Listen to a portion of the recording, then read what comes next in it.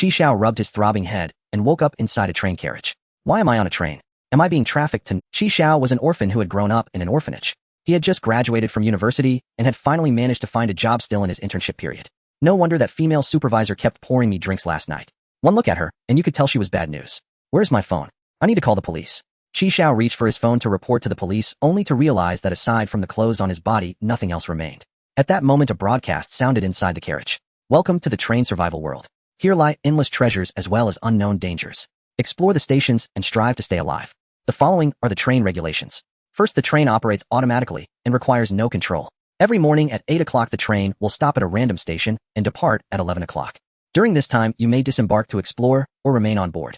Make sure you are inside the carriage when the train departs, or you will be left at that station.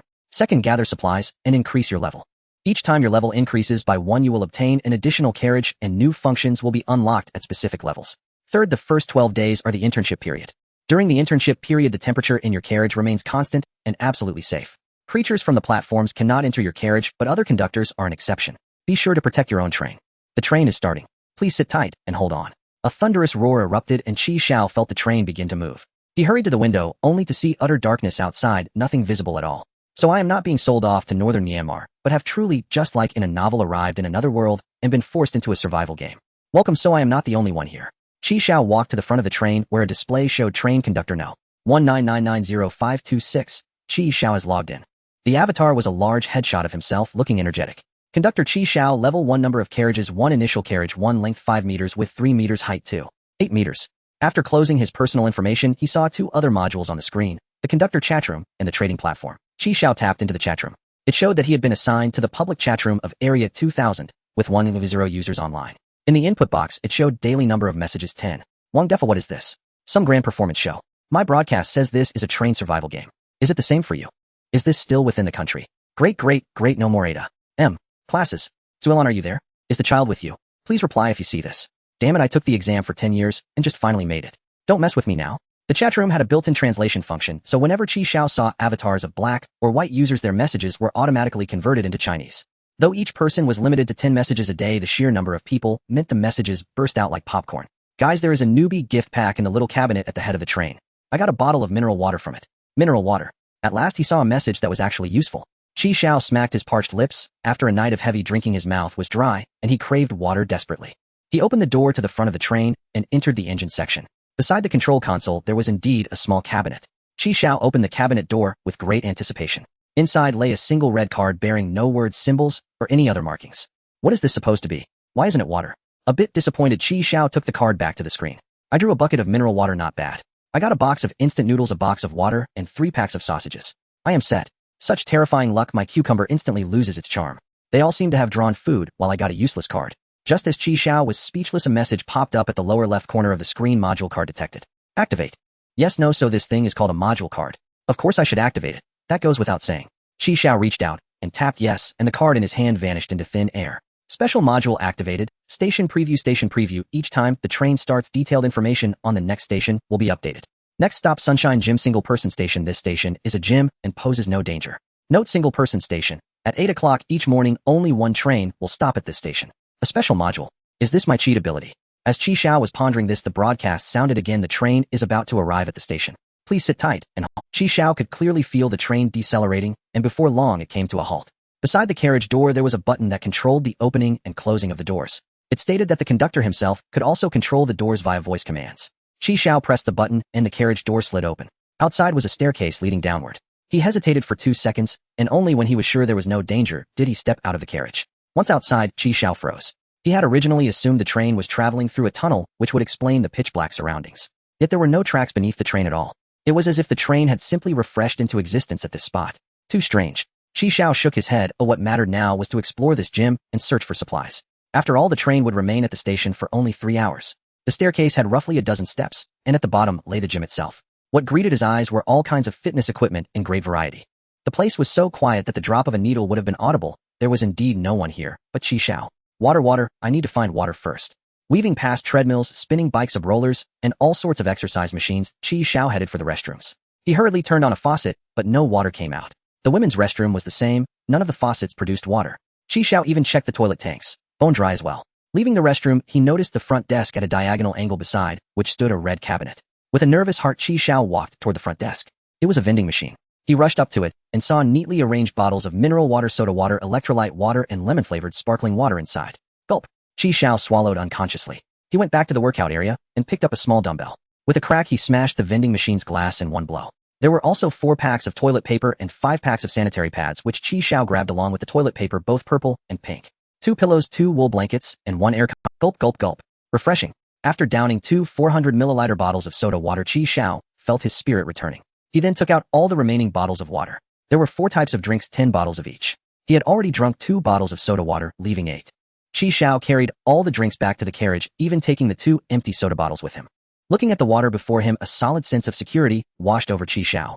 38 bottles of water, good. The problem of water was temporarily solved.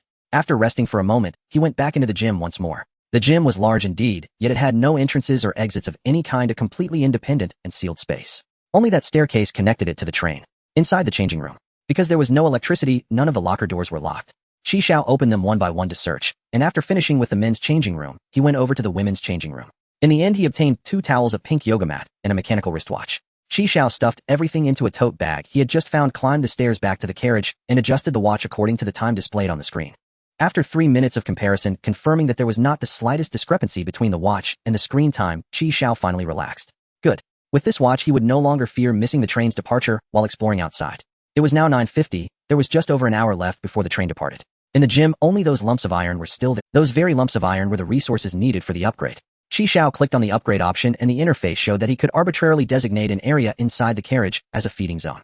The resources required for the upgrade were metal 0, 300 kilograms, plastic 0, 150 kilograms, wood 0, 100 kilograms.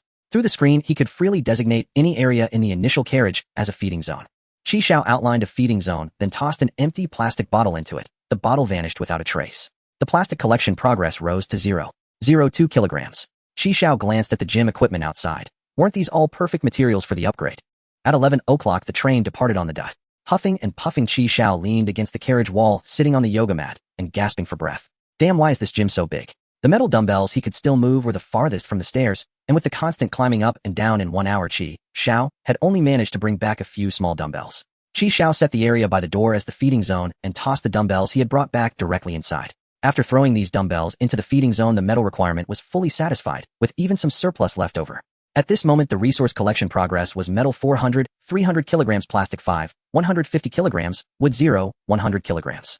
Xiao set the remaining few dumbbells aside, not in a hurry to throw all of them in. In the chat room with over 9999 participants, where did your first stops end up? I stopped in the middle of a grassland. Damn, nothing but grass. I stopped in a rented room and only found a pack of biscuits and a few pieces of clothing. Do not just throw anything into the feeding zone. I've tested it. What you throw in doesn't all vanish like metal or wood. Brother, what did you throw in? I dropped something big. By the way, anyone got toilet paper to trade me a roll? Impressive, brother. Your spirit of exploring the rules commands my respect. I'll sponsor our bold brother with a leaf. This man was truly a madman. Compared to them, Xiao felt rather fortunate. He had secured 38 bottles of water and collected a fair amount of upgrade materials. Any young ladies willing to trade their worn items? I'll exchange food. All these survival games have pretty girls trading underwear for food, right? Come on, hurry up. Young men, I have some. Damn, at your age, you could be my grandmother. I want young ladies, read properly. Young ladies, just not food. Brother, what a little femboy do. Because it was the first day, no one seemed to have any real sense of crisis. Xiao shook his head and opened the trading platform. He needed to trade for some food. Drinking only water really was not enough. He listed half a bottle of mineral water, choosing a pack of instant noodles as the item he wanted in exchange. Inside the carriage, a glowing ring appeared. Xiao placed the mineral water into the ring. After a flash of light, the bottle vanished. 3 minutes later, the screen displayed a message: a trade had been completed successfully.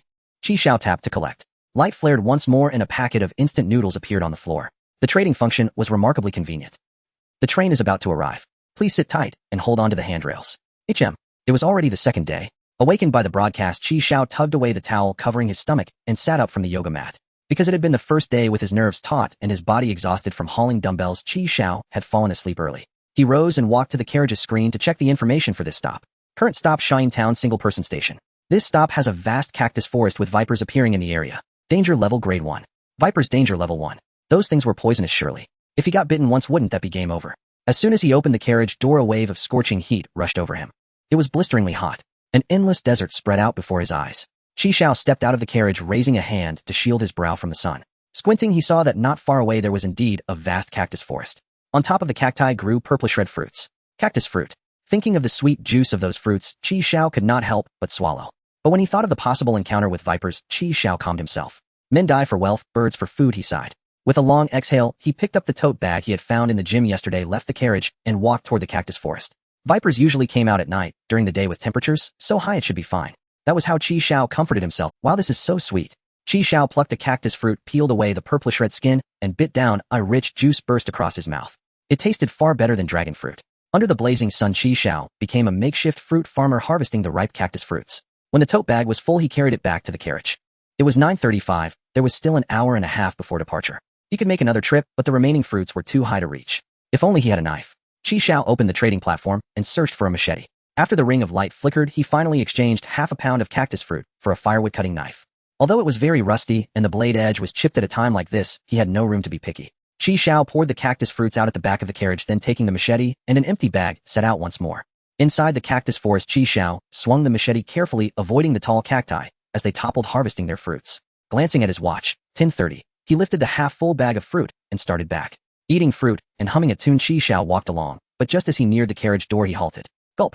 He swallowed. Not far from the carriage door, a triangular-headed snake was facing his door, flicking its tongue. So unfortunate.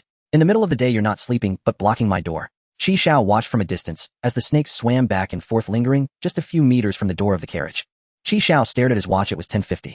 No way, if I keep waiting like this, I'll miss the departure. Staying in this vast desert is no different from being dead. Xiao set down his tote bag, gripped his machete tightly, and slowly approached the snake. He moved lightly and slowly, afraid of disturbing it. For now, the snake's focus was still on Xiao's train. 3 meters, 2 meters, 1 meter. Xiao suddenly lunged, gripping the rusty machete with both hands, aiming for the snake's neck, and striking down with a powerful blow. The dull blade was not fast enough to sever it. The snake writhed in pain, coiling its body and moving away from the door. Xiao seized the opportunity and quickly ran onto the train. The viper, seeing Xiao enter the carriage, finally found its target and swam towards him in pain. However, after Xiao boarded the train, it swayed at the doorway as though blocked by an invisible barrier, flicking its tongue. Train Rule 3. You have a 12-day internship period. During this period, the temperature in your carriage remains constant and absolutely safe. Creatures on the platform cannot enter your carriage. Thanks for the newbie protection.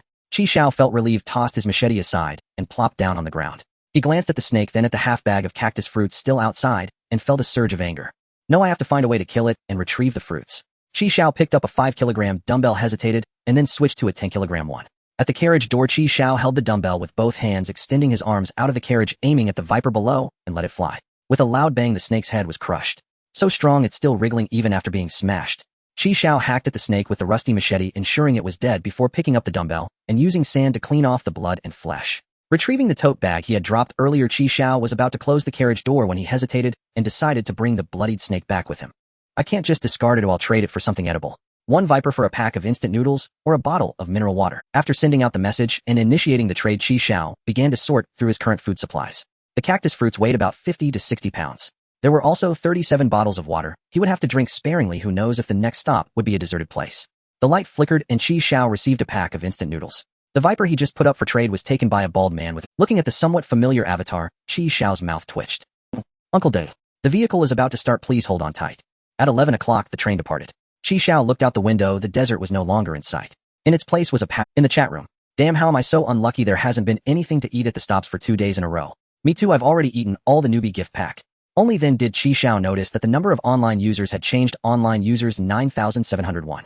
Only on the second day, and 300 people have logged off. Damn it, I stopped at the snow mountain today, stepped outside, and slipped, almost falling into a snow pit, and not making it back. By the way, does anyone have snow to trade? I got it with my life. Anything edible will do. Hurry up, it's about to melt. A lot of people are like him, recklessly exploring, encountering danger, and dying outside. Because he had the station announcement, he knew of the hidden dangers, and could prepare in advance. Xiao nodded, and clicked to check the information for the next stop.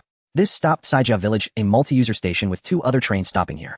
This station has zombie chickens. Consuming them or being attacked will lead to infection. Danger level 2. Note: zombie chickens have degraded vision and rely on hearing to locate targets. There is a level 1 treasure chest at the village chief's house in the center of the village. It can yield 3 train coins, a revolver, 20 sealed bullets, and 1 chicken silver coin. Note: multi-user station. Several trains will stop simultaneously at 8 in the morning. Multi-user station. There are 2 other trains stopping. I will encounter other people then. Zombie chickens with poor eyesight. I wonder if they have a middle part. Xiao was drawn to the words treasure chest. A treasure chest. There's a treasure chest to open. A revolver, a hot weapon. The rusty machete can retire on the spot. What are train coins and chicken silver coins? Never heard of them. What are they for? Xiao Village. The vegetable field has neatly grown vegetables. Purple long eggplants, red chili peppers, and green cucumbers. While this cucumber is really nice, it's fresh. I've been hungry for 2 days, finally something to eat. A man in green rubber shoes and a white t-shirt, his eyes squinting, picked a cucumber, wiped it on his clothes, and began to munch. Wang Dalai picked while eating, and several cucumbers hung from his waist. While there are chickens too. This whole chicken stew with mushrooms is going to be delicious. Tossing aside the cucumber in his hand, Wang Dalai quietly approached a chicken on the road. He moved lightly, afraid of startling the chicken. Gotcha!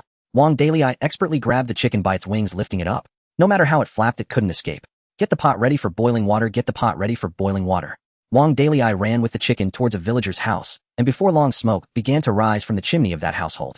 What the hell is this guy so bold? Xiao, who had been peering out the window to observe the situation, was quite shocked. The zombie chicken was dealt with just like that.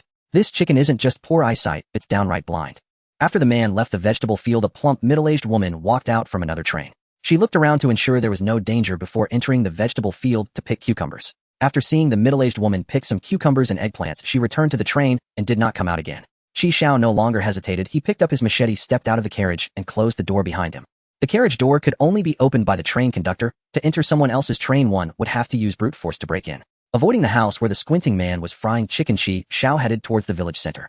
On the way, he spotted a few more chickens. However, those chickens indeed behaved as if they were blind, and as long as he moved lightly, even passing close by them was fine. When he encountered one blocking the path, Xiao would throw stones to create noise and lure them away. Just like that, Xiao successfully sneaked up to the village chief's house. Climbing over the fence and breaking through the paper-covered window with his machete, Xiao entered the house. Xiao rummaged through his belongings and finally found a treasure chest under the bed in his bedroom. He opened the chest. Inside lay a revolver and a box of sealed bullets, 20 in total. Great! Xiao took out the revolver, loaded it with bullets, and felt a significant boost in his sense of security. Under the chest, there were also 3 gold coins and a silver coin. Xiao stuffed the coins into his pocket and left the village chief's house, retracing his steps. Wow, what a stunning car! Wang Dalai stood beside Xiao's train, nodding in appreciation. Read a passionate horse. I like it. He peered through the window into the carriage. So much food. Mineral water, instant noodles. What's that, a dragon fruit? No, dragon fruits are much larger than this. And iced black tea. I hope it's not homegrown like mine. Wang Dalai swallowed hard. I really want to drink iced black tea, something cold and refreshing. Homegrown is too rich. Wang Dalai took a bite of a human hand. He was holding his mouth stained with blood from the food. Yuck, this is disgusting. That fat woman's hand was all greasy. He tossed the hand aside, bent down to pick up a stone, and with a loud bang smashed it against the train window. Iced black tea, iced black tea. The glass only left a white spot. Damn, how sturdy. Just as Wang Dalai was about to smash it again, a gunshot rang out, and a burst of red mist erupted from his back. Wang Dalai lost his balance, and the stone in his hand fell. Huh, what's going on? He turned to see Xiao point. Xiao noticed the cloudiness in his eyes, blood vessels all over. His face bore several wounds pecked by chickens. Damn it, are you shooting at me? Bang, bang, bang. The gunfire echoed throughout the village, and the zombie chickens perked up their heads, looking in the direction of the sound. Xiao fired 4 shots, one hitting Wang Dalai's neck, and another piercing through his wide-open mouth. The other 2 shots missed. Wang Dalai staggered a couple of steps, his knees buckled, and he collapsed to the ground, blood gushing from his mouth. Iced drink, cough. He trembled for a moment, and then stopped moving. Xiao shook his wrist, feeling a bit numb. Cluck, cluck, cluck. Oh no, the gunfire attracted the zombie chickens. As the clucking sound approached, Xiao turned to see a dozen zombie chickens rushing towards him, kicking up a cloud of dust on the road. Open the door. Xiao dashed past Wang Dalai and quickly returned to the train. The horde of zombie chickens followed closely behind, unable to enter the train, but not leaving, circling around in place. These chickens are so fast, their legs are like those rented. On his way back, Xiao saw the corpse of a middle-aged woman, her nose gnawed off, and one of her arms missing. Her death was gruesome. Xiao knew that the man had probably been infected, or she must have been killed by him. Thankfully, he returned in time, otherwise the consequences would be unimaginable. Xiao touched the piece of glass that had been smashed. Fortunately, there was only a white spot, and it hadn't shattered. Through the window, he saw that the woman's train door was wide open. Thump, thump, thump. Xiao's heart raced as he glanced at the time, 10:09, with 50 minutes left until departure. Pick up the bag. Xiao reloaded the revolver and threw a bottle of iced black tea to create a noise to lure the zombie chickens away from the door. Inside the woman's train, there was nothing but 2 empty water bottles and a dirty torn blanket. The train screen displayed a status of unclaimed. The train's front and initial carriage cannot be decomposed. Stored resources can be transferred, transferring 2 kilograms of metal, 3 kilograms of plastic, and 3 kilograms of wood to the account of train conductor Xiao number 199905526. What? Why is this place so poor? It felt like a life-threatening wild goose chase. As Xiao stepped out, he noticed another train's originally closed door. What's going on? Does the train door open automatically when someone dies? Xiao sneaked inside. There were only a few bottles of urine and nothing else. He sighed helplessly and transferred the remaining scattered resources. After returning to the train, Xiao closed the door and let out a breath of relief. You have new resource transfers, please check. Qi Xiao clicked to receive and confirmed the resources had arrived, exhaling deeply. Well, even a mosquito is meat. Compared to this, Qi Xiao received a piece of information: the train's front and initial carriage cannot be decomposed, and that after a person dies, the originally closed doors will open automatically. After placing the revolver bullets, dagger, and broken machete in order, Qi Xiao took out the few coins. The gold train coin had patterns of the train printed on both sides. The silver rooster coin depicted the image of a chicken. What is the use of currency? Alright, let's take it to the screen and have a look. The previous module card was triggered by getting close to the screen. Detected silver rooster coin activate. Yes, no. Sure enough, it would trigger. After Qi Xiao clicked yes, the silver coin in his hand transformed into a stream of light and vanished. Unlocked silver rooster coin. Meanwhile, Qi Xiao's personal information was updated. Upon entering, he noticed a row of gray cartoon animal patterns appeared under his avatar. It was the 12 zodiac signs. The rooster was now in a lit state. It seems that he needs to collect all the silver coins to find out what this will give. The train coin, however, showed no response when brought close to the screen. At 11 o'clock, the train departed. Half an hour after Qi Xiao left, a pink train appeared in the village. This train had 12 carriages and resembled a pink worm. Each carriage had 3 circular black glasses on either side, resembling the spots on a worm's body. The carriage door slowly opened, and a woman wearing black stiletto sandals and a red qipao, with short hair, stepped onto the village land. She walked towards the village with her fair thighs. The village chief's house. Seeing the treasure chest with its lid open, a look of confusion crossed her face. Then she raised her hand to remove her red contact lenses, her eyes emitting a faint blue light. The blue light illuminated the ground, revealing a trail of footprints. The woman followed the footprints, leading her to Wang Dalia's corpse. At this moment, Wang Dalia's neck was crooked, his mouth moving as he wandered with the group of zombie chickens where Qi Xiao's train had previously stopped. The middle-aged woman, missing an arm, was also there, having been turned into a zombie. Not here. The woman discarded a disposable glove onto the ground and returned to the train. Behind her, Wang Dalia, the middle-aged woman, and the dozen zombie chickens all had bullets in their foreheads. All had their heads blown off. She returned to the train and summoned a light screen. She clicked on a special module named Platform Travel. Search for stations linked to Caijia Village. The light screen displayed 5 stations: Yuma Bridge, Defo Church, Qinghu Station, Aiden Manor, Orange Island. Qi Xiao opened the chat room, wanting to see if there were any discussions about train coins and silver coins. Online users 9,021. Why has the number of people decreased so much today? Damn, remember that kid from Gaojia Town who snatched potatoes from me today? I don't want to see you again, or you'll be in for it. Who the hell smashed my car window? I'm freezing in here. No news about train coins and silver coins. It seems many people are at multi-person stations. No wonder the numbers have plummeted. There's not only the danger of stopping at stations, but also the risk of being robbed. Today I survived alone at this station. Why must there be fighting and killing? Can't we cooperate with others? 2 people together clearly have a better chance of survival than 1. I can cooperate with others. Ooh, I'm currently on someone else's train, and the upgraded supplies can be transferred over. Together, the supplies we've collected will soon allow us to upgrade to level 2. Wow, I really didn't expect it to be this feasible. I'm 168 centimeters tall, a pure girl. Online looking for a brother to team up with, must be 185 centimeters with 6-pack abs, good looking, preferred. He's still young. What use is being handsome? The important thing is to last long. Qi Xiao knew about transferring supplies, but teaming up on someone else's train. Can it really be that simple? Unless you encounter friends or family you are already familiar with in real life, how could you possibly suggest teaming up with a stranger in such a situation? And easily hop on someone else's train, even transferring the supplies you've collected. In this situation where there are no laws, no social structures, and nearly all rules operate like in a primitive society, survival is always the top priority in human interactions. The reality is 1 monk carries water to drink, while 2 monks fight over water. Qi Xiao glanced around. Currently, everyone's avatar shows the number 1, indicating no one has reached level 2. I don't know when the train will next stop at a multi-person station, so I need to hurry up and level up to see if I can unlock any new functions. Qi Xiao checked the information for the next station. Next stop, Laozhang's electronic store, single-person station. This station is a digital store, no danger. There are station forecasts allowing you to know in advance what supplies you might obtain at the next stop, whether there's danger, and how high the danger level is. A digital store?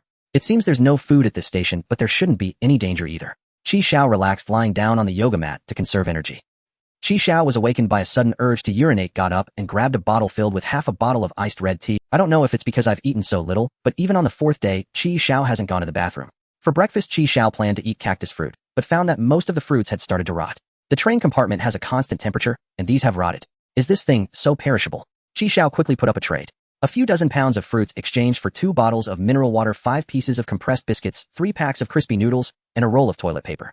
You could say it's a low-price sale, but it's unavoidable. Oh, it's better than letting it rot in my hands. At 8 o'clock, the train stopped. Qi Xiao put on his shoes, grabbed his handbag, and walked into Laozhang's digital store. After a quick glance, this place is similar to a gym, also a closed space. However, unlike the gym, there are clear signs that someone has been here. Many items have been completely cleared out. TSK. Looks like I'm not the first person to visit this station. Qi Xiao started considering the tables and chairs in the store. He left one chair that was just the right height to see the screen, while the others were thrown into the disposal area. 3 hours passed quickly. When the train started again, Xiao glanced at the supply collection progress: metal 426, 300 kilograms, plastic 17, 150 kilograms, wood 83, 100 kilograms. On the fourth day, the supply collection progress was already more than half. Xiao opened a bottle of electrolyte water and had a meal with the compressed biscuits. Sitting on the chair, Xiao, finally, I don't have to stand to watch the water group. Brothers, do you have any food? I haven't eaten in 2 days. Can anyone trade me some food? I guarantee it's from a pure girl. I have. He'll trade a pack of instant noodles. Don't fight with me. I want to trade 2 packs. No, big brother, what time is it? And you're still driving up the prices. Young man, I have some. Damn, at your age you could be my grandmother. I want young ladies. Read properly. Young ladies, just not food. Xiao was also curious. At this time, would someone really trade food for that? He clicked on this girl's avatar, and she indeed had a trade, exchanging any food for underwear. In the next second, this trade record showed it had been completed. 6. I still have socks. Does anyone want to trade food? This time I want water. I'll do it. Damn, who was so quick just now? I didn't get to grab any. Don't compete with me over this. The socks the girl listed were quickly traded away. Why are these items selling so well? Not seeing any valuable information, Xiao checked the next stop. Next stop, Xiao Mountain single-person station. This station is at the top of the Snow Mountain, danger level 1. Snow Mountain. The next day at 8 o'clock, the train arrived at the station. Xiao wanted to collect some snow, but as soon as the train door opened, just stretching out a hand, he could feel the bone-chilling cold wind sweep past. With this little short sleeve, he simply couldn't withstand it. Looking outside at the vast white expanse, he understood the despair of those who had to stop in places like grasslands, snowy fields, and forests.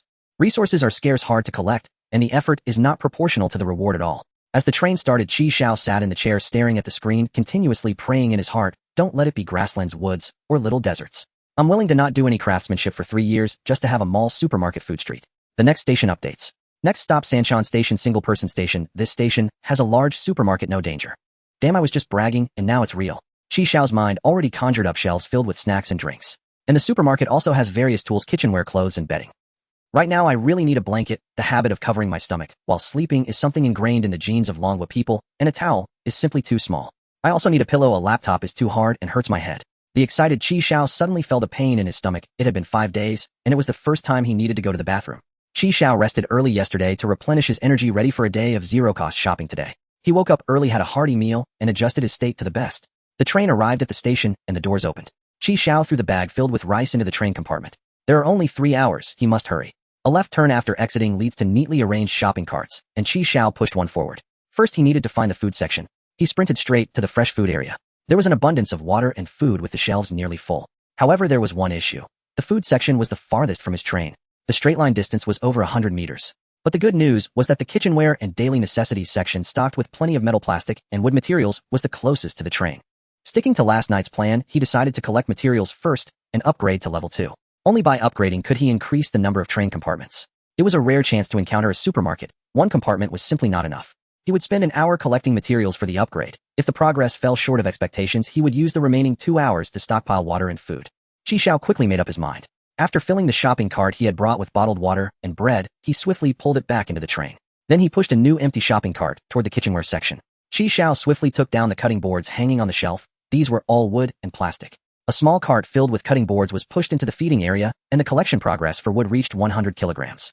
Very good, now he just needed plastic. Xiao checked the time. It was 8:20, and the progress was quick. Thankfully, the kitchenware section wasn't too far from the train. Xiao pushed 2 more shopping carts, this time filled entirely with plastic cutting boards. With these 2 carts, the collection progress for plastic reached 82 kilograms. It was 8:57 with only 3 minutes left until the scheduled time, but there was still a significant amount of plastic missing. Was there no time left? The plastic cutting boards were all gone. 8 other plastic items like cups and bowls took up space, but were not heavy enough. Xiao looked towards the rows of shopping carts. That's right, these items also contained plastic. Each shopping cart had about a pound of plastic. He still needed 68 kilograms. Pushing a maximum of 140 more carts would be sufficient. The rows of shopping carts were pushed into the feeding area by Xiao. The feeding area felt like a bottomless abyss. The carts just kept going and never filling up. This was incredibly convenient. There was no need to search or carry anything.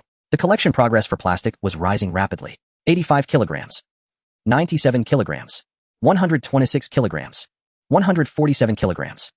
When only a dozen shopping carts remained, a message popped up on the screen. Upgrade materials have been collected. Do you wish to? Yes, no, finally enough. Upgrade. Level 2. Obtained an ordinary train compartment, longest stop time extended by 1. You can still choose to depart at 11. Unlock train modification module. Xiao opened the door between the first and second carriages. The newly added carriage had no windows or entrances, resembling an ordinary shipping container save for the light on the ceiling. The upgrade indicated that the carriage's broadcast system had something to say, but what surprised Xiao was that the maximum docking time had actually been extended by an hour. It was now 9:15, with 2 hours and 45 minutes left until departure. Xiao rolled up his sleeves. Xiao chewed on a chocolate bar, sprinting with a small cart into the carriage. 11:58, playing it to the limit. Looking at the supplies piled more than halfway to the first carriage, Xiao sat on the ground and smiled. Is this the joy of zero-cost shopping in beautiful country? As the door closed and the train started, Xiao leaned on the window, casting a lingering glance at the shelves outside. If it weren't for the inevitable day of depletion, staying here wouldn't be so bad. Stretching his back, Xiao began to tally today's spoils. First was water, 60 boxes of 596 milliliters, mineral water, with 24 bottles in each box. There were also over 300 bottles of various beverages. A dozen bottles of high-proof liquor. Xiao didn't like drinking, taking this mainly for sterilization in case of injury.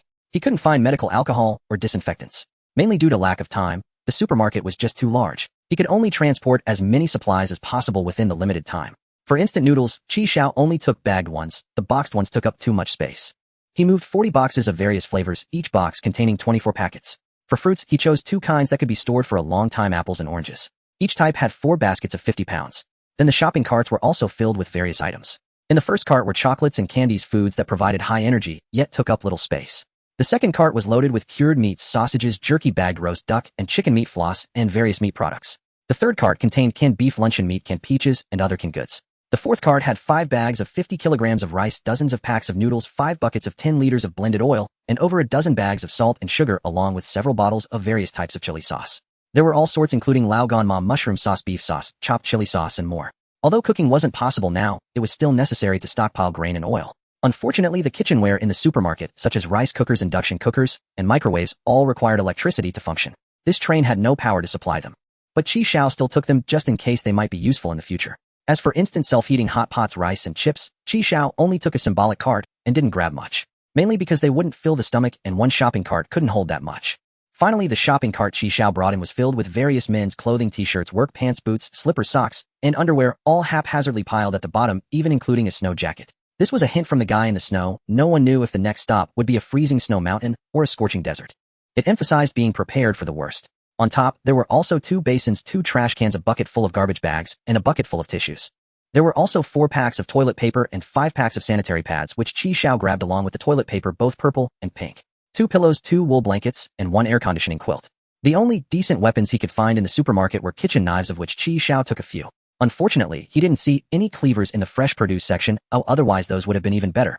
While having some is better than none. As the saying goes, while neighbors stockpile grain, I stockpile guns. The neighbor is my granary. Although I can't stockpile guns, I can't just stockpile grain either.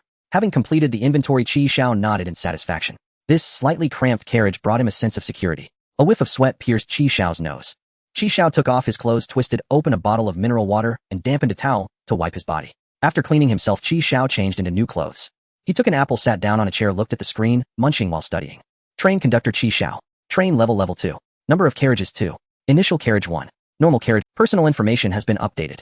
The quantity of materials required for upgrading to level 3 remains unchanged, the same as for level 2. Metal 185, 300 kilograms. Plastic 0, 150 kilograms. Wood 1, 8, 100 kilograms. After the upgrade, the most abundant redundant material is metal, with little left of the other 2 types. Exiting personal information, Xiao checked the new module unlocked at level 2, train modification. Train coins can be used to unlock modifications. Each upgrade refreshes the modification options. So this is the purpose of train coins. Xiao reviewed the 3 modifications available. Get a dedicated train toilet, 1 train coin, a dedicated train toilet. Never mind, I'll just continue using a garbage bin with a garbage bag. With only 3 train coins, one cannot afford to waste them. Bulletproof glass. Upgrade the initial carriage glass to bulletproof. 2 train coins after the glass was smashed by that person last time. Xiao has been uneasy. With 2 train coins it can be considered. Dynamic camouflage follows the account. The train can blend into the surrounding environment, achieving invisibility or changing form. 1 hour of free use each day with the option to use train coins to extend the duration. 8 train coins. Invisibility or changing form. Wouldn't that allow me to become invisible among a crowd at the station? Unfortunately, there's only 1 hour of free time each day. Any additional usage requires train coins. Following the account. Does it mean that if I change trains in the future, I still own this modification? Xiao opened the chat room and sent a message. Is there anyone with train pattern gold coins? I can trade food and water. 1 bottle of 596 milliliters mineral water for 1 train coin. 596 milliliters. Xiao's message caused a stir in the chat room instantly. Trading mineral water. Am I seeing things? What is this train coin? It's more precious than water. Wait, a level 2 big shot. Did they level up so quickly? I still haven't gathered half the materials I need for my upgrade. How did they do it? They must have teamed up with others, otherwise how could they upgrade so fast?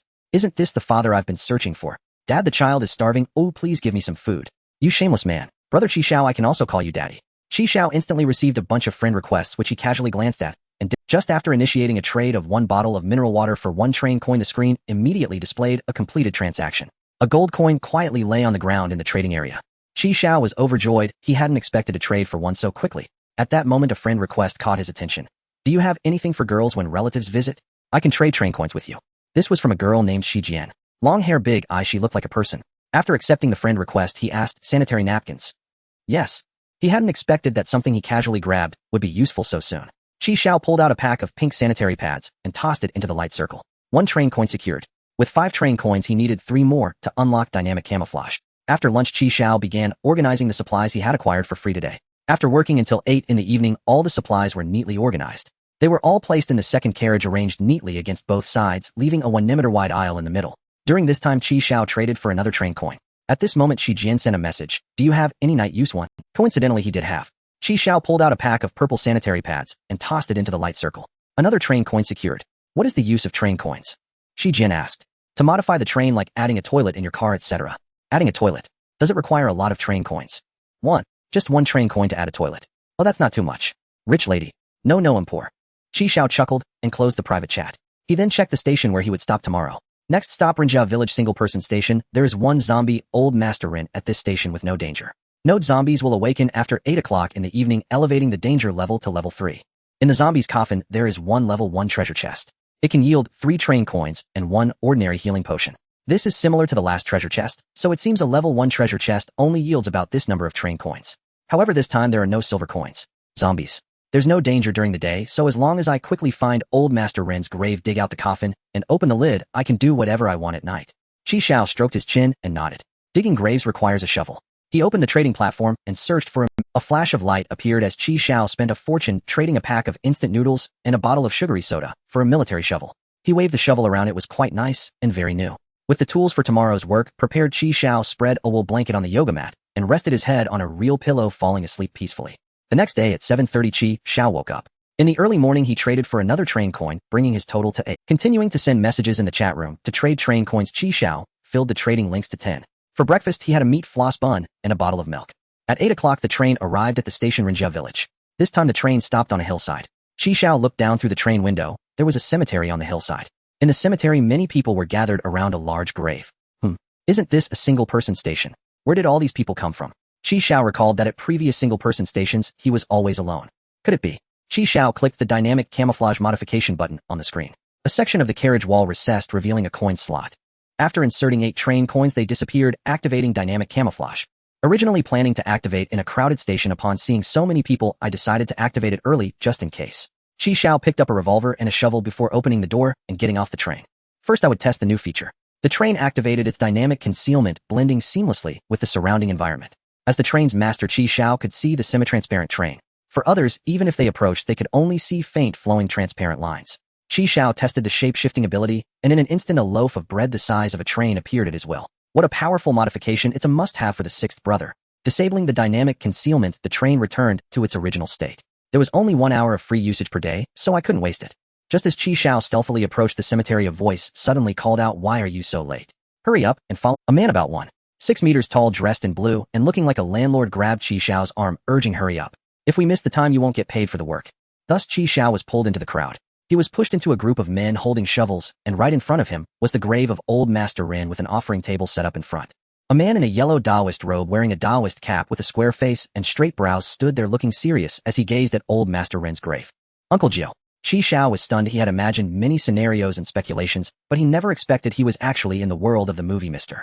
Vampire. Could the train actually take me into a fictional world? Xiao began to recall the previous stations he had stopped at. He could tell from Kai Family Village that there were no zombie chickens in the real world. Just as Xiao's mind was in a whirl, he heard someone shout that the worship was over and it was time to break ground. He was shoved along with several laborers to dig up Old Master Rin's grave. As Xiao dug, he contemplated how to obtain the treasure chest. Within 10 minutes, the coffin was unearthed and the lid. As soon as the coffin lid was opened, a cloud of black smoke billowed out. The members of the Rin family immediately knelt down, crying out about their father and their unfilial behavior.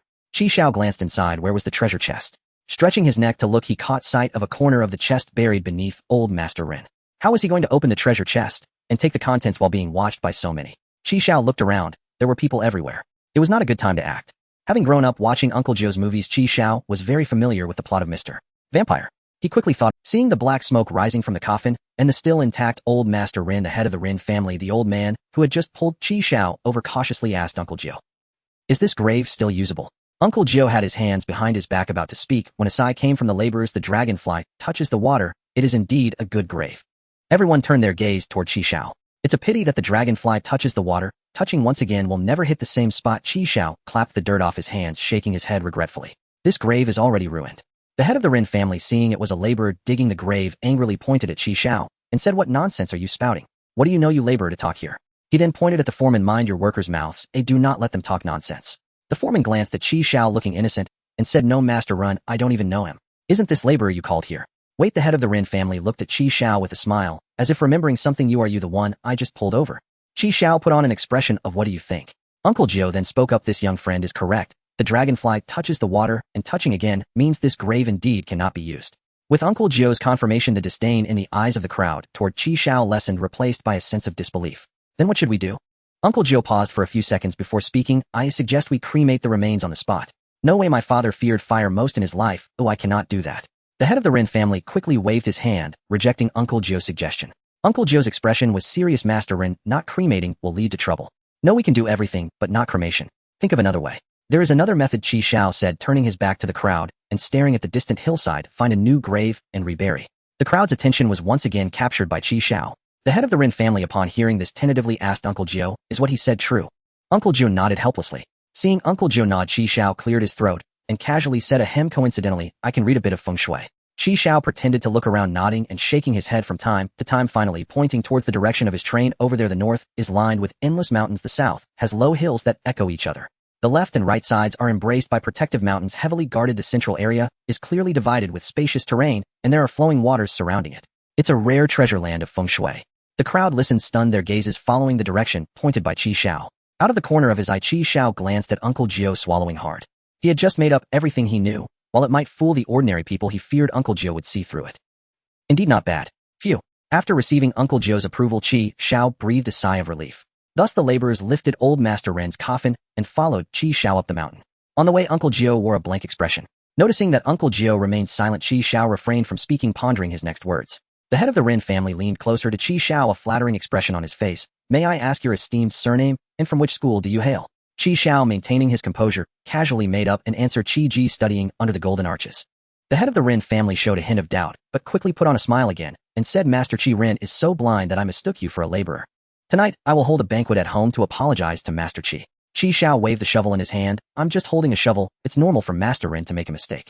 As for the banquet, there's no need. I have matters to attend to, and I appreciate Master Ren's kindness." Xiao politely declined. "Just kidding, even if I wanted to eat, the train wouldn't wait for anyone." "All right then. Master Chi looks quite young. Have you ever married?" "Married? No." Xiao replied indifferently. "Then how about my little girl? She's 18 and just returned from studying abroad." Xiao followed the direction pointed by Master Ren and saw Ren Tingting dressed in light blue and wearing twin ponytails. Seeing Xiao looking at her, Ren Tingting smiled and greeted him. "The genes of Master Ren's wife must be exceptionally strong." "Huh. Never mind. Master Ren, let us attend to the matter at hand." Xiao smiled. Yes. First things first. At 1140 m. The procession reached Xiao's. Xiao pointed to an open stretch of land and said, "This is it." Seeing the group's puzzled expressions, he smiled. Dynamic occlusion. His train had vanished from sight. Approaching the train door, Xiao pressed his palms together and murmured incantations. "Heaven be alert. Earth be alert. Lord Laozi, manifest your powers swiftly. Heaven is Qian, earth is Koan. Yin Yang and the 5 elements govern the cosmos. Open." With a flick of his right finger, a magnificent golden gate slowly materialized on the empty ground amid gasps of astonishment. This gate was Xiao's best approximation of the celestial south gate. Well then, Master Ren the Elder may now be ushered in. Master Ren's mouth gaped, so wide a light bulb could have fit inside. "Immortal Master has descended to earth. I humbly bow before you." A heavy thud echoed as Master Ren dropped to his knees and kowtowed. Instantly, Ren Tingting and many others in the Ren family entourage followed suit, prostrating themselves in unison. What the hell is going on? Xiao was utterly flabbergasted by the spectacle. Uncle Joe, however, stood calmly aside, unruffled. "We are eternally grateful to the Immortal Master for granting our father such a sacred sight. The Ren family shall venerate you across generations. Let us hurry. The gate will close shortly." Master Rin rose and waved to the laborers. Yes, yes, we obey the immortal master's command. Quick, bring in the elder. And so Master Rin himself joined the laborers, helping to push the coffin through the celestial. Once the coffin passed through the gate, Xiao stepped in after it, shovel in hand. He turned and smiled at the crowd. Farewell for now. May we meet again in destiny. Wait. Uncle Xiao, who had remained silent until now, suddenly spoke. He strode directly toward Xiao and lowered his voice. I do not know what method you employed, but though you may deceive them, you cannot deceive me. This elder Ren has become a grave malevolent force, extremely perilous. I offer you this talisman. I'll affix it to his forehead to suppress him temporarily. Uncle Xiao produced a yellow talisman and tossed it to Xiao. Remember, cremate him without delay or calamity will follow. Xiao accepted the charm and bowed deeply to Uncle Xiao. The gate sealed shut. Xiao and the coffin vanished instantly, leaving behind only stunned, speechless onlookers. Master Rin whispered, awestruck, a deity, a true deity, a deity has taken my father away. As if struck by sudden realization, Master Rin cried out, Immortal Master, what shall become of our Tingting now that you depart? Immortal Master, take Tingting with you too. Chief Captain, brother-in-law, Uncle Xiao's 2 disciples, Rin Tingting. Uncle Xiao cast one final glance, then turned and walked away. At noon, the train departed. That was terrifying. I thought Uncle Xiao might strike me down. The elder Rin's coffin measured 2.4 meters in length and lay crosswise at the carriage entrance, nearly brushing both walls. Xiao pried loose the coffin nails and, straining with all his might, slid the lid aside. TSK, those gray toenails. He affixed Uncle Xiao's talisman to the elder's forehead, then retrieved the treasure chest. He hurriedly resealed the coffin to prevent contamination from pathogens or mold. Inside the chest lay 3 train coins. The healing serum, a vivid green liquid, filled only a tiny vial, 5 milliliters. Such a minuscule dose. How severe an injury could it possibly heal? Now that the chest was opened, what was to be done with Elder Rin? Uncle Xiao had instructed cremation, but if he attempted it, he'd likely suffocate before the corpse did. Perhaps he could discard it into the feed-in zone. That massive coffin alone weighed over 200 gene of timber. Xiao activated the train upgrade interface, designated a feed-in zone, and registered Elder Rin, with his coffin, as raw material for the train's evolution. Feed-in failed. Failure reason: input material contains excessive organic waste. What the hell? You detected kitchen waste through the lid. Organic waste. He'd hoped to exploit the system to resolve Elder Rin, but the attempt had failed. If the Elder burst forth tonight, Xiao would be doomed. He needed a solution, fast. Xiao opened the trading platform and searched for items effective against zombies: peachwood, swords, talisman, paper, glutinous rice, black dog blood. Peaches, glutinous rice balls, black dog hide. Damn it, not a single useful item available. Then perhaps I could saw off his head. Xiao eyed the dull, feeble pruning saw, barely capable of cutting branches, and sighed, shaking his head in resignation. Had the train not been in motion, preventing door access, he would have hurled it outside without hesitation. Invoking deities is easy, dismissing them is hard. Just as Xiao pondered alternatives, a notification flashed across his screen. Transaction completed. It was Shi Jian. She had exchanged train coins for a bottle of mineral water. After accepting the coins, Xiao stared at the newly vacated trading slot, and a thought sparked.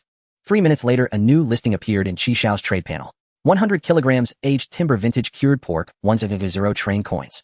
Staring at the coffin listed in the trade panel, Xiao burst into raucous laughter. Ha ha ha, gotcha. I've exploited the bug after all. Items posted to the trade panel could be withdrawn at any time. So Xiao set the price at exactly 100 train coins, ensuring no one could claim it. The problem was solved. Perhaps someday he'd acquire artifacts capable of commanding zombies. Until then, he'd leave the listing active. A small price to pay 1 occupied trade slot. Xiao checked the updates for the next stop. The current station is Heibai Station, single-person station. There is a pet store at this station, and it poses no danger. A pet store? What supplies can I get? Cat litter, cat food, canned cat food, dog leashes, dog pee pads. I wonder if there will be live cats and dogs. The next day at 8 o'clock, the train arrived at the station. Meow and Woof Happy Nest. What a common name. Xiao threw the garbage bag outside, pushing the shopping cart as he entered the store. The cats and dogs he had anticipated were nowhere to be seen. The cat cages and dog crates were all empty. The shelves were empty, as if they had been ransacked. Xiao pushed the shopping cart, momentarily dumbfounded.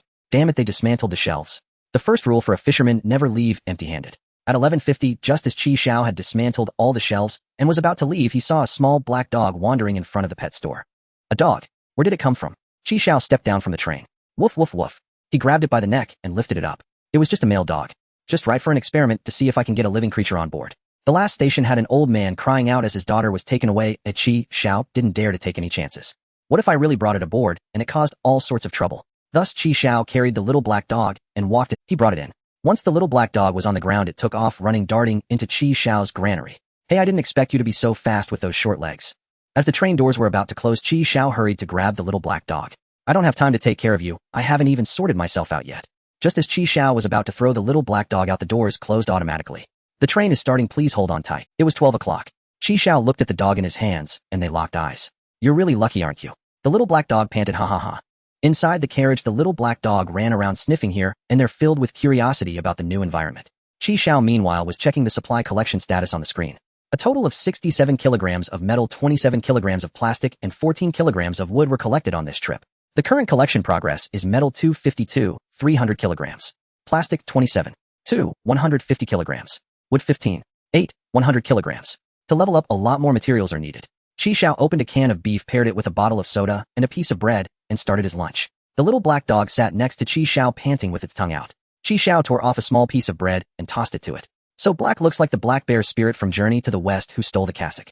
Looking at the little black dog munching on the bread at his feet, Chi Xiao said, I'll call you Black Wind Monster then. Woof woof woof. Black Wind Monster. Woof woof woof. Not a single trade has been successful since it was posted. Chi Xiao was bewildered and clicked into the... It turned out that some people had leveled up to level 2 and were promoting the use of train currency in the chat room. In the chat room, the online count was 6,012. Brothers, great news. The docking time at the level 2 platform has been extended by an hour, giving us an extra hour to collect. Of course, if the place we dock is not good, we can still choose to depart at 11.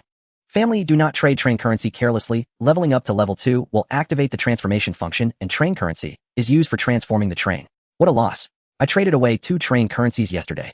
Chi Xiao looked at the person sharing this selfless information and shook his head, sighing, what a good person. After everyone learned the purpose of train currency, they became hesitant to trade. However, it was fortunate that they had traded a few pieces using the information advantage of being the first to level up. From yesterday until now, there have been 4 successful trades of mineral water. 2 of them came from Shijian. Where did this guy get so many train currencies? That's 5 pieces already. Chi Xiao took out the train currency and placed it in the treasure chest. The Black Wind Monster came over and hugged the chest to gnaw on it. Getaway that came from a coffin, no biting. After tossing the Black Wind Monster to the side, Chi Xiao put the treasure chest in the cabinet at the front of the train. He kept all valuable items in the cabinet at the front. As soon as he stepped out from the front of the train, Chi Xiao smelled a strong odor of urine. Sure enough, the Black Wind Monster had marked a spot. After dealing with the dog urine, Chi Xiao saw the Black Wind Monster still there, panting, with its tongue out, continuously going, laugh, laugh, laugh. Tomorrow when we arrive at the station, I'll throw you out. By the way, let's check tomorrow's docking station. It had better be a dog meat market or something, just wait for it. The current station is Qinghu Station, multi-person station, with 7 other trains docking. This station is a beautiful ancient town posing no danger. At the center pavilion of Qinghu there is a level 2 treasure chest. It can yield 6 train currencies and 1 corpse, a corpse restraining talisman. Wow, just the name suggests it can control corpses. The old man's bodyguard is about to go online, but there are 7 trains docking. With so many people, the competition will be intense. The next day, at 8 o'clock, Chi Xiao arrived at the station, Qinghu Station. Upon landing, he activated the dynamic camouflage immediately. The train became invisible in an instant. Chi Xiao looked around, but saw no other trains. Through the train window, Chi Xiao saw the pavilion in the lake several meters away, but did not see the treasure chest. Was the information wrong? Impossible, the train conductor hasn't made a mistake yet. As soon as Chi Xiao opened the train door, the Black Wind Monster dashed out and fell into the water with a splash. Woo woo woo.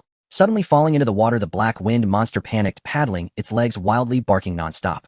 I don't even know if dogs are born knowing how to paddle, but after flailing around for a bit, it managed to swim in the lake.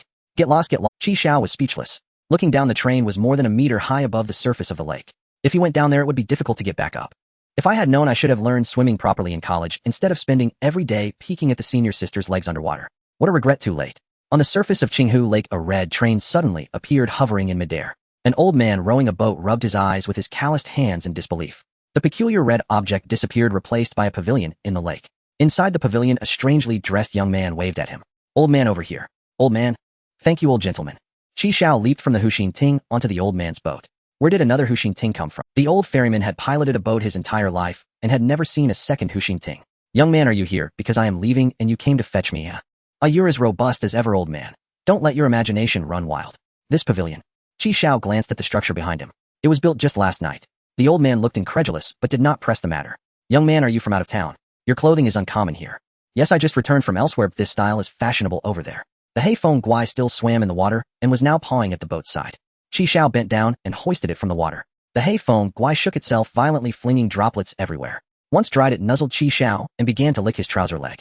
Young man, is this your dog? Oh. Sort of. What a fine dog. Its tongue is all black, a rare 5 black. Such a dog can guard a house and ward off evil. I once kept one myself. Chi Xiao interrupted the old man's recollection. Old man, if you like it, I'll give it to you. Do me a favor. Take me to that Huxing Ting. Chi Xiao pointed to the true pavilion. Absolutely not. This dog has a spirit. It will recognize only one master in its life. It seems fond of you as well. Damn, why is the old man so stubborn? Chi Xiao scooped up the Heifeng Guai and tossed it back into the Huxing Ting. Behave yourself. If you jump down again, I won't keep you. The Hei Feng Guai seemed to understand it, whimpered at the carriage door, but did not jump. Xiao turned to the old man. Fine, I won't give him to you. Just ferry me over quickly. A glance at the time, 807, told him he should be able to open the chest before anyone discovered them. After all, only he knew the chest was here. Alright, I'll take you. The old ferryman, nimble from a lifetime of rowing, guided the boat toward the Huxing Ting. Xiao watched the Hei Feng Guai, afraid it might jump again, and used voice control to shut the carriage door. When I was young, I rowed like this every day, ferrying my grandson to the private academy across the bank. I remember it fondly. Old man, what became of your grandson? He went to war, drafted away. He died last year, we never even recovered his body. Xiao fell silent for a long while. My condolences. Partings and farewells are part of life. The old ferryman has made his peace, though it's regrettable I could not see my boy one final time. Young man, you bear some resemblance to my grandson. At first glance I half thought my grandson had come to fetch me. Ha. The old man laughed to mask the dampness at his eyes. The attire and talk evoked another age, war conscription. It felt like a sliver of the past or a scene from some period film Xiao had never seen. Whatever the source, Xiao could feel the depth of the old man's feeling. We're here. The boat drew alongside the Huxing Ting, and Xiao jumped onto the pavilion. A level 2 chest. Xiao opened it, shoved 6 train coins and a corpse-repelling talisman into his pockets, then snapped the lid shut. Old man, please take me back to the other Huxing Ting. At that instant a gunshot rang from the shore. Bang! A bullet whistled past Xiao's left arm. He cried out in pain and dove behind a pavilion pillar for cover. Gunfire, modern weapons, others had arrived.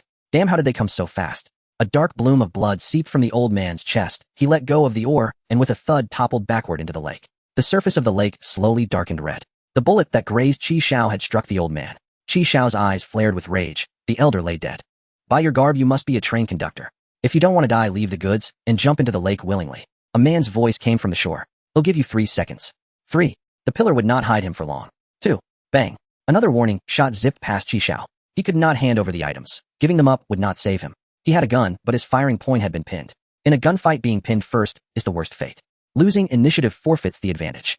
Xiao was pinned by the man on shore. He was exposed while the enemy... No, he had to seize the initiative. Quietly preparing, Xiao called out, "Can you swim?" "What are you doing? Don't change the subject." Then the man saw a hand emerge from behind the pillar, clutching a wooden box. A chest. No doubt it was the treasure box. In a heartbeat, the hand withdrew, denying any chance to fire. What are you going to do? The next moment, Xiao hurled the box into the water. With a splash, it sank. Fuck, you little bastard. With the man's attention snagged by the box, Xiao vaulted from behind the pillar and hammered the revolver in a staccato of shots. Hearing the gunfire, the man ducked instinctively. Though unscathed, the evasive move cost him the initiative. Now Xiao had the upper hand. Answer me, can you swim? Speak, son of a... I've been swimming since before you were... Xiao slipped to a new position. 2 rounds remained. He fired at the man's exposed foot. He missed, but the shot made the man yank his foot back. One more word, and he'll send you back to the amniotic waters. Xiao shouted to intimidate, while quietly reloading the revolver. The box he had thrown was deliberately empty. The train coins and corpse talisman had long ago been tucked into his pocket. Yet the stalemate remained. He stood in the lake's center. The only way back to the train was by boat. If he did not neutralize the man, he could not leave. And other conductors would surely be rushing over at the sound of gunfire. The longer he delayed, the worse his odds. Damn it. Then abruptly something unexpected occurred. A vast, thunderous roar split the air above the surface of Qinghu, drawing every eye. Passers-by stopped in their tracks, staring at the bewildering scene. A pink train rolled out of the void. 1, 2, 3. 12. 12 carriages. Impossible. This region's highest level is only 2. Where had a level 12 train come from? From another region. No, their advancement could not have progressed that fast. The train lay across Qinghu like a gigantic pink worm speckled with black. The carriage door opened slowly. At the threshold stood a short-haired woman in a halter red qipao.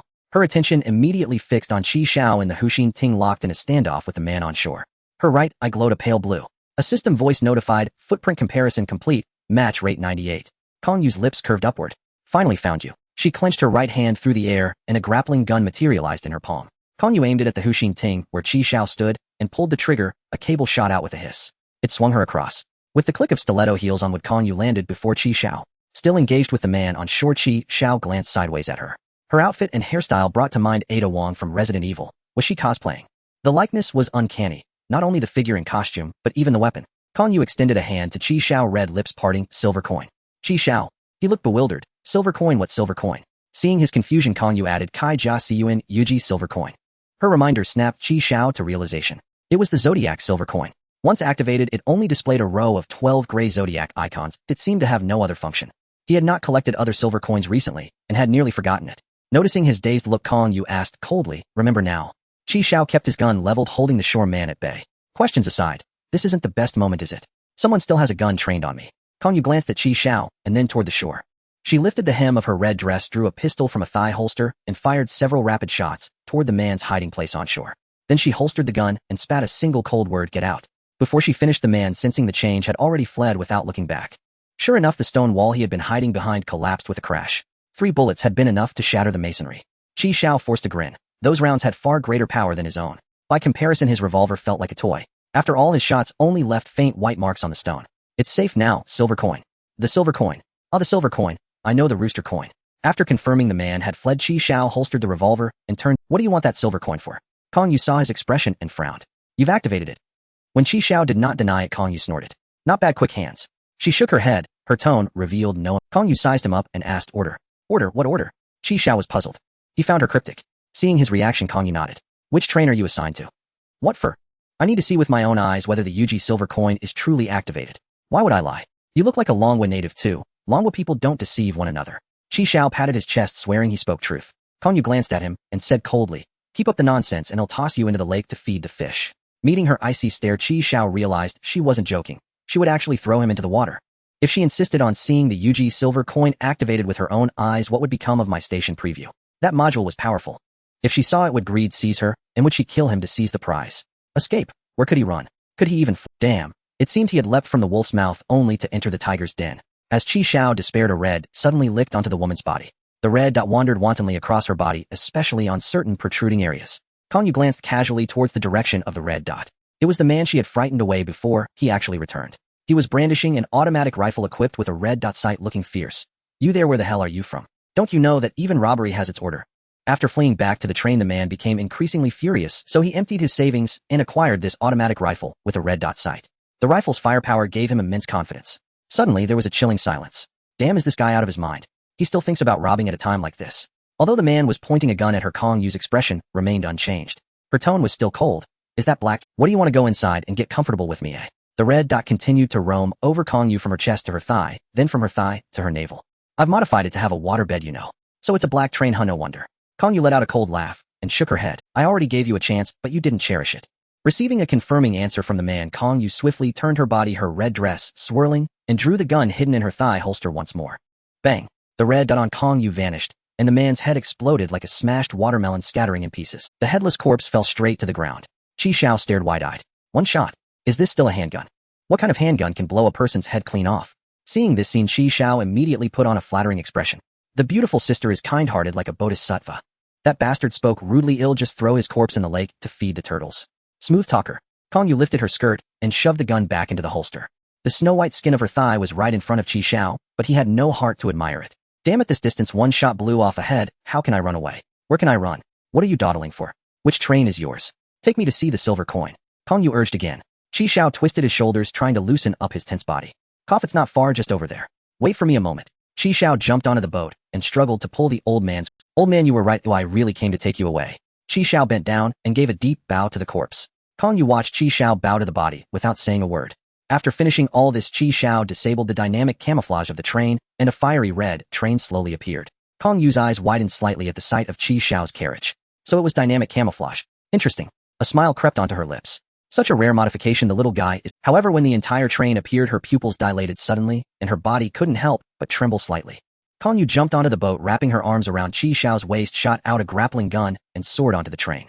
In front of the carriage door, she released her grip, letting Xiao down. Xiao looked bewildered, not yet reacting. What are you standing there for? Open the door. Seeing Xiao not respond, Kong Yu said coldly, What's wrong? Do you need my help? No, I just forgot the code. Give me a moment. What was my password again? As Kong Yu raised her gun, preparing to force the door, Xiao shouted loudly. I remembered. Damn, even if I don't open it, this woman will force her way in. It's a fortune if I don't suffer misfortune. The door opened, and the black wind monster saw Xiao return, excitedly pouncing over. Kong Yu saw the black wind monster and retreated in shock, ultimately flipping over to the roof of the train. Is she afraid of dogs? You raise dogs?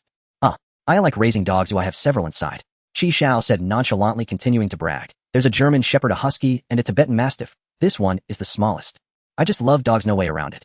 Kong Yu took a deep breath to calm her feelings, then pulled out a phone. Take a picture of your person. Xiao took the phone, took a picture, and handed it to Kong Yu on the train. 19990-526, Xiao. Kong Yu saw the photo and confirmed that the silver coin had indeed been used by Xiao, letting out a sigh. She put away the phone, jumped off the train, wrapped her arms around Xiao's waist, and used the grappling gun to bring him to the shore. What are you doing? You don't have to change places to kill me, do you? Upon reaching the shore, Kong Yu set Xiao down. What do I look like? I love to. Xiao's eyes involuntarily glanced at the headless corpse by the lake. Kong Yu smiled and said, by killing him, many will be spared from disaster in the future. The train is black, and so is the heart of the person inside it. This I think you've already felt. With that, she ignored Xiao and walked straight toward the black train. With the death of the train conductor, the originally tightly closed door swung wide open. Kong Yu walked straight in. What kind of strange theory is this? What does the darkness of a person's heart have to do with the color of the train? But I have to admit, this man is indeed not a good person. I almost died under his treacherous schemes just now. After confirming that the woman had no ill intentions towards him, Xiao breathed a sigh of relief. He quickly approached the man's corpse, rummaged through his gear, and then pushed him into the Qing lake. You bastard, rolled down and apologized to the old man. Bang! Water splashed everywhere.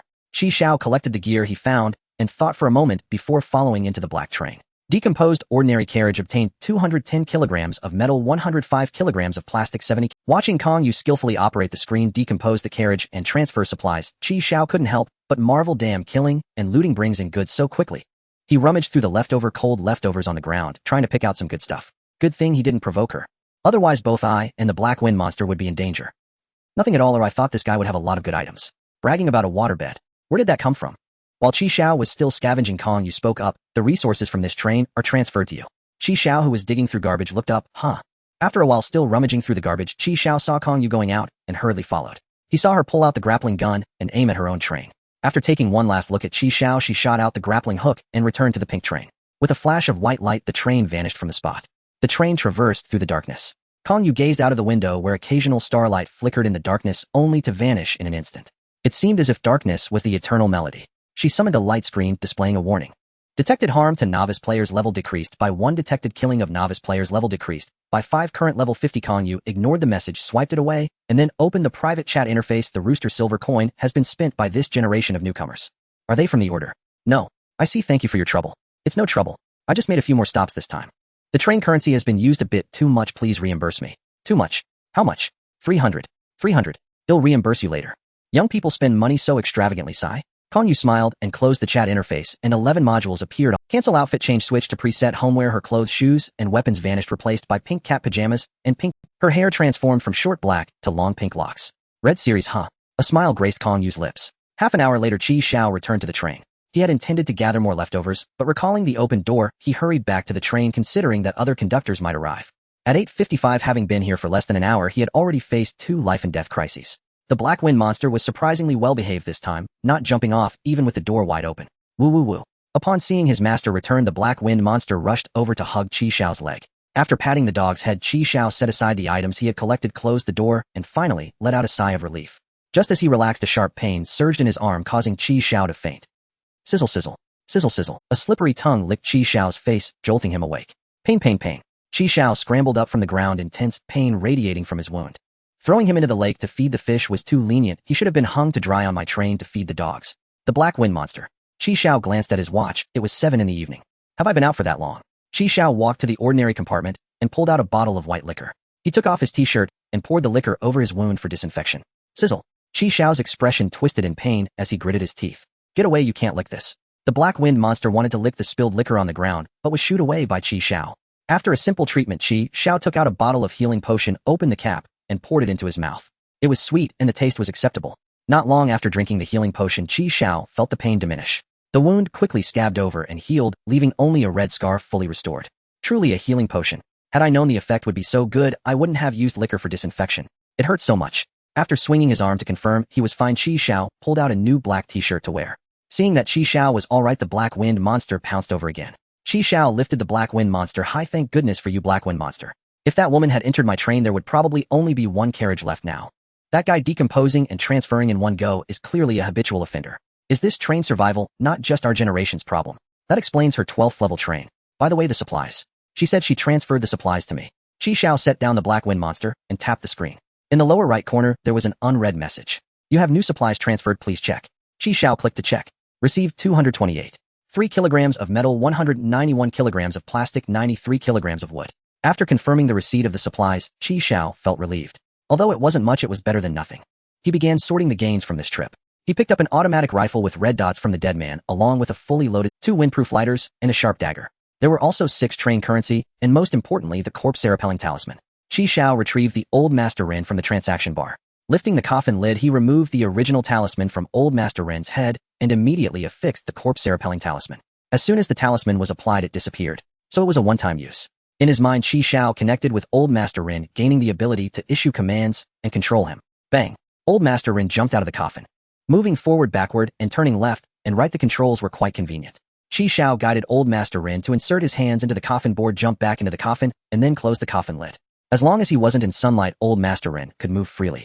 Xiao nodded in satisfaction, now having an additional hand to assist him. Gurgle. His stomach grumbled. Xiao took out a can of beef, picked out a piece of meat, and tossed it to the Black Wind monster. Several messages popped up in succession, and without thinking, it was definitely Shijian. Because Xiao only added this one friend. Where is he? Where is he? Where is he? Where is he? Now you are famous. Hey, everyone knows you've hooked up with a rich woman. Who is that woman? I heard she's a level 12 big shot. Is it true or not? Where did you meet her? I'm curious. Xiao looked confused and entered the chat room. Online users 5,019. That's 1,000 fewer than yesterday. I saw that woman get into Xiao's car and stay inside for a long time. How do you know it's him? There are only a few of us who have leveled up to 2, and he's the first one to reach level 2. It was easy to recognize him. I also saw him. He was being hugged by that female big shot swinging back and forth on the lake. That guy looked blissfully happy. Folks, I love to speak the truth. The reason he leveled up to 2 so quickly is all thanks to this woman. Is there any rich woman who can introduce me to one? I don't want to work hard anymore. It's suggested to practice with a steel ball first to see if you can handle this hardship. Rumors spread by a few others from Qing'o. The stories just keep getting more outrageous. Speaking of which, now that you've latched onto a big shot, you must have a lot of train coins, right? Lend me one and I'll pay you back when I get some. What are you planning to modify? Xiao noticed that Zijian's profile showed level 2. How do you know I want to modify something? Oh, I want to modify a mattress. Don't you know that girls shouldn't always sleep on the ground? It's too cold and bad for the body. They'll have train coins tomorrow, I'll pay you back then. How can you be sure you'll have train coins tomorrow? It's a secret. How about collateral? We've known each other for so long, don't you trust me? Of course, just post it for trade. Did you sell that coffin? Why isn't it in the trading section? I'm not selling it anymore, it's a non-sale item now. A flash of light passed, and Xiao received a hair tie. You're using this as collateral. Do you know how important a hair? And I only have this one. Xiao felt he was being fooled, and casually tossed the hair tie aside. Metal 480. 3 300 kilograms. Plastic 218. 2 150 kilograms. Wood 108. 8 100 kilograms. The resources needed for leveling up to 3 were already sufficient. By the way, the upgrade will refresh the train modifications. Xiao hesitated for a moment, but still spent 2 train coins to modify the initial carriage's glass to bulletproof glass. With the successful modification, the white spot that had been smashed also vanished. As for the modification to add a toilet, maybe next time. Upgrade to level 3. Gained 1 ordinary carriage. Xiao passed through the second carriage and opened the door to the new carriage. It's exactly the same as the second carriage, just a container with lights. Level 3 did not unlock any new functions aside from adding an extra carriage. The quantity of materials needed to reach level 4 remains unchanged. It seems that the quantity of resources required for upgrading is fixed. Xiao clicked on train modifications. The modification projects had refreshed power enhancement. Follow account. Your train can arrive at the docking station 10 minutes early. 8 train coins. Arriving at the docking point 10 minutes early. If this modification had been available earlier, I could have finished opening treasure chests within 10 minutes and returned to the train to lay low. Next time I encounter a multi-person platform arriving 10 minutes early combined with the station information, I know I can seize the advantage. Coupled with dynamic cover, wouldn't I be the first to enter? Xiao continued to check the remaining 2 modifications. Have a good dream. Obtain 1 train-specific mattress. 1 train coin. Xiao glanced at the yoga mat and wool blanket combination on the ground. Forget it, that thing isn't good for the back. I won't waste train coins on it. Zone refrigeration. Modify 1 carriage into a refrigerated carriage internally divided into 4 zones with adjustable temperatures. 5 train coins. This modification is also good. The cactus fruit I picked in the desert last time rotted due to high temperatures. With a cold storage, some food storage issues will... I lent 1 train coin to Shijian, now I have 11 left. I'll first modify the power enhancement. This is a higher priority. Spending 8 train coins modifying the train, power enhancement. Perfect, let's see if there will be a multi-person station tomorrow. This stop by you for a single-person station. This station has a small creek, no danger. Not a multi-person station. A creek, thank goodness, yeah, I can finally take a proper bath. Plus I can store some water. Xiao opened the trading platform to trade some empty water bottles, basins, and buckets. The next day at 7:50 the train arrived. In the forest a clear creek flowed quietly. The creek water was crystal clear, and the pebbles on the riverbed were smooth as jade from the flowing water. Xiao came to the creek's edge, cupped the water in his hands, and splashed it on his face. It was refreshing and invigorating. Woof woof woof. The black wind monster appeared very excited, splashing in the water at the shore, looking like it wanted to jump into the river. Don't go down. Xiao quickly stopped it. It was still early, and the water was a bit cold. He had to wait until noon to take a bath. Catching a cold at this time wouldn't be good. Xiao returned to the train, pushing out the shopping cart filled with empty plastic bottles, a trash can, and a basin. It was 11:40 in the afternoon. The sun was directly overhead, and Xiao was soaking in the creek, fully enjoying the moment. Xiao returned to the train, dried his body, and put on his clothes. It was exactly 12 o'clock when the train started moving. The forest disappeared from view and darkness engulfed the windows. There were over 100 trash bins, 4 basins, and 500 milliliters of plastic bottles. Xiao carried the containers filled with creek water to the last carriage. The creek water was very clean and could be boiled for drinking when there was no water left. Unfortunately, there wasn't enough time or containers, otherwise he could have gathered more. Who would complain about having too much water? Xiao returned to the screen to see where the next stop would be. Next stop, Extreme Ice Island Single-Person Station. This station has a large ice lake with no danger. There is a level 3 treasure chest at the center of the lake under the ice. It can yield 12 train coins, 1 pure fruit, and 1 Queen's Death costume card. What kind of divine place is this actually having a level 3 treasure chest? 12 train coins, a pure fruit I've never heard of, and a queen costume card. Is Death, isn't she an anime character? Could the next stop be an anime world? The costume card seems to imply that using it can grant her abilities. Xiao rubbed his hands together in anticipation. Meanwhile, Shi Jian also returned a train coin on time, as she had said yesterday. In the chat room. Family, there are only 2 days left until the internship ends, and I'm so anxious. If it weren't for the protection mechanism, I would have been bitten by a lion on the grasslands. Don't forget the temperature-controlled carriage won't be there anymore. Who knows whether it will be freezing cold or unbearably hot next. I hope it stays the same, or just don't let it be too outrageous. Not much. I haven't had a full meal since coming to this hellhole. Family, does anyone have food? I can trade it for a girl's innerwear. Not much. I haven't had a full meal since coming to this hellhole. Family, does anyone have food? I can trade it for a girl's innerwear. What's wrong with the big brother? Have you fallen on hard times? There are so many pretty girls to trade with who I couldn't resist trading away all the food. The internship period is about to end. Has it really gone by so quickly? Because the screen only shows the time, not the date. Plus, every day feels so fulfilling that I really didn't notice. Xiao had developed a biological clock and would wake up around 7:30 every day. To cope with the cold, Xiao had a box of self-heating rice, a bottle of milk, and 3 pieces of chocolate. The train is about to arrive. Please sit tight and hold on. At this moment, Xiao had already put on his snow-down jacket and worn the old leather gloves he traded for with a bottle of creek water last night. Xiao carried an automatic rifle in one hand and trash in the other as he exited the train. This dog's poop smells really bad, I might as well stew it. The black wind monster was locked inside the train and couldn't come out. Exhaling a puff of white breath, Xiao squinted his eyes to observe the environment. The vast ice lake shimmered under the sunlight, its surface sparkling with a crystalline glow. The lake's surface resembled a gigantic mirror, perfectly reflecting the surrounding scenery. It was not an anime world. He didn't see any aggressive creatures. Xiao walked onto the lake, stomped his feet, and was amazed the ice was at least a meter thick.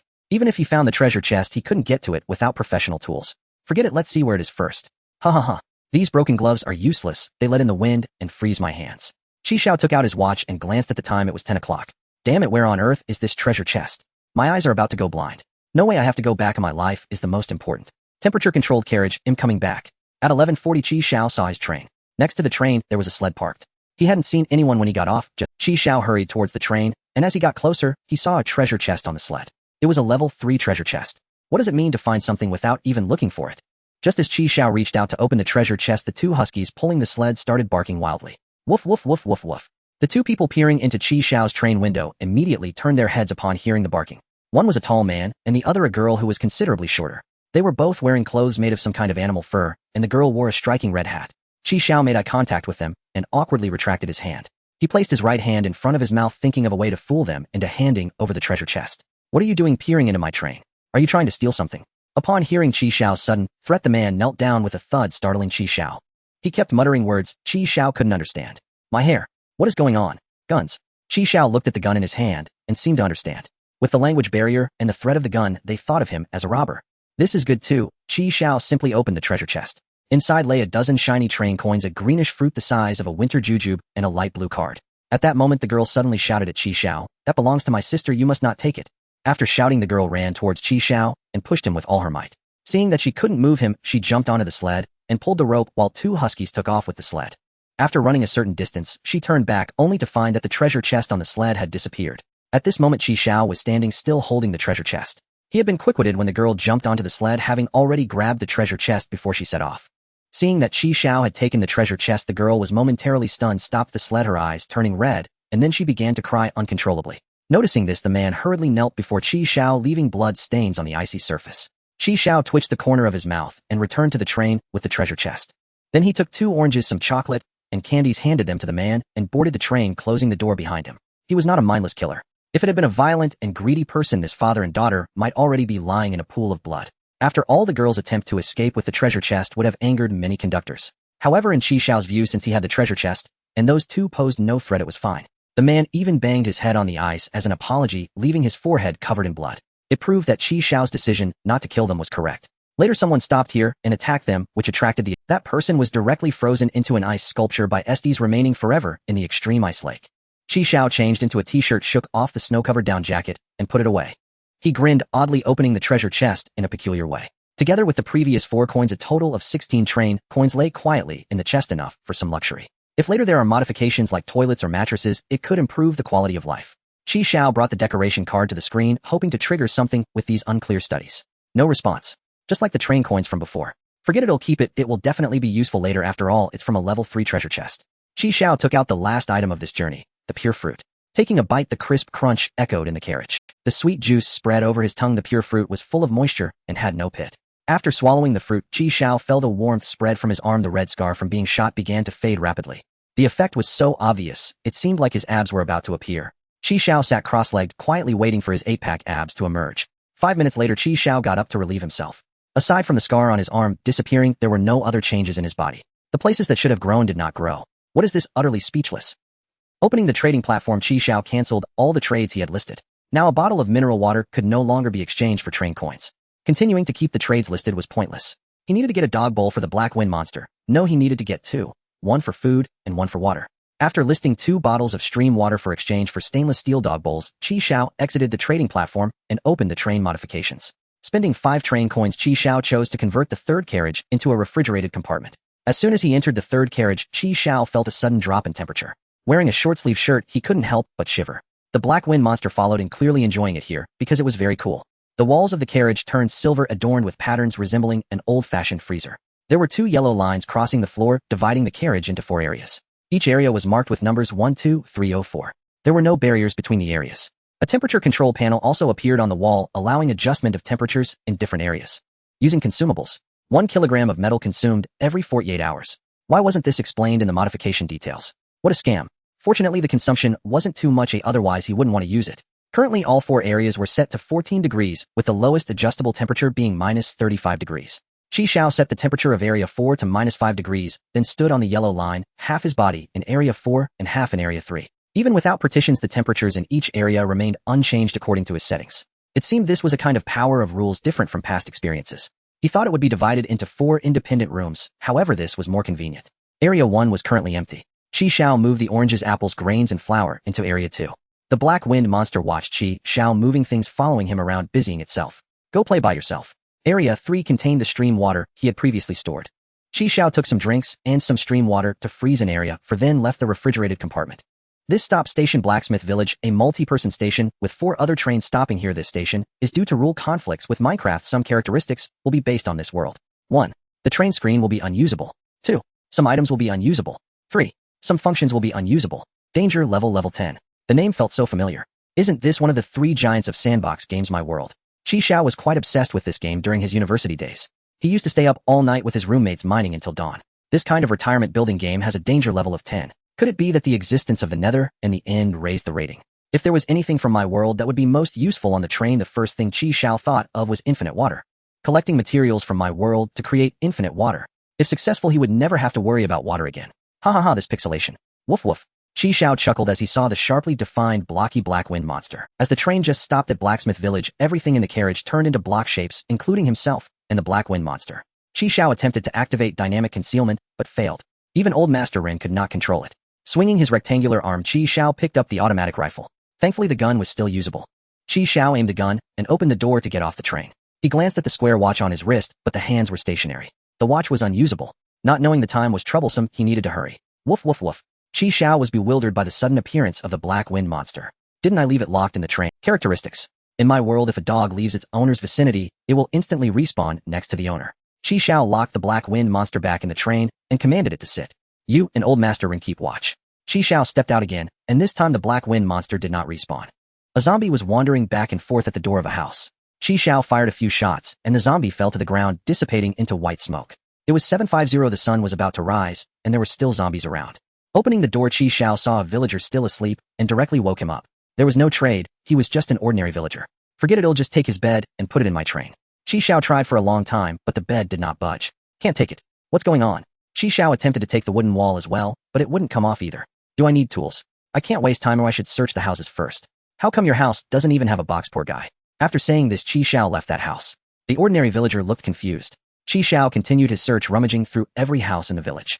He found a total of 14 potatoes, 10 saplings, 5 loaves of bread, and 8 sticks. Finally, at the blacksmith shop, Xiao found 3 iron ingots and 1 iron bucket. With the bucket in hand, he rushed to the village center's well to fill it with water. Great, I have a bucket of water. I still need some blocks to make a water trough. Considering the characteristics, it would be best to get some stone to build an infinite water source using items from my world. Xiao returned to a house with a workbench and crafted an iron pickaxe using the sticks and iron ingots. With the pickaxe acquired, Xiao began to mine stone. Sure enough, tools are a necessity. Crack. The iron pickaxe broke and vanished, its durability depleted. How much did I even mine? It's so fragile. Forget it, this should be enough. I'll head back to build the water trough. Xiao saw trains beginning to materialize not far from the path back to the train. So soon is it already 8 o'clock. From a green train, 2 block people stepped out. Damn, where are we? Is this still in the country? Why is everything pixelated? Bro, why are you pixelated too? The older brother looked helpless. This is my world, of course, everything is pixelated. What do you mean your world? A game, this is a game. Damn, I just came out of a zombie hunting game world, and now I'm in another. This train is going to get us killed. Old 2, this is just a building and retirement game. It's not dangerous at all, it's very. Bro, what's that green block behind you? Green. Must be a tree. The older brother turned around and saw a creeper stand. Hiss. Boom. The older brother was blown away, landing awkwardly and dissipating into white smoke. Only a large pit was left on the ground. Bro, where the hell is my brother? At this moment, Xiao was in the refrigerated carriage building the water trough, only hearing a boom. What was that noise? In the corner of Area 1, Xiao built a water trough using stone blocks along the carriage. The classic 3-block infinite water setup. After pouring the first bucket of water into the left slot of the trough, Xiao took the empty bucket back to the initial carriage. He leaned against the train window, observing the situation outside. 3 trains, 1 first class and 2 second class. The announcement said there were 4 trains. Where is the 4th one? I don't see it. You should consider yourselves lucky. If it weren't for the screen being black and unusable, you'd all be dead. A black block person holding a rifle was hurting 3 other block people forward. Move faster. Damn, if it weren't for the sneak attack, while I was reminiscing about my brother, I'd have knocked your head crooked. Bang. A bullet hit old 2's leg. Wrong, him down to 1 health. Stop shooting. Stop talking nonsense. The 3 block people were thus taken hostage. The one with the gun clearly wasn't a local. Forget it, once they walk far enough, they'll sneak out and fill another bucket of water. As they all entered a second-class train, Xiao left the train. He just needed to fill 1 more bucket of water to create an infinite water source. Xiao approached the well, took out the iron bucket, and was about to fill it with water when he heard gunshots. Then he saw a black block person come out of a villager's house holding a gun. This is really haunted. Why are all the boxes in the villager's house empty? Just then another villager passed by, and the black block man aimed his gun, turning the person into a burst of white smoke, vanishing on the spot. At this moment, the black block person noticed Xiao. Damn, I don't remember villagers in this game could shoot water. He locked eyes with Xiao. The version has been updated, big brother. Seizing the moment before he could react, Xiao swiftly discarded the iron bucket, drew an automatic rifle, and unleashed a 3-round burst at the black square man. Bang, bang, bang. The black square man transformed into a wisp of white smoke and vanished, leaving several pieces of equipment on the ground. Xiao stepped forward to pick them up, finding a rifle and a dagger. Aside from the one holding hostages, it was unclear whether he had any other teammates. He couldn't act recklessly. They needed to hold. Xiao, rifle in hand, slipped into a villager's house to observe the situation outside through the door. After a while, he spotted a black-clad square man approaching with a gun. Lucy. What's going on? Where are the people? Bang, bang, bang, bang, bang. Accompanied by gunfire, he too vanished into white smoke. After a while, the previously coerced square men crept over cautiously. Their arrival indicated that there should be no danger. One of the square men raised his hands and approached, shouting, "Which esteemed player has descended to this place to rescue us from peril? Please show yourself. I wish to call you Big Brother. Big Brother, where are you? Big Brother." Xiao emerged from the villager's house, collecting the dropped items of another black-clad man, which also included a rifle. Big Brother has appeared. The one calling himself Wang knelt down and bowed, knocking his head twice on the ground. You don't know, Big Brother, a big sister tried to escape and was shot dead. If it weren't for you, Big Brother, we would have probably perished as well. You are my benefactor, my living parents. Another square man, smaller in size, seemed to be a child. He bowed to Xiao in gratitude. Seeing that there was indeed no danger, Xiao waved his hand and let them go. He didn't even know what time it was. He still had things to attend to. Xiao filled a bucket with water and hurried back to the train. Wang trailed closely behind him. Upon seeing Xiao's train, Wang's mouth fell open. You are Xiao. No, how do you know him, Xiao? In our area, you're the only level 3 Brother Xiao. Today I've finally seen the real person. Brother Xiao looks even more handsome in person than in the pictures. Xiao with his square face revealed no expression. What a flatterer. If this were a girl, it would be something else. Xiao, you're the one clinging to a rich woman's thigh. A hint of helplessness crossed Xiao's square face. Why is this little brat so gossipy? Big Brother, you are my lifesaver. Big Brother, is there anything I can help you with? There is indeed something to do. Big brother, you say it, am willing to brave fire and water for you. You know where the car of the person with the gun is, right? Go bring all their stuff over. Big brother, I'll bring my stuff too, I'll follow you. Yours is not urgent. Looking at Wang's retreating figure, Xiao said to the little square man, why are you following me? I said there's no need to thank me. Are you trying to create infinite water? What's wrong with that? The items here might not retain their properties once taken out. How would we know if we don't try? The little square man seemed to be touched, standing there for a long time without speaking. Xiao returned to the train and poured the second bucket of water into the right compartment of the water tank. As the two waters mingled, Xiao experimented and confirmed the successful creation of infinite water. How exciting! If it could retain its properties after leaving this world, he would never lack water again. Xiao stepped out of the train and saw a pile of items at the entrance, all brought over by Wang. This guy seemed not very bright bringing everything here. Xiao casually glanced over, picked out 2 machetes while the rest were junk. Big brother, we hit the jackpot. I found 4 train tokens, big brother. Wang ran quickly on his short legs and handed the 4 train tokens to Xiao. Do you have any train tokens? Xiao squinted his eyes and asked with a smile. Train tokens, I don't have any. My big brother had some, but now I don't. Xiao nodded thoughtfully. No tokens left means they were all used up. How did you team up with your big brother? Just sitting on the same train counts as teaming up. Yeah, what's wrong with that? Xiao was embarrassed. It really was such a casual arrangement. It's fine, I keep moving things. Hey, wait. What's wrong, big brother? You can just tell me what to do. What color is their black? A black train. Is there a problem, big brother? Are we changing trains? It's nothing, keep moving things. Xiao sat down on the spot. Since the infinite water had already been prepared and he didn't know the time, he couldn't run around. He couldn't risk going out and finding the train gone. A black train. Xiao recalled what the woman dressed like Ada Wang had said, the train is black, and the heart is also. Xiao pondered this phrase repeatedly, the train is black, and the heart is also black. Just as Xiao's mind drifted, a train token was presented before him. It was the little square man. Thank you for saving me, but I only have 1 left. I originally had 2, but 1 was true. Xiao took the train token. My name is Xiao Jia, can I call you brother? It's up to you. Brother, do you think this train survival is also a game? It is a game played with lives. Then since it's a game, if we die, can we exit and return to the original world? Do you want to go back? I don't want to. If I go back, I'll die. I have cancer, and the doctor said I won't live past 10. Yesterday was my birthday, or I made a wish. I wish to live forever in the game world, never to die. And then this station stopped here. Brother, do you know? I'm really good. Oh, a speedrun expert. It's okay. Brother, are you afraid of dying? Yes, I cherish my life. Brother, why don't you stay here too? We're all experts. Well, never die here. Forget it, I don't like mosaics. Why not? You'll understand when you grow up. Men generally don't like mosaics. Although Xiao Jia was confused, he stood up and approached a tree. His hands began to shake violently as he started to chop it down. Xiao watched as he chopped for a long time before finally removing a wooden block. Xiao nodded. So it could be chopped down, but it took quite a while. You're really staying here? Yeah, I like this game.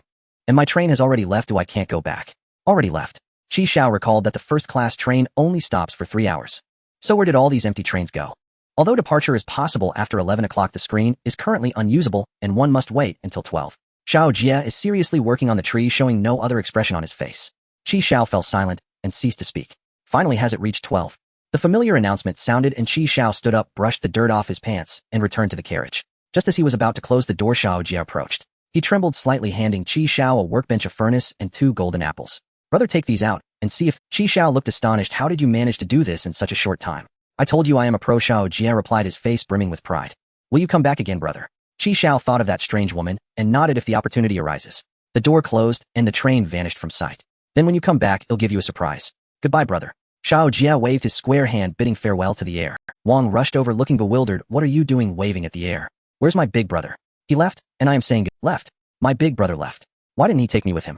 Big brother, big brother. Xiao placed the workbench in a corner of the carriage and the furnace on the other side. As the train started, everything returned to normal and was no longer a pile of blocks. The screen also lit up. Xiao felt helpless. Had the screen been functional, this trip would have yielded more rewards. Xiao dropped a bunch of potatoes, saplings, and an iron bucket. The potatoes looked like ordinary ones, and so did the saplings. The furnace was made of stone with 2 layers. The lower layer is for fuel, and the upper layer can hold items for crafting. Xiao placed the potatoes in the upper layer of the furnace and tossed the saplings into the lower layer. Without needing to light a fire, the furnace automatically began to work. The golden apples had no effect, they were just ordinary golden apples. The workbench couldn't craft anything, it was just an ordinary wooden table. Xiao's heart sank. He was a bit worried whether the infinite water would still retain its properties. In the refrigerated carriage, Xiao constructed a 1-meter-long, half-meter-wide stone water tank using stone blocks. Inside the water tank, the clear water surface reflected Xiao's face. Xiao scooped a bucket of water from the tank using the iron bucket. The success or failure hinged on this moment, and Xiao couldn't help but swallow hard. The water surface slowly rose. Although very slowly, it was indeed rising. Xiao looked at the gradually ascending water surface, feeling as if he had discovered oil. Properties, how amazing. The black wind monster stretched its neck and drank several gulps from the bucket. Seeing that the black wind monster had no adverse reactions and even wanted more to drink, Xiao felt relieved. At the front of the train, Xiao placed those 5 train tokens into the treasure chest. After deducting the 2 used for dynamic shielding, he now had a total of 14 train tokens. He obtained 2 rifles. Xiao couldn't understand the specific models, but finally he had more than just a small pistol. The 2 machetes were quite nice and very sharp. At the trading platform, he also exchanged for the black wind monster's dog bowl. While the potatoes were roasting, Xiao cleaned the dog bowl with water from the iron bucket and placed it where the black wind monster would eat. The roasted potatoes were ready, and Xiao took them out of the furnace. He peeled the potatoes and tossed the skins into the black wind monster's dog bowl. The potatoes were fragrant, soft, and delicious. Hot food is always tastier, Xiao sighed. This furnace is quite convenient. Just then the broadcast suddenly sounded. Good afternoon, train conductors. The internship period is about to end and a small gift is being sent to everyone. Wishing you a pleasant life and keep up the good work. As the broadcast ended, a flash of light appeared in the carriage and Xiao received a plate of sliced roasted duck. The sizzling amber-colored duck skin emitted the aroma of fruitwood charcoal roasting. Thin pancakes, shredded cucumber scallions, and sweet bean sauce were laid out around it, tantalizing Xiao's taste buds. Woof woof woof. The fragrance of the roasted duck wafted through the air, and the black wind monster wagged its tail excitedly. The potato in his hand suddenly became unappetizing. Xiao placed the plate on the workbench and moved a chair over. He then retrieved a bottle of sparkling water from the refrigerated carriage, pairing it with a bite of the rolled pancake, satisfying his taste buds immensely. The black wind monster was squatting, gnawing on the duck meat Xiao had given it. Ding dong, ding dong, ding dong. Xiao rolled another pancake and stood up to check the messages from Shijian. What is your little gift? Is it food? Is it tasty? Can we trade? Have you ever eaten sheep's head? It's delicious. Want to trade? I guarantee I haven't touched a bite. If it's delicious, why haven't you touched a bite? I'm allergic to lamb. Hee Xiao laughed. Such a clumsy excuse was concocted. I'm really fed up. I didn't get anything good in the beginner's gift pack. This time it wasn't even something good, it gave me a sheep's head. I seriously suspect this is targeted at me. After some negotiation, Xiao ultimately traded 2 roasted duck rolls. Holding the sheep's head, Xiao was also bewildered. He had only seen others eat it online, and he truly didn't know how to eat it himself. Forget it, it'll reward the black wind monster. Xiao tossed the sheep's head into the black wind monster's dog bowl. Xiao opened the chat room. Online users 4001. Did 60% die during the internship? If the number of people was reduced during the internship, wouldn't it drop even faster afterward? Xiao searched for Xiao Jie and found 3 results. One of them was a cheerful little boy, but his avatar was gray. Those who died would be directly removed from the chat room, and a gray avatar represented that they were not on the train, temporarily offline. People like Wang, who had boarded someone else's train, also had gray avatars. Moreover, Xiao Jie had previously added him as a friend. The note for adding friends read: Big shot, someone is offering 10 bottles of water and 10 loaves of bread for a train token. Can I trust that? Xiao chuckled. So that was how the train tokens were deceived away. By applying, Xiao now had an additional gray avatar friend in his list. Xiao sorted the people by level, and indeed, he was the only one at level 3. The vast majority were at level 2, with only a few still at level 1. At this moment, another wave of broadcasts sounded. The internship is about to end, and rewards will be distributed tonight at 12 based on the comprehensive performance of each train conductor over the past 12 days. Comprehensive performance includes, but is not limited to, conductor level, duration of exploration at the station, number of treasure chests found, etc. Please note that the train's anti-interference function and carriage constant temperature function will soon be disabled. Starting now, the initial season will be randomly generated. The initial season is summer. As the broadcast ended, Xiao clearly felt the temperature inside the train beginning to rise. The sparkling water he had just taken out was no longer very cold. In the chat room. Family, I didn't expect there to be a reward. I'm looking forward to it. Will I be rewarded with a little sister? No little sister, how about a cup instead? I've only used it twice. If you want to trade food for it. Don't you feel it getting hotter? Why is it not spring or autumn? It just jumped straight into summer. I have a thermometer, it's already 30 degrees. No, first give a little sweetness, then hit hard to knock it out. It was unbearably hot, and Xiao was afraid that old Master Ren would rot in the coffin. He didn't want to put him in the refrigerated truck, so he had no choice but to hang him in the coffin back in the trading area. He brought the remaining roasted duck and sheep's head to the refrigerated truck. Fortunately, it was still maintained at the set temperature. The Hafeng monster rushed in and lay on the ground, sticking out its tongue to cool off. Xiao saw that the frozen ice water from before would definitely be in high demand now. Trading materials leveling up to level 4 just in time for one more renovation. Xiao checked the current inventory. Metal 180. 300 kilograms. Plastic 68. 150 kilograms. Wood 8 100 kilograms. Recently, he hadn't collected enough materials needed for upgrades, and he was quite short on supplies. Opening the trading platform, Xiao searched for metal, plastic, and wood. Water, it's all about trading for water. Even after 12 days, water resources are still a priority for everyone.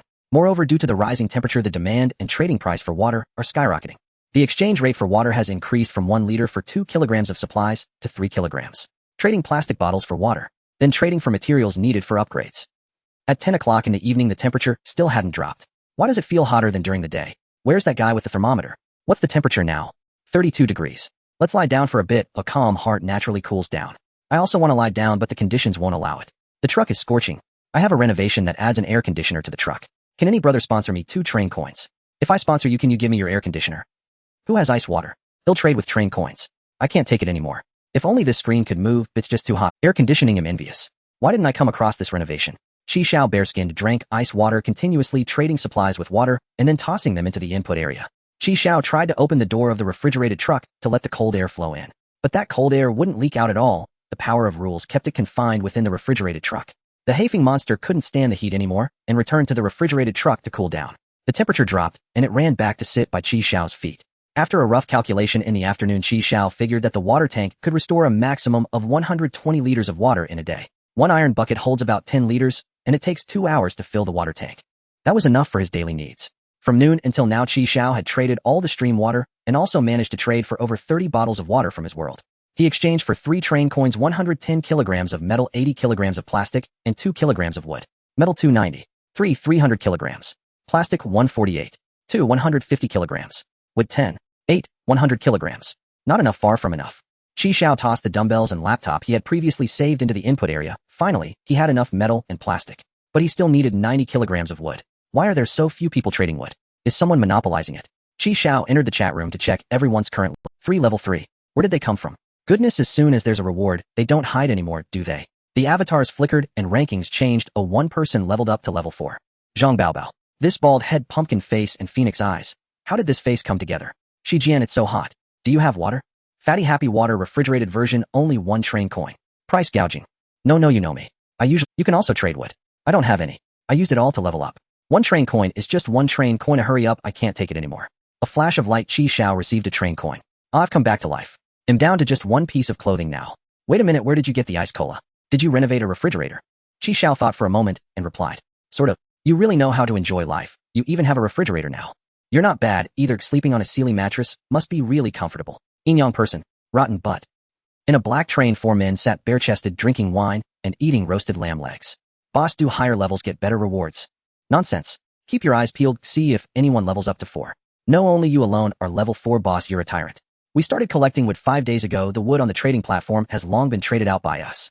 Without wood they can't. The boss has foresight. Otherwise, how could it be the boss? Come, let's raise a glass to the boss. As they clinked their glasses, the carriage was suddenly filled with a cheerful atmosphere. It's really too hot. Third, go get me that bottle of ice water. Boss, it's already become hot water. Damn this groove of a carriage. Do they want to cook me alive? Boss, someone's shouting in the chat room about trading wood for ice water. It's Xiao, that pretty boy. Zhang Baobao got up and approached the screen, shoving aside the guard. Old 4. Let me see what's going on. Does he want to level up to 4?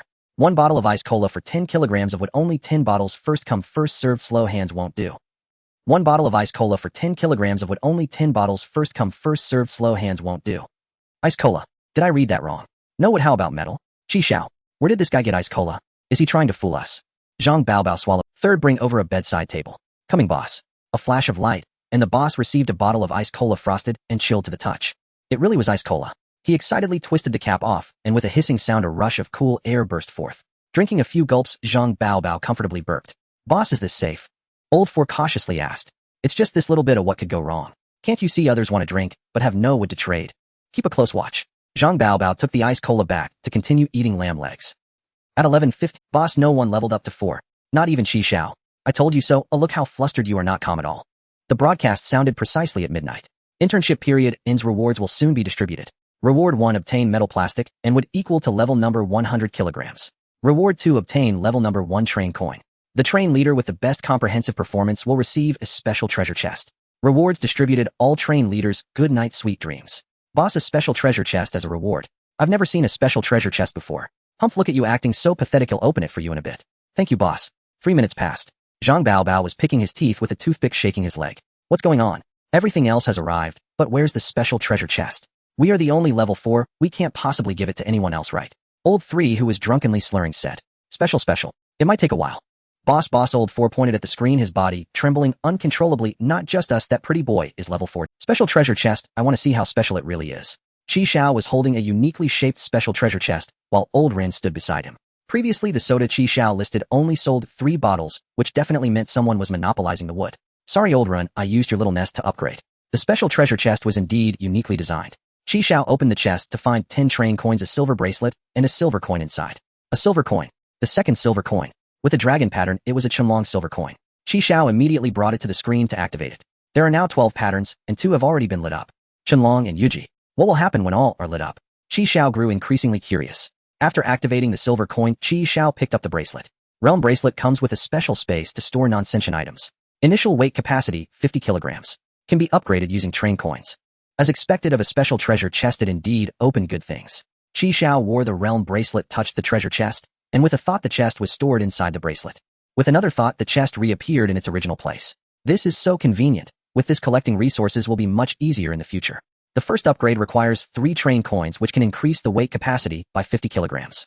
Xiao went to the front of the train and brought the chest out. After taking out the train coins and decoration cards, he placed everything into the special treasure chest. After confirming there was nothing left inside, Xiao tossed it into the feeding area. After all, it was taken from a coffin, which felt somewhat ominous. Xiao counted the train coins. There were a total of 33 coins. I can splurge a bit and upgrade the realm bracelet once. After storing 3 train coins in the bracelet, Xiao chose to upgrade. Level 2 realm bracelet, weight capacity of 100 kilograms. The next upgrade requires 5 train coins and increases the time stop effect when storing items. Xiao could only spend 5 train coins for the upgrade. What a ripoff! Shouldn't it come with a time stop effect by default? Without a soul, Xiao placed his hand on old Ren's body and successfully stored him in the realm bracelet. Wow, in the future when my level is higher, I can carry old Ren with me. Each type of upgrade material can yield 400 kilograms, allowing upgrades to level 5. Before that, let's take a look at the new modifications available at level 4. Essential for the Lazy Follows account: screen cancelled, transforming into a light screen that can be summoned at will, 5 train coins. Basic bathroom components: acquire train-specific showerhead, sink, toilet, hidden external water tank, 5 train coins. Gemstone blue, change the carriage color to gemstone blue, 1 train coin. Xiao spent 5 train coins directly to unlock the essential for the Lazy. The screen disappeared, transforming into a light screen that Xiao could summon at any time. Finally, I don't have to suffer sitting here anymore. Xiao stored the treasure chest into the realm bracelet, summoned the black wind monster, and hurried back to the refrigerated carriage. He filled the dog bowl of the black wind monster with water, and he also opened a bottle of soda to drink. Phew, I feel alive again. Xiao chose the location for the bathroom renovation in the newly added 4th carriage. In the right rear of the carriage, a glass room with a dry-wet separation bathroom suddenly appeared. Outside was a sink with a mirror, and to the right was a toilet. On the wall of the carriage inside was a showerhead. The bathroom had a water level gauge, currently showing a water storage of 100 liters with a maximum capacity of 3 tons. Next to it was a capped water inlet where water could be added. Xiao tried it out, and the temperature of the water from the showerhead was adjustable with a maximum of 55 degrees. After taking a shower, Xiao came out to find that 80 liters of water were still left. Taking a shower used 20 liters of water. Tisk, that stings a bit. After drying himself off, Xiao returned to the refrigerated carriage, burrowed into a wool blanket, and summoned the light screen. Time to level up again to level 5. After leveling up to 5 remaining resources. Metal 2. 300 kilograms. Plastic 250. 5, 150 kilograms. Wood 311. 8, 100 kilograms. There's still quite a bit of surplus resources. Level 5 still didn't unlock any new features, only adding another carriage. Xiao checked the refreshed train loudspeaker, adds loudspeaker functionality to the train, 1 train coin. Dreamy purple, change the carriage color to dreamy purple, 1 train coin. Treasure hunter follows account, increases the probability of arriving at stations with treasure chests, 100 train coins. Damn, a modification for 100 train coins. Increasing the probability of arriving at stations with treasure chests, yet it doesn't specify by how much, and they dare to charge 100 train coins for this. I only have 15 train coins, which is completely insufficient. How long will it take to gather that much? As for the loudspeaker and changing the carriage color, Xiao didn't even consider them. Xiao waved his hand to close the light screen and burrowed into the wool blanket. The night was deep and the black wind monster had already fallen asleep at the edge of the blanket. Early at 7:50, the train stopped at Huangsha Beach. Woo woo woo woo woo woo. The black wind monster was pacing back and forth at the door of the initial carriage. Good dog, wait a second. Xiao, while putting on a t-shirt, walked to the initial carriage, opened the door. Xiao shouted, and the carriage door opened. As soon as the door opened, the black wind monster ran out to relieve itself. After a few days of training, the black wind monster had learned to go outside the carriage to do its business. The place where they docked today was a desert. After Xiao threw away the trash, he placed his hands on his hips and looked into the distance. The yellow desert stretched endlessly with occasional gusts of wind stirring up the dust. The first stop after the internship period ended had no danger, but also lacked resources. At 12 o'clock, the train started again. Now the water level gauge in the bathroom showed a storage of 150 liters. It will take a long time to fill 3 tons. Fortunately, I have unlimited water, so filling it up is just a matter of time. The water issue is resolved, satisfying both drinking water and daily living needs. Having solved the drinking issue, I still need to address the food problem. After having roasted duck and baked potatoes yesterday, instant noodles and bread were no longer appealing to Xiao. I need to find a way to cook. Hot food tastes better. Xiao opened a bag of rice and filled half a can with it. After washing it clean, he layered it with sliced sausage and filled it with water, placing it in the upper level of the furnace. The saplings added earlier hadn't finished burning yet, and it was uncertain if they were enough to cook the rice. Taking advantage of the steaming rice, Xiao hung the old man Rin in the trading area and emptied the interface bracelet. Using the interface bracelet, Xiao transported items from the second carriage to the refrigerated carriage, leaving behind 28 boxes of mineral water and 19 boxes of instant noodles. These items could still withstand high temperatures for now. The refrigerated carriage area was piled high with food, some of which even encroached into his sleeping area. The rice wasn't ready yet, so Xiao summoned the light screen. In the chat room, looking for ice water willing to trade for supplies, negotiable prices. Haha, I was dizzy from the heat last night and missed the reward announcement. I heard a big shot got a special treasure chest. It must be Zhang Baobao, he was the only one at level 4 yesterday. No, at 11:59 and 55 seconds last night, Xiao leveled up to 4 right on the dot. I saw the ranking change with my own eyes. Both of them are level 5 today, so whose special treasure chest is it really? It should be Zhang Baobao's, after all he was the first to reach level 4. Not necessarily, the announcement said it depends on overall performance. In the chat room, opinions varied on who would claim the Xiao, you leveled up right on the dot, snatch my reward, give me back the special treasure chest. Folks, Zhang Baobao tagged Xiao. It's confirmed the special treasure chest was taken by Xiao. Why are you silent? Do you know you're in the wrong? Xiao ignored Zhang Baobao, observing the chat for business opportunities. Last night, everyone received train coins as rewards, and now they all had plenty of money. Plus with the heat, it was a great opportunity to collect train coins. Xiao stroked his chin and sent a message in the chat room: 1 bottle of ice cold cola for 1 train coin, only 5 bottles available, first come first served, don't be slow. The big shot spoke up. Wait, is the big shot selling something? Ice cold cola, I can't be seeing this wrong. I want a bottle. Big shot, post the link. The big shot really is a big shot. Even ice cold cola is available, and only 1 train coin per bottle, and move to tiers. Brothers, the big shot posted the link. I'm going for it. Instantly, the chat was flooded with requests for ice water. All the trades Xiao posted were completed in seconds. Brothers, the big shot posted the link. I'm going for it. Instantly, the chat was flooded with requests for ice water. All the trades Xiao posted were completed in seconds. My post, why are your hands so quick? Gone in seconds again. He'll offer 2 train coins. Ice water bro, sell me a bottle. No way, that would be so frustrating. Is there any left? I came late. Ice water bro, please post another batch. Xiao didn't reply anymore. He couldn't post too many at once. With the high temperature in the carriage, the price of ice water would definitely increase later. Is the special treasure chest really yours? Congratulations. Can today's ice water be discounted? Today's ice drinks are sold out. Only mineral water is left. Then you have to give me 2 bottles. A flash of light, Xiao received a train coin and gave Jian a bottle of the steamed rice with sausage was also ready. Xiao brought a bottle of chili sauce and scooped 2 spoonfuls onto the rice with its iron spoon. The rice was chewy, the sausage was oily and savory, paired with chili sauce and ice water, making for a delightful lunch. While having lunch, Xiao checked the station where they would stop tomorrow. Next stop, Mushroom Garden single-person station. Some mushrooms in the Mushroom Garden are toxic and inedible. There's a red-haired worm hidden in the treasure chest. Danger level 2. Under the big spiritual mushroom, there's a level 1 treasure chest. It can yield 3 train coins and 1 ordinary detox potion. The red-haired worm hidden in the treasure chest. Danger level 2. I wonder how it compares to my bullets. In the afternoon, Xiao added water to the water tank while doing push-ups in the carriage. He also traded for a bottle of shower gel, a bottle of shampoo, a box of grapefruit-flavored toothpaste, and a brand new toothbrush using ice water. At 9 in the evening, Xiao finished a set of squats, took a quick shower, and saved water. The mushroom garden was indeed very dim without sunlight. Even the black wind monster couldn't see where it was after entering. Xiao watched it after it used the restroom and locked it in the train. To prevent it from nibbling around, it would be troublesome if it ate a poisonous mushroom. Xiao, holding a rifle and leading the old man Rin, entered the mushroom garden. Whenever he encountered a mushroom, he took out the engineer shovel from the interface bracelet to test it first. With 1 shovel down, the injured area of the beef liver mushroom turned indigo blue. Turtle, this must be the blue mushroom. This yellow one looks like a golden needle mushroom. Blue, green, pink. Forget it, the stranger the color, the quicker it dies. Xiao only picked those gray mushrooms that looked less peculiar. The deeper he went, the more varied the mushrooms became. There were even glowing ones. Under the illumination of the glowing mushrooms, Xiao saw a familiar figure. The woman still wore Ada Wang's outfit, but this time she was carrying a basket and was bending down to pick mushrooms. Xiao immediately crouched down. What the hell, is it haunted? Isn't this a single-person station? How is she here? Looking at her graceful figure highlighted by the Cheongsam, Xiao gulped and gently backed away. Is it beautiful? The woman turned around looking at Xiao expressionlessly. Come over and help. He was still found. Xiao stood up, scratched his head. Haha, fancy meeting you here. Have you eaten?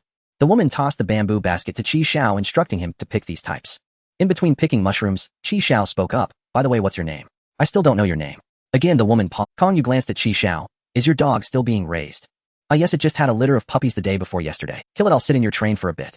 Let's skip that, the dog won't die. Then you come sit in my train. Xiao paused for a moment, quickly followed. I couldn't ask for more, sister you. Kong Yu's pink train was parked right next to Xiao's train. A door opened in the 8th carriage of Kong Yu's train. Qi Xiao's mouth fell open in surprise. Is this a modification? Any carriage can be entered freely.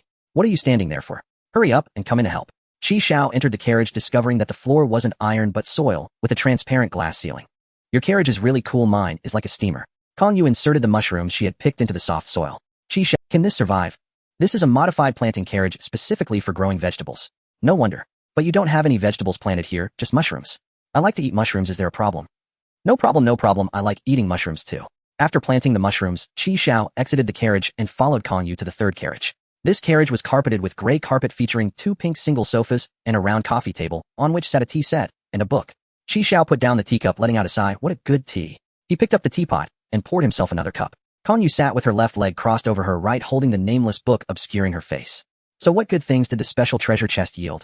Qi Xiao's hand trembled as he held the teapot. How did she know I got a special treasure chest? Is she trying to deceive me? Just some train coins and this zombie bodyguard. Kong Yu glanced towards the doorway where old Master Rin stood nodding slightly. Qi Xiao exhaled deeply, having successfully dodged the question. Saying he didn't get anything would be somewhat false. He had to mix truth with lies. Did you not get any silver coins? Qi Xiao's heart sank. He looked up at Kong Yu, who still had the book blocking her face. I used them up. Kong Yu lowered the book, her eyes gazing at Qi Xiao. Your hands are still as quick as ever. Haha. Qi Xiao forced a laugh, pouring a cup of tea for Kong Yu before setting the teapot down. Sister Yu, what's the use of those silver coins? If you're lucky enough to collect a full set, you'll find out. Oh, he knew she wouldn't easily divulge the information. Qi Xiao's eyes flickered. By the way, which area are you from, Sister Yu? Kong Yu lowered the book, revealing her eyes as she shot Qi Xiao a glance. I'm from the previous batch, not the same area as you. You guys are still in the novice village. Once you leave the novice village and enter the new world, you'll encounter people from previous batches. Qi Xiao's hand trembled as he raised the teacup. Indeed, his worst fears were confirmed. So as newcomers, are we going to be heavily robbed by those from previous batches? You make it sound as if we're a bunch of bandits. Qi Xiao tried to control his facial expressions, but couldn't help but grin. I just have one question. What do you newcomers have that's worth robbing? You all are like newly spawned small monsters in the game, utterly lacking in value for slaughter. Nothing drops as loot. What's the point in killing? Are we that idle? Qi Xiao curled his lip upon hearing this. Sister Yu is ripe, it really serves no purpose. Kong Yu smiled and continued, the new world is a mix of fish and dragons with countless organizations. Once you reach the new world, the first thing you need to do is choose a side. Sister Yu, you're saying I've already chosen a side, have Qi Xiao flattered. Hee smooth talker. Sister Yu, when can I leave the novice village? 1 week each in summer, winter, and windy seasons. Once the windy season ends, you can leave the novice village. Qi Xiao blew on the tea and took a sip. 3 weeks, huh? Summer and winter were easy to understand, 1 hot and 1 cold. What's this windy season nonsense? Is the wind blowing in the carriage? Qi Xiao voiced his doubts, and Kong Yu simply replied, you'll know when the time comes. Qi Xiao, understanding the hint, didn't press further. By the way, Sister Yu, aren't there many from previous batches? I've only encountered. This is the novice village, old players cannot enter. Kong Yu's words left Qi Xiao stunned. I arrived here through a special module. This module is extremely rare, not everyone has it. Oh, then I'm relieved. If old players could come and go freely, who knows, there might be those who enjoy slaughtering small monsters. Qi Xiao took a sip of tea. Sister Yu, you didn't come here just to find me, did you? I just came to gather some mushrooms. Why are you so narcissistic? Have you finished your tea? Hurry up and leave once you're done. Kong Yu issued an eviction order. I've finished. Qi Xiao gulped down the remaining tea, set the cup down, and stood up. A bamboo basket was tossed into Qi Xiao's arms containing 7 train coins. I never let anyone work for me for free. This is your reward for helping me grow mushrooms. Immediately afterward, the door closed and the train departed. Hey, don't go, I can still grow more. Sister Yu. Qi Xiao slowly retracted the smile from his face. He had received too much information today and needed to digest it properly. Qi Xiao stored the bamboo basket in the spatial wristband. While selecting the mushrooms, he picked, keeping only the few that Kong Yu had planted and discarding the rest. At least he could ensure that these few were non-toxic.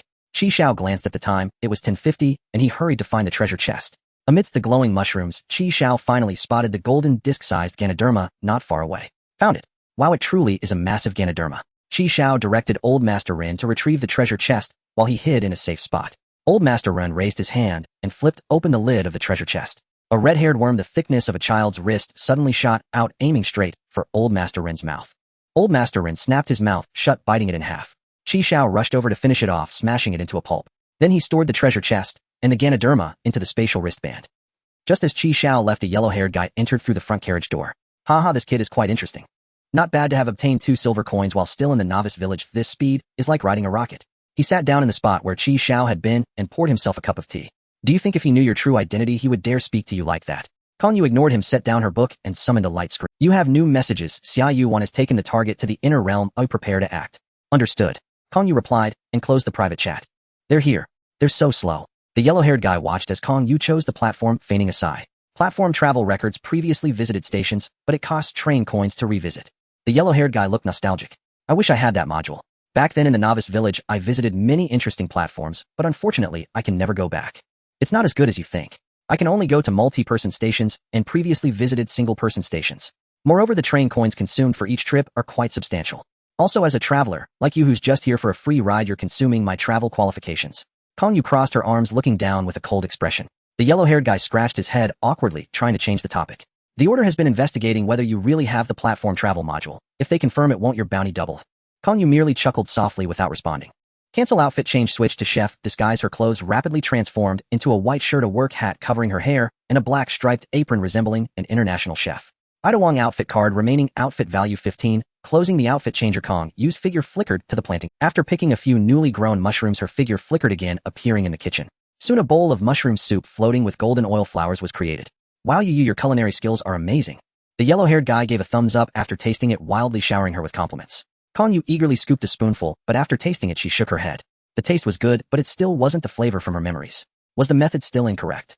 Xiao returned to the train and placed Old Master Rin back in the trading column. At 12 o'clock the train started. The timber trade had picked up again these days. Xiao traded some timber, chopping it into firewood with a machete and placing it into the furnace as a source of heat. On the furnace, Xiao poured some oil into an empty can, and once the oil heated up he tossed in the cleaned gray mushrooms to stir-fry. Damn, it's really hot. The temperature in the carriage was over 30 degrees, and Xiao wiped his sweat while stir-frying the mushrooms. Feeling that they were almost done, he added a pinch of salt, stirred a few times, and scooped out a piece with an iron ladle. It tasted similar to ordinary mushrooms, but was more delicious. Xiao nodded and added water. Once the water boiled, he tossed in a piece of instant noodles, and a bowl of mushroom soup with golden oil floating on top was ready. This mushroom is indeed tasty. The soup cooked from it is no less flavorful than broth. Xiao carried the noodles back to the refrigerated carriage. He slurped the noodles while browsing the chat room. There were still 3,800 people in the chat room. The rate of decrease surprisingly slowed down. Have all the easy-to-do people perished? After summer, winter follows immediately, with no transitional period in between. With a refrigerated carriage, he wasn't afraid of the heat. Cold, however, would be troublesome. Today is the second day, with 5 days left. He needs thick blankets, warm clothes, and to stockpile timber and food. It's still 32 degrees. Heatstroke is setting in. Ooh, I feel like I'm dying. Don't die yet. Hang the thermometer for trade. We need someone to report the temperature. Thank you, great-grandma. Xiao began selling iced drinks again in the chat room. Despite the high temperature, over 30 degrees, iced drinks were still in high demand. Knowing that winter is coming, Xiao stopped the hunger marketing and directly listed all the ice water for sale. Taking advantage of their remaining train coins and their financial freedom, he flooded the market, rapidly harvesting train coins. As long as the trades he listed were successful, Xiao continued to post more. He took out the plastic bottles he traded for, filled them with water, and put them in the freezer. 20 bottles to be traded for timber tonight. The next stop is Greenshade Prairie, a multi-person station with 2 other trains docked. This station is on the prairie and has gray wolves roaming. Danger level 1. There are no treasure chests. Xiao casually closed the light screen. In the afternoon, Xiao continued with his push-up and squat training. After dinner, Xiao traded for some plastic bottles, 20 kilograms of timber, a flat iron pan, and a cotton blanket with he had exchanged for 47 train coins, now totaling 83. Very good. He was about to gather 100 coins to unlock the treasure hunter. Xiao filled the trading links, then after filling 20 bottles with ice water, he took a shower and crawled into bed. By the way, it's strange that Shijian hasn't sent a message today. If it weren't for the fact that her avatar was still lit, Xiao would have thought she was dead. Is she stuck at a station with water, solving the water problem? That would mean losing a big customer. Xiao was still puzzled, feeling that she seemed to have an endless supply of train coins, unsure where she got so many. Damn it, Black Wind Monster, did you just poop? It smells terrible. Woof woof woof. At 7:55, Xiao had finished washing up, gazing at the endless prairie and the galloping Black Wind Monster. He couldn't help but relax. Xiao called back the Black Wind Monster, telling it not to run too far. Although he hadn't seen any gray wolf shadows, it was still wise to remain vigilant. Xiao stored the revolver, handgun, rifle, machete, and engineer shovel in his dimensional bracelet, aiming for preparedness. At 8 o'clock, the other 2 trains appeared on the prairie. Xiao instinctively crouched in the car, activating dynamic concealment to observe the situation invisibly.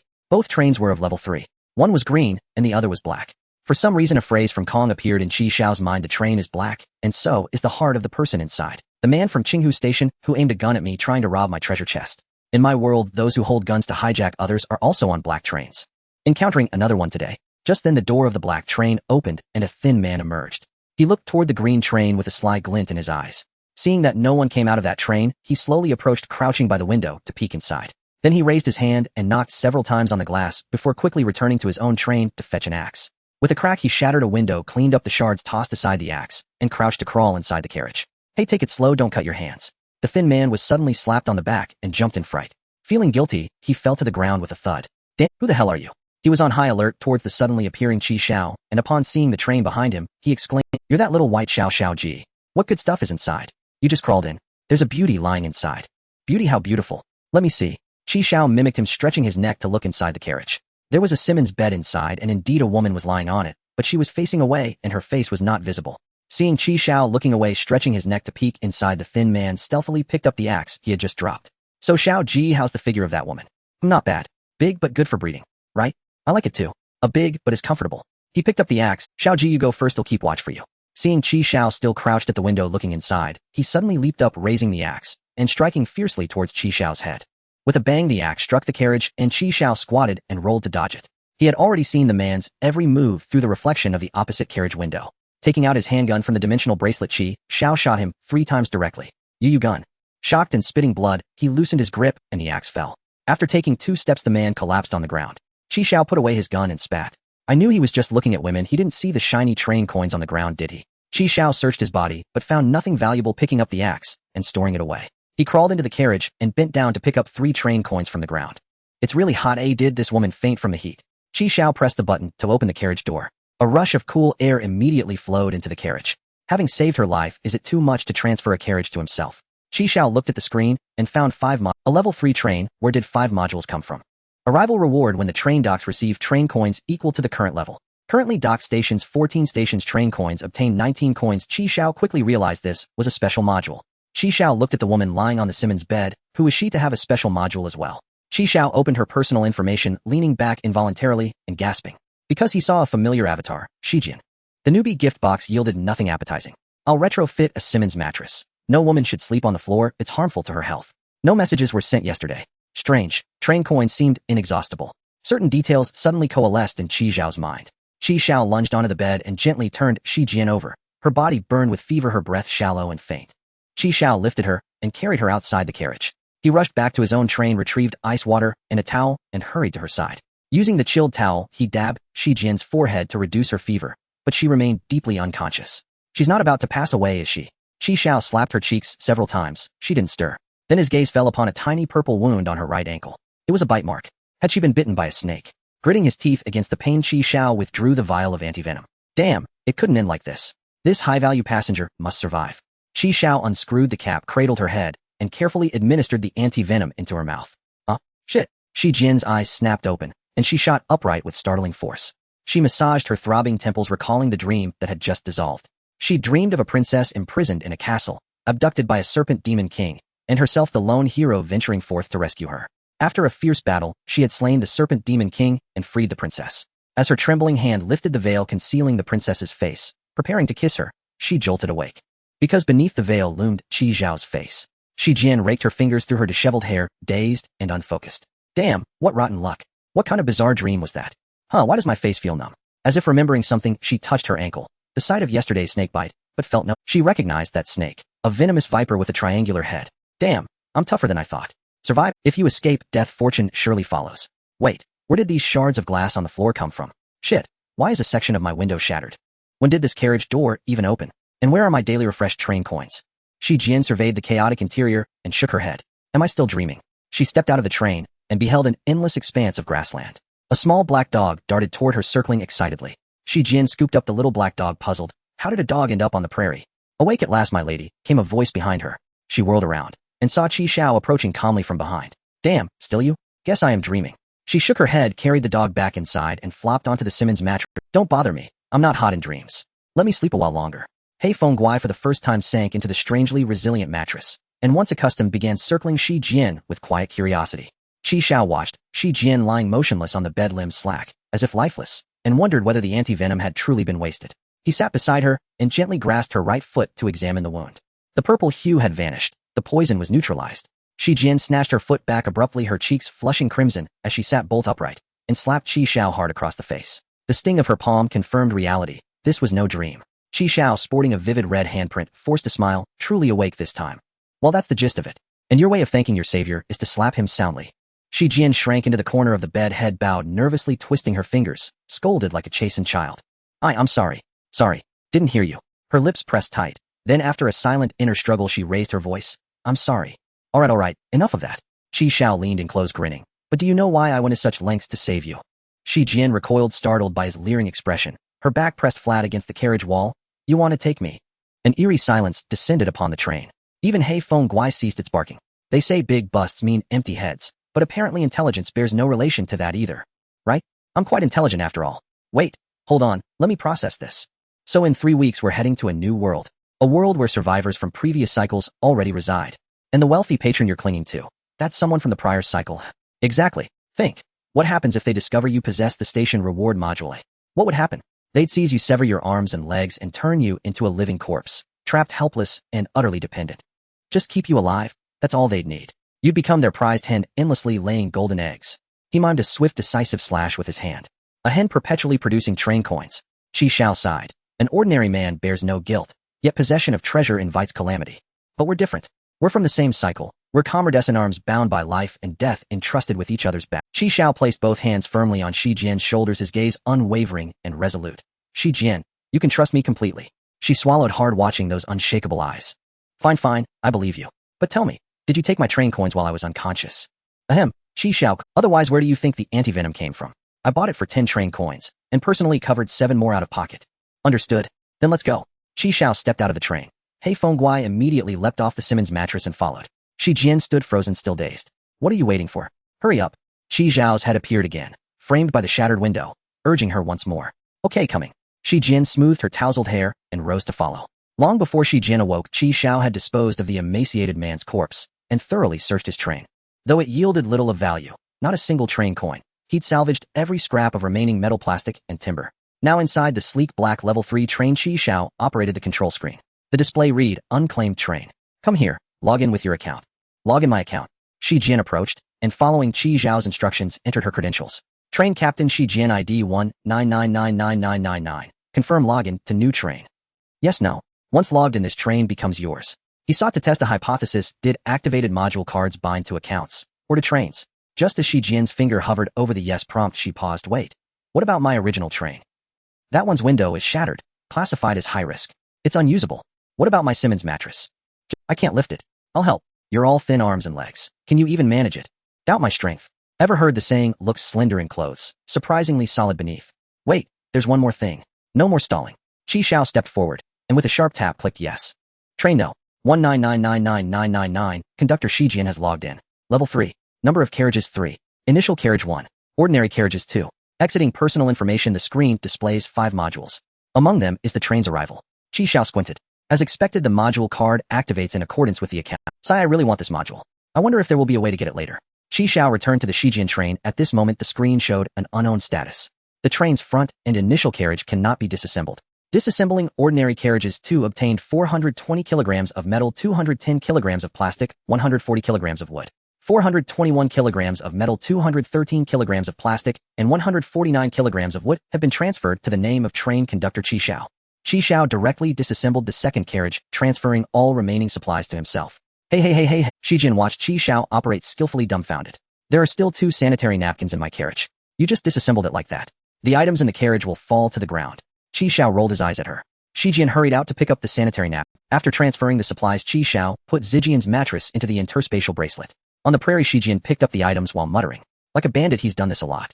It's better for me to keep my distance from him. Don't move. Huh. Shijian looked up to see Xiao pointing a rifle at her. Bang, bang, bang, bang. Shijian instinctively closed her eyes and shrank her neck. Ow. Woo. When she opened her eyes again, she turned her. A gray wolf lay in a pool of blood. Could you at least say something before you shoot? I guess you would have been done for regardless. Xiao walked over, picked up the gray wolf, and stored it in the interspatial bracelet. Where did you get the gun from? What about the wolf? Xiao changed the subject. In such a short time, I've saved you 3 times. Thanks. Shijian gritted her teeth as she spoke. It's fine, you'll have a chance to express your gratitude later. Xiao glanced at his watch. It was 11:30. There are still half an hour until departure. Hey, what? Shijian finished picking up her things, holding them in her arms, and warily watching Xiao. Do you want to take a shower? So much water, so many instant noodles. Does your family run a supermarket? Why is this carriage so cool? There's a big water tank here. And so much food and drink. How come there are blankets and pillows? Is this where you sleep? What on earth did that rich lady— What nonsense, all of this is earned through my own hard work. Shijian looked at Xiao with a hint of pity. I understand. The rich lady is not that easily satisfied, comrade, you've worked hard. Entering the 4th carriage. Shower head, toilet, sink. There isn't enough water to drink outside, and you can still take a shower in here. Xiao rolled his eyes at her. Is there a necessary connection between these 2 things? After saying that, Xiao looked at his watch. 10 minutes, wash quickly. They'll come to open the door on time when the time is up. After that, he closed the door, leaving only Shijian inside. Shijian glanced around. A shower gel, shampoo, toothpaste, towels, everything was complete. People really can be infuriating. The living conditions are worlds apart. Just as Shijian was about to take off her clothes, Xiao suddenly opened the door. Wash fast, don't dawdle. After saying that, he closed the door again. Shijian waved her delicate fists, silently shaking her fist at the air in frustration. She had just taken off her top when bang, Xiao opened the door again. It's only 10 minutes, 10 minutes. Shijian crossed her arms to block her key areas. Got it. Hurry up and go. Seeing Xiao close the door, Shijian breathed a sigh of relief and started to take off her pants. Bang. The door opened again. Also, don't use my toothbrush. If you open the door again, I'll use your toothbrush to scrub the Xiao walked in directly this time, scaring Shijian, who covered her chest with one hand and held her pants with the other. Her face turned as red as a ripe peach. What do you want to do? Xiao rolled his eyes at Shijian, stepped forward, took the toothbrush, and turned to leave. A moment later, the sound of running water could be heard from inside. After Shijian finished her shower, she returned to the train she had just switched to. It was just 12 o'clock, the train had set off. She leaned against the window, shaking her still damp hair. Looking at the deep and endless night outside, a hint of loneliness flickered in her eyes. It had been 14 days since she arrived here, and this was her first time stopping at a station with many people. After such a long time without seeing anyone, the first person she encountered was unexpectedly that unscrupulous dealer. Was she inexplicably saved by him? 3 times. Unexplainably switched trains. And signed some kind of ally contract. From now on, she had to share half of her arrival. Now she was at level 3, and each time the train stopped, she could receive 3 train coins. Normally that was enough for buying food and drinks. How to split 3 coins with him? Forget it, just give him 2 coins. Consider it daily meal money. This guy has so much food and drink, there's no need to worry about starving. After her hair dried, Shijian came to the second carriage. Speaking of which, how did he manage to bring my mattress over? How did he turn empty hands into a gun and make the wolf disappear? Is this guy even human? Thinking about how she had been seen through Zijian's cheeks, flushed instantly. She punched the mattress. This guy is definitely not human. Xiao was cleaning the bathroom after Shijian finished her shower, picking up a pile of hair. Did this girl use 95 liters of water in 10 minutes? How did she manage that? Hard. The fist was hard.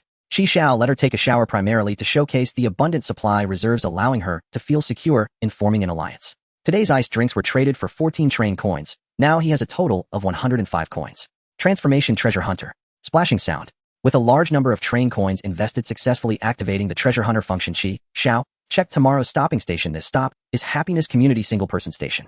This station is a rundown old community room. 401 has indescribable objects. There is no danger if the door is not opened. Danger level after opening the door, level 5. Room 601 has a level 1 treasure chest. It can yield 3 train coins, 1 silver coin. There's a treasure chest and a silver coin. Truly a treasure hunter, just remodeled, and there's already a silver coin to be had. Xiao closed the station announcement and began to deal with the gray wolf. The wolf meat had a strong fishy smell. Xiao stored it in his dimensional bracelet. He then rinsed the wolf skin slightly and hung it up to dry in a ventilated area. It could be made into a hat or something similar. One must prepare for the upcoming winter. Adding some firewood to the furnace, Xiao poured oil into the flat pan he had traded for earlier. Once the oil heated, he added slices of cured meat, and when the fatty parts of the meat turned translucent, he added the washed mushrooms. Xiao pinched a slice of cured meat to taste. It was good, quite flavorful.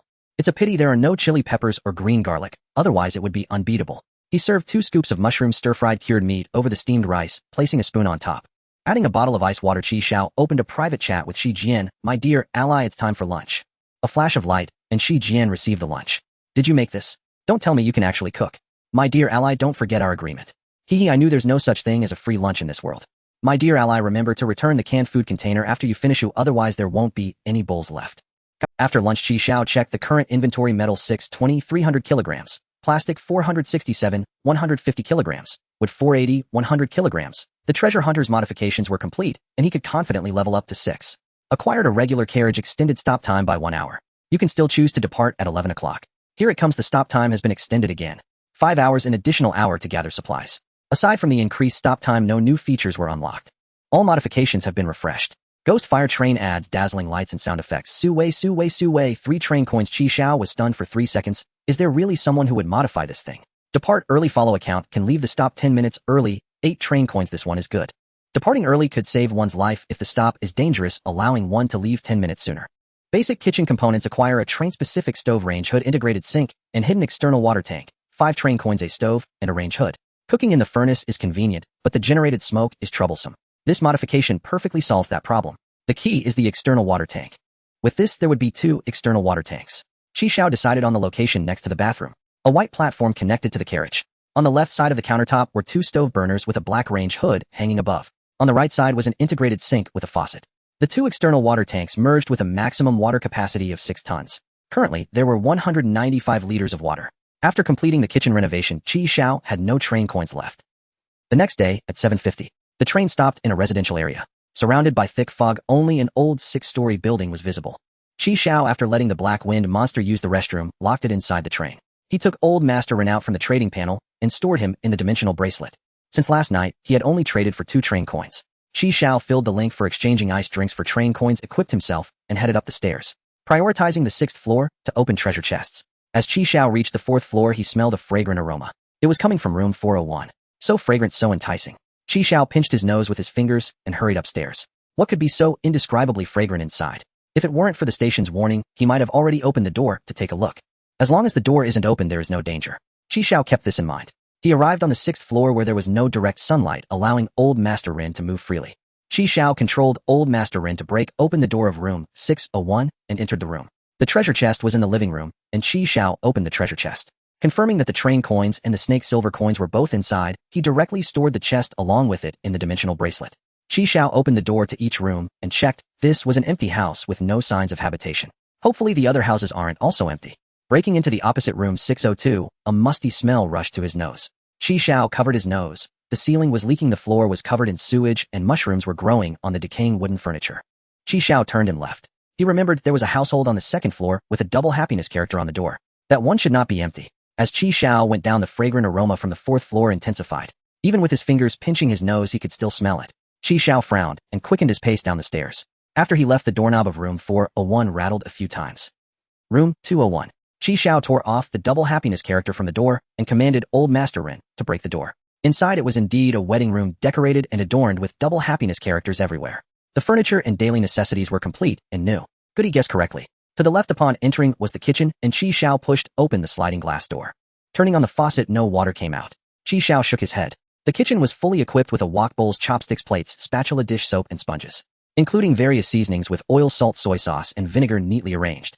Not bad, the cooking tools and condiments were all present. There was also a bag of rice in the cabinet, which Xiao directly stored in the dimensional bracelet. Next to the kitchen was the bathroom, and Xiao took all the body wash, shampoo, and toothpaste from the bathroom. They were all full bottles, almost unused. Xiao opened the double-door refrigerator in the living room. There weren't many items inside. The refrigerator contained 2 heads of cauliflower, 5 cucumbers, 2 bottles of yogurt, and about 10 eggs. In the freezer were 2 bags of frozen dumplings. After storing these items in the dimensional bracelet, Xiao opened the door and walked into the master bedroom. On the Simmons bed lay a red quilt and 2 red pillowcases. The bedding set was entirely red. Aside from the Simmons mattress, Xiao stored everything else. In the built-in wardrobe, various clothes were neatly hung. Mostly women's clothing. T-shirts, shirts, pajamas, skirts, shorts, long pants, JK uniforms, hoodies, trench coats, cotton jackets, underwear, and stockings. After taking the men's clothing, Xiao hesitated for a moment and stored all of the women's clothing into the dimensional bracelet as well. Opening the bedside table, he found several toys in pink and purple shapes inside. On the middle shelf was a bottle of lubricant and a can of black spray. The bottom shelf contained a bundle of pink rope and an eye mask. Xiao took these items out and placed them on the bed, then stored the bedside table. After all, it was made of wood. Is the dimensional bracelet already full? 100 kilograms of weight capacity is completely insufficient. Xiao glanced at the time. It was 9:15. He decided to return the items first and make a few more trips. Xiao went down to the 1st floor, took the items out of the dimensional bracelet, and threw them in the carriage, then returned to room 201 once more. This time, Xiao moved the living room's sectional sofa in 2 trips. On the 4th trip, Xiao moved the bed and Simmons mattress from the master bedroom in 2 trips. On the 6th trip, Xiao flipped the marble tabletop of the dining table and took the table and the 4 matching chairs.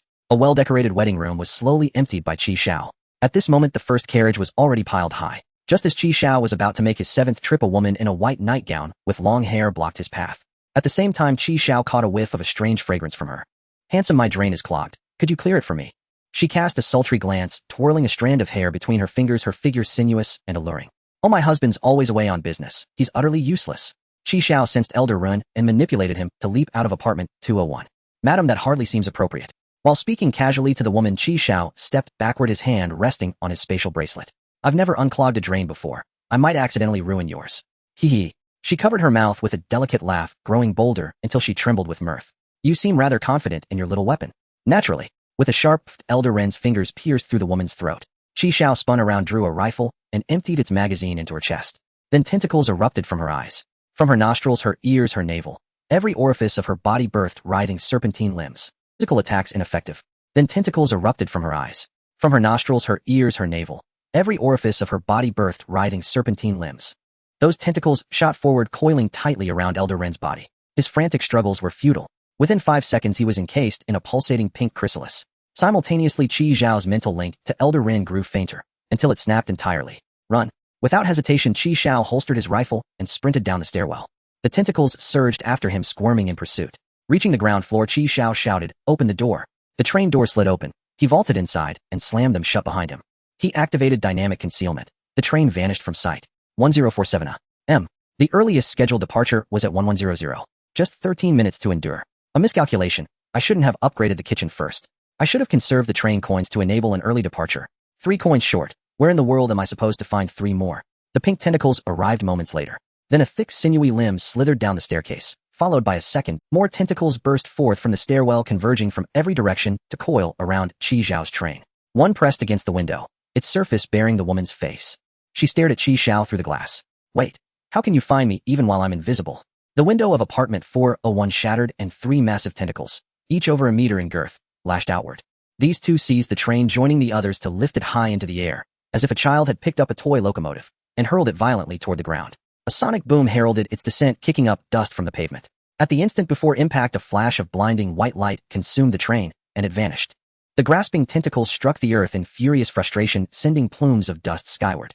Then slowly they retracted, leaving the woman standing naked as she walked back into the crumbling apartment building. Another flash of white light flared behind her, and a yellow train materialized. 5 carriages long, its orange locomotive bore the cheerful duck-like palette of a child's toy. The doors opened. A man and a woman stepped out. Oh dear, we made it just in time. Seeing the woman, Xie Yuan clapped gleefully. Both wore identical black uniforms and thigh-high boots, their wide-brimmed hats casting sharp shadows. Today's guest count is unusually high. The woman licked her lips, and a haze of rose-colored mist bloomed around her body. Oh my, sister, your figure is absolutely stunning. Xie Yuan pressed close to her. How do you keep yourself so radiant? By eating men. Then sister, have you eaten any men today? If not, you're welcome to devour him. Xie Yuan pointed toward Shiranobi Subaru. Instantly, a tentacle shot up from between the woman's legs and wrapped around Xie Yuan. Her gaze fell upon the intricately designed silver badge adorning Xie Yuan's hat. The Order of Heaven. Her voice dropped to a venomous whisper. Of all beings in the New World, I despise the Order of Heaven most. Though the tentacle tightened relentlessly, Xie Yuan's smile remained luminous and unshaken. Sister, you must have sensed it already. The one who sealed you here has passed away. 3 generations guarding this treasure chest. You've earned your rest. So that's it. You truly believe the 2 of you can kill me? Another tentacle lashed out, striking toward Shiranobi Subaru. Shiranobi Subaru gripped empty air, and a long blade ignited in his hand, wreathed in black and crimson flame. With a single stroke, the tentacle severed cleanly, its cut surface mirror smooth. In the next instant, Shiranobi Subaru stood behind the woman. A second later, her head rolled across the ground. The tentacle constricting Xie Yuan loosened, the woman's corpse collapsed with a heavy thud. 2 of us alone could never slay you. So we brought the demon blade capable of subduing you, Shiranobi. Caution, the scent still lingers.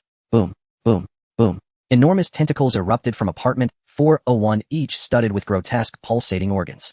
As those organs rhythmically opened and closed, clouds of rose-hued mist billowed forth. A flush quickly rose to Xie Yuan's cheeks. Shiranobi Subaru raised his blade, his eyes darkening completely to obsidian. Shiranobi, karmic blight. An inferno of black and crimson fire erupted from the blade, swallowing the mist whole, dissolving it instantly. Once the last wisp had burned away, the flames clung to the tentacles like parasitic embers.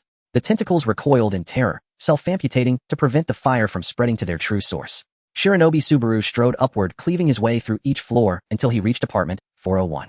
With one final slash, he severed the core, and every tentacle crumbled into ash, scattering on the wind. Hey, the chest is in apartment 601. Your turn. I'll stay down here. Xie Yuan cupped her hands around her mouth and called up to him. 3 minutes later, Shiranobi Subaru emerged, dragging a shambling zombie behind him. The silver coin is gone. The entire chest has vanished. Huh. Xie Yuan tilted her head as if she'd misheard. Someone beat us here. This zombie must be what they left behind. The silver coin is gone. The entire chest has vanished. Huh. Xie Yuan tilted her head as if she'd Why me? Shiranobi Subaru frowned. Xie Yuan planted her hands on her hips and lifted her chin. Slaying the Guardian and retrieving the silver coin is your mission, not mine. I'm only here to recruit new members. Reluctantly, Shiranobi Subaru accepted the mirror. As both gazed into its surface, he took a deep breath and intoned solemnly, O mirror, singular, omniscient, peerless, whose master commands this zombie puppet. Ripples shimmered across the mirror's surface, then resolved into Qi Xiao's face, followed by his name in elegant script. Qi Xiao, quite handsome actually. Handsomer than you. Xie Yuan said this to Shiranobi Subaru. He remained silent. 5 seconds passed. Then the mirror rippled once more. Shiranobi Subaru unconsciously swallowed. Words appeared on the surface. Have you ever used the woman beside you as a fantasy object for self-gratification? As Xiao let out a playful drawn-out, Shiranobi Subaru's suspended dread finally crystallized into quiet absolute death. Setting off ahead of time, Xiao leaned against the carriage gasping for breath. He punched the ground in frustration, cursing the old lord for being trapped inside. I didn't even open the door to 401. Has she become so clever that she can open the door herself? And she can still find the invisible train. Aside from the adrenaline rush from narrowly escaping death, Xiao felt a feverish heat coursing through his body. His spirits heightened. His mind was filled with images of that woman's body. Was it the influence of that fragrance? Xiao entered the bathroom and stripped off his clothes.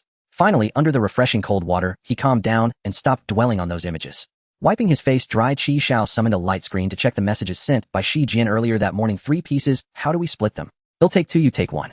Reply to the message, hey, you take 2 and I take 1, okay? It's impossible for me to give you all. Don't even think about it. Where are you? Where are you? Where are you? Don't say I drank your beverage again. Oh, it's your own fault for not being around. 10 minutes earlier, just as the train was about to be thrown off by the tentacles, Xiao took out the 3 train tokens he had traded with Shi Jian for the drinks. After gathering 8 tokens, he immediately modified the departure time. He successfully escaped just in time. Xiao dried off and changed into new clothes. Many things in the train were thrown all over the place, and Xiao shook his head helplessly. He moved the furnace to the kitchen and steamed 2 bowls of rice. After tidying up the scattered items, Xiao set up a frying pan, turned on the range hood, and began to cook. The stove consumed wood while the range hood consumed metal. Fortunately, the consumption was not too high, it was affordable. With the spices and vegetables he had just scavenged, Xiao prepared a stir-fried cauliflower with preserved meat and scrambled eggs with cucumber. The dishes were ready and the rice was steamed. Xiao sent a message to Shi Jian, time for lunch. You finally replied. I finished the drinks, don't ask me for more. Today I am parked in the forest, and there are still 2 bears with chainsaws outside, so where did the plates come from? Has the can box been replaced so quickly? The food is quite good today, and there's yogurt to drink. Your cooking is good, the eggs are quite tender. Flattery. The preserved meat is old. Looking at Shi Jian's series of bombarding messages, Xiao smiled and closed the light screen, starting to eat.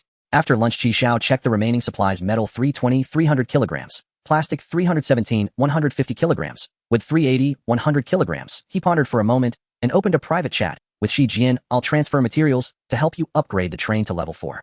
Huh. A weasel wishing a chicken a happy new year must have bad intentions. You give me 3 train tokens every day, you can't leave my good ally with none.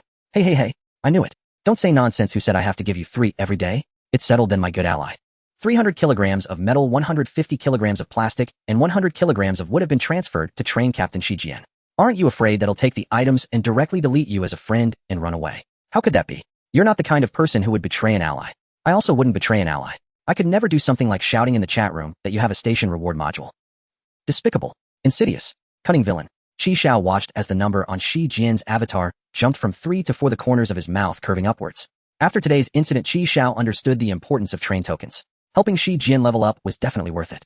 This hen that could lay train tokens had to be well taken care of. He closed the light screen and began to organize the supplies he had collected today. In the 5th carriage, Xiao set down a large bed, a mattress, and arranged the quilt and pillows, placing a nightstand beside them. Perfectly replicating the master bedroom of 201, it was festively red. Opposite the bed, Xiao placed a set of combined sofas and then dumped all the clothes he had collected onto them. He could sleep here when it got cold. After setting everything up, Xiao returned to the initial carriage and started chopping wood. He chopped all the chairs and the table without a surface into small pieces and stacked them together. Busy until 7 in the evening, Xiao finished processing the wood. After a quick shower, he boiled a pack of frozen dumplings with a 3-flavor filling. Before he realized it, the 24 dumplings were gone. After working all afternoon, he was truly hungry. The black wind monster watched Xiao eat the dumplings, drooling all over the ground. You're disgusting, black wind monster. Woof. After dinner, Xiao lay on the blanket staring blankly at the ceiling of the carriage. That silver coin with the snake symbol had already been activated by Xiao. The 12 zodiac patterns had 3 illuminated: the dragon, snake, and chicken. Unfortunately, the old lord was gone just like that.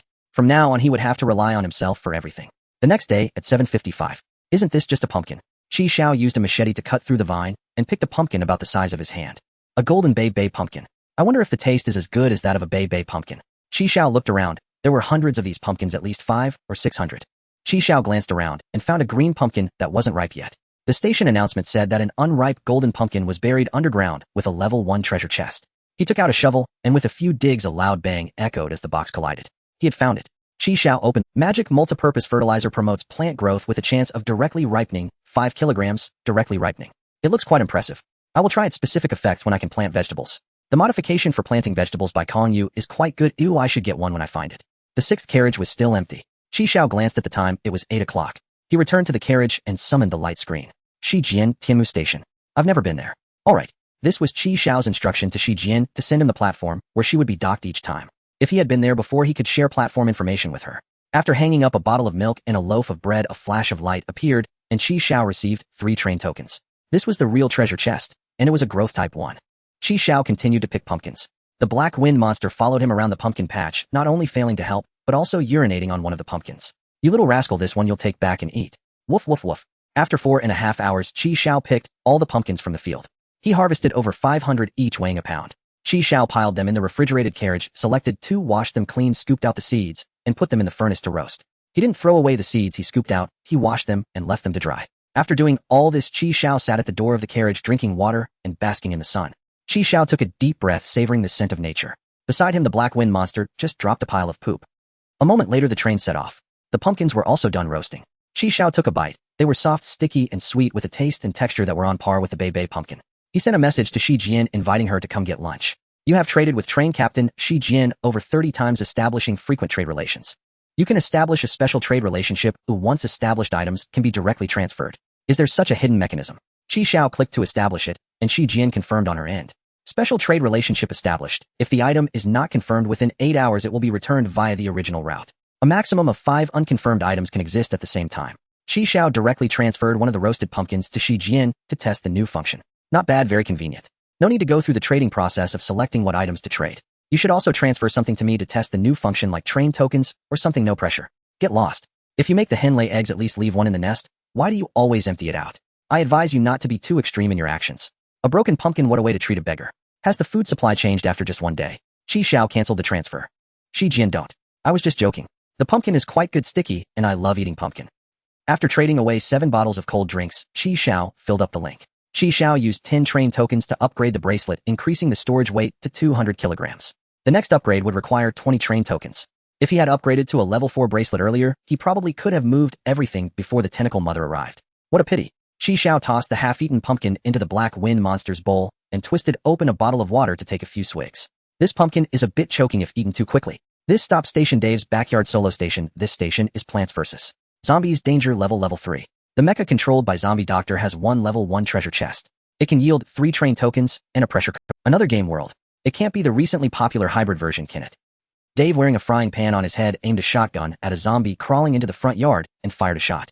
The zombie's head exploded like a watermelon, and Dave let out a cheer. All the zombies in front of him were taken care of, but he didn't notice that a zombie had sneaked in from the backyard. It waved its rotten arms and opened its rotten mouth, lunging at Dave. Just as it grabbed Dave's neck and was about to bite down, Qi Xiao swung the shovel and with a loud bang knocked its head off. Oh man, no meat on crabs. Dave kicked the headless zombie away and patted the frying pan on his head, grinning at Qi Xiao in gratitude. He reached into his pants and pulled out a squashed corn wrap, handing it to Qi Xiao. Bro, corn wrap. Qi Xiao looked at the sticky white sauce and politely declined. Dave didn't hold back and started eating it himself. The taste is really good. Dave licked his finger. Bro, how should I thank you? Suddenly, a bungee zombie jumped down from the sky, grabbing Dave by the neck, trying to drag him away. Qi Xiao took out his machete and with one swing cut the bungee zombie's rope.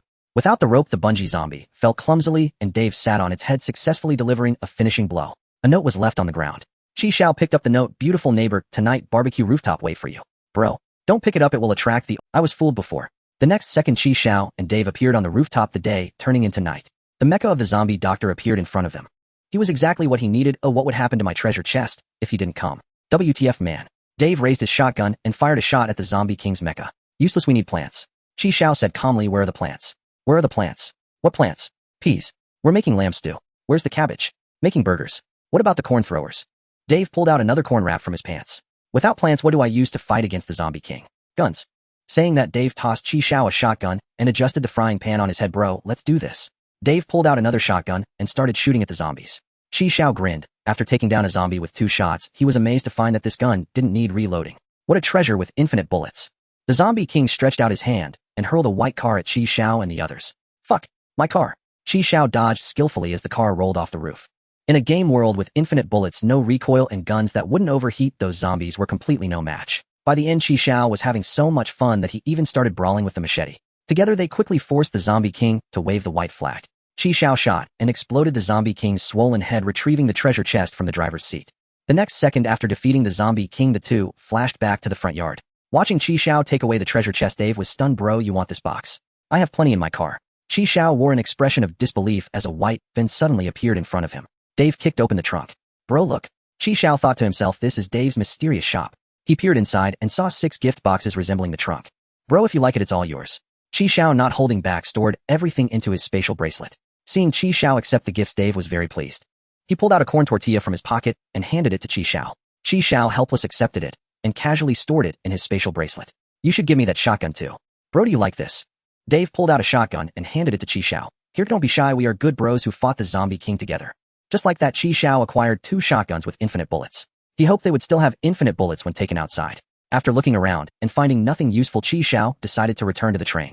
At 1110, Chi Xiao closed the car door and the train started moving. Leave some plants to guard the backyard, don't eat them all, he reminded Dave before leaving.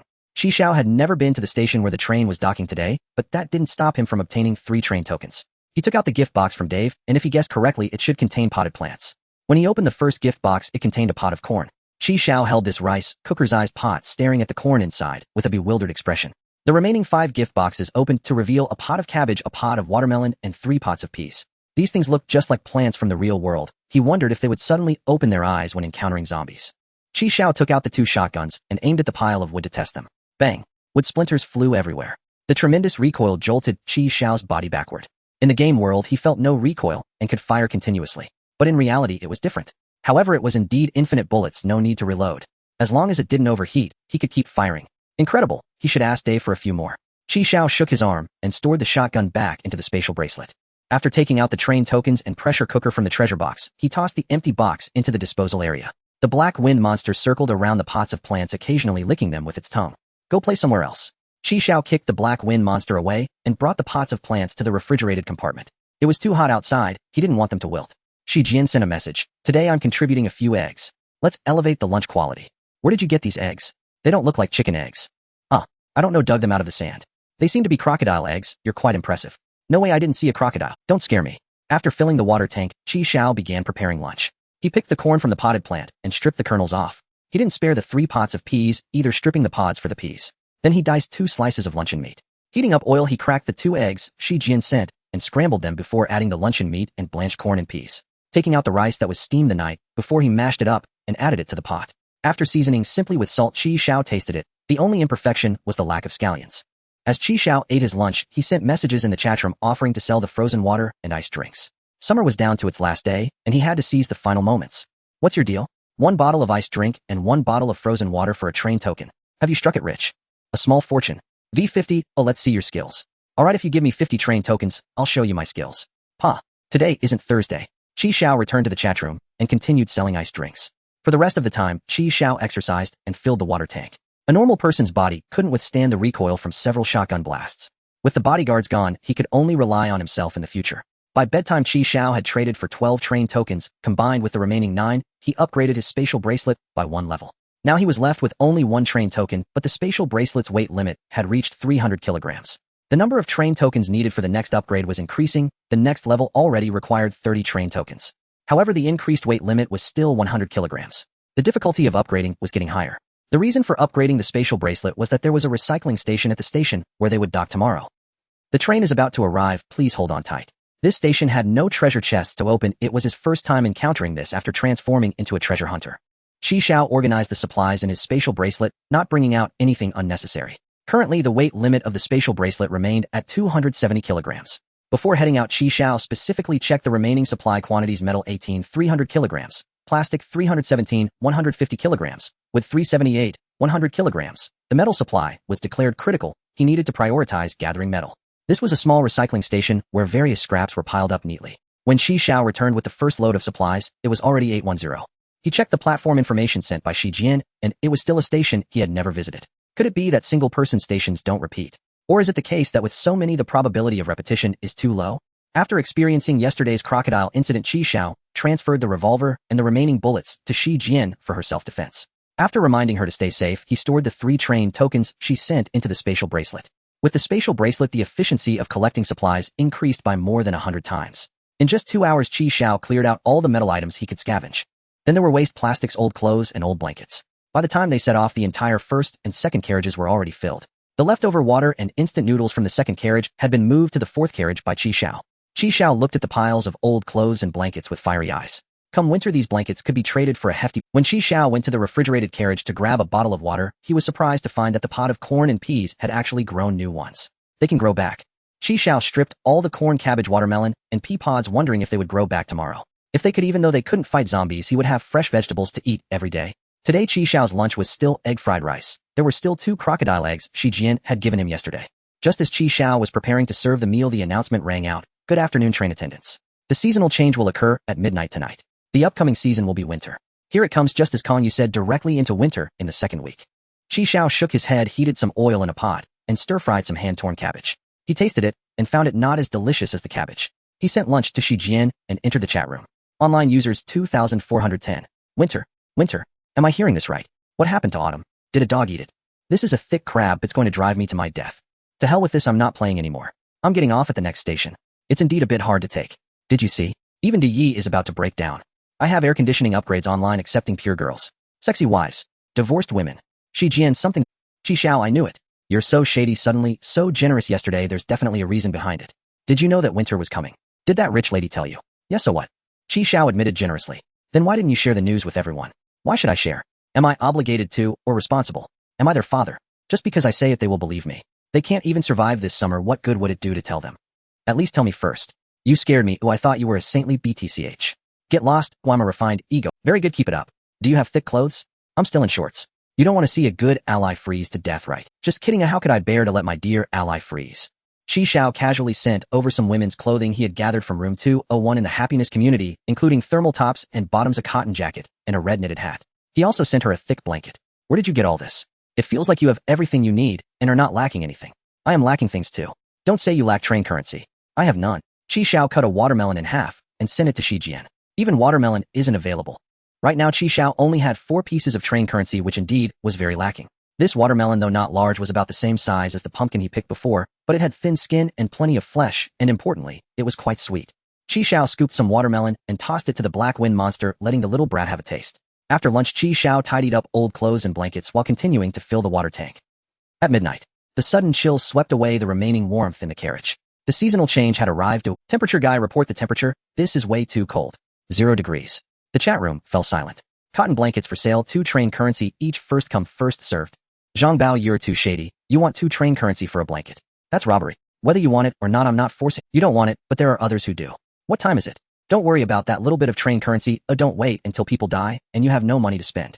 In Zhang Bao's carriage there were many old blankets and clothes piled up. No wonder the boss is so visionary. Taking advantage of the warm weather, these things were worthless, and he hoarded a lot. Now it's indeed cold. We struck gold. Selling these will get us 50, no, 100 train currency. Boss, someone is trading. Zhang Bao crossed his arms and nodded in satisfaction. Earlier he had seen Xiao offering to exchange ice water for cotton blankets, and his keen business sense told him he could also stock up a bit. He didn't expect it to come in handy so soon. Cotton blankets for sale, 1 train currency each. Damn, bought too early. Ice water guy, why are you just arriving? I knew it, ice water guy is late, but still made it. Look how smart I am. I didn't buy from Zhang Bao. Hurry up and get on the link. It's too cold to bear. Zhang Bao explained this. Such a thin blanket with a big hole. How can you ask for 2 train currency? With a negative review appearing, everyone completely gave up on Zhang Bao. This is really a slap in the face. Zhang Bao family members. Xiao has linked up. Hurry up. Zhang Bao, you keep it for yourself. Don't catch a cold. Big boss, what should we do? They all went to buy from Xiao. What's there to panic about? Such a big market. Are we worried that our blankets won't sell? Once his are sold, those who didn't buy will have to come to us, and then we can raise the price. At that time, let them beg us. Yes, the boss is right. Why didn't I think of that? With that pig brain of yours, it's not surprising you didn't think of it. In just a little while, Xiao traded away 42 blankets. Big guy, I don't have train currency. Can I trade for medicine? A glimmer flashed, and Xiao exchanged a blanket for a pile of medicine. The other party was very generous and provided a lot of medicine. However, as Xiao looked at these medicines, he fell into deep thought. Cephalosporin, painkillers, antipyretics, Luwei Di Huang, 1 Kaisu Lu Fuyan Jia, and 2 blue pills. Thank you, big guy, thank you. Xiao couldn't help but tease. Your medicine is quite diverse. Right? I stayed at a pharmacy yesterday and took all the medicine in the store into my car. Big guy, just tell me what you need or I'll give you anything I have. This guy was quite lucky having moved an entire pharmacy. The demand and trade value of medicines are also very high. Xiao, dressed in thick pajamas, went to the refrigerated carriage. Seeing that the water in the tank had not frozen, Xiao breathed a sigh of relief and returned to the bedroom. The black wind monster was curled up in the doghouse Xiao had made for it in the afternoon. He added some firewood to the stove he had brought, raising the temperature in the carriage slightly. Xiao crawled into the quilt and summoned the light screen. Jian, so cold, cold, cold. It's okay, just normal cold, acceptable. Holding a plastic bottle filled with hot water, Xiao felt that the quilt still had some warmth. He had placed 10 of these hot water. Xiao pulled out a hot water bottle from the bottom of the bed and handed it to Xijian. Wow, so warm. It just has a smell. That's the smell of the hot plastic. It's normal. Hurry up and sleep. The next day, at 7:30, Xiao poked his head out of the warm quilt. At this station there were no treasure chests, and he didn't plan to get up. The train stopped at the snowy mountain, and Xiao opened the door to feel the outside temperature. It was even lower than inside the carriage. Xiao quickly closed the carriage door. After collecting the 3 train coins just transferred from Xiao handed over a portion of the freshly baked pumpkin and hot milk to Xijian. The station where Xijian stopped today was a beach, a place he had never been to. Do you have a bikini or something? I want to go out and sunbathe. I do, but it's too big for you to wear. Send it over, let me see how big it is. Xiao forwarded the few pieces of underwear. Just right, though it's a bit tight. Xiao embraced the furnace, thinking how ridiculous it was to put on a facade, with Little B pretending to be Big D. The black wind monster had curled up into a ball from the cold. Xiao felt heartbroken, thinking he couldn't let the child suffer. Time to upgrade. Let's see if he could unlock the air conditioning modification. Xiao checked the current supply levels: metal 1258, 300 kilograms, plastic 595, 150 kilograms, wood 404, 100 kilograms. He had made a fortune at the recycling station yesterday. There were also 14 train coins. Upgrade level 7. I love rice. Obtain a train exclusive rice cooker. 1 train coin baking master. Obtain a train exclusive oven. 1 train coin girl pink. Change the carriage color to girl pink. 1 train coin. As someone who had previously spent 100 train coins to upgrade, as a treasure hunter, Xiao did not hesitate spending 2 train coins to obtain 1 rice cooker and 1 oven. Upgrade again level 8. The modifications refreshed again. Self-sufficient. Transform 1 carriage into a planting carriage capable of automatically adjusting internal temperature, humidity, brightness, and soil pH based on the crops planted. 8 train coins planting carriage. Xiao spent 8 train coins to transform the 6th carriage into a planting carriage. After the transformation was complete, Xiao eagerly went to the planting carriage, noticing the muddy ground and glass ceiling. Very nice, it was the same model as Kongyu's. After Xiao inserted several mushrooms into the soil, the temperature and humidity in the carriage began to adjust automatically. It was incredibly smart, but it would consume metal, wood, and water. This planting carriage also came with an external water tank, which had merged with the previous tank. The maximum water capacity reached 9 tons. Xiao took the few pots of plants out and placed them on the ground. He had received them early last night, fearing they would freeze. By the way, the magical multi-purpose fertilizer. Xiao took out the bag of fertilizer, opened it, and evenly sprinkled it into the soil. The mushrooms he had just inserted started sprouting small mushrooms around them, and the cabbage also immediately grew new leaves. The magical multi-purpose fertilizer promotes plant growth and has a chance to induce maturity directly. The temperature in the carriage had already risen, and Xiao simply settled in here without going out. Don't run around, I just planted those mushrooms. Woof woof woof. Summoning the light curtain, Xiao checked the remaining 2. A breath of cool wind. Obtain a train exclusive electric fan. 1 train coin. Roll aside. Next one. Custom order. Obtain a custom lifelike doll with a set of uniforms. 3 train coins. Xiao clicked, discovering there were quite a few customizable options, including but not limited to face, body shape, hairstyle, and even sexual characteristics. The details could even achieve a one-tune realistic reproduction. The provided uniforms also had several options to choose from, such as nurse, flight attendant, teacher, secretary, and maid. Xiao stood up, looking at the mighty woman who was 185 centimeters tall, with developed pectoral muscles and bulging muscles, nodding in satisfaction. Xiao threw a punch, and the doll fell straight to the ground. Xiao stood up, looking at the mighty woman who was 185 centimeters tall, with developed pectoral muscles and bulging muscles, nodding in satisfaction. Xiao threw a punch, and the doll fell straight to the ground. Xiao pulled back his fist and blew a few breaths. Ouch, ouch, ouch, huff, huff. Why are these pectoral muscles so hard? If I had known, I would have adjusted the softness a little lower. Forget it, hard is hard. Who knows, it might be tougher than her when facing enemies. Xiao stored the custom training doll into the bracelet. The most critical air conditioning had not been unlocked. He certainly couldn't sleep on this muddy ground. Xiao was speechless, upgrading again to level 9. The modifications refreshed.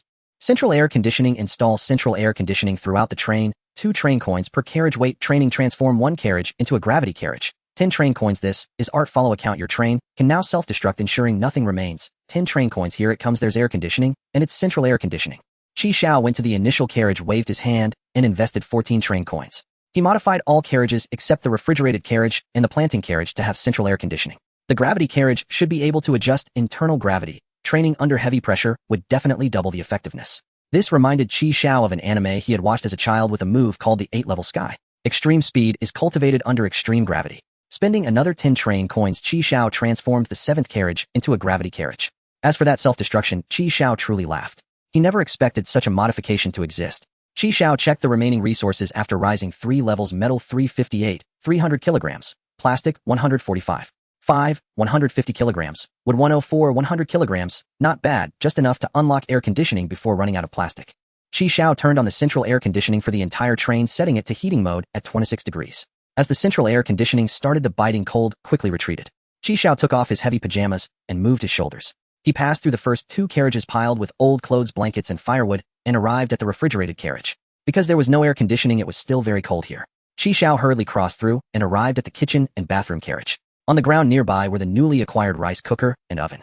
Entering the bedroom, Qi Xiao brought the furnace back to the kitchen. Finally, Qi Xiao opened the door to the 7th carriage, the gravity carriage. What came into view was a gray carriage with a suede texture and silver-white checkerboard flooring.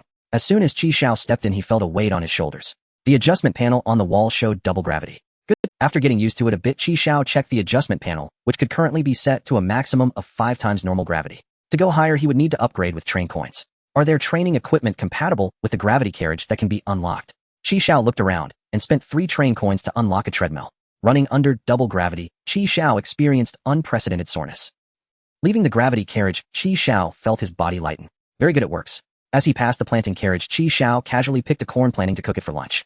Qi Xiao chewed on chocolate to regain his strength, then used a rice cooker to prepare a pot of rice.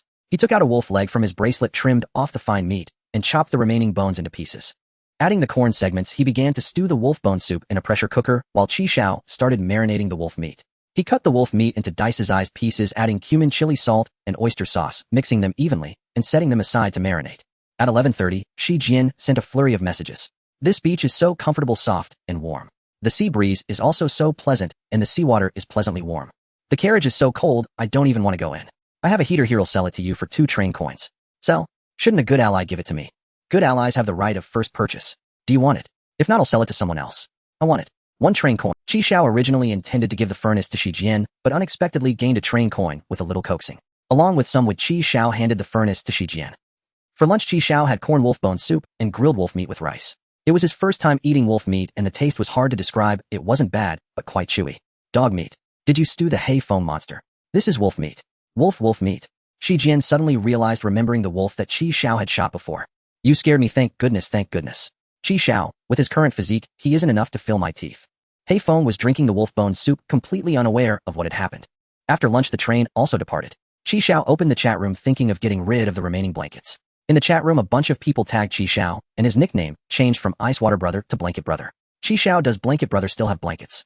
Please. You didn't sell out last night, right, Qi Xiao? Qi Xiao, Blanket Brother restock. I'd rather freeze to death than buy from Zhang Baobao. Zhang Xioli, that old hag can buy if she wants. Poor bastard, I think you can't afford it. Qi Xiao, speak up. Damn, messing up the market, I'll kill you next time I see you. Qi Xiao, Zhang Baobao, did you set the market? Family Blanket Brother is here, get your little coins ready. Zhang Baobao retracted a message. Zhang Baobao punched the 4th brother in the head. Are you blind? Didn't you see he's already level 9? Boss, what about you? Don't tag him if there's nothing going on. But the provocative words were sent by you yourself. The words that the 4th brother wanted to say were swallowed back. Zhang Baobao swallowed his saliva. This guy was clearly level 6 yesterday. How did he suddenly jump to level 9 today? It was definitely not wise to make enemies at this time. As soon as Qi Xiao posted the link, it was snatched up. Indeed, establishing a good reputation is very important. Until 3 in the afternoon, Qi Xiao traded all his old clothes and blankets. He gained a total of 31 train coins, 170 kilograms of metal, and 130 kilograms of plastic. Inside the gravity compartment, Qi Xiao took the custom doll out of the dimensional bracelet and placed it in the corner. After warming up, he started to practice with her. Helping the fallen doll up, Qi Xiao wiped the sweat from his forehead.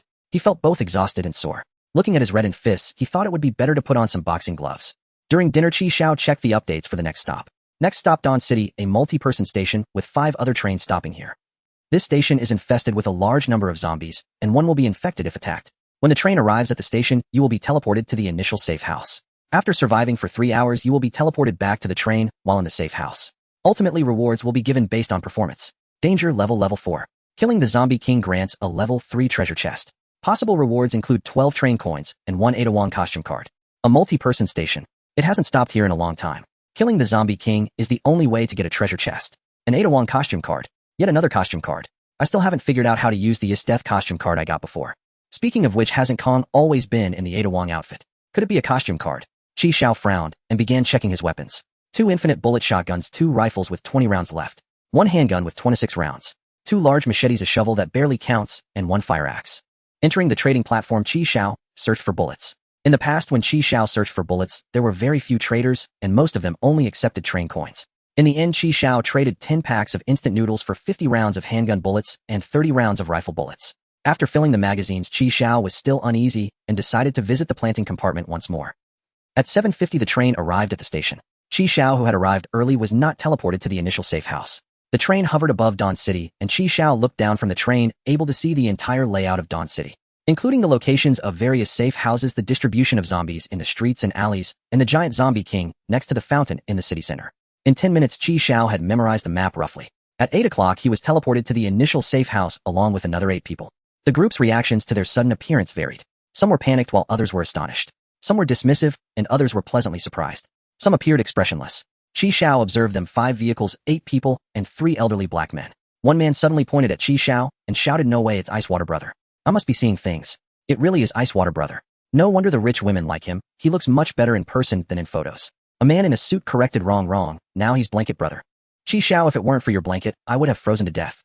A girl in a JK skirt leaned closer to Xiao. "Last night, I slept so soundly under the blanket that smelled like you were in my dreams." At this moment the black man displayed a look of disdain. "I don't understand why everyone likes this kind of pretty boy." Seeing him approach, Moo cleverly ran behind Xiao. "Brother Xiao, he's bullying me." The black man wore a stern expression, locking eyes with Xiao. The other 2 black men also closed in. Sensing the atmosphere growing tense, the well-dressed elite quickly stepped in to mediate. "Hey friend, I didn't expect your Chinese to be quite good. You've studied for a long time, right? Get lost, I am originally from the Dragon Kingdom." Right, the Black Dragon is also a dragon. We are all one fam. Seeing Xiao's unyielding expression, the black man snorted coldly, curled his lips, and turned to walk toward another. At this moment a thin, bespectacled man who had been quiet in the corner stepped forward and blocked his path. "Please respect." The black man glanced at him. "Furied brat, do you believe I will smash your glasses? Get your hands off." The 2 subordinates, still confronting Xiao, rushed over, each kicking the bespectacled man to the ground.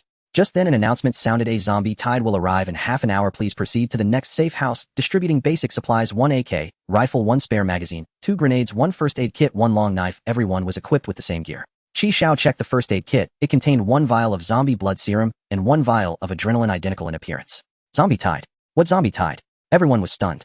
At this moment they realized that the crowd densely packed on the street were not pedestrians, but zombies. Fuck, is this serious? This is even more than the students fighting for food at noon during military training. How can this little bit of ammunition be enough? The black man, having acquired a gun, became arrogant again. He raised the gun and pointed it at Moo behind Xiao, lifting his chin. "That pretty boy definitely can't even use a gun. You both come with me. I won't let you down, I'll protect you." After finishing his words, he flexed his biceps. In an instant the black man's right arm was severed and the gun fell to the ground. Blood sprayed all over the woman's face. Fuck. He crouched down in pain, wailing, while behind him the bespectacled man held a knife, his gaze cold, as if he had transformed into another person. The 2 subordinates aimed their guns at the bespectacled man. Just as they were about to fire, their bodies suddenly lost balance and crashed to the ground. It was Xiao who had slashed with his knife, cutting through their heels. Under the bespectacled man's swift knife, he directly slit the throats of the 2. The black leader saw his 2 subordinates lying on the ground, no longer moving, and his eyes turned bloodshot with fury. He couldn't understand how, despite the 3 of them always bullying whoever they wanted and having no one resist them due to their numbers and physical advantage, they could be defeated today. Xiao and the bespectacled man were both looking at him, their gazes conveying a sense of amusement and coldness. He swallowed hard, about to plead for mercy, when in the next moment, he was also silenced by a knife to his throat. The bespectacled man sheathed his knife and smiled gently at the woman. "It's okay now." However, the woman not only did not thank him, but instead looked at him with disdain. "Crazy, meddling in other people's business." The bespectacled man was taken aback by her words. "What are you looking at? Self-righteous man." The woman wiped the blood from her face and spat at the bespectacled man. "Really pathetic, what a piece of trash." The bespectacled man was momentarily stunned, a bitter smile appearing at the corners of his mouth. He nodded slightly to Xiao before leaving without saying a word. Xiao remained calm, directly starting to pick up equipment. He removed the magazine and took the grenades and first aid kit. "Brother Xiao will help you." The remaining 2 looked at each other, somewhat at a loss due to the sudden turn of events. "Look, it's the safe house." Following the direction pointed by the man, everyone saw the safe house, glowing green. The well-dressed man leaned against the window to get a better look at the safe house, then turned around waving his fists, and said to everyone, "The safe house is very close, folks. As the saying goes, strength in numbers, or as long as we work together." Xiao shot him a glance before finishing picking up his gear and leaving. Hey, don't leave. Isn't it safer to act together? Aren't you family with these black dragons? You can go with them. At least share some equipment with us. You've taken everything for yourself." The heavy sound of a closing door was his only response. "Brother Xiao, wait for me, I'm coming with you." Moo hurriedly caught up with Xiao. Hearing the footsteps fade away, the well-dressed man shouted at the door, "Who is this? So impressive. Young man, it's clear you've never faced the harshness of society." The well-dressed man awkwardly glanced at the remaining 2, clearing his throat. "So shall we go together?" Leaving the safe house, Xiao descended the stairs, navigating through the alley, guided by his memory. Moo closely followed him, afraid of falling behind. She wore classic black pig waist shoes with white silk stockings on her legs. The short beige cotton jacket matched her JK uniform, and her twin ponytails framed her standard lowly face. You can follow me, but can you please not pull on my pants? Oh, Moo let go, looking innocent, and quickened her pace. Brother Xiao, thank you. She hugged the AK, tightly staying right next to Xiao. If it weren't for you, I would have definitely been bullied by them. Xiao glanced at her. It was that bespectacled man who killed the black man. Why are you thanking me? No, I know it was, because you were in front of me blocking him that he didn't dare to do anything to me. Xiao remained silent. He was simply planning his course of action in his mind at that time. Brother Xiao, isn't the safe house to the west? Why are we heading east instead? Aren't we going the wrong way? If you're scared, you don't have to follow me. When Moo heard this, she immediately panicked. Brother, Moo had to start jogging just to barely keep up with Xiao's pace. Bang, bang, bang, bang. After clearing the zombies blocking the way, Xiao broke the lock on the basketball court door. The safe house is indeed to the west, but heading straight there would lead to a large group of zombies blocking the path. Even after picking up the equipment of the 3 people, the ammunition is still insufficient. Knowing the terrain, Xiao chose a safe route to circumvent them, even though it would take longer. There were also about 10 zombies lurking in the basketball court, and one was even dribbling a basketball. Xiao raised his gun and fired a volley, bursting the ball. Seeing Xiao's magazine empty, Moo quickly handed him her gun. Xiao then tossed the empty gun to her. Reload. Bang, bang, bang, bang, bang. What? Reload? How do I do that? I don't know. Moo raised her voice and shouted at Xiao. Damn it. The bullets were all fired, and only the basketball zombie remained hopping in place. Xiao quickly switched magazines and dealt with it. The zombie fell, letting out a cluck before it went down. After teaching Moo how to reload, the two continued forward. Meanwhile, explosions and flashes of fire occasionally erupted in other locations. Finally, just as their ammunition was about to run out, they successfully entered the safe house. Xiao received supplies, 120 rounds of ammunition and 2 grenades. Moo received the same. Is this all the supplies? Xiao pondered the next course of action while loading bullets into the magazine. After organizing their gear, Xiao left the safe house, and Moo, who had been lying on a chair, quickly got up to follow. Are we leaving? Don't we get to rest for a bit? Are you tired? I'm not tired. I'm worried you might be tired. Brother, can we take a break? How many floors are left? I really can't climb anymore. Xiao turned around, grabbed her slender arm, and gave her an injection. Brother, what is this? Xiao casually tossed the syringe aside, smiling, adrenaline, feeling pumped now. Moo jumped up. I feel pumped. And so invigorated, Moo continued to follow Xiao. The only reason he brought her along was that if danger arose, he could run faster than her. In times of danger, all you need to do is run faster than your teammate. As the saying goes, a dead friend is better than a dead mock. Xiao blasted open the rooftop door and brought Moo to the top. After just a few steps, Xiao spotted a corpse. Its abdomen was torn open, and its organs were missing, with intestines spilling everywhere. Ugh. Moo couldn't help but double over and dry heave at the sight. It was that man in a suit. Xiao tightened his grip on the gun. The appearance of the suited man's corpse here was certainly unusual. Caw! A piercing cry echoed from above. Following it was a rush of wind, as a zombie giant eagle swooped down, heading straight for Moo. Before the giant eagle could grab her, Moo's eyes rolled back, and she fainted on the spot. This caused the giant eagle to miss its target. It turned in midair, now heading straight for Xiao. Sure enough, Xiao raised his gun to sweep. However, the giant eagle flew at incredible speed, most of the bullets merely grazing its body without hitting. After emptying a magazine, only a few bullets hit it, causing it to become somewhat unsteady. The fierce wind hit Xiao's face as he dodged to the right and rolled to avoid its claws. Taking advantage of its circling to adjust its angle, Xiao dashed towards the stairway down. The giant eagle, not very intelligent, followed and got stuck in the narrow corridor. Xiao pulled out his shotgun and began to unleash a barrage of bullets. After the final shot exploded its half-destroyed head, Xiao confirmed its death before stowing away the shotgun. I've still been injured. Xiao touched his right arm, where there was a claw mark. It felt hot at the scratch, and the wound was, is this the wuguk fruit?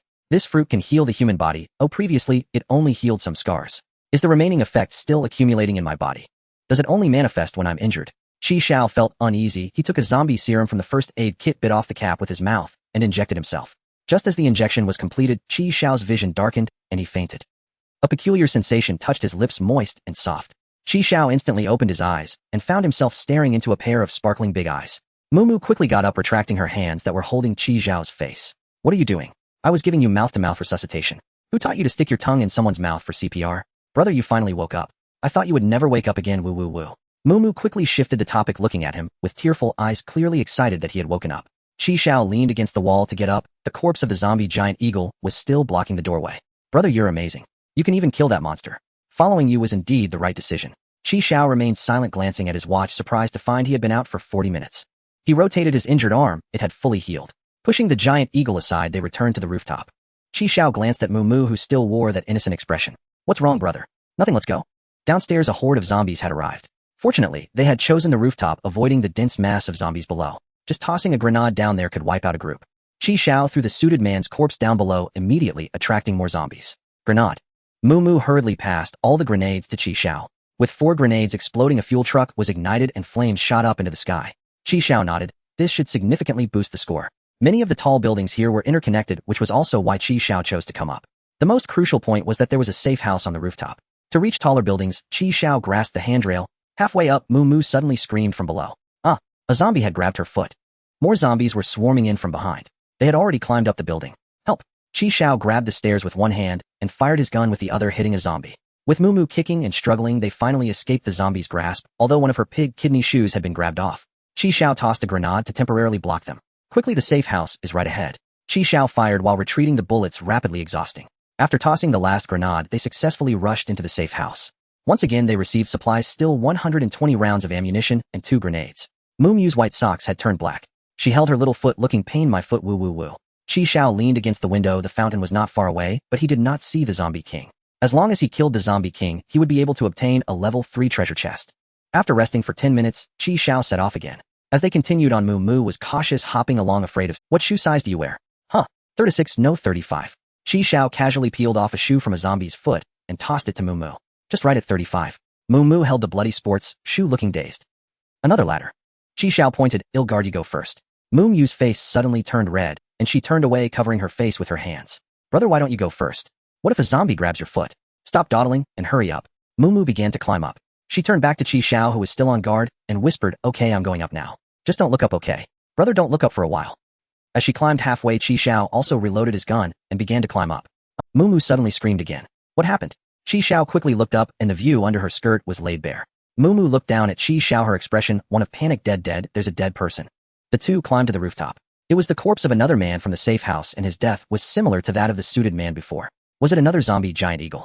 Xiao quickly broke open the attic door and led Moo downstairs. Fortunately, it wasn't far from this building to the central fountain. As they descended, Moo suddenly stopped in her tracks. Xiao glanced back at her. Are you tired again?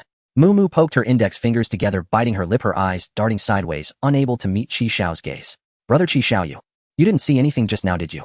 After she spoke, a blush quickly spread across her face. It's just blue and white stripes. Xiao continued down the stairs. Let's hurry up. In the corridor, a few zombies occasionally rushed out, but were easily dealt with by Xiao. Successfully reaching the first floor, Xiao crouched in a corner, observing the situation outside through the shattered glass door.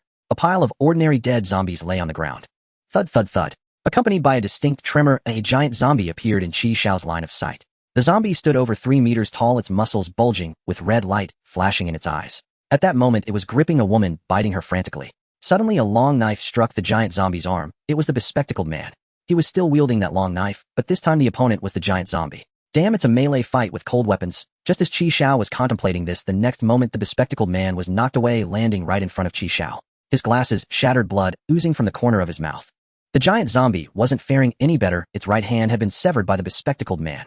It threw the woman to the ground and roared, charging towards them. Xiao aimed his gun at its calf. Reload.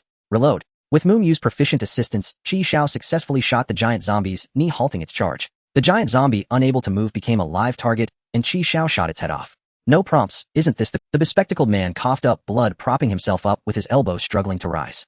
Brother Xiao, it's not dead yet. The giant zombie's body began to twitch, rapidly healing, and its severed arm grew back. Roar. Damn, no wonder there was no treasure chest. It turns out it's not dead. Xiao immediately threw 3 grenades to slightly delay its recovery, pulling the bespectacled man back. After quickly injecting the bespectacled man with adrenaline and serum chi, Xiao reloaded his magazine. The adrenaline quickly took effect, and the bespectacled man regained his spirit. Xiao handed him a gun. He'll use a knife. Dude, a knife is no match for a gun. I can't use a gun. I only know how to use a knife. Xiao rubbed his forehead. Moo, give him a knife. Got it. Moo hurriedly handed her knife to the bespectacled man. The giant zombie's wounds were healing as it charged at them. Bang, bang, bang, bang, bang, bang, bang. In an instant, flames burst forth, and Xiao specifically aimed for its head. The bespectacled man adjusted his broken glasses and charged at the zombie with his knife. With Xiao's firepower backing him up, the pressure on the bespectacled man was significantly reduced. Under the dense fire, the zombie fell to the ground once more. No treasure chest. Prompt, still not dead. Sure enough, the next moment 8 legs burst out from its back, standing up like a crab once again. Moo, reload. No ammo left. Grenades. None left either. Damn, its crab-like legs jabbed wildly with immense force. Each jab left a hole in the hard concrete floor. The bespectacled man raised his knife, blocking the incoming crab legs. However, he was still sent flying by the tremendous impact. Seeing the situation becoming dire, Xiao reached into his pants. Brother Chi Xiao, what are you doing? What time is it? Moo covered her eyes with both hands peeking through her fingers. Chi Xiao pulled out the boundary bracelet hidden in his pants and put it on. Brothers, wake up, it's time to work. Chi Xiao took out a basin filled with corn, cabbage, watermelon, and peas and placed them on the ground facing the crab zombie. The plants sensed the zombies and opened their eyes. Then corn, peas, watermelon, and cabbage began to be thrown at the zombie, momentarily halting its advance. After the corn thrower smacked the zombie in the face with butter, it was immobilized in place. Great, they indeed needed zombies to activate. Brother Chi Xiao, did you create this? Chi Xiao pulled out a rifle and unleashed a barrage of bullets at the eyes that had opened on the crab leg joints. When he shot one of the eyes, that leg collapsed. It worked. Taking advantage of the butter on its face, Chi Xiao shot out its 4 eyes, rendering its 4 legs useless. At this moment, the bespectacled man also charged back with his knife. This time, he didn't even have his glasses. The knife struck the crab leg, producing a metallic clang and sparking. Aim for the eyes on its leg joints. Hearing Chi Xiao shout, the bespectacled man gripped his knife with both hands, stabbing it into the eye of that crab leg. With yellowish-brown fluid gushing out, another leg was incapacitated. At that moment, the butter disappeared, and the zombie swung a leg, sending the bespectacled man flying. Another burst of butter to the face, and Chi Xiao closed in, pulling out a shotgun and spraying it point blank. Bang, bang, bang, bang, bang. An infinite amount of ammunition poured out from the shotgun, and ultimately the last 3 eyes were blown to bits by Chi Xiao. Chi Xiao raised the shotgun, aiming at the head of the zombie sprawled on the ground. Don't get back up. Bang, bang. Successfully killing the corpse king, he obtained a level 3 treasure chest. Chi Xiao let out a sigh of relief. It was finally dead.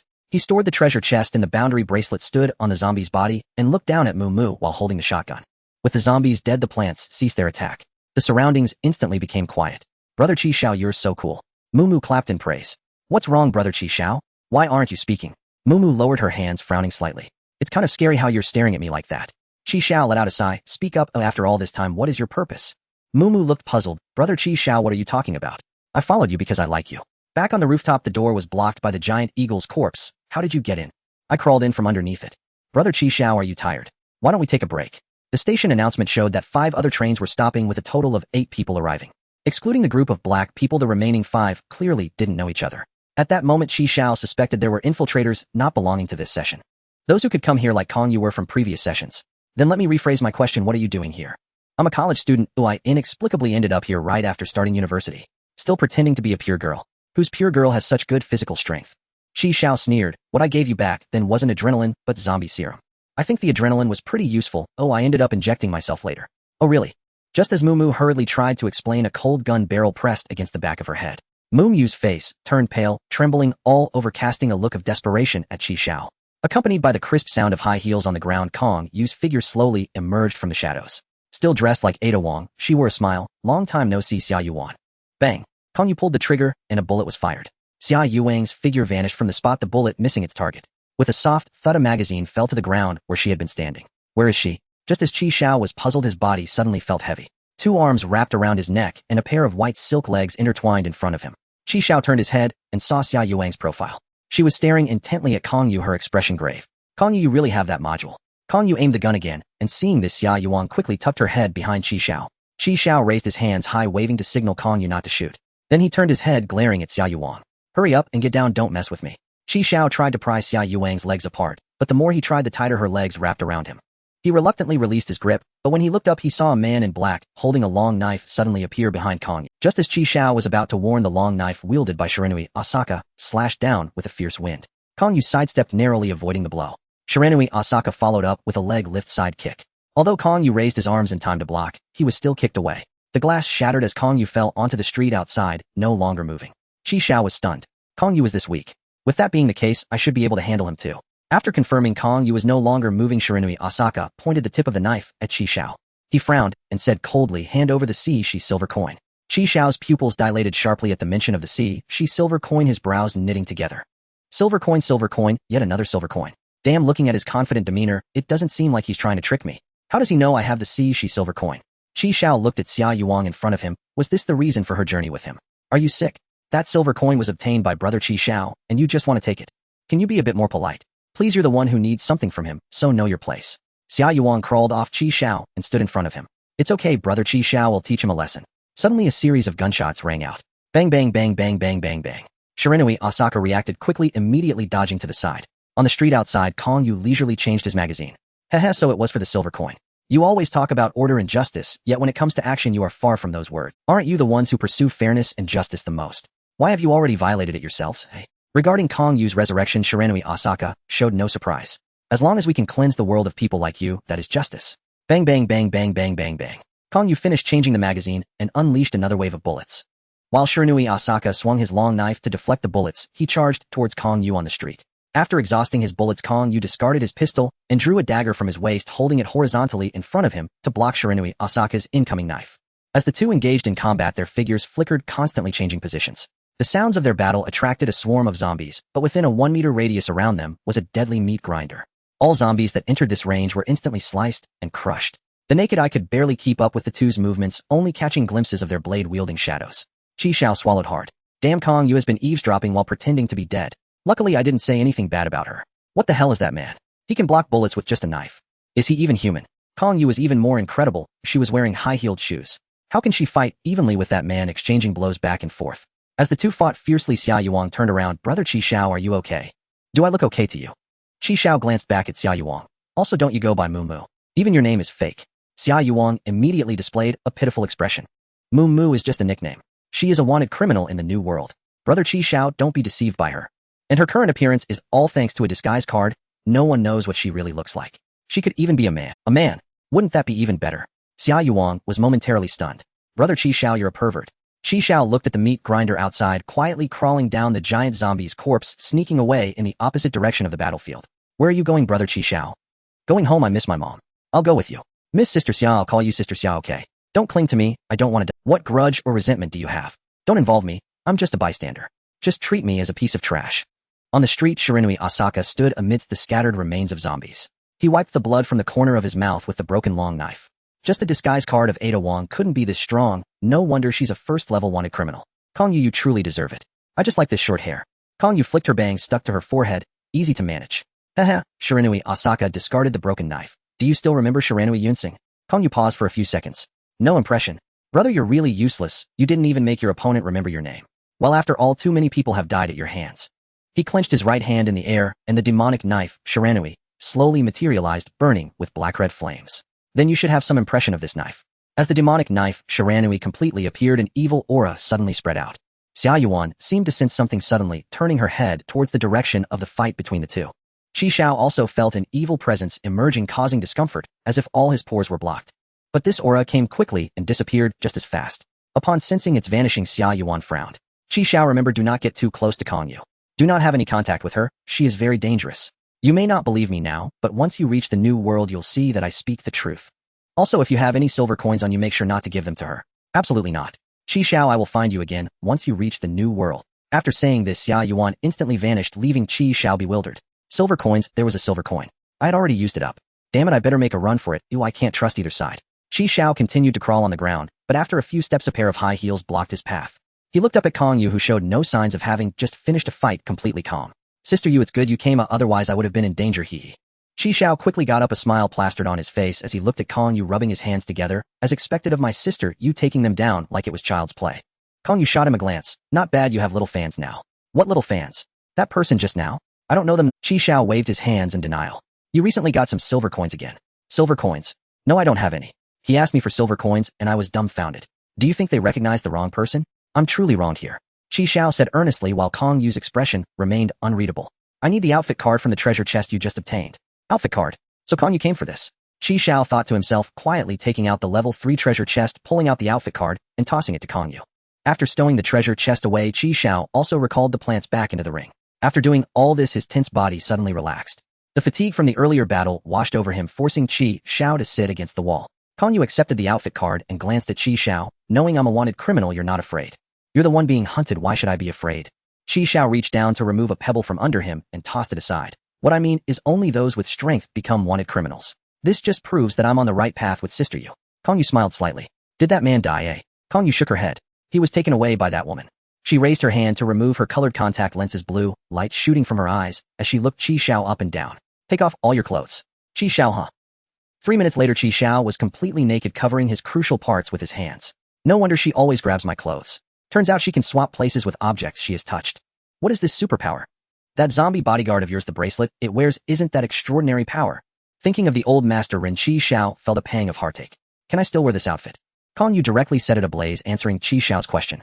By the way, help me take a look at these things. After confirming that the gun long knife ring watch and those potted plants bore no marks left by Xiao Yuan, Xiao Kong Yu's blue light faded from her eyes as she put the colored lenses back on.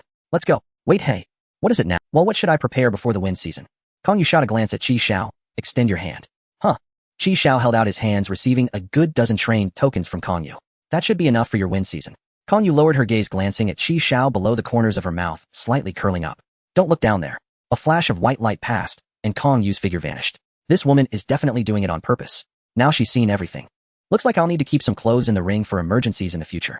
She was able to pull out so many train tokens empty-handed, indicating she also has storage-type tools. After stowing away the 16 train tokens into the ring, Xiao staggered past the debris and glass shards on the ground, approaching the bespectacled man. Still breathing, he hasn't died yet. This guy looks skinny but surprisingly resilient.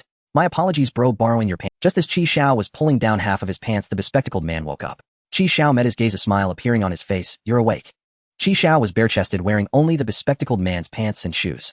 The bespectacled man followed behind him, wearing only the deformed frame of his glasses. He was quite nice. After hearing Xiao's explanation, he voluntarily gave Xiao a few pieces of clothing and even his shoes. Is your glasses broken? Not too bad, the impact isn't significant. The bespectacled man adjusted the crooked frame. Thanks for saving me earlier. By the way, did that woman get saved? Save? Not a chance, she's been ruined by that big. Xiao paused. That big zombie. Xiao was speechless. This guy has a rather unique way of thinking. You saved her and she treated you like that, and you're not angry. Still thinking of saving her. To save a life is better than building a 7-story pagoda. She had her reasons for treating me that way. Oh, I didn't consider it, and overlooked her feelings. I was imposing my subjective judgment onto her. The one at fault is me. You're quite the character, aren't you? Xiao gave him a... The bespectacled man thought Xiao was praising him, and awkwardly scratched his forehead. Xiao sighed. Today he has thoroughly witnessed the diversity of humanity. Where's that girl who was following you? Oh, her. She forgot to turn off the gas at home, so she left first. Huh. Xiao shot a zombie in the head, blasting it apart, and entered the safe house. 10:50, in 10 minutes we can return to the train. Xiao let out a sigh of relief. He looked at the bespectacled man and spoke first. Give me your supplies. What are you going to do? Can't you tell? I'm going to kill zombies. Xiao held the shotgun, taking one shot after another, the zombies' heads exploding like watermelons. In the last 10 minutes, he killed dozens of zombies. Back in the safe house, the bespectacled man was already gone. Looks like he was teleported back to the train. Kill count: ordinary zombies 973, basketball zombie 1, a giant corpse, eagle 1, corpse king 1 overall, rating 99, reward 10 train tokens, a high-quality life potion. Due to breaking the highest record of 93 for entering this world for the first time, an extra module card is awarded. Rewards distributed. About to return to the train, a flash of light passed, and Xiao's figure vanished. 20 minutes ago. Xiao Yuan sensed that Buji Huasang had fainted, so she quickly exchanged a few words with Xiao before moving to Buji Huasang's side. Wow, Xiao, it's been a while. Xiao Yuan looked at the man in front of her, clearly taken aback. Yinxin Go. Why have you Bujihua Yinxin grinned. What do you think? Am I handsome? So ugly. You look better with black hair. You just don't appreciate beauty, but it's fine, you're still young, I won't blame you. Xiao Yuan pointed at the fainted Bujihua Sang on the ground and asked, did you hit him? No, it was Kong Yu who did it. Bujihua Yinsheng raised both hands. I promise I didn't lay a hand on him. Yinsheng Guyu. Bujihua Yinsheng interrupted. Xiao Yuan brushed his bangs and turned to leave. Tell my stupid brother that I borrowed the knife for a couple of days. Watching Bujihua Yinsheng's retreating figure, Xiao Yuan opened her mouth, but ultimately didn't ask the question. Bujihua Sang lay on the ground, his gaze vacant, continuously repeating, impossible. Impossible. Impossible. After changing back into her uniform, Xiao Yuan returned to see him still repeating impossible and slapped him hard across the face. With that slap, his mouth closed, replaced by tears. One slap shouldn't make you cry like this. My brother isn't dead. He even joined a free organization. Impossible, impossible, that dead blonde isn't my brother, no. My brother sacrificed himself 6 months ago while chasing Kong Yu. Who is he? Why is he impersonating my brother? Who is he? Xiao Yuan smirked, but no one said your brother is dead. There was only that cursed knife at the scene and no body was found. Bujihua has passed down through generations. The knife never leaves the person, and the person never leaves the knife. If only the knife remains, it means he is already dead. Xiao Yuan rolled her eyes. So now that your knife is gone, is he dead? She suddenly brightened, clapping her small hands. Oh, I got it, you're in a superposition state of being dead and not dead. Seeing Bujihua Sang unresponsive to her joke, Xiao Yuan sighed helplessly. Even though he dyed his hair blonde, he is indeed Yinxin Ge. Just stop deceiving yourself. That knife can only be wielded by your Bujihua lineage. Your brother said he borrowed it for a few days and will return it once he's done. Also, he said you're incredibly stupid for directly asking others for silver coins. That method of doing things really embarrasses him. Bujihua Sang turned, his face expressionless. That last sentence was made up by you, right? How could that be? It's exactly what your brother said, word for word. Bujihua Sang got up from the ground, took a deep breath, and bowed 90 degrees to Xiao Yuan. Please don't include my brother's appearance in your report, I beg you. I will investigate his matters thoroughly, but before that, please keep it a secret for me. Xiao Yuan narrowed her eyes, her expression. What happened? The one-time mark I left on him has disappeared. It must be Kong Yu's doing. It's all your fault for directly asking for silver coins at Kong Yu must have found out. No way, I have to go check it out. I kind of like him. No, it's too dangerous. What if Kong Yu is still around? If he is, then I will just run away. Don't worry, she won't catch up to me. By the way, give me that zombie. Is my hairstyle really that ugly? Bu Zhihui Yunsheng looked in the mirror, fiddling with his head of dyed blonde hair. In the corner of the mirror, Kong Yu's slender figure appeared. Yu, thank you for sparing my stupid brother's life. You're welcome. Bu Zhihui Yunsheng lowered the mirror and reflected Kong Yu's perfect curves. You could say this is just to get a disguise card, but I didn't expect to run into them here. I even got to see such a good show. That kid is impressive. He managed to take the silver coins without attracting the attention of the guard. Quite remarkable. That guard I also found pitying him. Kong Yu said coldly, as long as it's a female, I will pity them. Stop right there, I'm not that kind of person. Bu Zhihui Yunsheng continued to lower the mirror, seeking the angle to appreciate Kong Yu's long legs and sexy stiletto heels. So he must have gotten at least 3 silver coins. I wonder if he has duplicates. Speaking of which, you seem quite concerned about that kid. Why don't you just take him with you? You can't be oblivious to Xia Yuan wanting to recruit him into the Order of Heaven, right? In the previous world, people can only teleport back to their own train.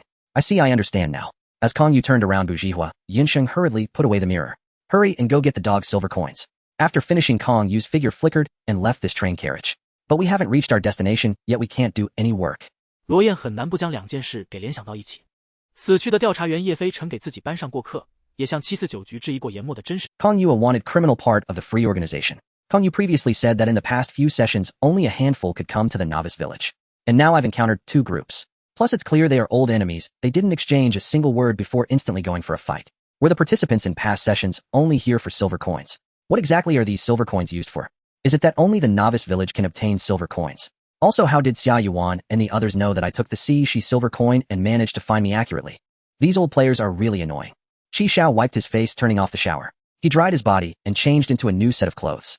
On this trip, he collected 38 train coins, 1 high-quality life potion, and brought back 2 AKs, over 200 rounds of ammunition, 4 grenades, 3 adrenaline shots, 1 zombie serum, and 1 long knife.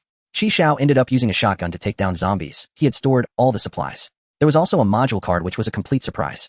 He didn't expect that breaking the scoring record would yield a module card as a reward. This module card is black and has no text patterns or other content. Detected module card, would you like to activate? Yes, no. Xiao clicked yes. Activating special module anchor point retrospect, set an anchor point in the train. No matter where you are, you can ignore any rules and return directly to the anchor point. Once a day, Xiao read through the new special modules functions. Seriously, this is a life-saving skill. With this, he could freely explore and directly teleport to escape if he encountered danger. The most crucial part is that it can ignore any rules and forcibly extract. Xiao thought for a moment and finally decided to set the anchor point at the front of the train. Is Kong Yu's appearance and abilities derived from a costume card? Is this costume card really that powerful? Just thinking about those high heels and long legs paired with a split chi pao, but actually being a nose-picking brute, made Xiao shiver. He took out the light blue is death costume card, thinking that it should be even stronger. But how exactly can this costume card be used? Xiao decided to level up to level 12 and see if he could use this card when he was at the same level as Kong Yu. Moreover, if he transformed into a woman, it would imply that Kong Yu could indeed be a man. Metal 524, 300 kilograms. Plastic 295. 150 kilograms. Wood 101, 100 kilograms. The train's central air conditioning is fully on, consuming quite a bit of metal. On this day, including the refrigerated carriage, it surprisingly consumed over 3 kilograms of metal. However, the materials for leveling up were still sufficient. Before upgrading, Xiao spent 10 train coins to modify the train's self-destruct feature.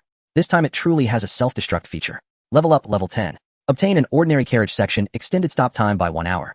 You can still choose to depart at 10:50. Activate the free boarding and alighting module. Free boarding and alighting, all carriages can open one door, and only the train conductor can control the switch. The stop time for level 10 trains has been extended by another hour now, allowing for the latest departure at 14 o'clock. The new free boarding module means that Kong Yu's ability to open doors anywhere wasn't just a modification. Indeed, there's no need to run to the front of the train to get on and off anymore. More importantly, Xiao was astonished to find that the leveling materials had changed. Metal 224, 600 kilograms. Plastic 145. 300 kilograms. Wood 200 kilograms. Train coin 0. 10 coins. The quantities of all 3 resources have doubled, and yet 10 train coins are still required. The difficulty of leveling up after reaching level 10 has suddenly escalated. Xiao rubbed his temples. Train coins were manageable, but the quantity of resources was completely insufficient. He had sold all the old blankets and clothes, and in winter the only thing that moved was food. Xiao accessed the trading platform. Sure enough, due to the low temperatures, the trading prices for food and wood began to rise. Xiao went to the refrigerated carriage and took some pumpkins to the kitchen. After cleaning them, he scooped out the flesh and put it in the oven. He planned to trade the roasted pumpkins for resources. After all, there were over 500 pumpkins which he could never consume all. While waiting, Xiao checked the refreshed modifications. Temperature control, obtain a train-specific cabinet air conditioner. 3 train coins. Kitchen waste recycling, obtain an automatic compost bin, which can turn kitchen waste into fertilizer. 5 train coins. Apple green, change the carriage color to apple green. 1 train coin, a cabinet air conditioner. Is my central air conditioning fully on, bro? Xiao thought for a moment. Although he didn't need it, he could sell it to others. Moreover, it would conveniently resolve that hidden danger. Arriving at the planting carriage, Xiao studied the newly modified automatic compost bin. This compost bin is roughly the same size as a common black garbage bin, and it has a screen on the lid. The screen displayed 3 types of fertilizers that could be made: regular fertilizer, multipurpose fertilizer, and magical multipurpose fertilizer. The higher the grade of fertilizer, the more diverse and rare the kitchen waste needed, and the greater the quantity required. It can even produce magical multipurpose fertilizer. Xiao knew the effects of this fertilizer, which not only accelerated growth, but also had a chance to directly hasten maturation, transforming kitchen waste into magical multipurpose fertilizer to grow plants. This bin truly turns waste into treasure. Xiao poured the pumpkin flesh he had scooped out while roasting into the bin selected to produce magical multipurpose fertilizer and closed the lid. The compost bin began to work. Xiao took out the potted plants and placed them on the ground, then harvested the mature mushrooms before leaving the planting carriage. Zijian's stop today was at Qianshizwang. After receiving the 3 train coins and a heap of rotten tea leaves he had transferred, Xiao sent a message: I got a train-specific cabinet air conditioner. They'll give it to you for a cheaper price, 5 train coins. What? 5? Ally price. This is a cabinet model. The effectiveness is absolutely top-notch. I have no money. You just tricked me into buying a stove yesterday, and now you're selling me an air conditioner. How about this? Return the stove, and ITLL count as 1 train coin. Thank you so much. Shijian emptied her last 4 train coins plus a furnace to exchange for an air conditioner. Xiao felt a bit guilty. Always tricking her was starting to feel a little awkward. He thought for a moment and transferred half a kilogram of metal to Shijian as compensation. Taking back the furnace, Xiao placed some firewood inside and roasted 2 pumpkins. With the furnace and oven working together, Xiao boiled water and cooked 3 packs of sauerkraut beef noodles. He served a bowl to Shijian while Xiao directly hugged the pot and began to eat. Shijian remarked, "Is the food served this early today? This sauerkraut beef noodle actually has beef. And such big chunks. What are you dreaming about? That was the beef. Can I add it in? Alright, I was thinking too much." The broth was sour and appetizing, the beef tender and flavorful, and the noodles were chewy and smooth. Oh. Xiao was sweating profusely from eating and turned the air conditioner to cooling mode. After slurping the last noodle, he picked up the pot and drank the broth. Refreshing. Eating instant noodles occasionally is still quite enjoyable. There are currently 13 people left in the chat room. Everyone, the blanket guy has new goods. Pumpkins. Pumpkins. How do you eat them raw? No, the blanket guy roasts them directly. They were still hot when I got them. Oh. What to do if I don't have train coins? I really want to eat. No need for train coins, metal can be exchanged. And only 10 kilograms. Is the pumpkin guy doing charity again? I love the pumpkin guy. Damn, I just saw a lot of trading links. How did they disappear in a blink? If you see it, hurry up and act. What are you thinking? For the next while, Xiao was busy roasting pumpkins, trading resources, chatting, and training in the gravity carriage. After knocking down the puppet with a punch, Xiao collapsed onto her, taking deep breaths. Ha ha ha ha. With 3 times the gravity, even a normal punch became extremely difficult. Calling you Xia Yuan Knife Man. That group of freaks from the New World, especially that knife man, even wanted to rob my silver coins and chop off my hand. Xiao suddenly got up, riding on the puppet, gripping her neck, and roared, I will definitely kill you one day. Xia Yuan stood behind him, covering her mouth with her small hand, her eyes wide open. Brother, Xiao, isn't this Hearing the voice of Xia Yuan, Xiao's heart skipped a beat. What she found must have been overlooked, as everything on me had been. Xiao turned around, and Xia Yuan tilted her head with a bright smile. The JK skirt, white stockings, and twin tails were gone. Now she wore a fitted black uniform like that of a knife-wielding man, long boots, and a wide-brimmed black hat. Xiao turned around, and Xia Yuan tilted her head with a bright smile. The JK skirt, white stockings, and twin tails were gone. Now she wore a fitted black uniform. Looking into her sparkling big eyes, Xiao recalled the scene when she performed artificial respiration on him. Did he leave any backup plan at that time? Woof woof woof. The black wind monster, sensing a stranger's aura, rushed to protect, but was picked up by Xia Yuan and cradled in her arms. Wow, so cute. Xia Yuan stroked the dog's head while playing with its little paws. Brother Xiao is so caring, even raising a little dog. What's your name? Black Wind Monster, Xiao replied. So it's called the Black Wind Monster. What a name, very much in line with Brother Xiao's style. Xia Yuan held the Black Wind Monster and walked into the gravity cabin, coming to Xiao's side. Looking at the doll he was riding, Xia Yuan made a sound of disapproval. Brother Xiao, so you like to play with the unmoving ones? Triple gravity, seemingly indifferent. The Black Wind Monster didn't react. Did she have something on her that could What's wrong with being unmoving? As long as I can move, that's enough. Xiao shot her a glance, propped up the doll, and then adjusted the gravity in the cabin back to normal.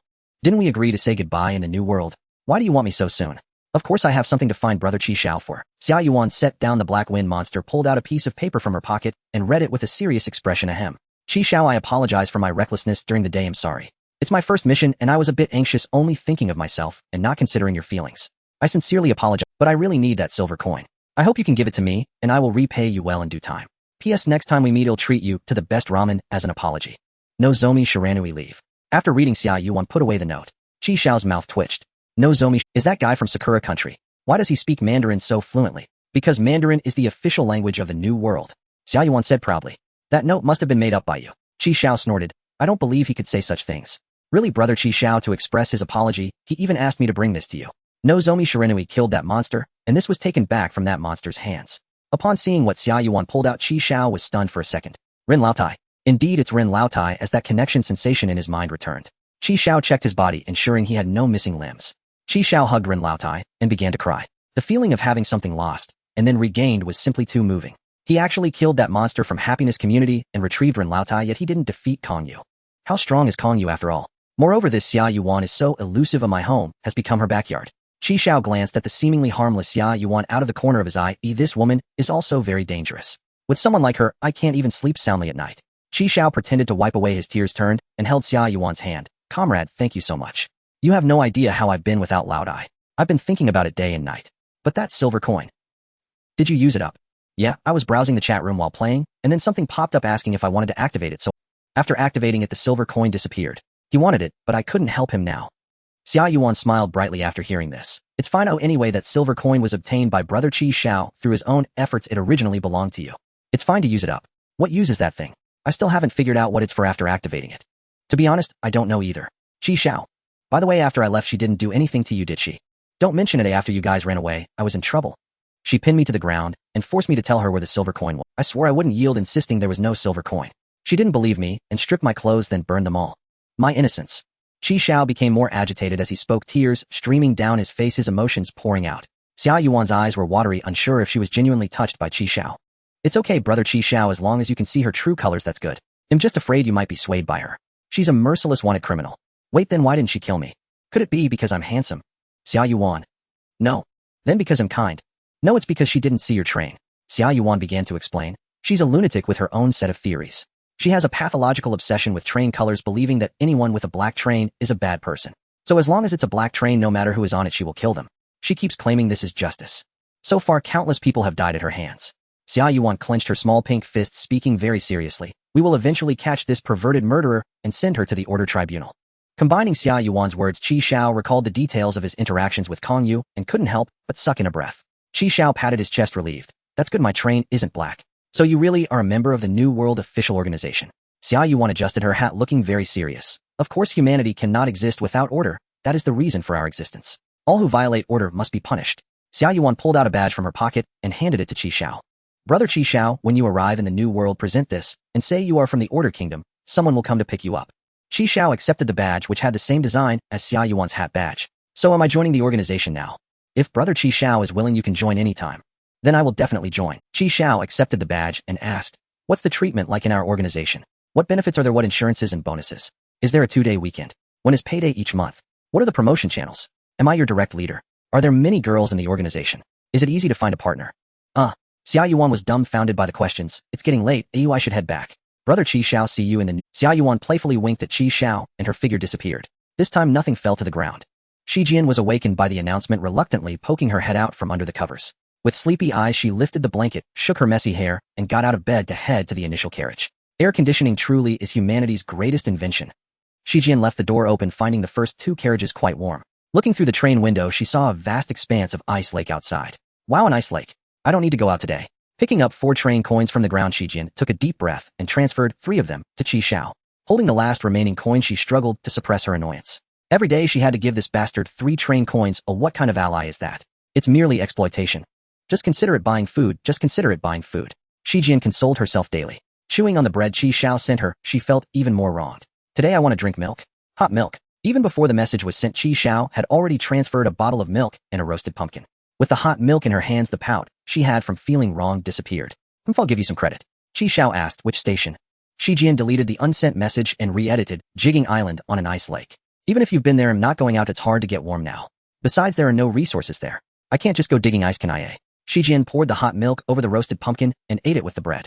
I've actually been there. There's a tier 3 treasure chest in the center of the lake that can yield 12 train coins. Shijian sprayed out her milk upon reading Xiao's message. Wiping her mouth with the back of her hand, she asked, you're not lying to me, are you? Please tell me what reason do I have to deceive my— You could just stay on the train, someone might bring the treasure chest right in front of you later. Do you take me for a fool? How could such— Shijian pouted, quickly finishing her breakfast changed into the thick clothes Xiao had sent her, grabbed her revolver, and stepped out of the train. 12 train coins. And she wouldn't have to share them with that big dark guy, they would belong solely to her. Oh, here we go. Is it so cold? Shijian hugged her arms tightly. The center of the lake, where could that be? After just a few steps, she saw something box-shaped beneath the ice. She bent down to check. It was indeed a treasure chest. I must be the chosen one. This treasure chest is right next to my train. Shijian knocked on the ice, immediately feeling deflated. This ice is thicker than my life. Shijian immediately returned to the train and told Xiao that she found the treasure chest, but the ice was too thick, and asked if there was a way to solve it. Xiao sent her a shotgun. Unlimited bullets, but the recoil is a bit strong. You can try it first. Unlimited. Where did he get this? Does it even exist in reality? Suddenly a girl's scream came from outside and Shijian hurriedly took out the shotgun and stepped out. A little girl was being relentlessly chased by a white bear. Seeing the distance between the bear and the girl getting closer, Shijian quickly pulled out her revolver and fired a shot. The girl was so scared that she fell while the white bear turned around and charged at Shijian. Roar! Shijian raised the shotgun and fired another shot. The recoil knocked her back, causing her to fall onto the ground. The bear was no better off but took a shot to the front, blood stain. This also ignited its fury, raising its claw heavily towards Shijian. Shijian rolled over, barely dodging, while leaning against the carriage to brace against the shotgun's recoil. She fired another shot at the white bear. This time she hit its abdomen, causing it to yelp in pain and try to escape, but it didn't get far before it collapsed onto the ice. It's dead. Shijian held the shotgun, breathing heavily as mist rose around her. It turns out I'm this powerful. Shijian walked over to the girl and helped her up. The girl was clearly in shock. After Shijian woke her up, she kept shouting for help. Shijian, a language graduate student from a prestigious university, utilized her multilingual skills at this moment. Gently patting the girl's back, she reassured her, it's okay, it's okay. Look, the bear is already dead. The girl looked in the direction Shijian was pointing and saw the white bear lying motionless on the ground. My name is Shijian, what's your name? I'm Xiao, your big sister. Did you really kill the bear? Yeah. Wow, big sister is so amazing. At that moment a man appeared on the ice riding a dog sled and loudly calling out, Dad, I'm here. Over here. Xiao quickly got up, waving and calling out. The man stopped the sled, got off, and tightly embraced Xiao, tears streaming down his face. Dad, I'm sorry. I shouldn't have sneaked out alone. Xiao told Winifred about being chased by the white bear. It was this big sister who saved me. Shijian smiled at the two of them, and Winifred released Xiao, wiped his tears, stood up, and thanked Shijian. Winifred earnestly invited Shijian to visit his home, but Shijian hurriedly declined. I have things to do, I appreciate. After saying that, Shijian went back to the treasure chest. She had only fired 2 shots before and was still recovering. Shijian raised her gun and shot at the ice. All that was left was a white mark, only a few ice chips were chipped off. Big sister, are you trying to break the ice? Xiao had unknowingly followed her. At that moment Winifred also dragged the white bear to Shijian's side. He indicated that this was the prey Shijian had shot and wanted her to take it. Dad, can you help big sister break the ice here? Winifred nodded repeatedly, saying no problem. He just needed to go home to get— Really? That's great. I don't want this bear, you can take it back. Just help me break the ice here. Thus Shijian returned to the train to wait for Winifred to come back with the tools. Big sister, your train looks so unique. And it's so warm, really comfortable. Xiao loved the train and ran. Wow, this hat is beautiful. Do you like it? Then I'll give it to you. Shijian put the red knitted hat on Xiao, which matched her rosy cheeks perfectly. Thank you, big sister. Xiao happily hugged Shijian. An hour and a half later Winifred's sled appeared in Shijian's line of— He returned with ice-breaking tools. With the professional tools it was different. In just an hour the ice layer over a meter thick. Seeing the treasure chest in the water, Shijian clenched her fist in excitement. Yes, it's within reach. But just as Winifred was about to lower the hook to lift the chest, a sudden current swirled beneath the ice, carrying the chest away by several meters. The treasure chest was once again concealed beneath the thick ice layer. Shijian was stunned, feeling as deflated as a punctured ball. If she wanted to salvage it now, she would have to break the ice again, but the train would depart in half an hour. 12 o'clock. The train is about to depart. Please sit tight. Shijian lay on the mattress, trembling from sobbing, her little pearls dropping continuously. My treasure chest. Not long after Shijian left, Winifred broke through the ice layer again. This time he successfully hooked the treasure chest up. Strangely, the chest was not locked, yet it could not be opened. Dad, can we come back tomorrow? Maybe big sister Shijian will return. Winifred affectionately patted Xiao's head as they tied the treasure chest to the sled and headed home with the white bear. The next day they returned to the ice lake with the treasure chest. This time a red train was parked by the edge of the ice lake. In the dense forest, sunlight pierced through the canopy, forming circular patches of light on the ground. Xiao wiped the sweat from his brow and glanced at his watch. It was almost time. Anchor point, rewind. A flash of white light enveloped Xiao as he rewound from the forest to the front of the train. He tossed the cut branches into the loading area, having collected a total of 210 kilograms of wood. 3 days had passed since he returned from Dawn City, and during this time Xiao had not made any sudden appearances. This eased Xiao's mind somewhat. It seemed she had indeed left the novice village. What terrible luck it was encountering them consecutively for 3 stations in desolate wilderness with little resources to speak of, and primarily no treasure chests. What a group of misfortune bringers. They had cleaned out all the treasure hunters. Interestingly, however, Shi Jian had actually docked at the extreme ice lake yesterday. Though he ultimately did not obtain a treasure chest, this indicated one thing: treasure chests could respawn. Since treasure chests would respawn, why would Xia Yuan and her companions still seek him out? Could it be that silver coins do not respawn? After cleaning the wild chicken he had just caught, Xiao began to prepare lunch. Roasted chicken paired with roasted peas, roasted corn, and mushroom soup. For dessert, there was watermelon. Enjoying the delicious meal, Shi Jian's disappointment over the lack of treasure chests was swept away. After lunch, Xiao continued to roast pumpkins for sale. In 3 days, he had traded a total of 120 roasted pumpkins. The pile of pumpkin guts he had dug out went into the automatic composting barrel, resulting in only a handful of magical multipurpose fertilizer. The yield was pitifully low. In total, he had traded 900 kilograms of upgrade materials and metals and 300 kilograms in plastics. That was sufficient for a level upgrade. Metal 1120 I 600 kilograms, plastic 445. 5, 300 kilograms wood 211, 200 kilograms train coins 0, 10 coins. After tossing in 10 train coins into the loading area, Xiao clicked to upgrade. Level 11. Gained a standard train carriage, no new functionalities unlocked. Xiao checked the refreshed modification. Hands-free, gain a train-specific rotary washing machine, heat pump, dryer, hidden external water tank. 6 train coins. Relax, gain a train-specific fully automatic massage chair. 3 train coins. Lightning speed, gain a train-specific motorcycle with a driving license included. 8 train coins. What a ridiculous motorcycle, it actually costs 8 train coins. Can it really run as fast as lightning? Although it was quite expensive, having a mode of transportation would certainly expand his exploration range in the future. The motorcycle allowed for color customization, and Xiao hesitated between red and green for quite a while. Ultimately, a sleek, brightly colored red motorcycle appeared in the carriage. On the seat lay a driver's license featuring Xiao's photo and a helmet. Xiao casually stowed the driver's license in his spatial bracelet, swung his leg over, and mounted the motorcycle. Even though he was inside the carriage, he could already imagine the exhilarating rush of wind. After Xiao entered his fingerprint and voice print, this motorcycle could only be started by him. Wait, is that a coin? This motorcycle actually consumes train coins. It doesn't run on fuel, it runs on coins. Xiao felt utterly cheated. Let's hope 1 train coin lasts him a year. A washing machine, a dryer, and an external water tank. This modification is quite appealing. He must give the external water. There's also the fully automatic massage chair. Aside from being a bit pricey, there's nothing wrong with it. After running on the gravity carriage and exercising, he often felt sore and cramped. A massage chair is definitely a necessity. Money is no object.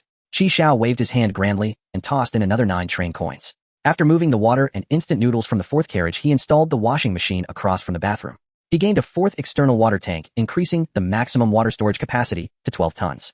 The massage chair was placed in the bedroom. Xiao sat down on the massage chair, selecting the highest-end real person mode. The sensation was exquisite, as if countless soft little hands were gently caressing, kneading, and striking Xiao. The fatigue from the training and tree cutting over the past few days was quickly swept away. Xiao twisted his neck and shoulders. This real person mode was indeed comfortable. Summoning a holographic screen, Xiao checked the station where they would dock tomorrow. Next docking station, Wuxing Mountain. A seal-suppressing Sun Wukong lies beneath Wuxing Mountain, no danger. Note: only Tang Sung can lift the seal on Sun Wukong. Sun Wukong has not touched water for hundreds of years. Providing him with food can greatly increase favorability. There is an 8th level treasure chest beneath Sun Wukong. It could yield 80 train coins, 3 life-saving hairs, and 1 module card. Oh my brother monkey. An 8th level treasure chest, my goodness. Treasure hunter, you took a 3-day break, and it turns out you were brewing something big. Let me think, I need to prepare something. Xiao opened the chat room and sent a few messages. Great sage, great sage. Oh my, the Monkey King. Xiao shouted loudly the name of Sun Wukong at the foot of Wuxing Mountain. Damn it, where exactly is Monkey King suppressed? Xiao's voice was nearly hoarse from shouting. He had no choice but to use that trick. Sun Wukong had long forgotten how long he had been suppressed here. Didn't the Bodhisattva say someone would come to free me? Where are they? I might have to wait until I fall asleep. In a daze, Sun Wukong heard someone calling the 3 words he despised the most. He bared his teeth and raised his head. I am the great sage equal to heaven, Sun Wukong, who dares to disrespect me, the beautiful Monkey King of Water Curtain Cave. Who? Not long after, a figure pounced before him. Oh my great sage, I finally found you. Influenced by the films he watched as a child, Xiao initially searched at the foot of the mountain. To his surprise, Monkey King was suppressed beneath a small mound that looked like a grave. A seal was plastered on the mound. The Monkey King's head was sticking out in front while his rear was exposed, looking extremely undignified. Were you the one calling me Baima when earlier? Who? Who dares to be so rude to me, the great sage equal to heaven? I will not let you go first. Oh, you recognize me. Great sage, your reputation is known far and wide. Unfortunately, you are not the one the Bodhisattva said would release me. Great sage, I can give it a try. Xiao reached out, preparing to lift the seal on the mound. It won't budge. He gritted his teeth, pressing his feet against the mound and pulling with all his might. His face turned red from the effort, but the seal did not move an inch. It was clearly just a small seal, yet it felt as if a gust of wind could easily blow it away. As expected, it must be that only Tang Sung can lift it. No good, great sage, I can't lift this thing. Xiao wiped his sweat, panting heavily. This treasure chest is not so easy to obtain. Don't blame yourself. Once I'm out, I will smash the flesh tumor on the Buddha's head. Gurgle. Great Sage, what was that sound? Your stomach is growling. I haven't eaten anything since I was suppressed here. Great Sage, look. Xiao was already prepared as he had brought a bunch of food in his spatial bracelet. What is this? It's icy and cool, delicious. Burp, it even has carbonation. This little black water is interesting, enjoyable.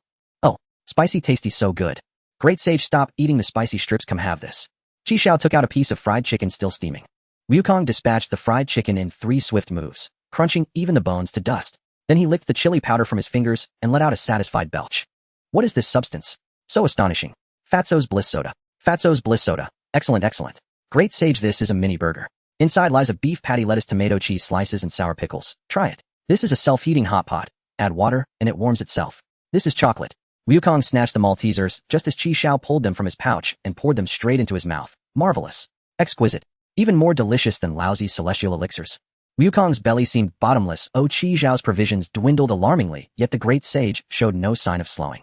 After a whirlwind feast, Wukong suddenly furrowed his brow and tilted his neck, looking distinctly unsettled. What troubles you, Great Sage? Quick, retreat. Put distance between us. Though baffled, Xiao obediently stepped back. 10 meters beyond the earthen mound, a rapid staccato of thunderous flatulence erupted. Boom, boom, boom, boom. A sulphurous yellow haze billowed forth, shaking the very earth beneath their feet. When the barrage ceased, an unstoppable torrent followed.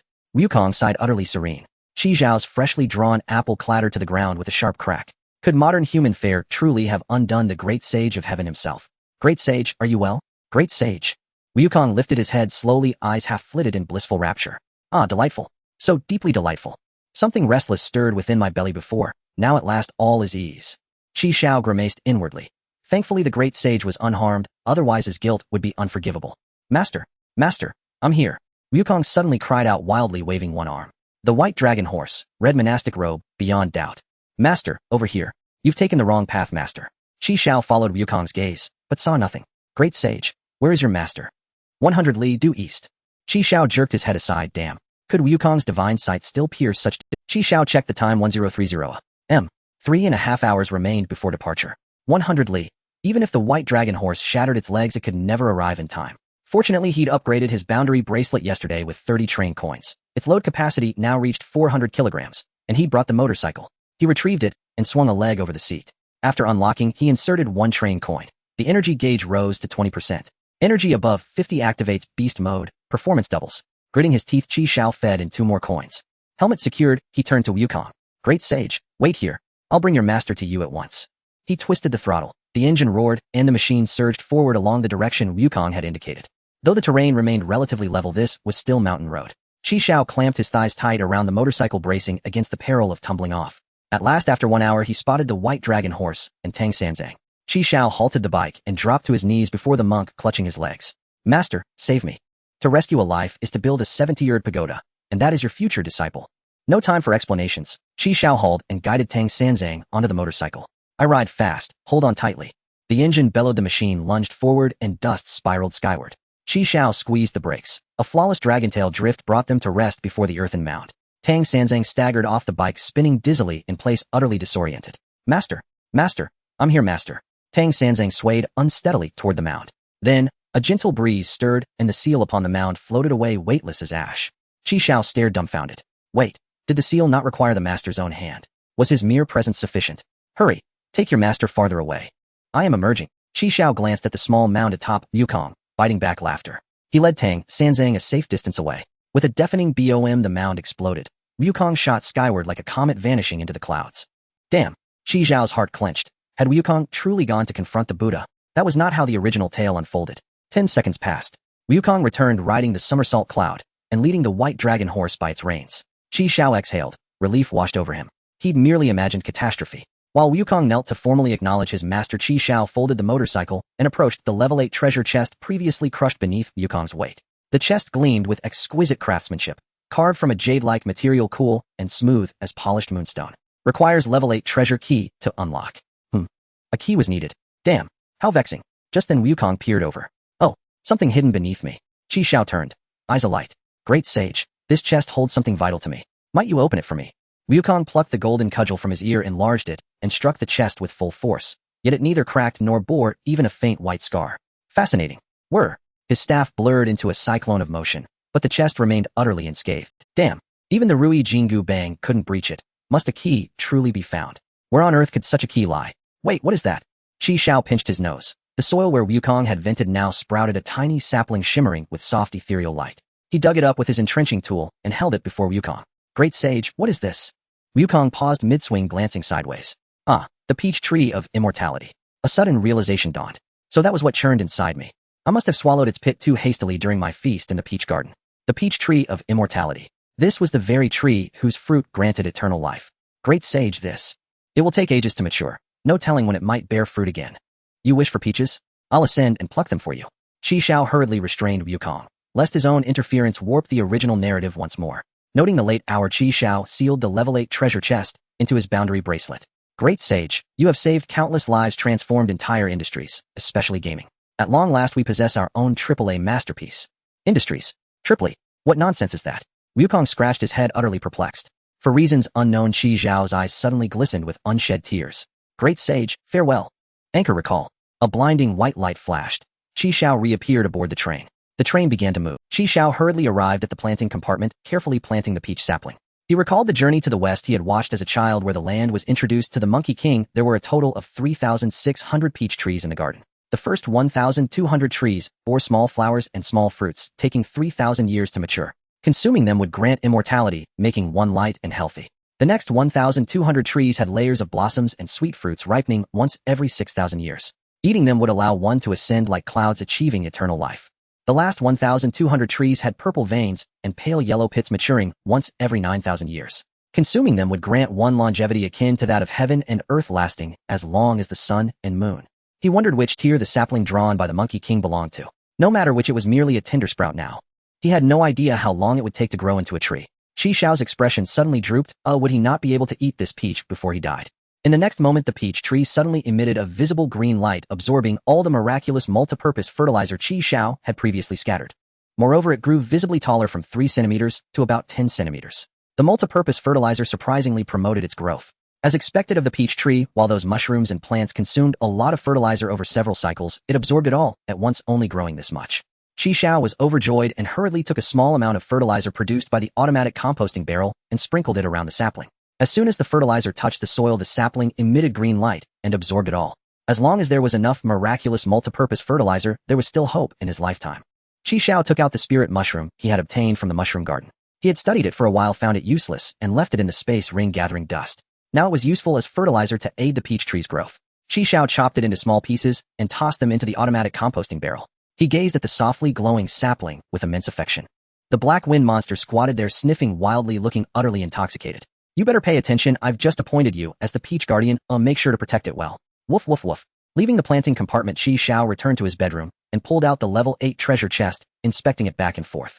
TSK, TSK, TSK. The Monkey King had knocked for so long yet left no mark. Where was he supposed to find the key? Ding dong, ding dong, ding dong. Seriously, it's late. Why isn't dinner served yet? Where is everyone? I'm starving, starving, starving.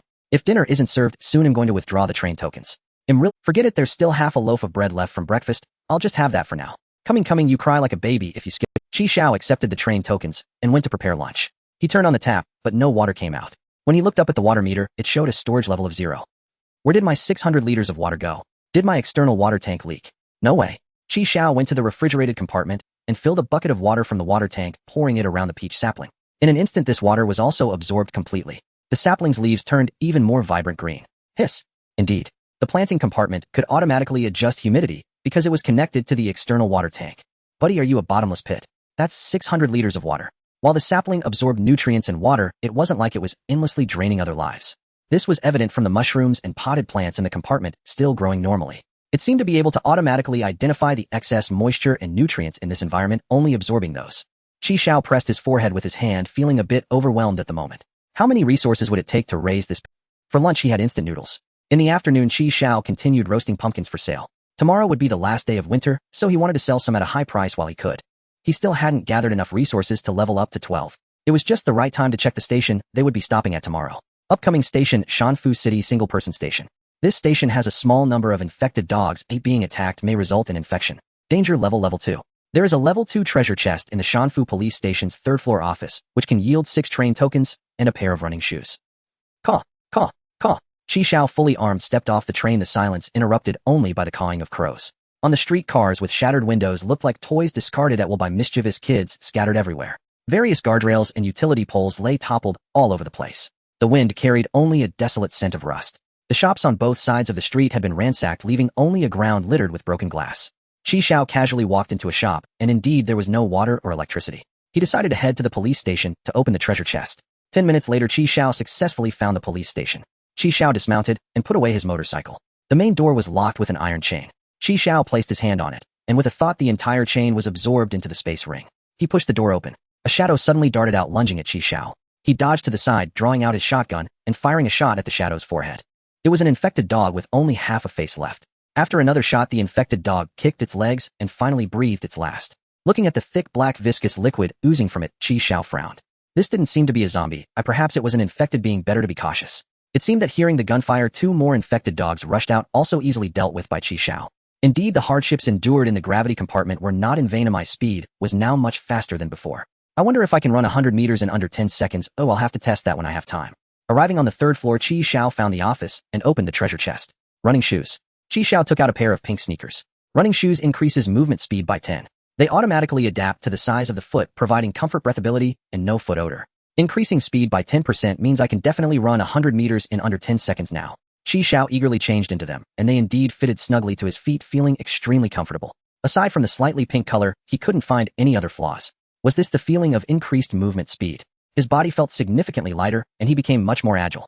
He ascended the stairs at a rapid pace. After casually searching for useful supplies and finding nothing, Qi Xiao hurriedly made his way back. On the way back, Qi Xiao spotted a water truck. He hurried back to the water truck. Qi Xiao pulled the hose and opened the valve to release water. The water was clear, likely tap water. The water tank of the water truck had a transparent water level gauge showing there were still 8 tons of water. Qi Xiao opened the driver's door. The keys were still in the ignition. Perfect.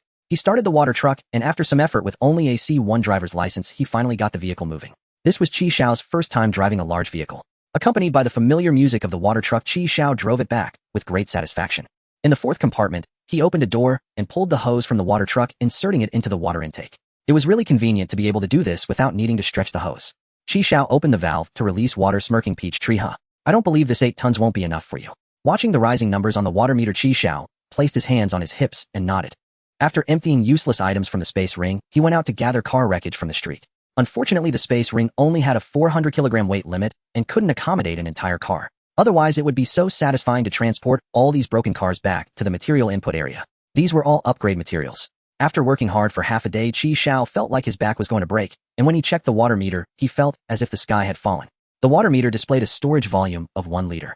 The 8 tons of water in the sprinkler truck had all been used up. Good. At least it isn't a bottomless pit. At least he saw hope. Qi Xiao comforted himself this way. The peach saplings absorbed 8 tons of water. Their leaves grew broader, and 2 new green leaves sprouted, glistening with moisture. Qi Xiao arrived at the initial carriage and threw the salvage car wreckage into the material input area. Metal 1290 600 kilograms. Plastic 370 300 kilograms. Wood 9 200 kilograms. Train token 0, 10 pieces. While the metal and plastic are sufficient. No more waiting. Oh, let's upgrade to level 12 now. Qi Xiao designated the entire initial carriage as the material input area, and all the accumulated wood vanished in an instant. A total of 198 kilograms. With 10 train tokens put in, Qi Xiao took a deep breath and clicked to upgrade. Level 12. Finally, he was at the same level as Kong Yu. Gained an ordinary carriage. It merely added 1 more carriage without unlocking any new features. No way. Qi Xiao suddenly thought of something and hurriedly opened his personal profile. Train conductor Qi Xiao, level 12, number of carriages 12, initial carriage X1, a refrigerated carriage X1, planting carriage X1, gravity carriage X1, ordinary carriage X8, transformations, dynamic camouflage power, enhancement essential for the lazy treasure hunter, early departure. This is art. Clicking on each carriage's details shows that the carriage can be disassembled. Qi Xiao took a deep breath. Indeed, the number of carriages never represented the level. He felt that no one would disassemble carriages obtained through hard-earned upgrades. Since only upgrades could increase the number of carriages in his subconscious, more carriages were naturally better, leading him into a cognitive trap. So what level is Kong Yu at? And what is the maximum level? After working hard to reach level 12, even more questions are. Looking at it this way, compared to previous generations, he still felt too weak. Qi Xiao did not trust either Kong Yu or Xiao. When the mountains crumble and the waters flow away, the only one to rely on is oneself. To forge iron, one must be strong. Only by being strong oneself will he not be manipulated by this group of people. There was no hope of using the costume card. He didn't know what the Qinglong silver coin was for. The level 8 treasure chest also had no key to open. The peach saplings had no idea when they would grow up.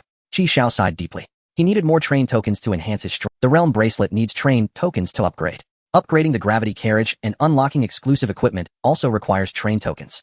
Motorcycles and train modifications also require train tokens. Xiao opened private chat and sent a message to Shi Jian. Do you want more train tokens? What are you up to this time? Xiao told Shi Jian about his new discovery. Your arrival rewards are based on levels, so having so many empty carriages is basically useless. After level 10, the resources needed for upgrades not only double, but also require 10 train tokens. So the earlier you upgrade, the more train tokens you will receive. If you reach level 10 today, you can get 5 train tokens tomorrow. Think about it, my good ally. After brainwashing, Shi Jian Xiao checked the new modifications available at level 2. Basic bathroom components gain a train-specific showerhead, wash basin, toilet, hidden external water tank, 5 train tokens. Cure-all gain a train-specific kettle, 1 train token. Eye-catching package follows the account. Your messages in the chat room will be pinned and your speaking times will increase by 10 to 5 train tokens. Huh. There are bathroom components again. It turns out modifications can repeat. Xiao had always thought modifications wouldn't repeat. There were only 19 train tokens left, and winter would end tonight. The 16 train tokens given by Kong you cannot be touched for now. They are reserved for the wind season's minimum guarantee. For now, no modifications. Xiao waved his hand to close the light curtain. Is that how it is? After reading Xiao's message, Shi Jian opened her personal information. It really can. Understanding Xiao's meaning, Shi Jian decisively clicked to disassemble. After all her possessions were in the first 2 carriages, while the last 2 were empty. Disassembly is not possible while the train is in motion. Oh. Seeing Shi Jian's message, Xiao slapped his forehead, forgetting that this person was at level 4 and had already departed at 12 o'clock.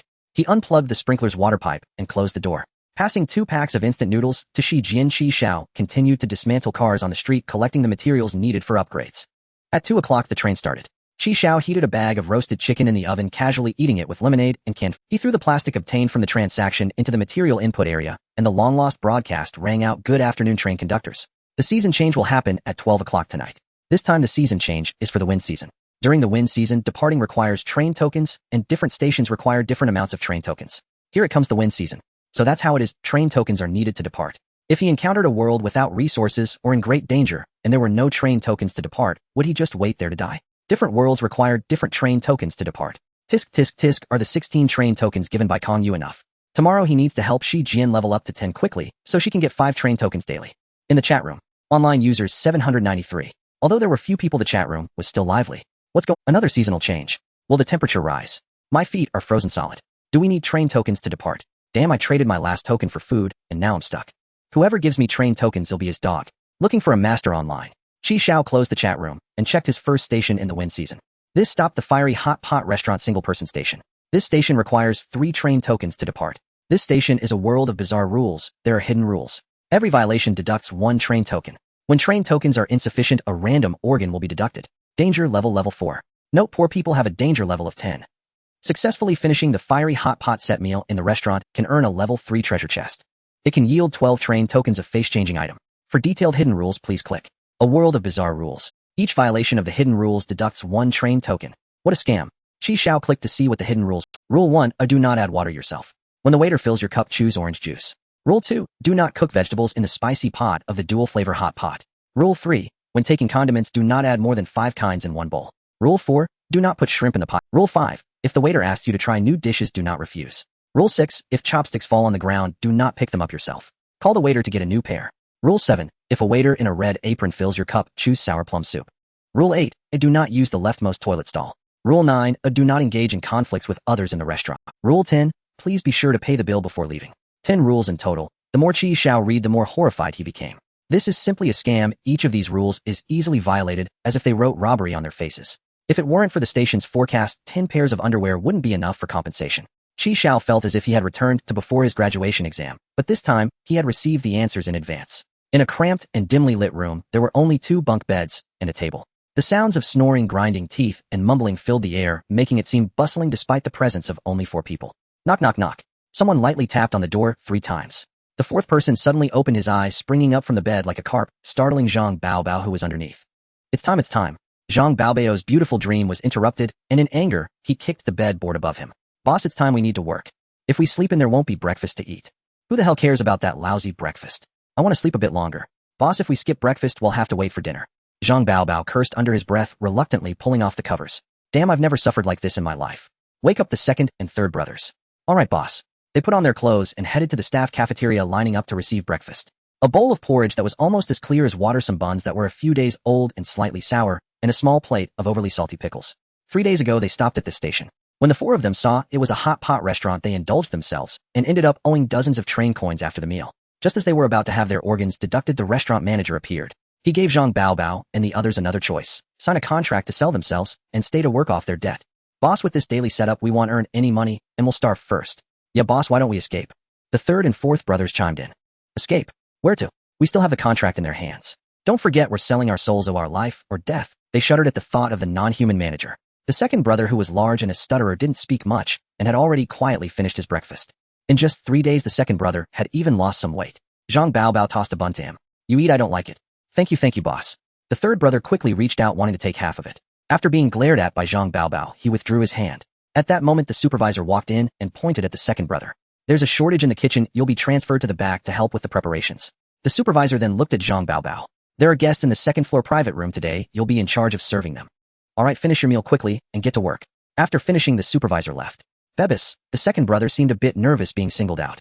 Zhang Baobao patted his shoulder. Go on, it's fine. I'm at ease with you going. If it were the third brother, I wouldn't be so sure. The third brother pouted. Yesterday a woman in the kitchen stole food and the consequences were quite severe. They could even make mapo tofu out of it. Third and fourth brothers, keep your eyes open in the hall. Let's work hard, con people, and get our damn contracts back as soon as possible. This hellhole is no place for a human to stay. Alright boss.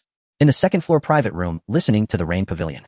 Hello, I apologize for disturbing you all. Lubricating oil and machine oil hot pot is here. Zhang Baobao set the pot base and turned on the heating switch. Here are the cold dishes screws paired with nuts, 5 spice button batteries, and cold mix displays. The vegetables for hot pot will be coming right up. After pouring 98-octane gasoline into their cups, Zhang Baobao wiped his sweat and smiled as he left the private room. Damn it, the customers are getting weirder. Just the other day a group of octopus-headed people came, and now there are robots. With gasoline, machine oil, and batteries. Aren't they afraid of an explosion? Crap, does this supervisor want to kill me? Beb boss. The fourth brother came rolling and crawling to Zhang Baobao. What's wrong with you panicking like that? How many times have I told you to be steady, be steady?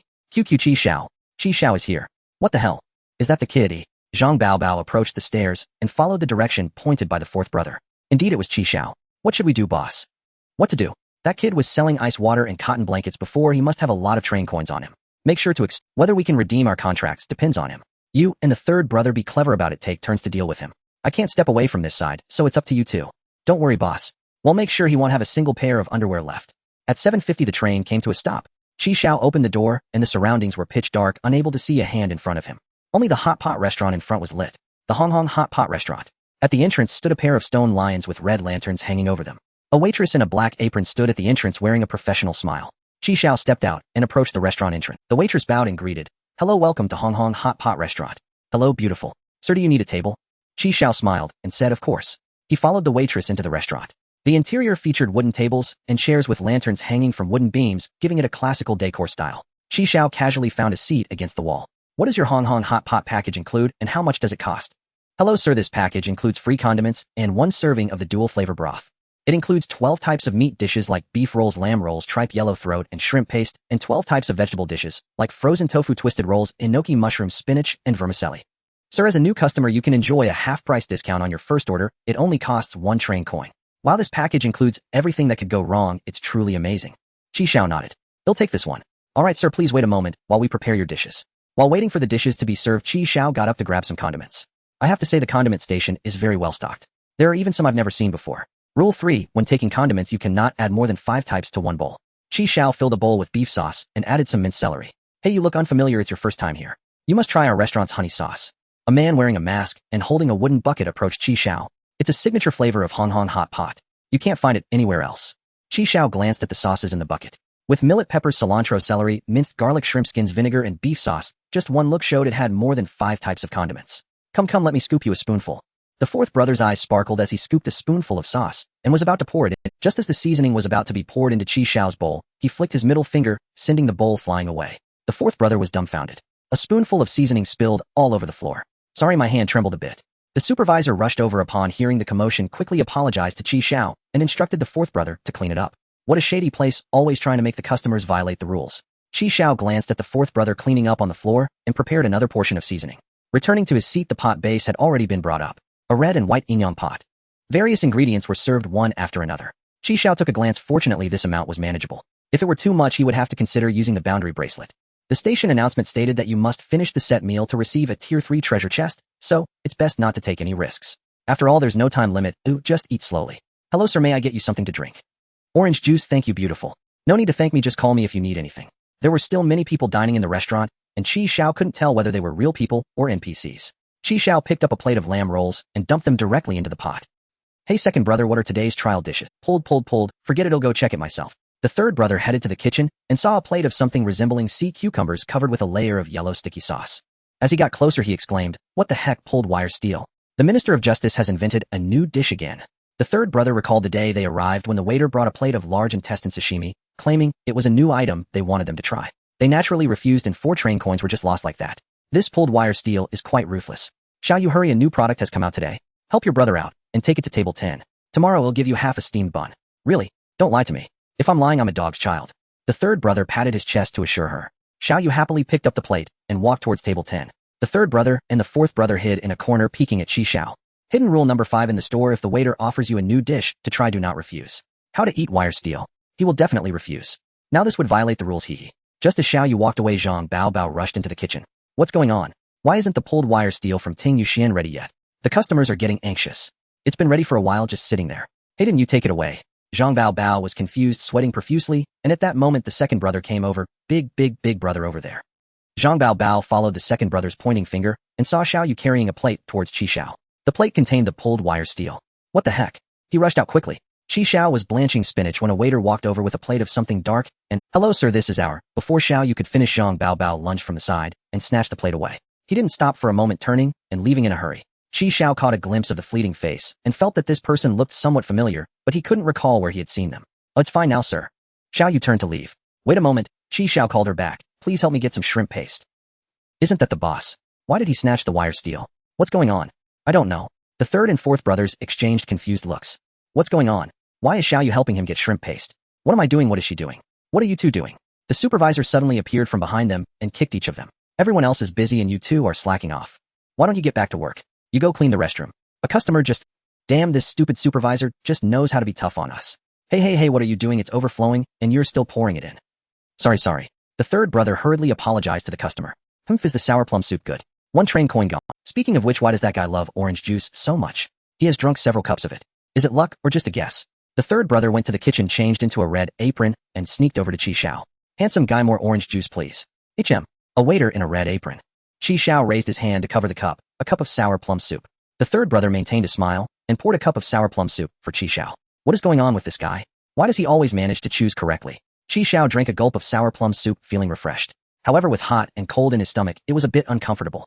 He thought he would be able to hold it until he finished eating without going to the restroom, but he couldn't hold it. In the restroom, the fourth brother was cleaning the toilet. Damn it, not only did they throw up everywhere, but they also pooped everywhere. These people deserve to die. He wiped his sweat, not knowing how the third brother was doing. I must guard this place. If Xiao comes over, I'll trick him into the far left stall. Hidden rule number 8 in the store: do not use the far left stall in the restroom. As if summoned, Xiao peeked in. Hey, aren't you the one who was handling the seasoning? Why are you cleaning toilets here? Our store believes in those who can do more work, so they get more rewards, ha.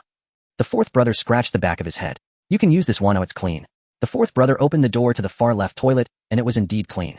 Then I won't be polite. A fat man rushed in without saying a word. Hey bro, he got here first. Get out of the way, you stinky worker. The fat man pushed the fourth brother aside, and Xiao stepped aside to let him pass. Rule 8, do not use the far left stall in the restroom. Rule 9, do not get into a conflict with others in the store. The fat man snorted coldly, entered the restroom, and locked the door behind him. A torrent of noise. It stinks. Xiao covered his nose while the fourth brother also raised his hand to cover his nose. Xiao pointed to the fourth brother's gloves. You have a bit of residue on your gloves. The fourth brother, after the fat man left, Xiao enjoyed a moment in the middle toilet. Upon returning to his seat, he realized his chopsticks had fallen to the ground. Rule 6, if chopsticks fall to the ground, do not pick them up yourself. Call the waiter for a new pair. How could chopsticks just fall? Someone must have deliberately knocked them down. Xiao called the waiter to bring him new chopsticks. Just like that, Xiao safely finished his hot pot. After resting for a while, he got up to the cashier to pay the bill. Only one rule left. Rule 10, please make sure to pay before leaving. After paying the bill, he could get a Tier 3 treasure chest. Xiao pulled out a train coin and slapped it on the table. Paying the bill. At that moment, the supervisor suddenly rushed out shouting, the manager is coming, the manager is coming, hurry, line up. Line up. The manager. Quick, the manager is coming. All employees in the store, including the supervisor, lined up neatly and shouted in unison, good day, manager. Xiao looked towards the entrance, and the person coming was a tall woman. She was dressed in a black form-fitting dress, paired with matching high heels and a handbag. What stood out the most was the large hat perched atop her head. The hat was so large that it obscured her entire face. Although the dress concealed most of her body, the slender fingers, the smooth lines of her instep, and the collarbone faintly visible beneath the black net skirt all marked her as an extraordinary beauty. Tap, tap, tap. The sound of high heels hitting the ground gave Xiao an inexplicable sense of grandeur.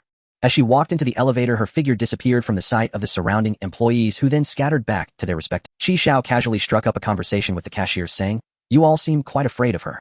"That's respect," he chuckled. "Respect to the point of trembling." Bill. Xiao pushed the train token forward, eager to complete the payment and get his treasure chest. Just as the cashier reached for the token, a hand pressed down on it. It was the supervisor. He pushed the train token back, saying, "Sir, this one's on me. Consider it making a friend." Making friends is one thing. Xiao pushed the token back again. "But this bill has to be paid." Xiao smiled, saying, "You can treat me next time, but not paying on the first visit is quite impolite." It was obviously an attempt to get me to break the rules. Unable to refuse, Xiao successfully paid the bill. The supervisor immediately donned a cheerful expression, saying, "Congratulations. You have successfully completed the fiery hot pot meal without violating any rules and earned a level 3 treasure chest." The staff immediately surrounded him, clapping and congratulating him. Some even held up a banner with 4 big characters, "You are amazing." Xiao feigned immense surprise, saying, "Wow, really? There's actually a treasure chest. Wow, I'm so awesome. Of course you need to go to the manager's office to collect the treasure chest. This way, please." I knew it wouldn't be anything good. Xiao had no choice but to follow him into the elevator for the treasure chest. The other diners seemed oblivious to the scene, continuing their meals. What's going on? Didn't they notice when the manager came by? Arriving on the 3rd floor, the elevator doors opened to reveal a lavishly decorated office. The manager sat in a magenta king's chair with her back to them. The supervisor respectfully exited the room and the elevator descended. Noticing the silence, Xiao spoke first. "Hello, manager, I'm here to collect the treasure chest." After so many years has a train conductor finally appeared who hasn't violated any rules. Hiss, why does the manager's voice sound so unique? It was a standard high-pitched tone, no more high-pitched than those cute voices. The sound and her appearance were somewhat mismatched. The manager turned around and removed her oversized hat. She let go of it, and the hat floated automatically onto a wooden coat rack. Xiao gasped. Under the hat was a black goat head with a pair of golden vertical pupils staring at him, eerily rotating. "What's wrong? Are you scared?" Xiao shook his head. "Just quite unexpected." The manager raised her leg, and her high heels automatically loosened their straps, floating onto a shoe rack. Although somewhat impolite, Xiao couldn't help but be captivated. Those were a pair of fair human feet with nails painted black and an obvious arch. "What's wrong? Are you wondering if I only have..." No, purely personal preference." "Why do you men have so many foot fetishes?" "It's in our nature to appreciate beauty." The manager chuckled lightly, then shifted the topic. "No one can finish a hot pot meal without violating a single rule. Of course you're not the first. There was another conductor before you who, like you, finished a hot pot meal without breaking any rule." The manager stood up, and the zipper on her black fitted dress automatically unzipped. He said it was all thanks to a module. What module was it again? It's been too long, I can't quite remember. It seems to be called Station Forecast. The long dress slipped off her, revealing a skin as pale as a lamb. "Are you also relying on this module?" "Welcome everyone back again. This way, please. Watch your step on the stairs." Zhang Baobao wiped his sweat, finally managing to send those robotic customers away. It's better not to have them come back. Serving them is too dangerous. If it weren't for the timely retrieval of the twisted steel, these customers would have probably gone berserk. Zhang Baobao returned to the private room and began cleaning up. What kind of teeth are these? Eating twisted steel is like eating bananas. Train tokens. Each robot had a train token placed at their seat. Zhang Baobao's eyes lit up upon seeing them. It's a tip. Seeing no one outside, he hurriedly closed the door. He can't let that dead supervisor see, otherwise they'll be confiscated. Those robots are really generous. If they keep coming, I might secure a deal for my life. Speaking of which, I wonder how Lao San and Lao Si are doing. With a bang, the door was pushed open. Zhang Baobao, while collecting the train tokens, got startled and dropped them on the floor. "Lao, we messed up, totally messed up." Seeing that it was Lao Si, Zhang Baobao breathed a sigh of relief. "How many times have I told you to be steady, steady, steady? Why can't you learn?" He crouched under the table, reaching for the train tokens. That Xiao kid, not a single rule violated, cleared the level without a scratch. What? He even received a level 3 treasure chest. He just went to the manager's office, and I bet the manager is giving him the treasure chest. Damn! Zhang Baobao excitedly raised his head and bumped into the table. In the office, Xiao sat in the manager's king's chair. The manager was only wearing a black lingerie set, sitting on Xiao's lap, nestled in his embrace, continuously sobbing. Tears soaked Xiao's clothes. Saying something about going to the new world to find a way to save me from here. Saying he would come back to take me with him. Liar, liar. You men are all liars. Xiao was trapped by her, unable to move. He realized that this had turned into a cliché love story where a man had hurt a woman's heart. The previous man with the station forecast module who finished a hot pot meal without breaking any rules had captured the man. Later that man left and never returned. Now he was just facing a heartbroken woman. Manager, here's the deal. Tell me his name and what he looks like. Once I get to the new world, I will definitely find him and bring him back for you. Even if he's dead, I will find his son. Seeing her eyes turning fierce, Xiao quickly changed his words. Pa pa pa, with a man like that no one would bear his even if he is turned to ashes, I will bring back that handful of ashes and stick them on the wall to vent your anger.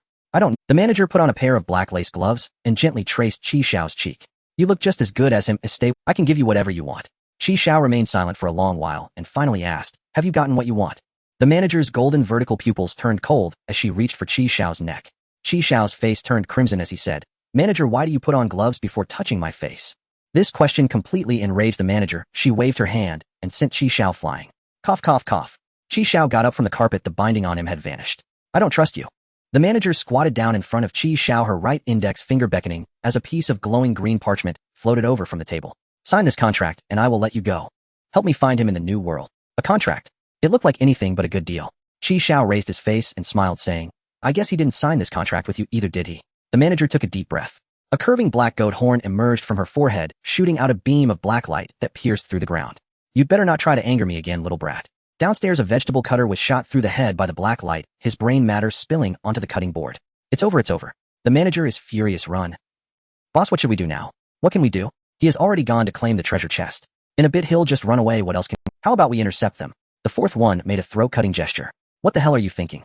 The rules of the store only allow us to use hidden rules to induce them to make mistakes. We can't do anything that disadvantages the customers outside the rules. Boss, you seem quite familiar with the store rules. With a bang, the door was pushed open by the manager. The customers have been gone for a while now. How long does it take to clean up? He glanced at the fourth one. What are you doing here? Did you clean the restroom? Are you slacking off again? Don't even think about dinner tonight. Suddenly, a beam of black light shot down from upstairs, piercing through the manager's heart. The manager looked down at his empty chest and fell backward with a bang. What the hell is going on? Zhang Baobao looked up and grabbed the fourth one's hand to run outside. The upstairs is the manager's office. The manager is furious. They hurried downstairs. The employees had gathered at the store entrance looking anxious. Zhang Baobao supported the last one out, asking, are you alright? I'm fine, I'm fine. Old Wang is gone. Zhang Baobao patted his shoulder. As long as you're okay. What about the third one? I'm right here, boss. The third one stood at the edge, waving his hand. This guy was always the first to run when something went wrong. Boss, what's going on? Xiao wouldn't have been killed, right? What did that guy do? Wasn't he just going to claim the treasure chest? How did it cause such a commotion? You're asking me. Don't know me. Can't you think for a moment? Do I need to go up and ask the manager for you? The fourth one muttered softly, that's not necessary. Before long, the elevator went up. Everyone watched the ascending elevator, becoming increasingly tense. Ding. The elevator doors opened, and the manager walked out. She looked the same as when she arrived, her steps calm, and Xiao's figure was nowhere to be seen. Suddenly, someone shouted from behind them, damn, you unreasonable woman. Zhang Baobao and the others were bewildered and turned to see Xiao standing in the train behind them. What on earth is happening? The manager stepped out of the store, and people at the entrance hurriedly made way. Arriving in front of Xiao's train, she reached out to touch it, but grasped at empty air. She couldn't touch the train as she was bound here. Although her hat obscured her face, Xiao could tell from her movements that she felt very disappointed. She said that the man went to the new world to find a way to rescue her from here, hence, she didn't want to stay here either. Was it that she didn't want to be bound here, or did she desire to be with that man more? Which reason held more weight? The manager silently withdrew her hand. Your escape methods are quite interesting. Jokingly, have you heard of module cards anchor point backtracking? Ignoring any of your rules, alright. It's precisely because of this that Xiao dared to stay with her for so long. If you trust me, just tell me his name. I will definitely help you find him, although I can't guarantee that I will succeed. If you don't trust me, I'll leave right now. You can just continue waiting, perhaps one day he will indeed come back to get you. I want you to sign a contract. Goodbye. Xiao closed the train door, and the train began to emit white light. The manager was stunned as she instinctively raised her hand to stop her. Unexpectedly, this guy was so resolute. Xiao's lips curled up. The white light was a dynamic concealment simulation, not the actual white light, when the train started. Xiao opened the train door again. So can we talk properly this time? Knowing she had been played, the manager was not angry, but rather pleased, laughing heartily, ha ha. With a wave of her hand, a level 3 treasure chest appeared on the ground. Get 2 people to move it inside. The employees exchanged glances. In the end, Zhang Baobao and the fourth one were pushed out. Xiao recognized the newcomers and was taken aback. Zhang Baobao. It was he who had snatched that strange item earlier. No wonder he looked familiar, but she couldn't recall where she had seen him, because she had truly never seen him, only his profile picture. Seeing that Xiao recognized him, Zhang Baobao took the initiative to speak. Brother Xiao, it feels like ages since we last met. I've been busy on the 2nd floor and didn't see you. Have you forgotten me so soon? I'm Baobao, Zhang Baobao. The manager exclaimed, you know him. Is he your friend? Zhang Baobao swallowed hard, tightly pressed his lips into a smile, and kept winking at Xiao. Xiao smiled, I don't know him, never seen him. Zhang Baobao instantly wore a deadpan face. After obtaining the treasure chest, Xiao confirmed that the contents were correct, and said to the manager, I helped you, don't you also need to help me with something? Say it. On the way, I need to gather some intel. It's necessary. He made a gesture for money with his right thumb rubbing against his index and middle fingers. With a wave of her hand, some employees' pocket sleeves and shoes began to release train currency.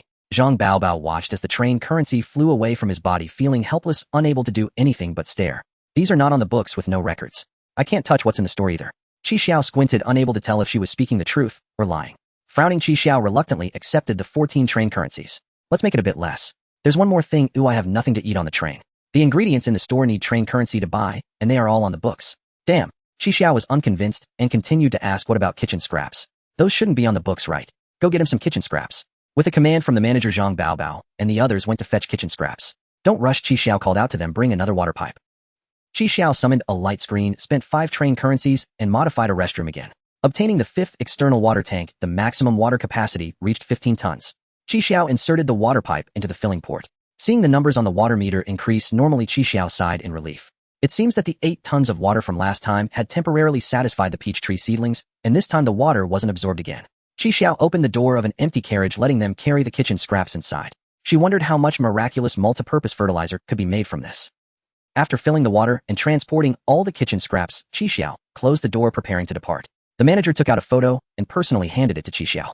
Xiao accepted the photo, smiling. I can't guarantee that I'll complete the task. The manager said nothing and turned to leave. Hey, wait a minute. What else is there? Do you know what you can get by collecting all 12 Zodiac silver coins? I don't know. She paused for a few seconds. But I have one. The manager turned around, holding a silver coin between her fingertips. With a flick of her hand, the coin flew into the photo. Find him, drop his blood on the photo, and the seal will naturally be lifted. In the office, Zhang Baobao stood at the door with his head down. You did well serving the customers today. The manager is gone. I need a new one. The previous hidden rules are void. You go announce this to the other employees. Sure thing, manager. Zhang Baobao took the note and exited the room. Xiao sat on the sofa, flipping through the photo given by the manager. She didn't know what one could obtain by gathering the silver coins. Or was it simply that she didn't want to tell me? In the upper left corner of the photo, there was an incongruous high pig silver coin, which was the one sealed by the manager. She was still afraid that I wouldn't help her find someone after I left. Without this silver coin, Xiao probably wouldn't have gone to find someone. With her own matters to attend to, where would she find the time to search for others?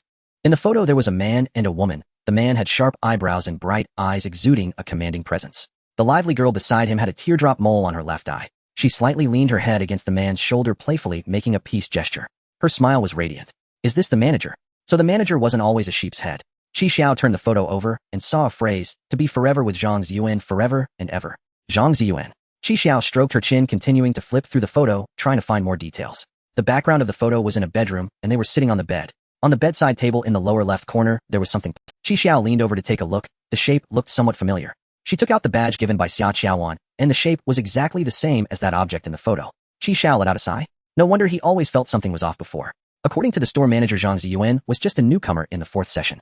But he told the store manager that he would go to the new world to find a way to save her and come back to take her away. How could a newcomer know about the existence of a new world? Before he met Kong Yu and Xiao Yuan, he had never even thought that there could be such a thing as a new world. Seeing this badge, Xiao's confusion was finally resolved. He was like me, having encountered people from previous sessions. This badge must have been given to him by someone from a certain Order Kingdom. That's why he knew about the existence of the new world. Did Zhang Ziyuan join the Order Kingdom after arriving in the new world? Oh right, Kong Yu was also from the previous session. Next time I meet her, I can ask how long she has been in the new world. That way I'll know how many years Zhang Ziyuan has been gone from here. The store manager didn't mention how many years she waited, but looking at it, it must have been at least 3 to 5 years. Let's talk about it in the new world. There's no rush. After Xiao figured it out, he put away the photo and the badge into the dimensional bracelet and took out the face-changing prop. Faceless man skin, wear it on your face and adjust your features at will. This skin is light, comfortable, and smooth to the touch, feeling just like a young girl's skin. Xiao put it on his face. It fit perfectly and felt cool. He approached the water tank and looked at his reflection in the water. As he focused his thoughts, his reflection's lips, thickened nostrils, flared double eyelids turned into single eyelids, and with thick eye bags transformed completely into a middle-aged man's face. With another thought, his reflection sprouted pointed elf ears, and an elven girl appeared. How magical. The face-changing effect was quite good. Unfortunately, it couldn't change hairstyles. Otherwise, the transformations would be even more diverse. After trying it out, Xiao hurriedly took it off. It was a pretty good prop, but unfortunately not permanent. When wearing it on the face, a bar similar to an energy meter appeared. After putting it on, that energy bar began to shrink. Each time he changed his appearance, the energy bar also shrank, and the greater the change, the faster it diminished. He had to conserve it for crucial moments. After putting away the face-changing prop, Xiao summoned the light screen. After collecting the materials last night that would allow Shijin to level up 10 levels, he transferred them to her this morning. A total of 450 kilograms of metal, 225 kilograms of plastic, and 150 kilograms of wood. Xiao looked at the numbers on Zijian's avatar and nodded. Her hands and feet were quite nimble. She had already leveled up to 10. Oh my dear level 10 ally. Why hasn't the train currency arrived today? Did I get stuck? I've refreshed several times, and still nothing. Shijian, I used all my train currency to modify. You modified the train using my train currency. Wow, you're really good at this. On my own wasn't enough, you know. Besides, tomorrow, I will have 10 train currencies, and I can pay you back then. Xiao was silent for a few seconds. Did you save the train currency needed for today's departure? Damn, I forgot. Big brother help. I need 3 train currencies to depart. Xiao was speechless and transferred her 2 packs of instant noodles before closing the private chat. Anyway, the station where she was stopped was not dangerous, so let her stay there for now. Xiao went to the planting carriage and transported the automatic composting bin to the carriage, storing the food waste, pouring the waste inside. Phew, that smell. The black wind monster wouldn't even come in, and the odor was simply too strong. This bucket of food waste probably weighed 50 or 60 kilograms, containing all sorts of things like vegetable leaves, meatballs, and vermicelli. After pouring in 2 buckets of food waste, it just reached the maximum feeding line of the compost bin. Xiao pinched his nose and closed the lid. The compost bin began to produce miraculous multi-purpose fertilizer. After a short nap, the compost bin's work was just about finished. It produced over a pound of miraculous multi-purpose fertilizer. There were still 30 buckets of food waste left, meaning it could produce a maximum of 16 pounds. That's hardly enough for the peach tree seedlings. Xiao opened the trading platform and searched for miraculous multi-purpose fertilizer. He had seen some trades before, but the prices were quite high. 5 train currencies for a 5-kilogram bag. Purely an exorbitant price. There were still a few listed for trade, and the prices remained high. Xiao spent 5 train currencies to modify the prominent bag. Originally, he didn't want to waste it, but thinking about it, this modification was indeed quite useful. Messages would be pinned, and anyone entering the chat room would always see his messages first.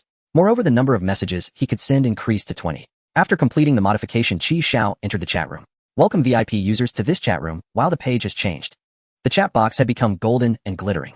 Xiao sent out 2 messages, 1 train currency for 10 kilograms of miraculous multi-purpose fertilizer. Those who can trade, add me as a friend, no bargaining.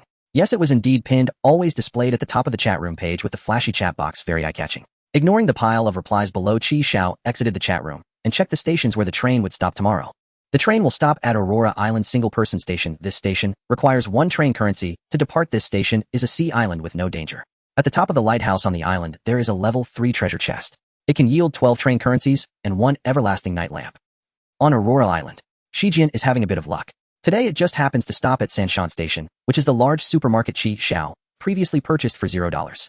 Supermarket, hee hee, big supermarket. Don't act like a fool. How should I talk to you, Sister Shijian? Impressive, this is bold. Wouldn't she be going solo in a few days? Xiao closed the light screen and exited the train. A winding road led up to the highest point of the island. The lighthouse was at the end of that road. Xiao hopped on the motorcycle with 52% energy left. It was still quite durable. All the way the scenery was continuously retreating. This deserted mountain road really allowed Xiao to indulge in his motorcycle thrill. In the previous few times, the roads were either rocky paths that hurt his backside or filled with abandoned vehicles blocking the way, preventing him from speeding up. In less than 10 minutes, Xiao arrived under the lighthouse. Without the motorcycle, just relying on his own strength, it would take at least 2 hours to climb up. After parking the motorcycle, Xiao took off his helmet. He stepped onto the spiral staircase and ascended to the top of the tower. In the loft, Xiao opened the treasure chest. Everlasting night lamp accelerates plant growth. Perhaps due to the daytime, the light wasn't very bright. Rather than calling it a lamp, it would be more accurate to describe it as a ball of light the size of a fist. Previously, just hearing the name, he thought it was merely a lamp that could shine indefinitely, but unexpectedly, it could also accelerate plant growth. The peach tree counts as a plant. It should be effective, right? I need to hurry back to the train and try it out. Just then a series of chattering sounds came from below the lighthouse. Wow, big brother, what is this? So cool. I've never seen one. It looks a lot like the bicycle my grandpa made. Look, it has this looks way cooler than my grandpa's broken bicycle. Shall we take it back to show grandpa? Xiao leaned out and saw 2 children surrounding his motorcycle, touching it all over. Hey, what are you doing? Xiao shouted, startling the 2 kids. Oh, it's the train conductor, run. The 2 kids took off running. One of them halfway turned back, grabbed the motorcycle, lifted it above his head, and sprinted away. Xiao's mouth dropped open in shock. What the heck? Isn't this an isolated island? Where did this child come from? That motorcycle weighs over 350 kilograms. Is this a scene from a fairy tale? Xiao hurried down from the lighthouse, changed into running shoes, and took off after them. Despite their short legs, the 2 children were quick, almost leaving after images. However, Xiao was not untrained. Under 3 times the gravity, and with the aid of his running shoes, he quickly caught up to them. Stop right there. You little brats, don't run. 4th brother, 5th brother, stop him. With the shout of the child holding the motorcycle, 2 more children sprang out from the bushes. One of them spat fire, while the other spat water, effectively blocking Xiao's path. Seeing their elder brother running far away, they quickly dove back into the bushes. Am I really encountering the bandits from the fairy tale? With this interruption, the distance between them widened again. In front of a thatched cottage for children stopped. Grandpa, grandpa, grandpa. Grandpa, grandpa, grandpa. Grandpa, elder brother, and 3rd brother got into trouble again. The door of the thatched cottage opened, and a child came out holding the hand of a bald, old man wearing sunglasses. Grandpa, grandpa, grandpa. Grandpa, grandpa, grandpa. The several children immediately jumped up and down with excitement, rushing towards the old man. Xiao's motorcycle was casually thrown to the ground. Just then he happened to arrive and saw his motorcycle tracing a beautiful arc before crashing down. Damn! Xiao was furious. The old man affectionately patted their heads and said to Xiao, I apologize, this esteemed train conductor. They are still young and playful, not understanding the consequences. I, an old man, offer my apologies to you. Go help your elder brother lift the motorcycle. Okay, Grandpa. The eldest child reached out and effortlessly lifted the motorcycle. This is too bizarre, it's like a scene from a fairy tale with the gourd kids and Master Rashi. Xiao finally calmed down and approached to check if the motorcycle was damaged. It wasn't broken, but there was a scratch. Xiao felt a flood of frustration within. The second child noticed where Xiao was touching and turned to the old man saying, Grandpa, elder brother scratched the man's motor. The elder brother immediately protested, about to speak, but was stopped by the old man. Go bring that box from the inner room. The eldest child pouted but obediently brought a wooden box. I truly apologize, my family is poor and has nothing to compensate you with. The box opened, revealing a dozen train coins. Please accept this. What the heck, where did this old man get the train coins? And he says he's poor, quite the contradiction. Xiao coughed into his fist. Considering your elderly and frail conditions, let's just leave it at this. Xiao took all the train coins. There were a total of 18. Xiao sulked. Honestly, I wonder if this is enough to repair my motorcycle. What a windfall if this is enough to remodel 2 motorcycles. Xiao mounted his motorcycle intending to leave, but then thought better of it, dismounted, and approached the old man, pulling out a photograph given by the shopkeeper. Old man, have you seen this person? The old man took the photograph, lifting his sunglasses to scrutinize it carefully. I have some impression. The old man returned the photograph to Xiao. He came here 10 years ago. 10 years ago. That long. The old man stroked his white beard. Every 10 years you train conductors gather here for a month on this island. You are considered the 4th wave. So every generation is spaced 10 years apart. Wei Kong just said I was the 5th generation. Shouldn't this be the 5th wave then? Although Xiao was confused, he didn't dwell on it. He started the motorcycle and turned to leave. He needed to hurry back and see if the ever-bright lantern really works. The second child looked up at the old man. Grandpa, if I remember correctly, that treasure chest that refreshed 10 years ago was taken away by the man in the photograph, right? He had just arrived and rushed to the lighthouse as if he knew there was a treasure chest there. Isn't today the same? Did that person tell him that there was a treasure chest in the lighthouse attic? The old man shook his head, indicating that he didn't know. Grandpa, why don't you just take it when the treasure chest refreshes? Why wait until no one arrives before going to open it? That's the rule. Rules cannot be broken. The children didn't understand, but didn't argue. In my day, I was also a train conductor, one of the first batch, considered a beta player. The old man smiled as he stroked his... These train conductors come and go like the wind, never caring about the scenery around them. Look at the island, how beautiful it is. Look at the sea, how beautiful it is. Every journey has an end. I hope this child can find his own station soon. Grandpa, is that why you didn't return to the train back then? Cough, of course. The old man reminisced about how he had explored for too long and missed his departure. Grandpa, I want to be a train conductor and travel. Go away, it's not as fun as you think, it's very dangerous. Grandpa, I want a motorcycle. Go play with a bicycle. Grandpa, the 6th brother is missing. What? The old man hurried to the backyard. In the yard, a vine as thick as a thumb was climbing on a wooden frame. On the vine hung a purple gourd, and above the vine were 3 ever-bright lanterns. The old man picked up 2 blue gourd fragments from the ground and trembled as he said, Old 6, has he been born? Impossible, let's see, there's still 3 days left. Why is he a premature baby? Returning to the train, Xiao first figured out how to hang the lantern in the planting compartment. He wasn't sure if it was just his imagination, but he felt the veins of the peach tree seedling were more pronounced. It worked. Great, he's one step closer to eating the peaches. Closing the door, Xiao spent a train coin and started the train. With everything in hand, it was time to slip away. That NPC with the gourd kids and Master Rashi was too eerie. This place was not safe to linger. Just as Xiao's train was about to disappear, a giant hand reached out. It was Dawa. My goodness, he can grow this big. I knew these people had bad intentions. Oh, luckily, I slipped away quickly. Grandpa, the train is gone. The old man slumped back like a deflated balloon. Second brother, are you sure old 6 is on his... The second child's eyes lost their sparkle. He was smiling at us. What a bunch of fools. If you want to travel, just go directly. Why bother telling the old man? Luwa leaned against the car window, standing on tiptoe, to gaze into the boundless darkness outside. Is this the train the old man was talking about? Listening to the old man boast in the gourd every day, it's nothing extraordinary. He jumped up and opened the door between the carriages, stepping into the second carriage. Huh. No windows, it's different from that room, just now. But it's all empty. Luwa opened the door of the refrigerated carriage. There were things inside. He entered the refrigerated carriage bare and barefoot. Xiao was cooking lunch while the black wind monster was barking loudly at the refrigerated carriage. Woof woof woof. Woof woof woof. Seeing that Xiao ignored it, it anxiously dashed around in circles, scratching at the carriage door. What are you doing, going crazy? Be quiet. Suddenly the door opened by itself. A naked little boy ran out, hugging his arms and shivering. Wow, why is it so cold in there? A pair of feet caught his eye. When he looked up, he met Xiao's gaze, who was holding a kitchen knife. He awkwardly grinned and instantly vanished. Half an hour later, Lu Hua stood on Xiao's bed bare-bottomed. His body was tense and his left eye was bruised, clearly having received a beating. Are you still running or not? Not running, not running. Luwa looked at Qi Xiao and old Master Ren who were shivering. That silver carriage was so terrifying once inside, he could barely move his feet. And that dog, even when I'm invisible it can find me anytime. Is its nose that keen? I understand your thoughts and desires. They'll make an exception and accept you as an intern team member. Luwa's eyes lit up. Really? Will you take me traveling with you? What did I just teach you? Luwa raised his hand saluting Qi Xiao. Hello trainmaster. Very good, very spirited. Come let me introduce you. This is the guardian beast of the train, Marshal Black Wind. The Black Wind monster raised its head looking very proud. Hello Marshal. This is my elder old master Ren, General Ren. Hello General. Qi Xiao patted Luwa's head. Work hard, I have high hopes for you. Strive to be able to proudly point at you in front of others and say look, this is my vice trainmaster. Upon hearing the words vice trainmaster, Luwa's eyes sparkled. He immediately saluted Qi Xiao again. Yes. Trainmaster, I promise to intern diligently. Qi Xiao nodded and Qi Xiao wiped the sweat off his brow. Children are so easy to deceive. So it turns out the eldest brother came to catch this little one. Oh, I thought he was coming for me. Qi Xiao had a headache. An outsider had infiltrated the train. Thankfully, there was the Black Wind monster. If it had been invisible all the time in my carriage, I truly wouldn't have noticed. But after all, he is just a child with a simple mind. If trained well, he can be a great help in the future. Qi Xiao thought for a moment and summoned a light screen to send several messages to Shi Jian. Lunchtime. Luwa was wearing the children's clothes passed down from Shi Jian, feeling very uncomfortable. It was his first time wearing clothes, and he wasn't used to it. When Qi Xiao dressed him, he had him activate his invisibility, and the results showed that the clothes couldn't become invisible with him.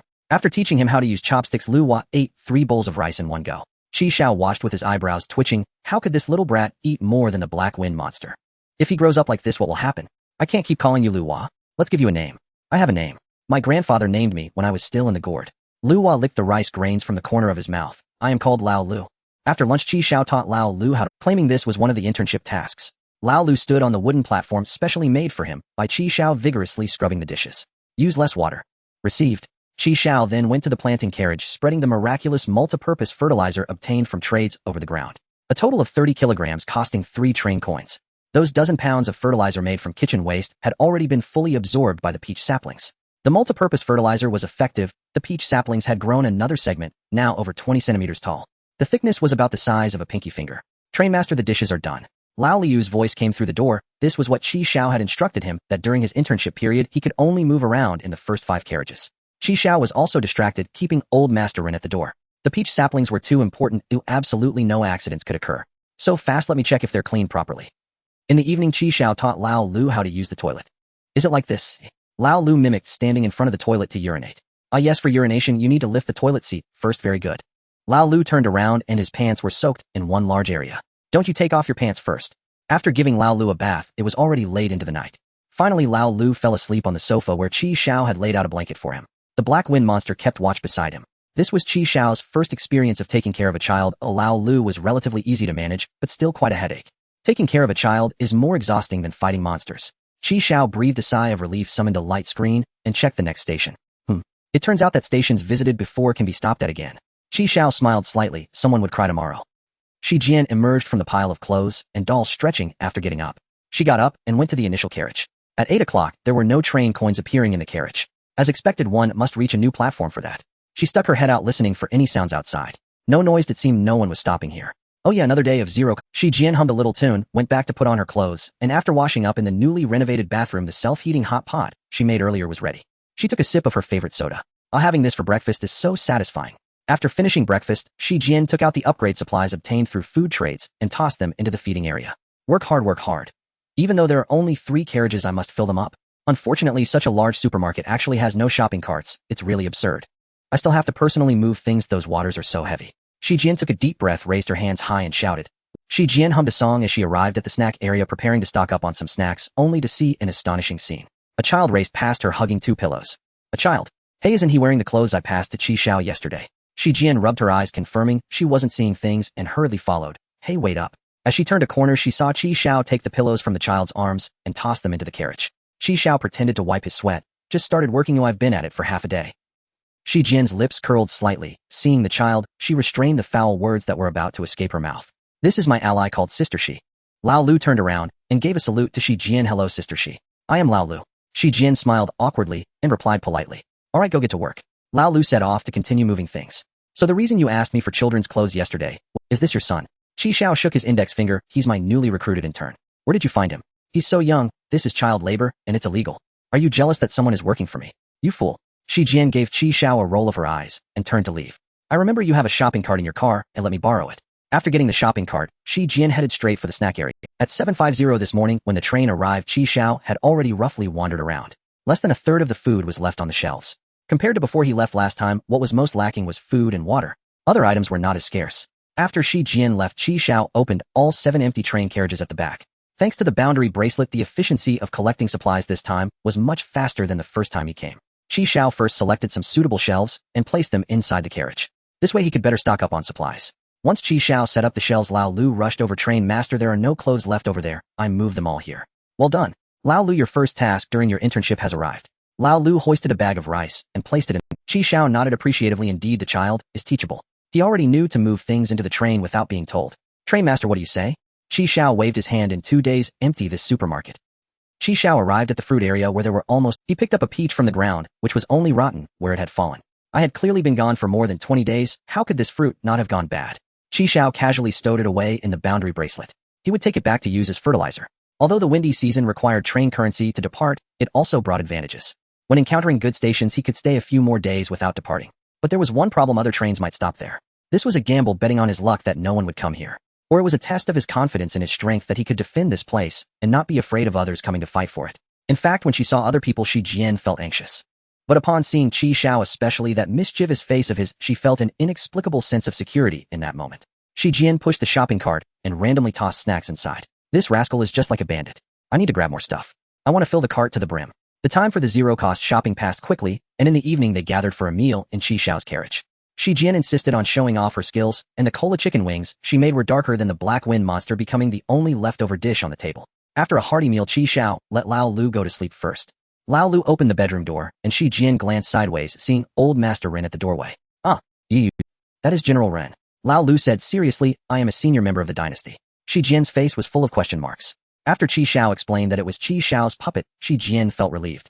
I won't be staying here tonight, goodbye. Watching Shi Jian's departing figure, Lao Lu looked puzzled. Train master, did you invite her? Xiao spread his hands. No. What no one noticed was that just now a faint, barely perceptible pink mist wafted from Shi Jian towards old Master Ren. Thud, thud, thud. At 7:30 in the morning, old Master Ren jumped from one end of the supermarket to the other. Shi Jian got up early today to move more things. Yesterday, most of the items in other areas had been cleared out by Xiao. Just like last time, anything he touched would mysteriously disappear. Today his magic claws were going to reach the snack area. To prevent Xiao from noticing, she tiptoed and didn't even use the Seeing that Xiao had not yet started working, Shi Jian felt delighted. Sleep a bit longer. It would be best if you slept dead. She held several bags of chips and bumped into old Master Ren around the corner on her way back to the train. Ugh. Shi Jian closed her eyes and fainted. The chips she was holding fell all over the ground. A wisp of pink mist appeared on Shi Jian again, slowly drifting towards old Master Ren's left ear. Deep inside his ear was a gray pupa the size of a peanut. After absorbing the mist, the gray pupa gradually turned pink, and when it completely transformed into pink, accompanied by a nearly inaudible cracking sound, the pupa split open. A pink worm emerged from the pupa. It crawled out along the ear canal and fell onto old Master Ren's shoulder. It continued to move forward and with a thud fell to the ground. It seemed to have hurt itself when it fell, and it thrashed around wildly. After calming down, the worm crawled towards Shi Jian, who was lying on the ground. Youth is wonderful, you can just sleep anywhere. Xiao was washing up while controlling old Master Ren's patrol, and as a result, Shi Jian bumped into him and scared herself unconscious. Ignoring her, Xiao continued to control old Master Ren to patrol. By 8 o'clock, confirming that no other trains had docked, old Master Ren jumped back into the carriage to continue his role as the gatekeeper general. During the day, they continued vigorously moving supplies into the train. At the same time, they hung some less-needed items on the trading platform to exchange for upgrade materials. At 9 o'clock in the evening, Xiao had been docked here for 2 days, creating a miracle. He really emptied a supermarket. The last 6 carriages were filled with food. The refrigerated compartment is now equipped with shelves filled with beverages, enhancing the vertical space utilization. The excess shelves were tossed into the material input area by Xiao, transformed into upgrade materials. Xiao and Lao Lu stood with their hands on their hips, gazing at the almost empty supermarket with pride on their faces. Beside them, Shi Jian's face was ashen, inexplicably feeling a sense of being rated. How did I do, train leader? Lao Lu had indeed been working hard these past few days. As expected of the Huluwa, he was full of energy. If it weren't for Xiao's intervention, he wouldn't have thought of sleeping last night, preparing instead for a night of battle. Not bad, you've taken a big step towards the position of deputy train leader. Lao Lu beamed with happiness, realizing that the old man was deceiving him. Traveling was not dangerous at all, and it was very enjoyable. Xiao looked at Shi Jian. I'm leaving, are you coming? Shi Jian rolled her eyes at Xiao. You've emptied this place, what do I have left to stay for? Does that mean I'll get my train tokens back tomorrow then? Go to hell. Xiao led Lao Lu onto the train, closed the door, and then said to Shi Jian, By the way, don't resell that cabinet air conditioner. What do you mean? It means take care of it properly. You're troublesome. After Qi Xiao left, Shi Jian waved her. She sighed and returned to her own train. With a flash of white light, she set off as well. Conductor, why is our carriage so long while Sister Shi Jian's is so short? Because men need it long, women do not. Oh, Lao Lu nodded half understanding. Hurry and wash up and go to bed. You know how to use your toothbrush, right? Brush thoroughly, or you'll get cavities. After washing, Lao Lu crawled into the quilt. Qi Xiao summoned a loom. In the chatroom, messages flew, goddamn scoundrels. I might as well have fed my stuff to dogs. You actually dared to transfer upgrade materials to others. Now there are a bunch of scammers. I'd rather die at this station than hand them over unless they give me the train coins first. And if you took the coins and ran, someone would cry themselves to death. Those people deserve to be conned. At this point, who would pay train coins? Materials are useless. You spend them to upgrade and get a shabby carriage with no new functions. Normal trades are completed through the trading platform and intermediary. The goods may sometimes be misrepresented, but overall there are seldom major problems. That means at least you actually receive something. But material transfers are different. Once upgrade materials are tossed into the input area, they cannot be retrieved. They are limited to upgrading your own account or to direct transfers to another account. Without a middle platform, there is no protection. You send materials over and the recipient might ignore you or delete you and run. All are possible. Therefore, everyone defaults to using the trading platform beforehand because they do not trust one another. It seems many of the stations people stop at are unreliable. For the sake of train coins, people are forced into such choices. Qi Xiao exited the chat room and checked the stations the train would stop at tomorrow. This stop, Elevated Road No. 26, single-player station. Departure from this station requires 10 train coins. This station is Niblong and created by Aoding, U Danger Level 7. In Chu Tianjiao's Maibei trunk, there was a Level 5 treasure chest. It could yield 36 train coins, one of the 7 deadly sins. Lust. Damn. So it had to be the Longzhu. Oh, of course it landed me in this segment. It shoved me straight into Niblongen. In a world where one can survive almost anywhere, perhaps I can still scavenge some materials. Will we encounter Sishi? Will we encounter Aoding? Now I wonder whether this train can withstand Aoding's eternal spear. This is bad. A level 5 chest. Do I even have the luck to claim it? Qi Xiao searched the trading platform for books on the Longzhu, and indeed, he found some. They all described the Longzhu's resurgence. After acquiring them, Qi Xiao read by lamplight into the night. Conductor, why aren't you asleep yet? I'm catching up on shows. The Maibei sped along the empty elevated road, cleaving through the white curtain of rain. Music played inside the car, Alton's Daily Growing. The man switched off the stereo. The earlier conversation had been unpleasant. In truth, every exchange between father and son seemed to end in silence. A brief stillness settled in the car. It was so quiet that only their breathing could be heard. Chu Zihong rested his head against the window and stared out, lost in thought. Night had fallen and the streetlights glowed. A white flash tore across the sky and tree-shaped lightning descended. Chu Zihong froze for a second. A train. A red train. Thunder roared. With the lightning, the train winked out and was swallowed by the rain. Was it a trick of the eyes? Chu Tianjiao broke the silence first. How's your mother lately? Same as before. She gets up in the morning to fuss with the cat, goes out shopping in the afternoon, and at night drinks with a few aunties. The next moment, Chu Zihong lurched forward, and the car came to a halt. Once he steadied himself, he saw the road ahead blocked. It was not a mirage, there truly was a red train. A door opened, and a youth stood in the doorway waving at them. Son, sit tight. I'll step out and see what's going on. Chu Tianjiao opened the car door, umbrella in hand, and walked toward Qi Xiao. Little brother, what are you up to? Chu Tianjiao offered Qi Xiao a cigarette. Filming a movie. You've got quite the scene. After lighting one for himself, he handed the lighter to Qi Xiao. Qi Xiao said plainly, Chu Tianjiao, this is Niblongen. With a sharp pop, the cigarette in Chu Tianjiao's mouth fell to the ground. He turned, and by his son's window in the dark saw a pair of golden pupils gleaming. He dropped his umbrella, dashed back to the Maibei, kicked the Sishi aside, flung open the door, drew Tsunyu, and with a single stroke, severed its arm. Dad, what is? Son, sit tight, don't be afraid. Dad. Around them more golden eyes flared. Counting the first pair, there were 5 in all. Son, welcome to. Chu Tianjiao drew a deep breath. The real world. A transparent barrier unfolded through the rain. Within its veil, the flow of time slowed, as if the air had thickened into a viscous liquid. The rain fell in slow motion, the Sishi moved sluggishly, even the wind seemed retarded. Only Chu Tianjiao, he brandished Tsunyu in the black night, the flashing blade resembled silver swallows. The Sishi lunged one moment, and were severed head from body the next. Yelling time 0. With bewildering speed, he disposed of the Sishi. Chu Tianjiao sheathed his blade, and his face grew grave. TSK, so this is strength power. Qi Xiao was only dazed for an instant before those Sishi were neutralized. Conductor, did you see that? His blade moved, so keep it up, you can do it too. Really? A light returned to Lao Lu's eyes. Watch Haifeng Doanshui, closely stay in the car and don't go out. I'll go over there for a moment. Qi Xiao picked up the umbrella Chu Tianjiao had dropped and ran up to him. Qi Xiao returned the umbrella to him. There's no time to explain. You need to turn around and head back. You should still have enough time to get out. Thank you. Are you one of the principal's people? No thanks. I'm here for what's in your trunk. Seeing Chu Tianjiao immediately show a defensive posture, Qi Xiao explained, don't misunderstand. I don't want your box, you'll know once you open the trunk. It's the extra stuff that I want.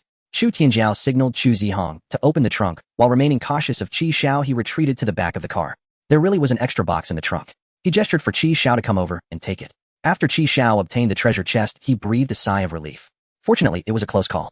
Just as Chu Tianjiao turned the car around to head back the way they came, a white light illuminated. Amidst the white light, Odin appeared riding his 8-legged steed, accompanied by a group of death warriors. The steed was adorned with metallic armor, and its white fur radiated a brilliant glow. Each of its neighs was accompanied by the sound of thunder as sparks of electricity erupted from the metallic nostrils beneath the mask. Odin, mounted atop, was clad in dark golden armor, wielding a curved spear, the legendary Eternal Spear. On his face, covered by an iron mask, was a sole golden pupil that sparkled with dazzling light. Damn, he came so quick. The death warriors beside Odin lunged towards the Maybach. Chu Tianjiao unbuckled Chu Zihong's seatbelt and forcibly pulled him from the back seat to the passenger seat. Son, listen to your old man. Oh, if I tell you to run, you run. He unsheathed his weapon. Yuan unleashed his words of power and charged into the torrential rain, twisting and dodging, slicing the incoming death warriors into pieces. But more death warriors pressed forward, their golden eyes shining fiercely. Son, drive, go. Chu Zihong froze. In front of him was Odin, and behind him was the train. Which way to go? Qi Xiao swallowed hard, stepping back. The treasure chest was in hand. He had to slip away quickly. Chu Tianjiao, hold on a little longer. Hopefully you can delay until I depart. But Odin didn't focus on Chu Tianjiao. Instead, he turned his gaze to Qi Xiao. Human, why are you in my divine realm? I accidentally stumbled in. Qi Xiao said while retreating. I'll leave now. You all continue with what you're doing. Don't mind me. Rainwater began to gather around, wrapping around itself to form a spherical space with boundless darkness outside. It's indeed not so easy to leave. There were 10 minutes until the earliest departure time. I need to find a way to stall for those 10 minutes. After trapping Qi Xiao, Odin continued, anyone who has entered this realm can return, thus everyone who comes here must be a servant of the gods. Suddenly Qi Xiao burst into laughter. Ha ha ha ha ha ha ha ha. Holding his stomach, Qi Xiao laughed uproar. You are a god. You're killing me. You're a god. Odin, don't be ridiculous. This is just a novel. It's not the real world as you think. You are merely a character in this novel. You are not a god. Everything about you is given by the author. All of it is the author's design, and everything about you can be stripped away at any moment. As long as the author likes, you could be written dead in the next moment, or simply erased. So you're a madman. Seeing Odin unmoved, Qi Xiao continued to deceive him. Do you know? The author's new book has already revealed your identity. Qi Xiao gazed at Odin, his eyes blazing. The king of sky and wind, right? The moment those words left his mouth, Odin froze. How does he know my identity? Impossible, he must be bluffing. Undeniably, there was a hint of hesitation in Odin. Chu Tianjiao also froze upon hearing this. Think about it, why could I enter your Nibelungen? And do you really think I can't escape? In the next moment, Qi Xiao's figure vanished from the spot. He appeared inside the train outside the water sphere barrier. Odin immediately expanded the water sphere, this time encompassing Qi Xiao's train as well.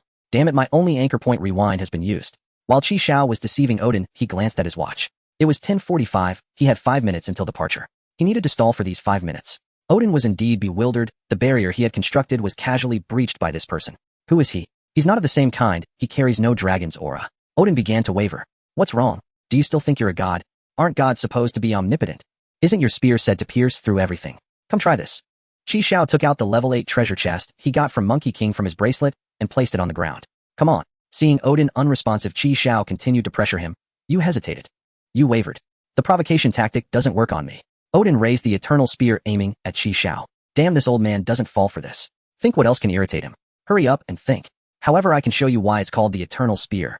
Odin confidently swung the eternal spear. The spear said to always hit its target, piercing through everything, radiating a meteor-like light, tracing a beautiful and deadly arc towards the level 8 treasure chest. Odin was full of confidence.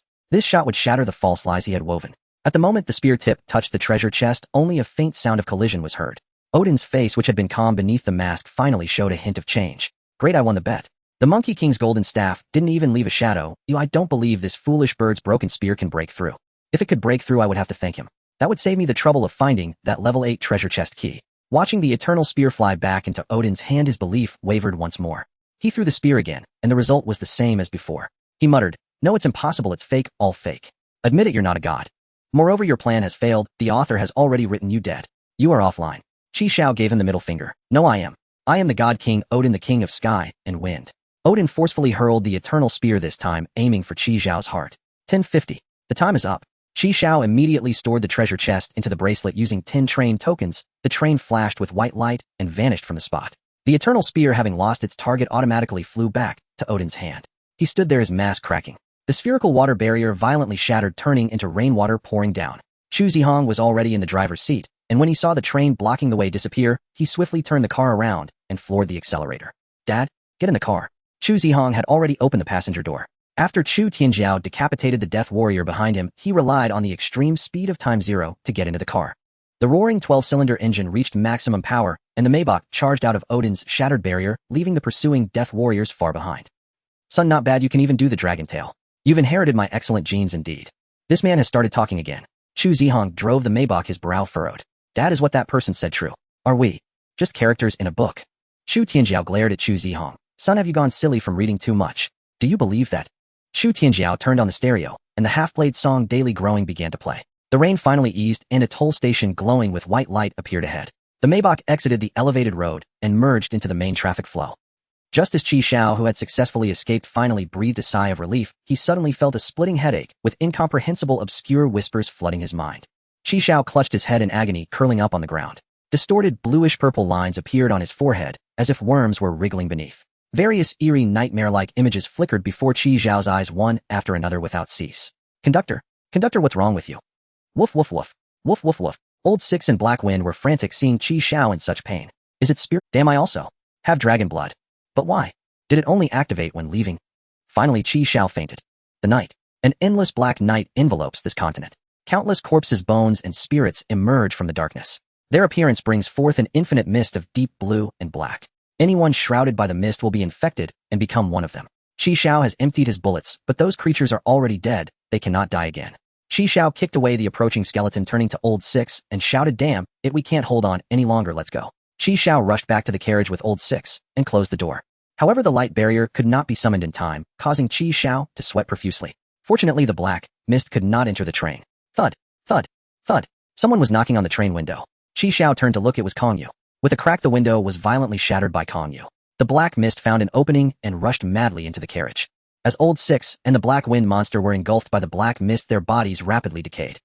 Xiao suddenly sat up, drenched in cold sweat. Had another nightmare.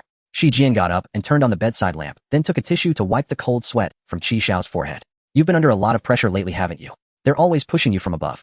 Don't put too much pressure on yourself. If it doesn't work out, we can always change jobs. While comforting Xiao, Shi Jian lay down in his arms.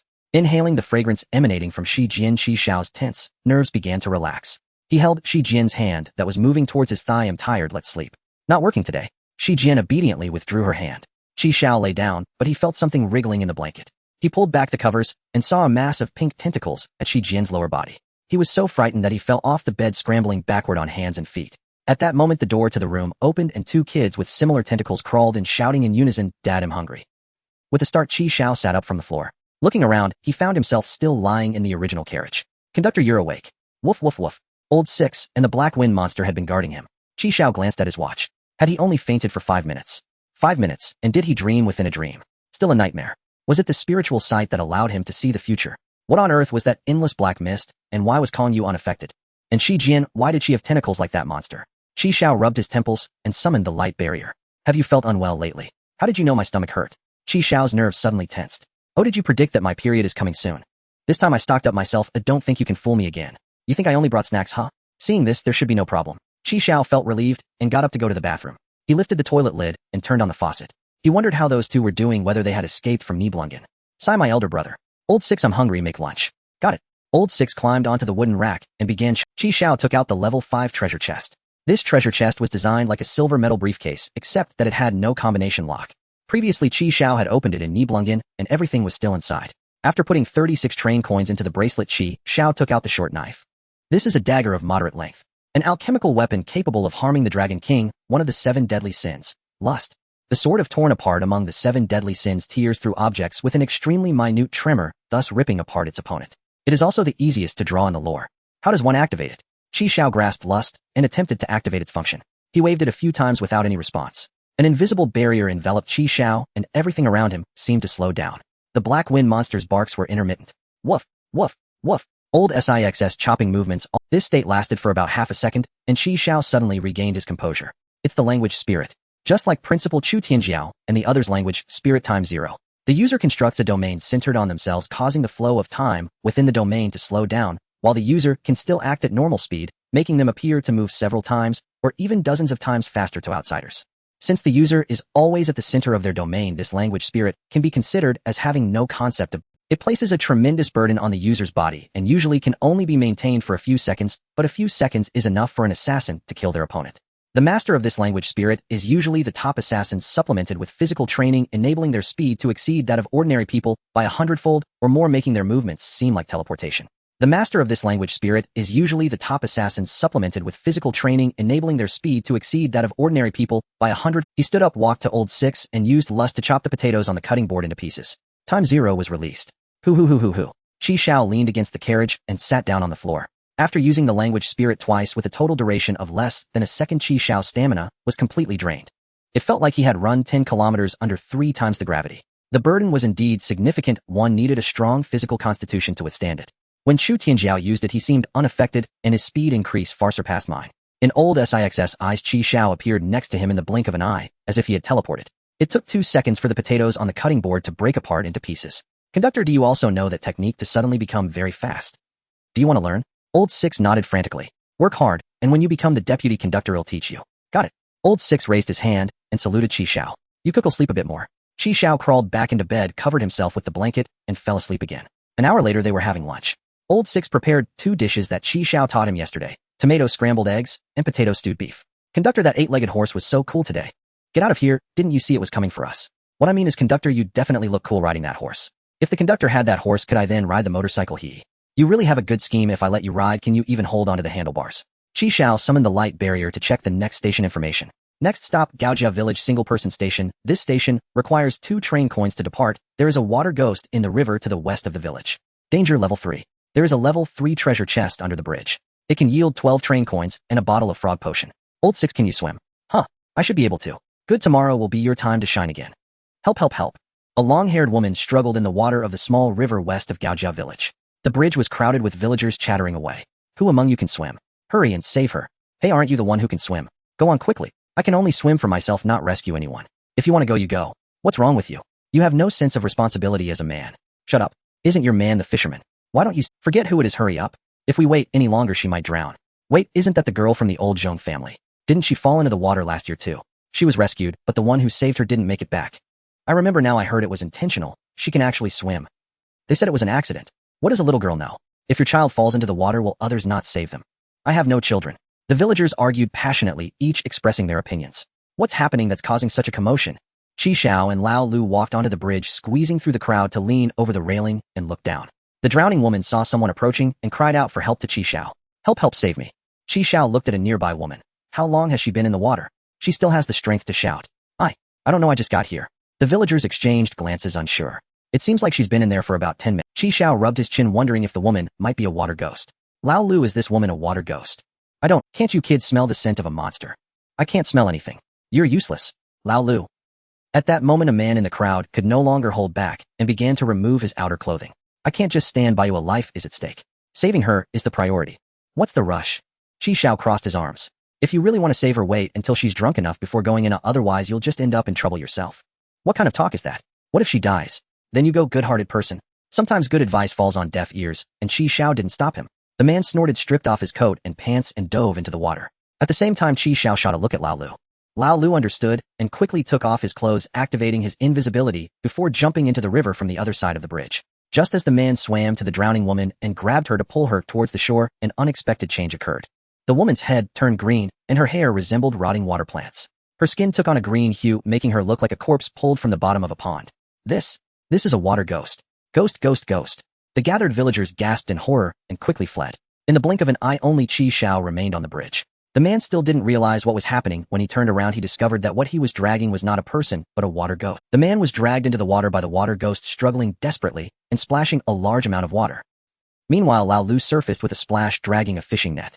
The net contained a dozen gold coins and a bottle. Xiao hurriedly threw down a prepared rope, and Lao Lu swam against the rushing current towards the rope. The water ghost, seeing the commotion, stopped toying with the man. She simply twisted his neck 180 degrees and discarded him. Thief! The previously calm river surface suddenly erupted into a torrent. Lao Lu struggled to grab the rope, while Xiao pulled him up. Just as Xiao was about to grab Lao Lu's hand, the water ghost spat out a corrosive liquid, severing the rope. Lao Lu fell back into the turbulent water. Damn it! Xiao turned around and pulled out an AK, firing a volley, but the water ghost's body shimmered with blue-green scales, causing the bullets to clang against it like metal. The bullets can't penetrate. Those fish scales are so tough. At the same time, the water ghost quickly changed direction, swimming towards Lao Lu. Return my treasure. You damn thief. Just as she was about to grab Lao Lu, Qi Xiao exerted all his strength, throwing the rope towards her. He drew out Desire, stepped on the rope, and took several paces to stand before the water ghost. Cut, cut, cut. Desire resonated with high-frequency vibration. He drew out Desire, stepped on the rope, and took several paces to stand before the water ghost. Cut, cut, cut. Desire resonated with high-frequency vibrations, responding to Qi Xiao's intent. The blue-green scales that couldn't be pierced by bullets shattered under the high-frequency vibrations of Desire.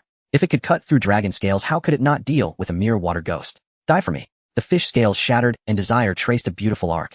The water ghost's head and body were split apart. Even her neck was crushed into a mushy pulp.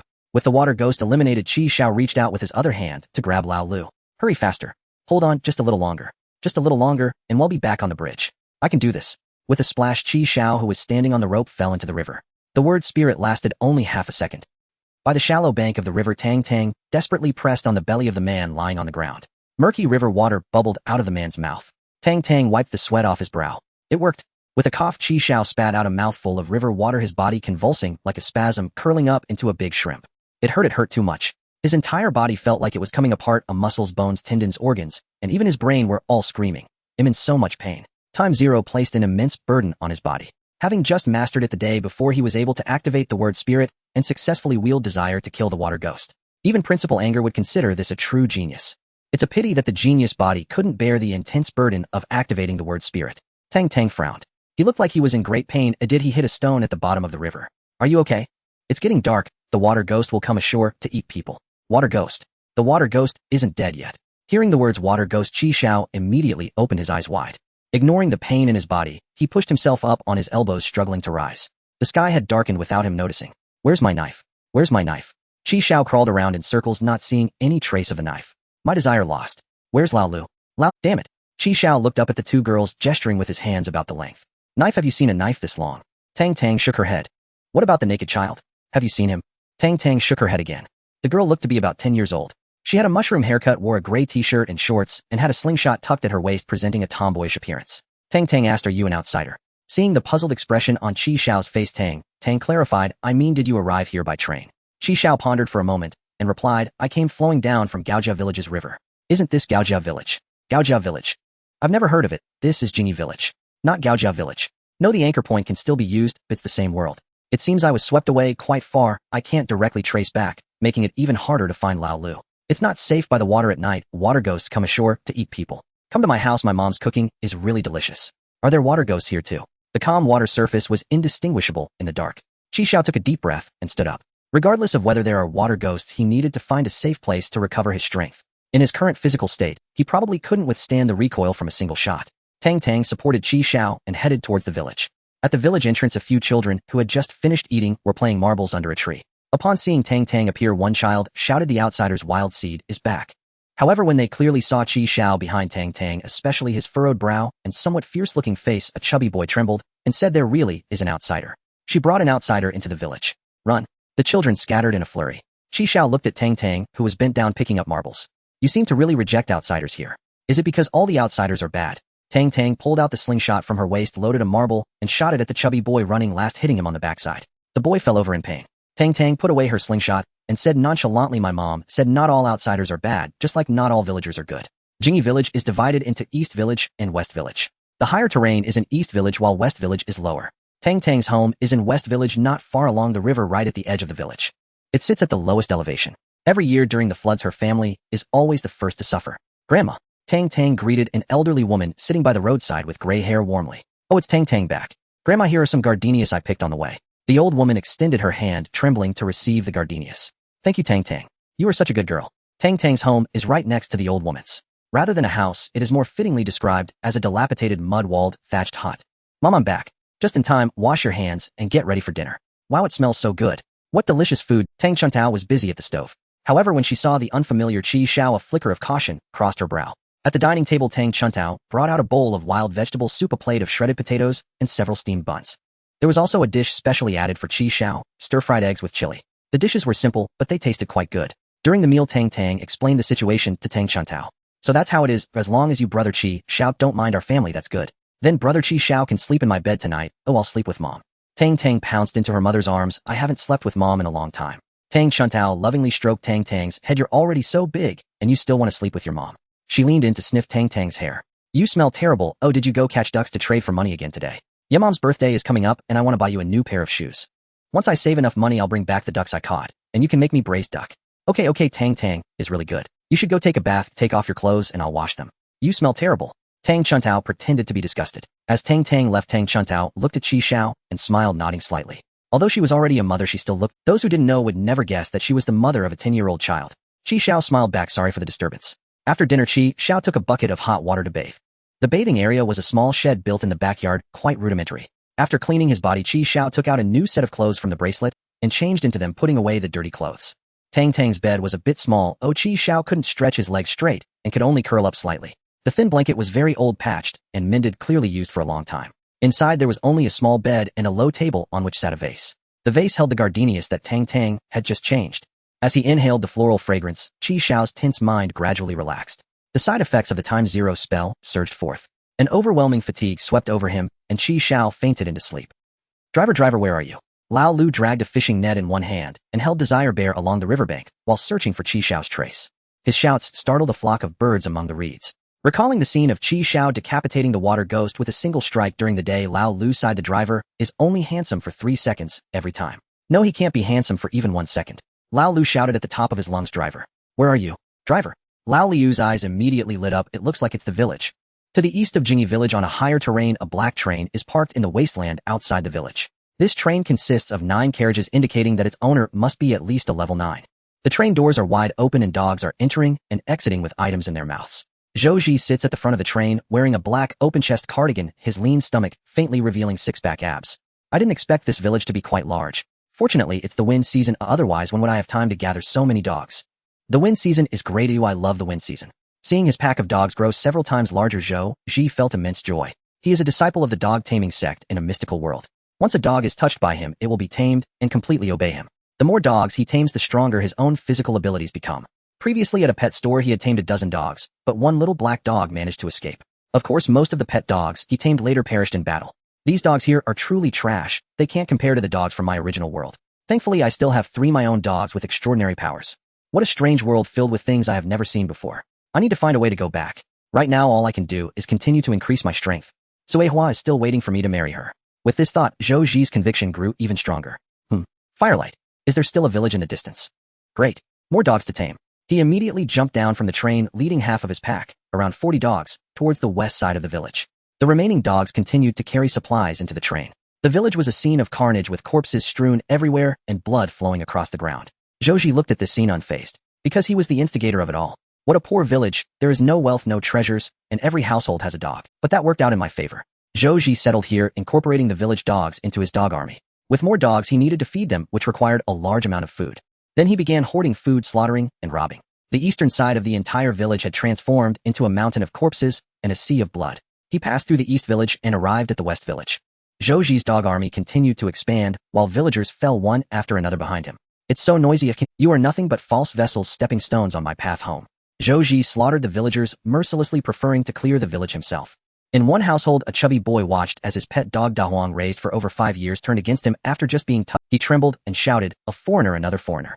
Zhou Ji naturally knew that the foreigner the chubby boy was referring, because the villagers who were killed by his dog pack all exclaimed the same before their deaths. "Chubby boy, what do you mean by that? Have you seen other foreigners?" The dog pack parted to make way as Zhou Ji approached the chubby boy, effortlessly lifting him. If there were another train leader, that would be fantastic. Killing him and robbing his resources and train would elevate my strength. These villagers are insignificant. Killing the train leader is much faster for resources. Do you know where he is? I know. He was brought back by the village's wild child, and he must still be at that wild child's house now. Upon hearing this, Zhou Ji was instantly delighted. Lead the way, take me to find him. At this moment, the chubby boy's father rushed over. He repeatedly bowed to Zhou Ji, shouting, "Immortal! Immortal! I know where she lives. He'll guide you. Please spare my son. Please. It's all the same, then you can go." He tossed the chubby boy aside, and the man walked tremulously in front, while Zhou Ji leisurely followed behind him. The two, along with a pack of dogs, headed towards the westernmost part of the village. This is it. The man's trembling finger pointed at a dilapidated straw hut. "All right, you can leave now, Scram."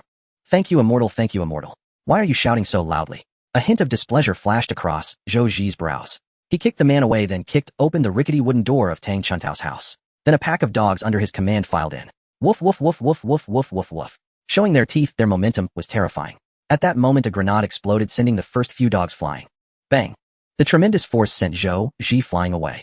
Zhou Ji fell to the ground with a thud, his back a bloody mess. The male gunner unleashed a powerful shot right in his face with remarkable results. Xiao followed up with 2 shots and a kick, ensuring Zhou Ji was dead before letting out a sigh of relief. Although Xiao was resting, the unfamiliar environment prevented him from fully relaxing. So the moment he heard movement outside the house, Xiao sprang into action. He hadn't rested long when he used his language spirit again, and the side effects hit him faster this time.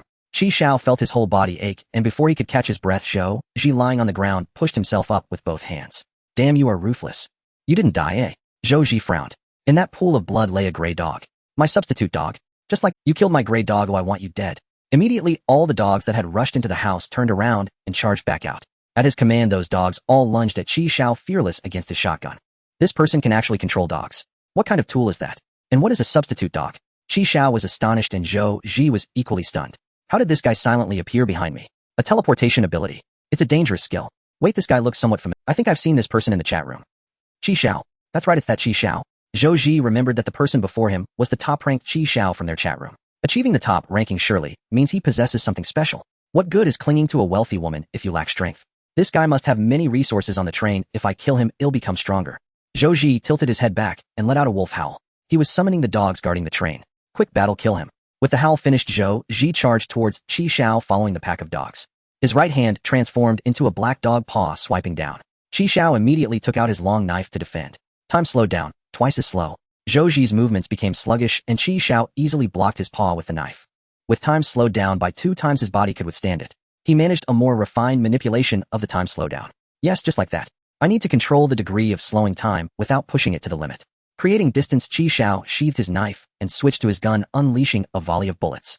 Zhou Ji crossed his arms in front of him, intercepting all the bullets. What the hell is this physique? Can he withstand bullets? Moreover, he can control dogs. This guy must have had plenty of adventures in the previous world.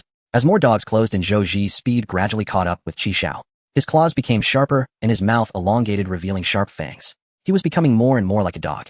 There was no time to change magazines. Zhou Ji's paw was already in his face. Bang! Bang! Time slowed down 3 times. With time slowed down threefold, Xiao pulled out his shotgun and fired 4 shots at him. Zhou Ji's pounce slowed down again, and Xiao bent down and sidestepped his attack, using the momentum to kick him away. What's going on? Seeing more and more dogs surrounding him, Xiao had a rough idea of what was happening. The more dogs there were, the stronger he became. Xiao discerned Zhou Ji's basic abilities and changed his tactics. First, kill the pack of dogs. Weaken his power. Xiao pulled out a grenade, bit off the pin, and tossed it into the group of dogs on the right. A loud bang erupted among the pack, sending 7 or 8 dogs flying, blood gushing from their mouths. Zhou Ji twisted his body and pulled out the tooth that had been loosened by the shotgun. Interesting. His speed increased again. He spat out a mouthful of blood. Scatter. With Zhou Ji's command, the pack of dogs scattered. Scatter. Too late. With time slowed down 3 times, Xiao pulled out his rifle, and those fleeing dogs suddenly moved, as if they were leisurely strolling. Xiao took them out one by one with precise shots. Gunfire. Lao Lu perked up his ears. It really was gunfire. With the sporadic gunshots ringing out, Lao Lu confirmed the direction and sprinted towards the sound. Is it the train conductor? The conductor is fighting someone. Conductor, wait for me, I'm coming. As Lao Lu dashed forward, the train coins in the fishing net clinked. The number of dogs around decreased significantly, and the blood pooled together. With the sudden drop in dog numbers, Zhou Ji's speed could no longer keep up with Xiao. What's going on with this person? Not only is his speed incredible, but he can also continuously pull out various weapons. Does he have some kind of storage artifact? If I can't keep up with his speed, I can't kill him. Oh, I can't drag this out any longer. Black silk, white silk.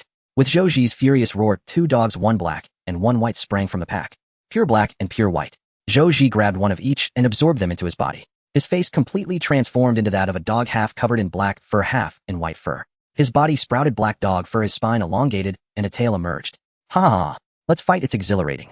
Zhou Ji wildly swung his claws, forcing Xiao to retreat step by step. Wow, he can even fuse. His speed suddenly became extremely fast. Even 3 times speed was a bit hard to keep up with. Zhou Ji's claws struck against Xiao's knife, creating sparks. His claws also became incredibly hard. If only Lust were still here, it could surely cut through those claws. Bang! In the back-and-forth clash, Xiao's knife ultimately lost and broke. Seizing the opportunity, Xiao slowed down time 10 times. Zhou Ji's speed slowed down again. Xiao adjusted his position, lifted his leg, and delivered a sidekick, using his waist and abdomen for force to kick at the broken edge of the knife. The broken knife tip, struck by the force, plunged into Zhou Ji's abdomen with a thud. At the same time, Zhou Ji's claw caught Xiao on the shoulder, sending him flying with immense force. Zhou Ji shook his head, grasping the small section of the knife still left in his body. He pulled it out directly and threw it on the ground. He stretched out his long tongue and licked the blood off his claws. He actually managed to break through my black and white dog skin. What an exhilarating battle. But that's about it. Zhou Ji raised his sharp claws, slowly walking towards Qi Xiao. Next strike, crush his heart. Hey, bad guy. Stay away from brother Qi Xiao. Just then a stone hit Zhou Ji on the back of his head. It was Tang Tang's slingshot. Though it didn't hurt, it was highly humiliating. Zhou Ji turned his head, the menacing black and white dog face, glaring at Tang. Chuntao was inside holding Tang Tang, listening to the sounds of gunfire, thunder, and barking outside. Even she couldn't help but tremble slightly. Especially when Zhou Ji kicked open her door and a pack of dogs rushed into the yard. She had already braced herself for death. But soon after those dogs left, an intense fighting erupted outside. Mom, don't be afraid. Tang Tang is not afraid. Tang Chuntao gently patted Tang Tang's back to comfort her. I'm sorry, brother Qi Xiao. Mom knows he's a stranger, I won't blame you. Soon everything outside quieted down. It was so quiet that it felt as if everything that had just happened was a lie. No, Mom, I want to go out and take a look. Tang Tang forcefully wriggled out of Tang Chuntao's arms, grabbing her small slingshot and rushing outside. Tang Chuntao hurriedly followed. Outside there were dog corpses everywhere, blood flowing freely. The mother and daughter cautiously avoided the dead dogs and followed the path. As soon as Tang Tang saw Qi Xiao being thrown out, she immediately set up her slingshot and aimed a shot at Zhou Ji. But Zhou Ji, being rational, licked his tongue and turned to continue towards Qi Xiao. Kill him, then kill these two. Die, Qi Xiao. Zhou Ji's sharp claws lunged fiercely at Qi Xiao's heart. Originally lying on the ground, unable to move, Qi Xiao suddenly crawled forward like a cockroach, dodging the strike. He stood up, pulled out an adrenaline syringe, bit off the cap, and injected himself. Qi Xiao's expression became exhilarated. Thanks to the Wugwa fruit's effect, he didn't completely faint. The critical moment was the few seconds Tang Tang bought for him, allowing Qi Xiao time to use the quality life potion he obtained in Dawn City. Indeed, it was a quality life potion. After one gulp, his wounds quickly healed. Coupled with the adrenaline, he felt an abundance of strength surging through him. Come on, dog. Keep going. Time slowed down 5 times. Qi Xiao could keep up with Zhou Ji's speed, but he still couldn't break through his hard claws. Another knife broke, unable to close the distance. Even if he did, the bullets couldn't penetrate his defenses. At this rate, he would eventually be worn down. Qi Xiao's last trump card was the anchor point for retreat. He couldn't use it unless absolutely necessary. Come on, let me see how long our little dog can hold on.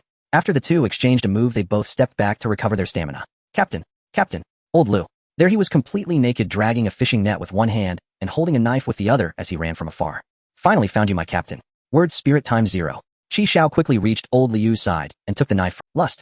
So it was picked up by Old Lu. Old Lu, go protect them. Qi Xiao pointed towards Tang Chuntao and Tang Tang in the distance. He'll go kill a dog. After being activated once, Qi Xiao could now wield Lust at will. One strike this time, I will At this moment, Zhou Ji's heart raced, his tongue hanging out, gasping for breath. No, this body, while fast and resilient, had terrible heat dissipation. All thanks to the tongue. Wait, where did this little chubby boy come from? Why did his expression suddenly become so confident after he got that short knife? His heart and lungs were overloaded. It had to be a quick battle. One claw to end the fight. Kill him, take his train.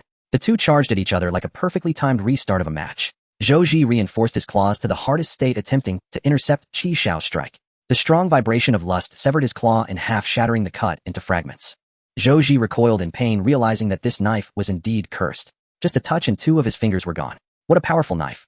Qi Xiao's slashes came down like raindrops, and Zhou Ji hurriedly responded. Each time he blocked the blade, his claws went numb from the impact. Qi Xiao grew bolder in battle, his expression gradually becoming frenzied. All his attention was on severing Zhou Ji's claws. The opportunity had arrived. Zhou Ji suddenly grasped Qi Xiao's knife, and his tail shot out like a lightning bolt, aiming for Qi Xiao's heart. Did you expect this? This is my true trump card. Zhou Ji looked confidently at Qi Xiao, wanting to see his face contorted with fear. But at the critical moment, that guy was smiling. Bang! A jade-like treasure chest suddenly appeared, blocking Zhou Ji's final hidden attack. Oh no! In the next moment, his claw gripping the knife was completely severed. Qi Xiao kicked the level 8 treasure chest, sending Zhou Ji crashing to the ground. With another strike, Zhou Ji's left claw flew off. Ow! Zhou Ji bit down hard, swiftly returning to his original appearance. A black dog and a white dog peeled away from his body, collapsing in a pool of blood. As he watched Qi Xiao slowly approach with the short knife, fear finally appeared in Zhou Ji's eyes. His trump card had been seen through, and the opponent had more cards than he did. No, I still have a trump card, my last trump card. Stop! Stop! You can't kill me. I'm a member of the Order Kingdom. Zhou Ji pulled out a badge from between his legs with his severed hand, identical to the one Xia Yuan had given him. Qi Xiao, I know you've seen players from previous generations. You must also know about the New World.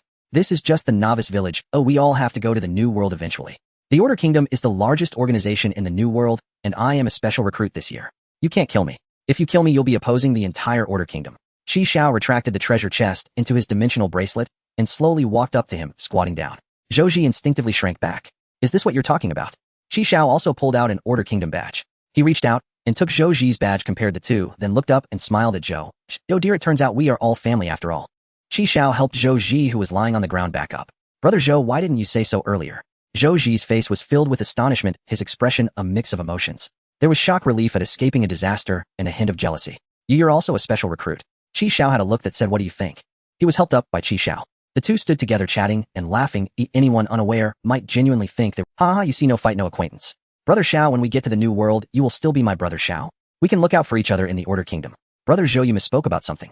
Xiao leaned close to Zhou. Zhi's ear, you want see the new world. Zhou froze, and the next moment, he spat out a mouthful of blood. He weakly lowered his head, seeing the fist-sized hole in his chest. 3 seconds ago, Xiao unleashed the word spirit 20 times the speed. He activated lust, shredding Zhi's heart with blow after blow. It was so fast that he didn't even react. Death arrived before the pain. You're lucky this time. The Order Kingdom is like this, they accept anyone. After confirming that Zhi wouldn't rise again, Xiao finally breathed a sigh of relief. It seemed that his replacement dog truly had only one life. With Zhi dead, the remaining dogs lost their master and regained their senses, scattering away. So tired, so tired. Indeed, a slight time slowdown has minimal impact on the bonus burden. Also, activating lust consumes a lot of stamina. Using words spirit times 0 and lust simultaneously is indeed powerful, but the body can't handle it. No time to rest, the adrenaline is still pumping, and there's more to do. Old Lu. Captain. Hearing Xiao's call, Old Lu immediately ran over. Xiao took out a t-shirt and put it on Old Lu. Are you going to be naked like this all the time? Old Lu scratched his head. I usually go invisible around people. The t-shirt fit Old Lu perfectly, covering his backside. Old Lu grabbed his backside and pulled out the fishing net he had wedged between his cheeks. By the way, Captain, this. Xiao stored the fishing net treasure chest that Old Lu had dragged in his dimensional bracelet. Let's go loot the bodies. Loot the bodies. What's that? After Xiao explained, Old Lu excitedly ran towards the surrounding dogs. I love looting bodies. These dogs could be turned into fertilizer, especially those 3 special ones, the gray, black, and white ones. After taking out the motorcycle, the dimensional bracelet immediately freed up weight, just enough to fit these dead dogs. After searching Zhi's corpse, he found nothing useful. Right, Zhi is dead. Ooh, what about his train? After collecting the dead dogs, he quickly stood up. Old Lu, let's go find the train. Oh, what? Before leaving, Xiao approached Tang again. He reached out and patted Tang's head, smiling, as he said, sorry I tricked you. I know brother Xiao is an outsider. I'm not stupid. Xiao thought for a moment and took out a pistol, handing it. If you encounter any bad outsiders in the future, use this. You shoot pretty accurately with a slingshot. This thing is similar in use to a slingshot. After teaching Tang how to use it and leaving her some bullets, Xiao hurriedly left with Old Lu. Nearby households heard the commotion, and occasionally a few doors opened, heads peeking out to look this way. Some heads popped up from behind low walls, secretly watching. But no one dared to approach. Old one, what's going on? Shouldn't we go take a look? Are you crazy? Don't you see that he's a killer? The dogs in the village don't know what happened. They all ran over and got killed by him. That outsider can even turn into a dog. I didn't see that. I didn't even see how he died. Their speed was too fast, especially that one with the gun. It was like teleporting. These outsiders are too terrifying, coming around every few years. When will it ever end? The train of Zhi was not hard to find in the darkness. The illuminated train stood out distinctly. Xiao murmured to himself, recalling Kong Yu's words, the train is black, and so is the heart of its passengers. He shook his head and stepped into the carriage. Upon seeing that the screen indicated the train was unowned, he felt relieved. The first 2 carriages were nearly empty, containing little of use. Xiao opened the door to the 3rd carriage. Inside was a wooden shelf holding 7 treasure chests. Each chest had a note detailing where it was obtained and what was inside. A collecting obsession. All the contents had been opened, yet the empty boxes remained. How boring. Why was there a suitcase here? It seemed out of place. Requires a level 6 treasure chest key to unlock. This is a level 6 chest. A thick gift crab. It was a silver metal chest similar in size and shape to a suitcase. Level 5 chests didn't require keys, but from level 6 onward they did. It turned out that level 6 was a watershed moment. I wonder if this can be pried open forcefully. Let's give it a try. Xiao activated lust and struck down with his sword. He exerted all his strength to leave a groove less than a millimeter deep on the treasure chest. I can hit it. It seems it can be forcefully opened. If Monkey King were here, he would probably smash it open with one blow. The level 8 chest is much more valuable despite only being 2 levels apart. I wonder what the highest level of the treasure chest is. Xiao stored the chest in his space bracelet and opened the door to the next carriage. It smelled terrible. Xiao covered his nose. This carriage was filled with neatly stacked wooden boxes, each containing various kinds of dried meat. There were also some drying racks with frog snakes and mice hanging from them, equally categorized and strung together neatly. This guy really has OCD. He continued to the next carriage. It was a simple bedroom. Xiao rummaged through a box by the head of his bed and found a costume card. It was a gray costume card which Xiao casually stored in his space bracelet. He had collected 37 train coins. To carry more items, Xiao spent 40 train coins to upgrade his space bracelet to level 7, increasing his weight limit to 500 kilograms. Xiao felt a bit pained by this, but there was no other choice. He didn't want to risk logging onto this train as it would render the anchor. Although today was the last day of the wind season, meaning no more trains would stop, he had docked yesterday, and it was uncertain if other trains would be stopping at that end. If he logged in here, and the door opened wide on the other side, allowing someone to take advantage, it would be a loss. The next carriage was filled with dog skins in various colors, sizes, and breeds. There were at least 100 of them. Did Guegue kill so many dogs? I wonder how he obtained the ability to control dogs and enhance and alter his own body through them, and if there's a way to cultivate that. That replacement dog was incredibly useful, I must say. Further on, there were not many items left in the carriage, mostly useless clothes. After searching the entire train, Xiao returned to the initial carriage and tapped on the screen.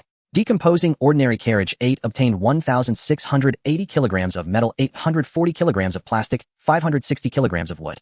1,850 kilograms of metal, 1,010 kilograms of plastic, and 700 kilograms of wood have been transferred to the account of train conductor Xiao. In the entire East Village, the number of survivors could be counted on one hand. The train search was complete, and it was time to prepare to return. Today was indeed the last day of the wind season. Xiao hopped on his motorcycle and rushed back with Lao Lu. Conductor, are we headed in the right direction? I came from that way. Xiao made a sudden stop and turned the bike around. Damn, why didn't you say so earlier? I thought you knew the way. A large black door is embedded in the mountain. This door appears ancient and dignified, as if it bears the weight of endless time and history. The door is engraved with strange symbols and patterns. In front of the door, a small black and gray dog walks back and forth with its head held high. It is the faithful guardian of this grand door. How adorable. Come here, let me pet your head. The dog approached and rubbed its head against the chest of Bujihua Yunxing. Its collar bears a silver coin depicting a dog. Good dog, behave, and I'll bring you 2 female dogs to keep you company later. Bujihua Yunxing gently stroked the dog's head while slowly unfastening the collar. He smiled as he lifted the collar with the silver coin. Got it. That was easy. Just then, the once obedient dog suddenly opened its gaping mouth and swallowed Bujihua Yunxing along with the coin. Burp from a distance at the foot of the slope. The puppet in Bujihua Yunxing's hand ignited into flames, and he casually tossed it to the ground. Cerberus the Hellhound from Greek mythology. The Divine Chronicle states that this dog has 50 heads, while later artistic portrayals mostly depict it with 3 heads, hence it is often referred to as the 3-headed dog of hell. So how many heads does it actually have? 50. Kongyu nodded. But isn't that just one head? It grows back after being cut off. Moreover, every time one of its heads is severed, it becomes stronger. TSK. No wonder you need this knife. No matter how many heads it has, it still has only one soul. Don't worry, leave it to me. Bujihua Yunxing emerged from the slope, and Bujihua materialized from thin air. Hello, little dog, I'm back. It is a bit troublesome. Bujihua Yunxing's clothes tore, exposing a muscular torso akin to forged steel. He squatted down and picked up the silver coin, tossing it to the approaching Kongyu. Did you hear any sounds? No, Kongyu shook his head.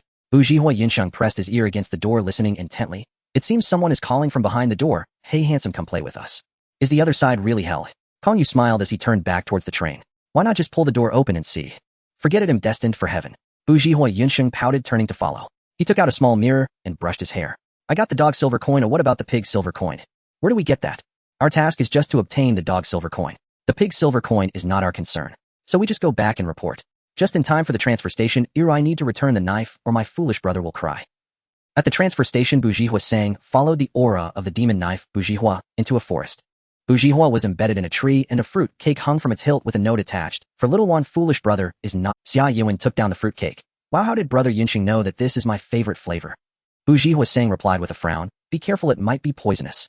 Xia Yuan opened the packaging, pinched a Sakura-flavored piece, and took a bite, her face lighting up with happiness. After a few chews, her expression suddenly changed. She clutched her throat, making strange sounds like, oh, oh, oh. It's poisonous. I've been poisoned. She reached out towards Bujihua Sang. Kill brother Yunxing for me, avenge me. Boring. Bujihua Sang sheathed his knife and turned to leave. Xia Yuan grabbed another matcha-flavored piece and stuffed it into her mouth, her cheeks puffed out. Tisk, foolish brother. Inside the train, Xia Yuan skimmed through a pile of documents which included the candidate list for new recruits for the Order of Heaven she was preparing this year. Tomorrow they would arrive at the new world, and before submitting she would review it once more. Xiao, the highest-ranked person in Area 2000. First place at the end of the internship period. Performance in Dawn City was also commendable. Intelligent, bold, and very shrewd, yet he has his own principles. He indeed fits our recruitment criteria. Bujihua Sang spoke while doing push-ups, conversing with Xia Yuan. Ultimately, it's still because he used the silver coin, gaining qualification. Those with qualifications must be recruited into our Order of Heaven.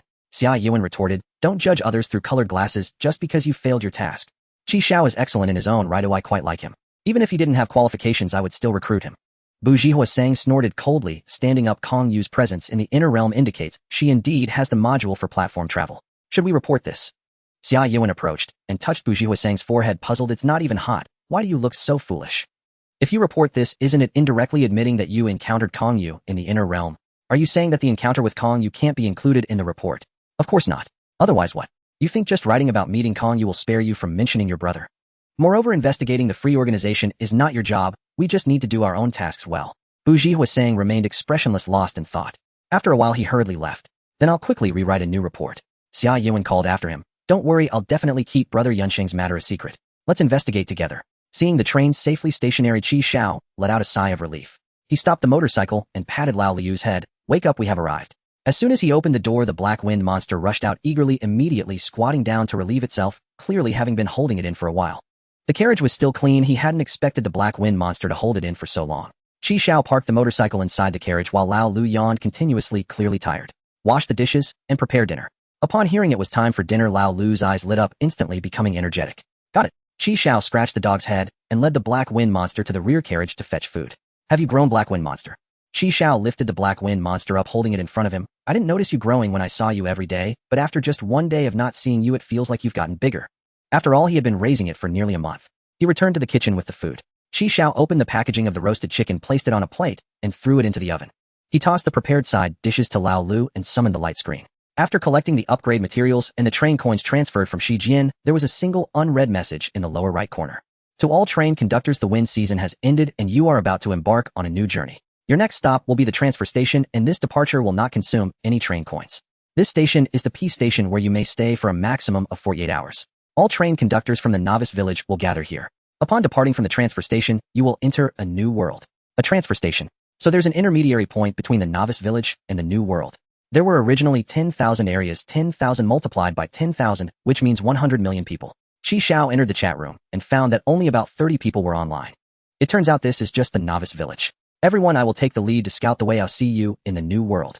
It's nice that the transfer station doesn't require train coins. They know I'm broke. There are only about 90 of us left in this area. You are all great. I am also a rare talent. Let's add each other as friends. It'll be helpful in the new world. As people set off, this number kept decreasing. Shi Jian, why haven't you replied for so long? I thought you were dead. Is that how you curse your ally? We'll reach the transfer station tomorrow morning. I'm really looking forward to it. Don't expose your module. I'm not an idiot. After dinner, Xiao counted the train coins. He currently had 108. There were enough materials to level up 4 times, but Xiao was somewhat reluctant to spend 40 train coins. Metal 2467, 600 kilograms. Plastic 1338, 300 kilograms. Wood 971, 200 kilograms. Train coin 0, 10 coins. Upgrading a level. Let's see if anything good will refresh. Delay departure. Following accounts can delay leaving the station by 10 minutes. 8 train coins. Reinforced steel plate. Increases carriage steel plate thickness from 5 mm to 10 mm. 1 train coin per carriage. Hands-free. Acquire a dedicated dishwashing machine. 3 train coins. Xiao would choose to upgrade delay departure for any accounts that follow. Reinforcing the steel plate. I now have 13 carriages, so I'm a bit reluctant. A dishwasher. Xiao glanced at Lao Lu, who was diligently washing dishes, and decided to ignore this option. Let's leave it at that and not upgrade for now. After all, Cone, you didn't say there would be any rewards. Upgrading can be done at any time. I should save some train coins.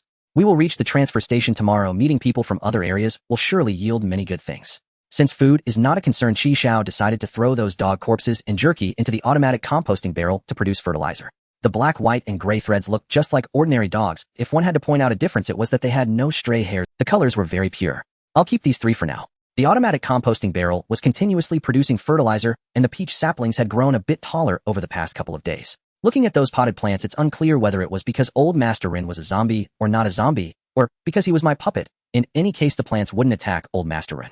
If I could catch a zombie and keep it in a cage, then continuously have the plants attack it to exploit a bug, wouldn't that give me a steady supply of vegetables? The key is that it can be used for fertilizer.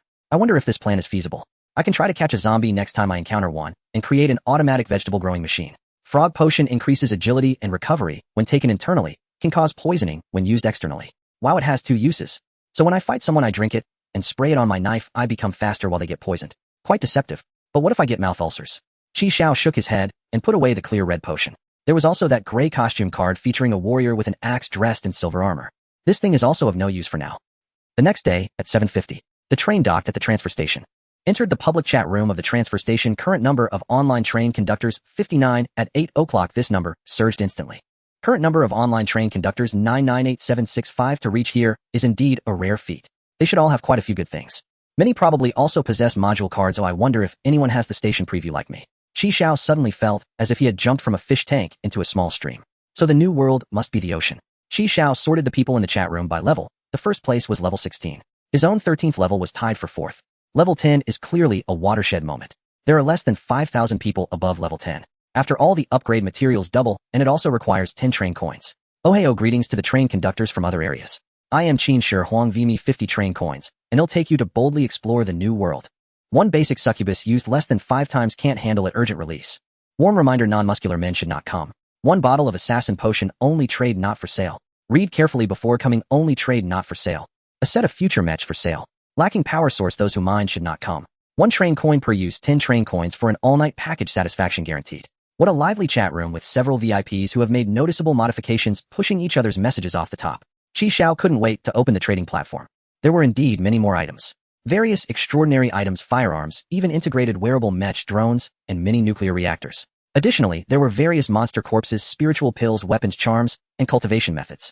The prices were all exorbitant with everyone asking sky-high prices. Xiao searched for miraculous multi-use fertilizer, and there were indeed many people trading it. 3 train coins for 5 kilograms. Screw that. There were also live trading, some that had to be done offline, and even people selling themselves. Truly a hodgepodge of everything. A little fire dragon. Isn't this just Pokemon? They're even selling this. We haven't even reached the new world. If we do, won't we be able to buy ult? Xiao typed treasure chest key into the search box, and surprisingly there was indeed a result. Level 6 treasure chest key, 1000 train coins. Damn, are you really that bold? Peace station regulations, any harm you inflict, directly or indirectly, upon others it shall be nullified and a portion of your train coins will be deducted as compensation. Your companions, including but not limited to humans, pets, or non-living entities, attacking others shall be deemed an act initiated by you. Do not attempt to seize or snatch anything. Such actions will incur train coin penalties and require full restitution of the seized item. Spitting or urinating, defecating in public is strictly prohibited. Damaging public facilities will result in train coin deductions and mandatory material compensation. A long list of rules, all converging on one principle: behave with discipline and cause no trouble. After reading the regulations carefully, Xiao gave Lao Lu 2 brief instructions before leading him out of the carriage. With a single step, Xiao's figure materialized upon a vast plaza. This was a teleportation platform, one of 12 across the station, through which travelers could return to the train at any time. Xiao had arrived at platform 1. He had arranged to meet the person holding the level 6 treasure chest key here, a platform teeming with people. At the plaza center stood a revolving angel fountain. A golden-haired, blue-eyed young aristocrat sat perched atop it, beckoning every passing beauty and presenting each with a train coin. Soon the fountain was ringed by women of every description. He basked in regal splendor surrounded by adoring admirers. Captain, is this heaven? Lao Lu halted, wiping a trickle of blood from his nose. If you keep bleeding like that, you really will ascend to heaven. Who is this rich stranger? An NPC? Where are the security guards? Someone help. Lu. Xijia emerged from the crowd of beauties and gently patted Lao Lu's head. Why are you bleeding? Has Xiao been mistreating you again? The boy's young and fiery. Slight internal heat is perfectly normal.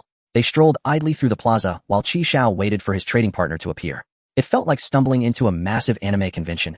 Every imaginable thing was present. Xiao spotted the little fire dragon at once. Roughly the size of a Shiba Inu, its body gleamed tangerine orange, its belly and tail tip butter yellow, crowned by a flickering flame. Its sapphire eyes shimmered, and 4 tiny teeth lined both upper and lower jaws. Its limbs were short, its fingers and claws numbering only 4 each, adorably compact. It was truly a living, breathing Charmander. So adorable, it's real. Xijia rushed forward and cradled its head, ruffling its scales affectionately. Does this little dragon breathe fire?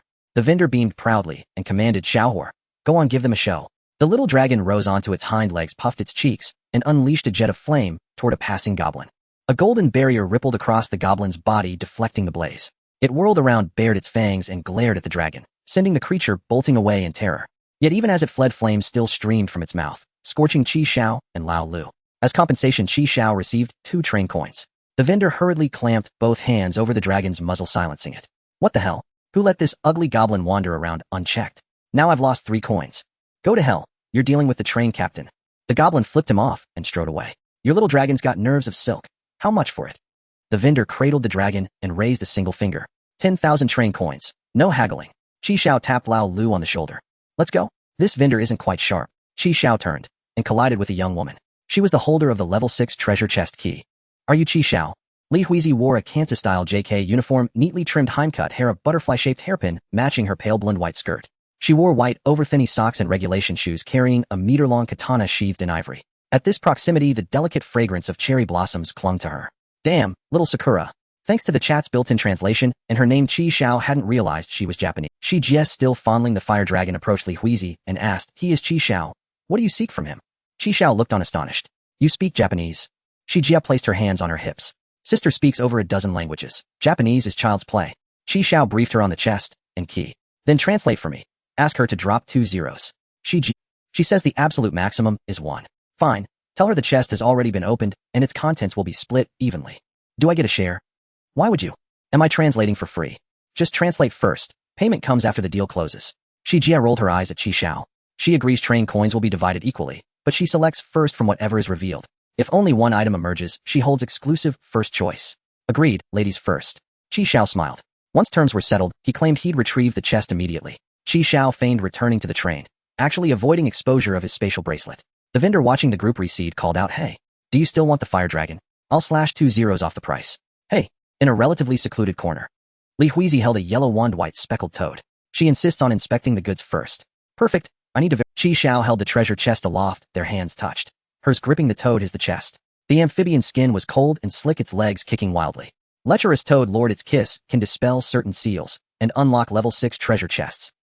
After confirming the chest's authenticity, Li Huizi nodded. Xiao placed it on the ground as she set the toad atop it. The toad hopped twice, then extended its tongue to adhere firmly to the chest's surface. With a tender lingering kiss, a translucent ripple pulsed outward. 3 seconds passed. The toad vanished. The chest sprang open. Verbal art times 0. Time slowed 30-fold. Xiao whipped open the suitcase and without hesitation swept every item inside into his spatial bracelet. Completed in 16 seconds. The suitcase lay open. Inside rested an AK rifle, and a katana snapped cleanly in half. All three, Xiao, Jia, and Li Huizi stared, disbelief etched across their faces. "Where are the train coins?" "Why not?" "She's asking me." "I'm asking who?" Xiao stared intently at the 2 artifacts within. "I see. It must be because 2 items emerged, so no train coins were awarded.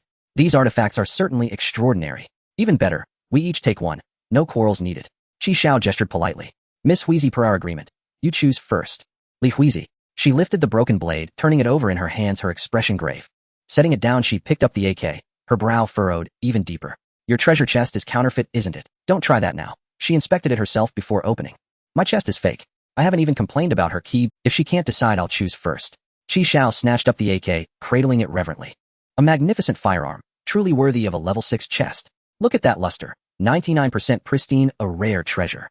"Captain, let me hold it. Let me hold it." Lao Lu reached eagerly. "Hold it steady. Don't accidentally discharge it." Still unconvinced, Xiao appended the empty suitcase. Nothing fell out. He sighed deeply, spreading his palms wide. Truly, no train coins. Distribution was implicitly settled. Xiao slid the rifle back into the case and tossed it to Lao Lu to carry. "Tell her pleasure doing business." "Captain, the little Sakura's still following us." "Ignore her. We continue." Li Huizi held the broken katana in silence, trailing quietly behind Xiao and his companions. The crowd bustled with restless energy. "Mission accomplished. Where's my translation fee? We haven't even unlocked a single train coin yet. What do you expect me to pay you with?" "How bizarre. This is a level 6 treasure chest, yet it yields no train coins at all. Did you buy this chest from Pinduoduo? Is it counterfeit? Have you ever opened a level 6 treasure chest before? No? Then there you have it. Humans rely on experience, but one must never force past assumptions onto the unknown. Perhaps chests above level 6 yield no train coins whatsoever. Only extraordinary artifacts, each worth a fortune on the open market. That does hold a grain of truth." Shijian mused for a moment, then nodded in quiet agreement. "Wait, none of that justifies welshing on your debt." Xiao withdrew a single train coin and pressed it into Shijian's palm. "Boss is generous." As soon as Shijian received the coin, her expression transformed, effortlessly, instantly. A large crowd had gathered ahead. True to the Chinese penchant for spectacle, they hurried over to join the throng. A level 6 treasure chest was being opened. Like Xiao and Li Huizi, these two had split the labor. One supplied the chest, the other the key, and agreed to divide the spoils evenly. Under the watchful eyes of the crowd, the chest sprang open, revealing at first glance a dazzling heap of train coins. At a single glance, there were at least 50 or more. No wonder it's a level 6 chest. It's overflowing with train coins. Not just coins, the bottom holds artifacts too. How envious I am. When Li Huizi glimpsed the scene from afar, her face darkened further. Before she could react, Xiao whirled around electrified and dashed straight toward her. "Translate for me. Why did their level 6 chest yield so many train coins? Is it her toad-shaped key that's flawed? It made my train coins vanish." After Shijian translated, Li Huizi fixed Xiao with an unblinking stare and replied slowly and coolly. "Unlucky. Don't walk away. You little cherry blossom. You're fleeing guilt, aren't you?" Xiao turned sharply to Shijian. "What did she just say?" Shijian suppressed a smirk. "She said unlucky. Damn it. Don't stop me, you traitor. I'll teach that little cherry blossom a lesson today. Conductor, enough shouting. She's long gone." Xiao wiped his nose, concealing the grin tugging at his lips, because he'd already tallied the contents of the level 6 chest. First came the train coins, exactly 60 in total. This number far exceeded Xiao's expectations. After all, a level 5 chest had yielded only 36. Second were the artifacts, 2 in all. One was a black square-shaped savings jar. Through its transparent glass center, a mercury-like substance shimmered within. The other was a sleek black trench coat. Both would require closer examination back aboard the train. Xiao glanced at Li Huizi's retreating figure. Equal division. Preposterous. "Let's go." See if the little fire dragon has sold yet. Conductor, are we recruiting new crew members? No. Let's see if we can stage another accident and squeeze out a few more train coins. Conductor, look, that person actually has a tail, and it's heart-shaped. It was a succubus, alive, breathing. He possessed golden hair and a pair of obsidian ram's horns curling from his temples. He was astonishingly a male succubus. A black leather collar circled his throat linked by a silver chain held firmly in a woman's grip. She wore a nun's habit and a silver crucifix necklace, her lustrous hair cascading down her back. Her austere attire juxtaposed starkly with the leashed succubus, creating an arresting, dissonant elegance. The nun clearly reveled in the rapt attention.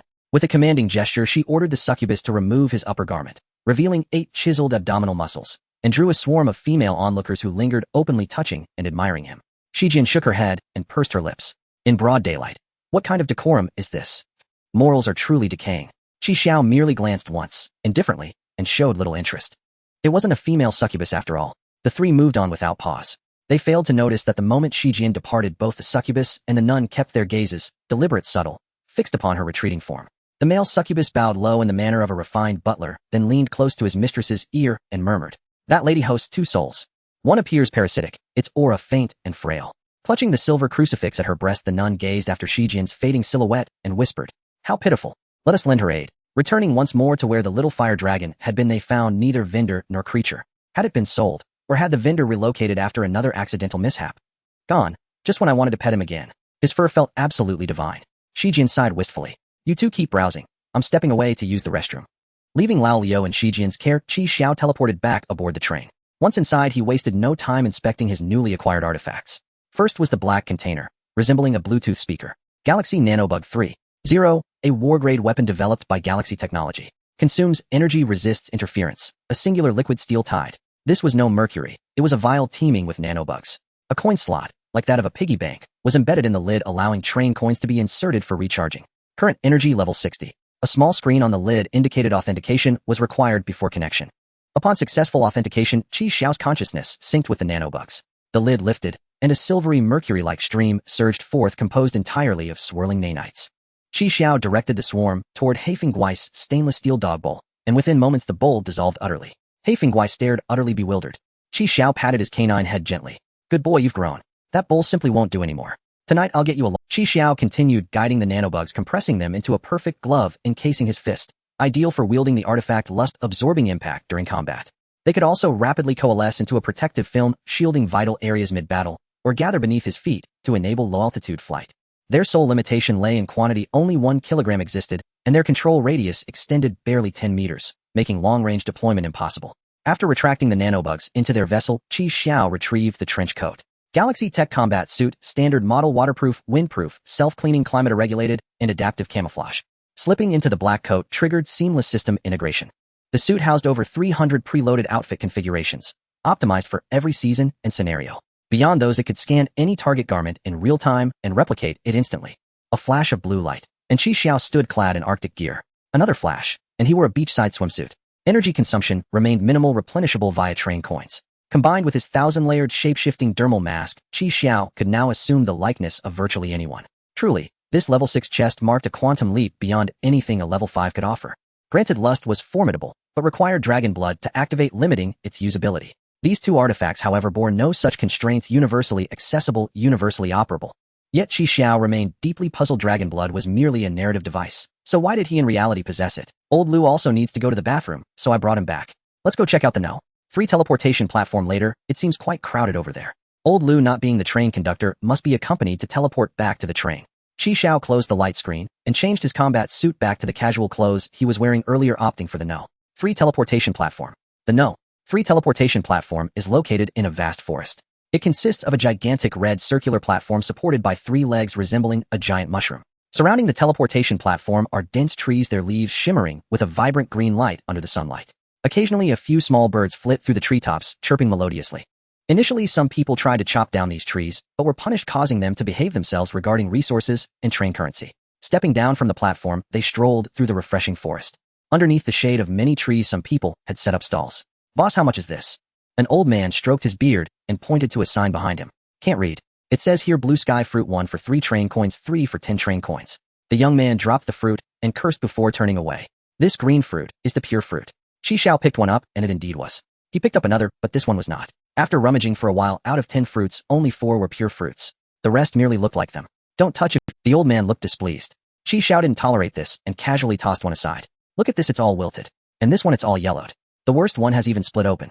The old man huffed, blowing at his beard. It's not like your group hasn't touched them. Don't touch if you're not buying. Xiao stood up and clapped his hands. Let's go, but it's just a pile of rotten winter jujubes, nothing special. You little brat, don't speak nonsense if you're not buying. I'll report you for slander. The old man was furious, but deep down he was shocked this kid had truly seen through him. This fruit indeed had miraculous effects when consumed in the acquired world, but for some reason it had no effect when brought out. It was just an ordinary fruit. He hoped to scam a few people, but didn't expect to be seen through by this young man. I bet you've displayed them for so long without selling a single one, right? How about this 1 train coin? I'll take them all. Just consider it a vitamin C supplement. I happen to have a mouth ulcer lately. 1 train coin. Young man, do you think I'm old enough to be bullied? I advise you to take care. Then keep them for yourself. By the way, you better eat them quickly, a few are about to rot. Xiao waved his hand, taking Xiaojian and old Lu with him as he left without looking back. What a pity they won't rot like train coins. The old man's expression was hesitant as he watched their figures grow distant. He shouted loudly, hey wait. 5 train coins. Seeing they didn't turn back, the old man gritted his teeth. For I can't go any lower. Xiao turned back. 2, 3. If you cut it again, I won't sell. Deal. The old man received 3 train coins and carefully tucked them into his cloth pouch. Xiao picked out 2 pure fruits, sharing the rest between Xiaojian and old Lu. Conductor, this fruit is so sweet. Indeed delicious. Xiao enjoyed the pure fruit. With a crisp crunch, sweet juice swirled on his tongue. Xiaojian watched Xiao eat one after another, puzzled. You eat the fruit without spitting out the seeds. I have a coarse throat, do I eat them all together? 6. After consuming 2 pure fruits, Xiao felt all the fatigue he had accumulated vanish, his eyes brightening and spirit lifting. The energy from the pure fruits accumulated within him, ready to be unleashed at a crucial moment. He struck gold. Previously, he had only opened one from the level 3 treasure chest, but this time, he directly bought 4. And it only cost him 3 train coins. That evening, Xiaojian came along to Xiao's train again. Old Lu was there washing dishes, and Xiaojian eagerly wanted to showcase her culinary skills, but was jointly stopped by Xiao and old Lu. Xiao went to the rear carriage to fetch food, and Xiaojian followed. I want to eat turkey noodles. Hurry before Aunt Flo comes, I want to eat one more time. Soon a lavish spread was served on the table. Xiao made stir-fried beef with pickled radish, dry pot potato slices, spicy marinated chicken feet, flavored eggplant, and mushroom egg drop soup. Xiaojian cooked turkey noodles with extra cheese, making a portion for old Lu as well. Try it, I guarantee it's delicious. Didn't you refresh this modification when you upgraded? Xiao showed Xiaojian the light screen. Xiaojian shook her head while gnawing on chicken feet. She extended her sauce-covered hand, reminiscing and gesturing about what she had modified. Restroom train color, hairdryer, water, mist collector. With this light screen, even if others get on your train, they won't see what modules you have. However, this station is fine but won't expose your module card. I don't know about the new world. It's fine, I just don't let others. Xiao rolled his eyes. Just because you don't let others on doesn't mean they won't. He really couldn't tell if she was oblivious or just silly. Few spicy refreshing. Xiaojian had also grabbed a few bottles of beer, but after only drinking 1 can, her face turned bright red. Are you okay? Xiao noticed something was off with Xiaojian and waved his hand in front of her face. Ugh. Xiaojian suddenly retched, vomiting all over the place. Then she collapsed onto the ground, squirming like a mag. Damn. Vomiting like this after just 1 can and she was drinking. Black wind monster. No licking. Old Lu brought cleaning tools to start tidying up the mess. Xiao dragged Xiaojian to the restroom to clean up the vomit on her. That night, Xiaojian slept on the temporary bed. Maybe Xiao recalled the dream he had when he activated his spiritual vision. He stared at Xiaojian for a long time, but couldn't see anything unusual. Suddenly, Xiaojian twitched and began to talk in her sleep. Abs, hee abs. Xiao was speechless as he returned to his own bed. In the night, Xiaojian exhaled a faint pink mist with every breath. She opened her eyes, her pink pupils flickering before disappearing, quickly returning to normal as she closed her eyes again. In the darkness, Xiao stood beside her silently, observing everything. Xiao drew out Xiu, hoisted his knife, and aimed it at Xijian's throat, cutting with absolute resolve. Just as the blade nicked her skin and a bead of red welled forth, Xijian's eyes snapped open, her irises a startling pink.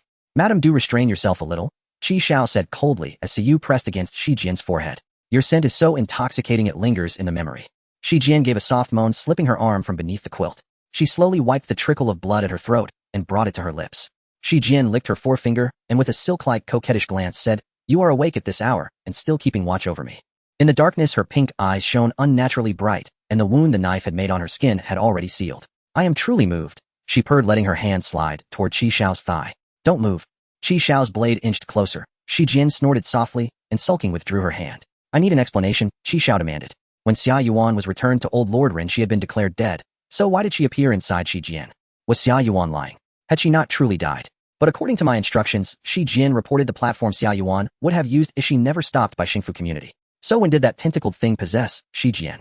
Qi Xiao's first thought was of old Lord Run, whom Xia Yuan. Did she escape through old Lord Ren, then possess Shi Jian in the supermarket that time? Shi Jian smiled and spoke softly. In the New World, there is an organization called Jishu Tianhua. You should have met their people by now. They sealed me there to guard the silver coins. The one who bound me to that post died, and then they sent people to silence me. I split a portion of my soul and bound it into a cocoon, feigning death and falling into slumber. I set several conditions. When they were met, I would awaken. I never imagined those conditions would be fulfilled by your little girlfriend. What a twist of fate. The thought of using her body together with you. It thrilled me beyond restraint. With that, she slipped a pale thigh from beneath the quilt and raised it provocatively. Qi Xiao's gaze went ice gold as the tip of his blade sliced Shi Jian's forehead. So unromantic. Shi Jian drew her leg back. Qi Xiao eased the blade away, and the wound on her brow visibly knit itself closed.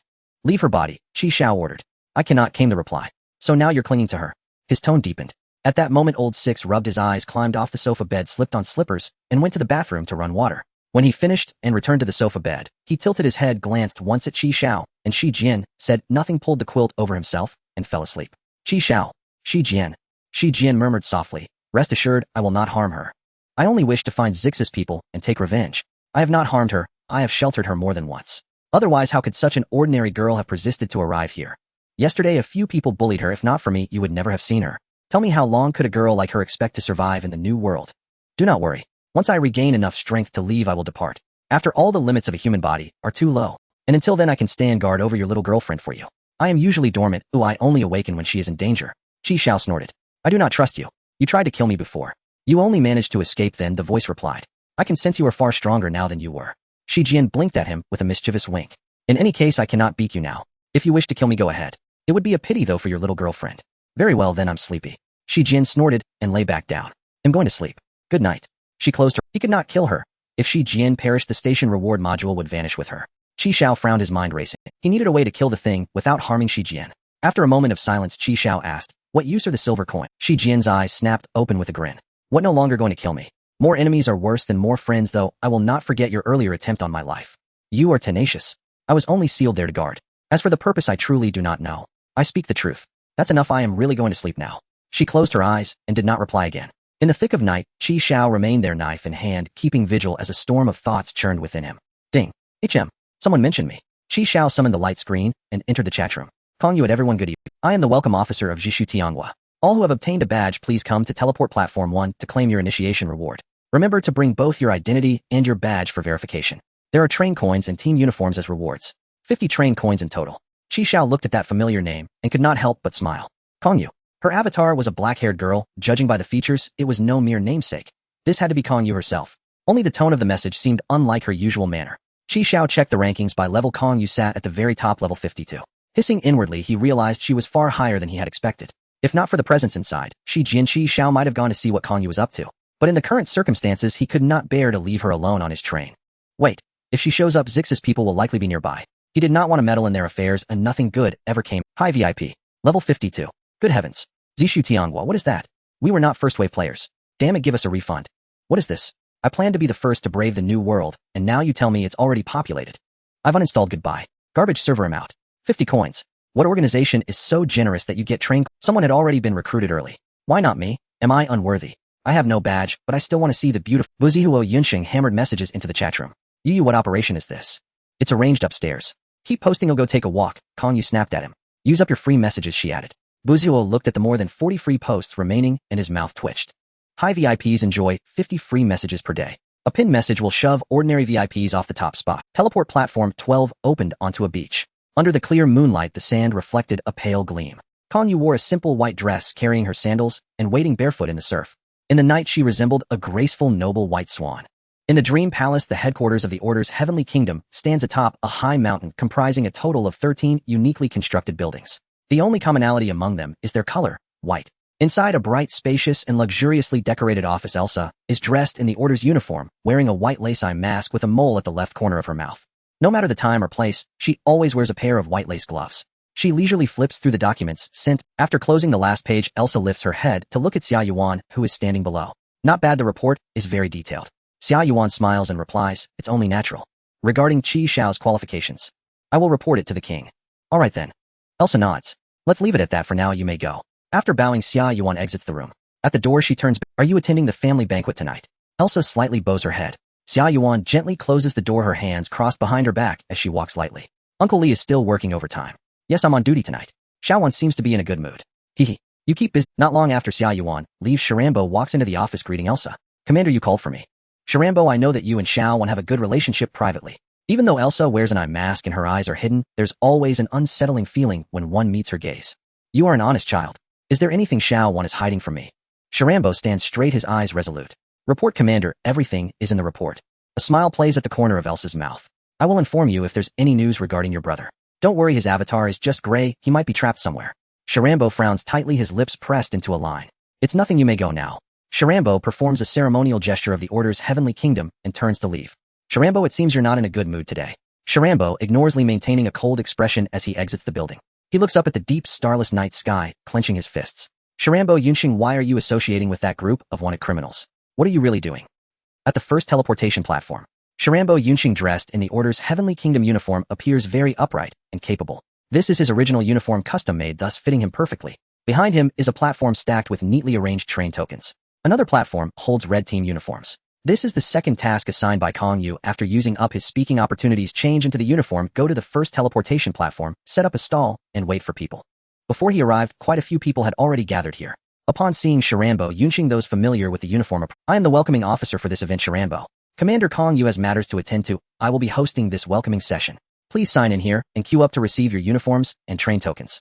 Sharambo Yunxing points to the boxes on the table. Return your badges here. They will be needed for the next recruitment as well. What's going on? Wasn't there a beautiful welcoming officer? Why has it turned into a blonde guy? I don't know, keep your voice down, or you might get into trouble. They obediently place their badges into the basket and receive their uniforms and train tokens. Commander, didn't you say there would be 50 train tokens? Why are there only 5? Sharambo Yunxing crosses his arms. The rest will be distributed when you arrive in the new world. So you won't run away with the money. Commander, why are our uniforms red?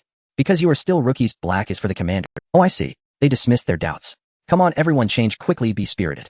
They lined up neatly according to height, their expressions serious. Sharambo Yunxing brought out a camera. Everyone huddle in closer. On 3, say cheese.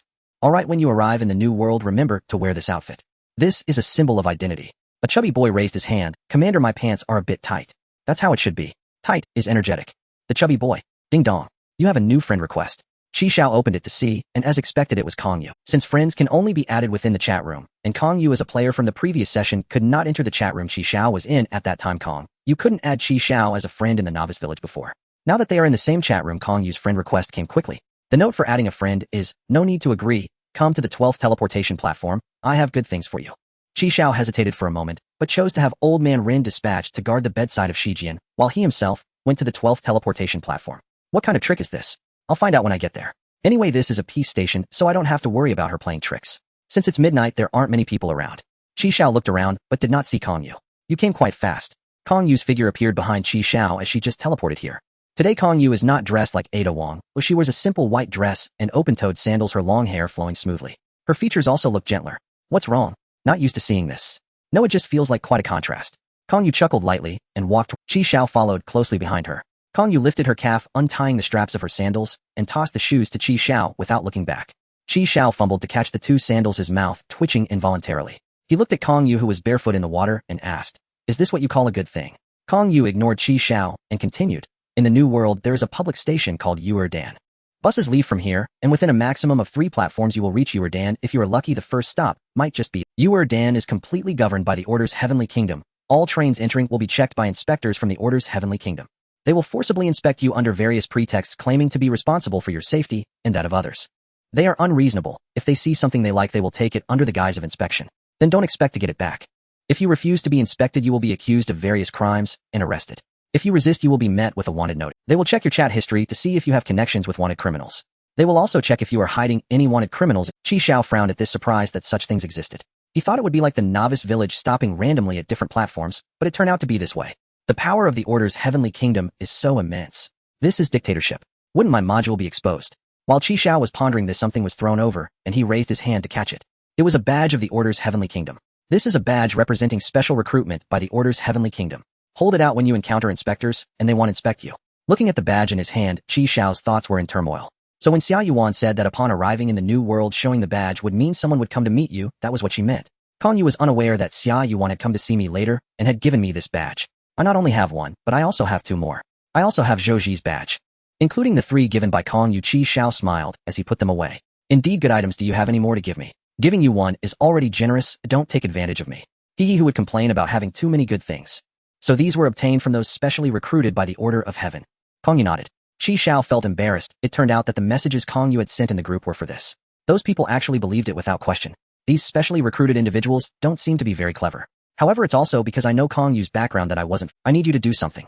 Xiao rolled his eyes inwardly. He knew there was no such thing as a free lunch. I hope you will join me. Xiao. I will help you rise to a high position in the order, and then step forward when I need you. Xiao smirked. So you want me to be a spy? Sister, you think too highly of me. I'm just an ordinary newcomer. Precisely because you are a newcomer, you can join the order of heaven. People like us who have records can't even get in. This is a treachery scheme. Xiao threw the sandals back to Kong Yu. Being a spy doesn't end well. Kong Yu caught the shoes, raising a finger. I can give you 100 train coins first. After you join the order of heaven, I will add another 100. What? Is this the power of a rich woman? 100 coins. After Kong Yu finished speaking, she tossed the sandals back to Xiao, who hurriedly caught them. Just by joining the order of heaven, without doing anything else, I would have 200 train coins. This deal seems extremely profitable. Ahem. Xiao cleared his throat. I'm not that kind of person. Kong Yu raised her middle finger again. Add another 200. I'm in. Willing to serve you, Sister Yu. Xiao leaned closer to Kong Yu, who was barefoot, making... Xiao smiled shyly. Sister Yu, will you give me that 100 train coins now? Kong Yu raised her hand, signaling Xiao to follow her. Come with me, I'll get it for you right now. Xiao grabbed Kong Yu's hand, and with a flash of white light the two of them inside Kong Yu's train. It was still the same carriage where Xiao had tea last time. Kong Yu was crossing her legs, still looking at a book without a cover. In front of Xiao, there was a pile of shiny train coins. 97, 98, 9 100. After confirming the amount, Xiao stored them along with the box into the spatial bracelet. Wow, this is amazing. 100 coins, my assets just doubled. Seeing Kong Yu still reading, with no reaction, Xiao, I have a few questions I want to ask you, Sister Yu. Go ahead. Xiao took out a gray knight costume card. It's this costume card. I managed to get another one. How exactly do you use this thing? Xiao hadn't asked before, thinking that given their relationship at that time, Kong Yu might not tell him. Now that she needed something from me, I quickly asked. After all, I don't know what dangers await in the new world. I can't miss any opportunity to enhance my combat power. Xiao chose to take out the knight card instead of the Death costume card, fearing that Kong Yu would take a fancy to it and want it back. Kong Yu put down her book and patted the seat beside her, indicating him to sit closer. Xiao sat to Kong Yu's right, and Kong Yu raised her hand to summon a light screen. There were exactly 11 modules, besides the personal information conductor, chat room, trading platform, train modification, and freeboarding. That Xiao was aware of the other 6 unseen modules were platform travel, rest, costume expert, assembly, game, automatic repair, in-car flicker. Xiao noticed that the platform travel was listed 4th, just like his station forecast. Kong Yu took the costume card from Xiao's hand and brought it closer to the light screen. Detected costume card, Silver Knight, activate. Kong Yu pointed at the costume expert module and said this module unlocks at level 20. Using the costume card to change outfits grants you the equipment and abilities of the character you transformed into. She handed the costume card back to Xiao. Most costume cards are for everyday professions like chef, electrician, gardener, and driver. Some can grant special powers like this one you have. Each costume card has a costume value. Changing outfits consumes very little costume value. However, if you want to use its items and skills, for example, Kong Yu's white dress transformed into a red qipao, and her long hair turned into short hair. She dressed up as the familiar Ada Wong, and like performing a magic trick, produced a rocket launcher from thin air. If this rocket is launched, it will consume a lot of costume value. The ones that aren't used will only deduct a small portion of the costume value. If the costume value is empty, the activated costume card will become invalid. Xiao nodded, understanding now. Of course, not every level 20 person can activate this module. Kong Yu shifted her. To activate this module, you need to complete a prerequisite hidden condition. Sister Yu, you're keeping people in suspense. Kong Yu chuckled lightly. When reaching level 20, you must have at least 10 modified follower accounts. If not, you will only activate the rest function. You won't be able to activate this module again. So there's still a hidden module. It requires completing a hidden task, like an 10 modified follower accounts. How many do I have now? Xiao silently calculated in his heart. Dynamic camouflage power boost must have for lazy people, treasure hunter, early departure. This is art, obvious package delay. A total of 8. I'm at level 13 now. Oh, I should be able to grind for 2 follower account modifications before reaching level 20. Very good, I've decided to activate costume expert. Oh, not even Jesus can stop me. By the way, Sister, you are all these modules unlocked through upgrades later on. Kong Yu briefly and efficiently introduced each module to Xiao. Level 20 unlocks the rest function, allowing access to recorded public stations and long-term docking. The Easter egg module is the costume expert. Level 30 unlocks the assembly game, allowing rearrangement of carriages. Level 40 unlocks automatic repair, consuming upgrade materials and train coins to repair damaged trains, and allows reading dismantled carriages. The maximum number of carriages cannot exceed the level. Level 50 unlocks in-car flicker, allowing the conductor to freely traverse various carriages. After hearing the unlock levels and functions of each module, Xiao asked about the module he was most concerned about, the platform travel. This was the module card I received from the newbie package when I was still a newcomer. Kong Yu briefly introduced the functions of the platform travel. Currently, only through this module can one enter the newbie village from the new world. Every batch of newcomers has the chance to receive a module card. These special module cards are said to total 12 types, which are rare, and each has a very unique function. Those who possess these modules will become the target of everyone's envy. If you have them, be sure not to let others know. Xiao joked. If there were really such a good thing, it must be hidden away. How could it possibly be shared with others? Although Xiao was eager to know if there was any way to transfer the module that followed the account after activation, he held back his curiosity. He couldn't appear too curious, or else Kong Yu would become suspicious. His station's preview module must not be exposed. At least not now. Xiao changed the subject calmly. By the way, Sister Yu, how many levels of treasure chests are there? 10 levels. Treasure chests above level 5 require a key to open. Xiao had originally wanted to ask about silver coins, but recalling their attitude towards the function of silver coins, he guessed that Kong Yu wouldn't tell him now. There was no need to seek unnecessary trouble. Will there be seasonal changes in the new world as well? Yes, but not as quickly as in the novice village. However, there are 2 more types of seasons than in the novice village. During the moldy rainy season, food will rot very quickly. In the thunder season, the train's departure times will become irregular, sometimes longer, sometimes shorter. It might leave an hour after docking, or it might stay for several days. Of course, once the shortest departure time arrives, you can choose to leave early. However, the thunder season is also the time when everyone's strength is most easily revealed. After all, the longer you stay, the more exploration time you have, and the greater the chance of obtaining good things. So what season is it in the new world now? Thunder season. The new world is so dangerous. How am I supposed to survive without anything? Xiao sighed and breathed a long breath. Kong Yu remained expressionless. What do you want? Weapons, ammunition, armor, medicine, food, upgrade materials, train coins. Anything will do. I'm not picky. Xiao immediately rubbed his hands together and chuckled. With your thick skin, I think you could reach the upper echelons of the order without my help. Even if I became the leader of the order, I would still be someone under Sister Yu. I can't transfer upgrade materials to you. There will be a transfer record. However, there are some things that might not be useful to me. You can pick from those. Kong Yu took out a bunch of odd items, including, but not limited to, potions, clothes, firearms, and food. I'm not picky. I'll take my time to study them later. Xiao gathered everything into his dimensional bracelet without any hesitation. Well, if there's nothing else, I'll be heading back now. Sister, you make sure to rest early. Kong Yu waved her hand, and Xiao smiled as he left. Just as he reached the train door, if we don't add each other as friends, how will I contact you if I need something? Kong Yu was still reading the book without a cover. She didn't turn around and said to Xiao, I'll find you once you join the order. Xiao returned to his train, sighing in relief. He went to the gravity compartment and stored away the level 8 treasure chest, Chunlong silver coins, and train coins. Although this was a peaceful station, Xiao still placed all his valuables in the train. Thankfully, Kong Yu indeed came to. Xiao laid the nurse doll down, sat on her, and then took out everything he got from Kong Yu. First were the potions. 4 bottles of basic healing potions, 2 bottles of intermediate healing potions, 1 bottle of intermediate detoxification potion. Good healing potions are valuable items. As long as one isn't dead, they are useful.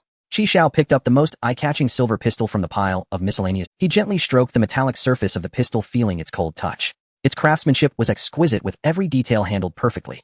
The overall design exuded a futuristic technological feel. ZZ pistol charged with train coins. Each shot consumes energy points. You can use train coins to unlock other types of bullets. Currently, there are 4 types of bullets available. Regular bullets, frost bullets, spirit cleansing bullets, and healing bullets. It's estimated that only regular bullets are initially available, while the other 3 types were unlocked by Kong Yu. What a good item. After all, being a level 52 veteran player, this item is beneath their notice. 1 train coin can charge 100 energy points with a maximum of 1,000 points. Regular bullets consume 1 energy point per shot. Frost bullets, as the name suggests, will inflict a freezing effect on the target hit. Each shot consumes 5 energy points. Spirit cleansing bullets can deal damage to spiritual entities, consuming 5 energy points each. Healing bullets carry healing ingredients and can disinfect and stop bleeding when shot at a wound. Each shot consumes 10 energy points. Incredible, this is truly a multi-purpose gun. It can shoot, control, deal with tricky situations, and even heal team. Xiao cherished this uniquely designed silver pistol especially since it still had over 700 energy points left, feeling as if he had gotten 7 train coins from Kong Yu for free. Scout gloves enhance the wearer's shooting stability, reduce gun recoil, sweat-absorbing, breathable, and anti-abrasion. This was a pair of black fingerless gloves, and Xiao put them on. They were indeed very soft. However, to truly feel the improvement in shooting stability, he would need to actually fire the gun. After putting away the gloves, Xiao continued to check other items. Spiritual light stockings prevent varicose veins. Low defense effect can increase movement speed by 1. Xiao. This was a pair of purple waist stockings which Kong Yu probably hadn't worn at all based on their condition. Mainly increasing movement speed by only 1% felt a bit useless. If it could increase movement speed by 5%, Xiao wouldn't have hesitated to wear them, but this is only 1%. They'll keep them for now. If they don't work out, I can sell them later. Yang Yuan big oil pill, eating 1 can stave off hunger for 7 days. Xiao picked up this half bag of black pills, opened the package, and took one out. Goodness, it felt as hard as a rock. Can this thing even be chewed? Do I swallow it whole? Xiao shook his head and casually put it away. I don't lack food or drink, so there's no need to suffer like this. The rest are some ordinary items, short daggers, bulletproof vests, flashbangs, expired spicy strips. Also half a bag of miraculous multi-purpose fertilizer. Xiao directly scattered it by the peach tree. Indeed, there was everything, even the small items that the big shots looked down on could make Xiao happy for several days. After finishing the inventory of items, Xiao contentedly arrived at the initial carriage. Level 20 can unlock the outfit expert, and he needs to level up another 7 levels. Xiao checked the remaining upgrade materials. Metal 1865, 600 kilograms. Plastic 1038, 300 kilograms. Wood 768, 200 kilograms. Train coin 0, 10 pieces. Although thickening the steel plates is not very meaningful, when facing a big shot like Kong Yu, it is still useful for resisting dangers in the platform. I currently have enough train coins to upgrade. After upgrading the thickened steel plates, Xiao tossed 30 train coins into the material input area. Upgrade level 14. Received 1 ordinary carriage, extended maximum docking time by 1 hour. Current latest departure time 15 o'clock. You can still choose to depart at 10:50. The docking time has increased again. Level 2 6 10 14. Indeed, every 4 levels the maximum docking time is extended by 1 hour. Xiao nodded. So far this pattern seems to hold true. Next, the most important upgrade, refresh. Entertainment. First, obtain a train-exclusive PS5 with a random game cartridge included, 3 train coins. Relaxation moment. Obtain a train-exclusive heated bathtub. 2 train coins. Rose purple. Change the carriage color to rose purple. 1 train coin. Come on, nothing that follows the account. The next day during breakfast time, Jian picked up a slice of toast, spread a spoonful of blueberry jam, but felt it wasn't enough, so she added another spoonful. Covering it with another slice of toast, Jian then spread chocolate sauce on it, also slathering it generously. A double-flavored toast was thus completed. Lao Lu brought the fried eggs and grilled sausages to the dining table. Thanks to emptying a supermarket, Xiao's car was now fully stocked with food and drinks. After receiving the double-flavored toast made by Jian, Lao Lu happily thanked her. He loved sweets and was delighted that Jian remembered. Lao Lu tore off a small piece of toast without chocolate sauce and tossed it to the black wind monster under the table, who devoured it with great enthusiasm. He remembered the knowledge Xiao taught him: dogs cannot eat chocolate, grapes, or onions. There are many things dogs cannot consume. Driver, why do you look so listless? Lao Lu chewed on the toast while looking at Xiao. Jian, enjoying her spicy chicken, egg, and sausage toast, remarked, who knows, maybe he did something shameful last night. Xiao was drinking milk, his face dark. He casually replied, while picking up a pure meat sausage, you guessed it right, I went out to steal someone last night. Xiao leveled up 3 times last night, with 9 modifications, none of which had a following account. Excluding the 20th level, he had opportunities for further modifications at levels 17, 18, 19, and 9 more refreshes. With 9 attempts, he should be able to get at least 2. He originally wanted to ask her if there was a guaranteed method to refresh a following account, but upon returning, Kong Yu was no longer in the chat room, indicating she had left. She left quite swiftly. Stealing someone. Is it that wealthy woman who supports you?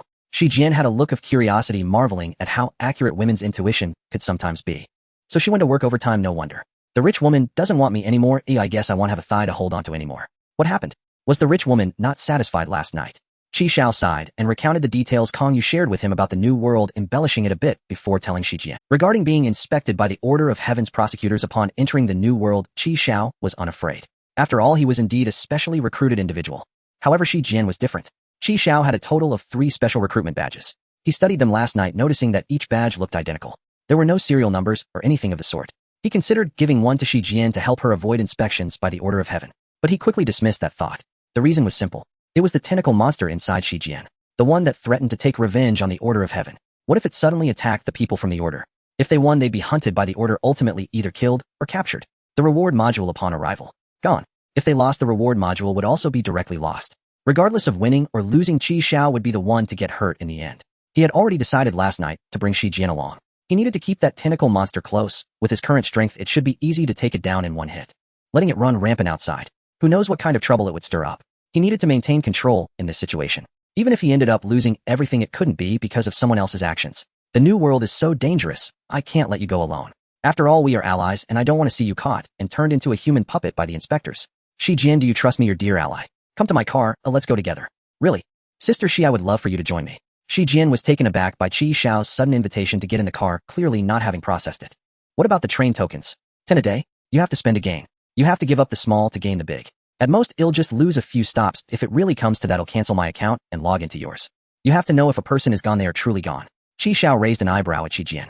Just think about it. Jian frowned, seemingly troubled.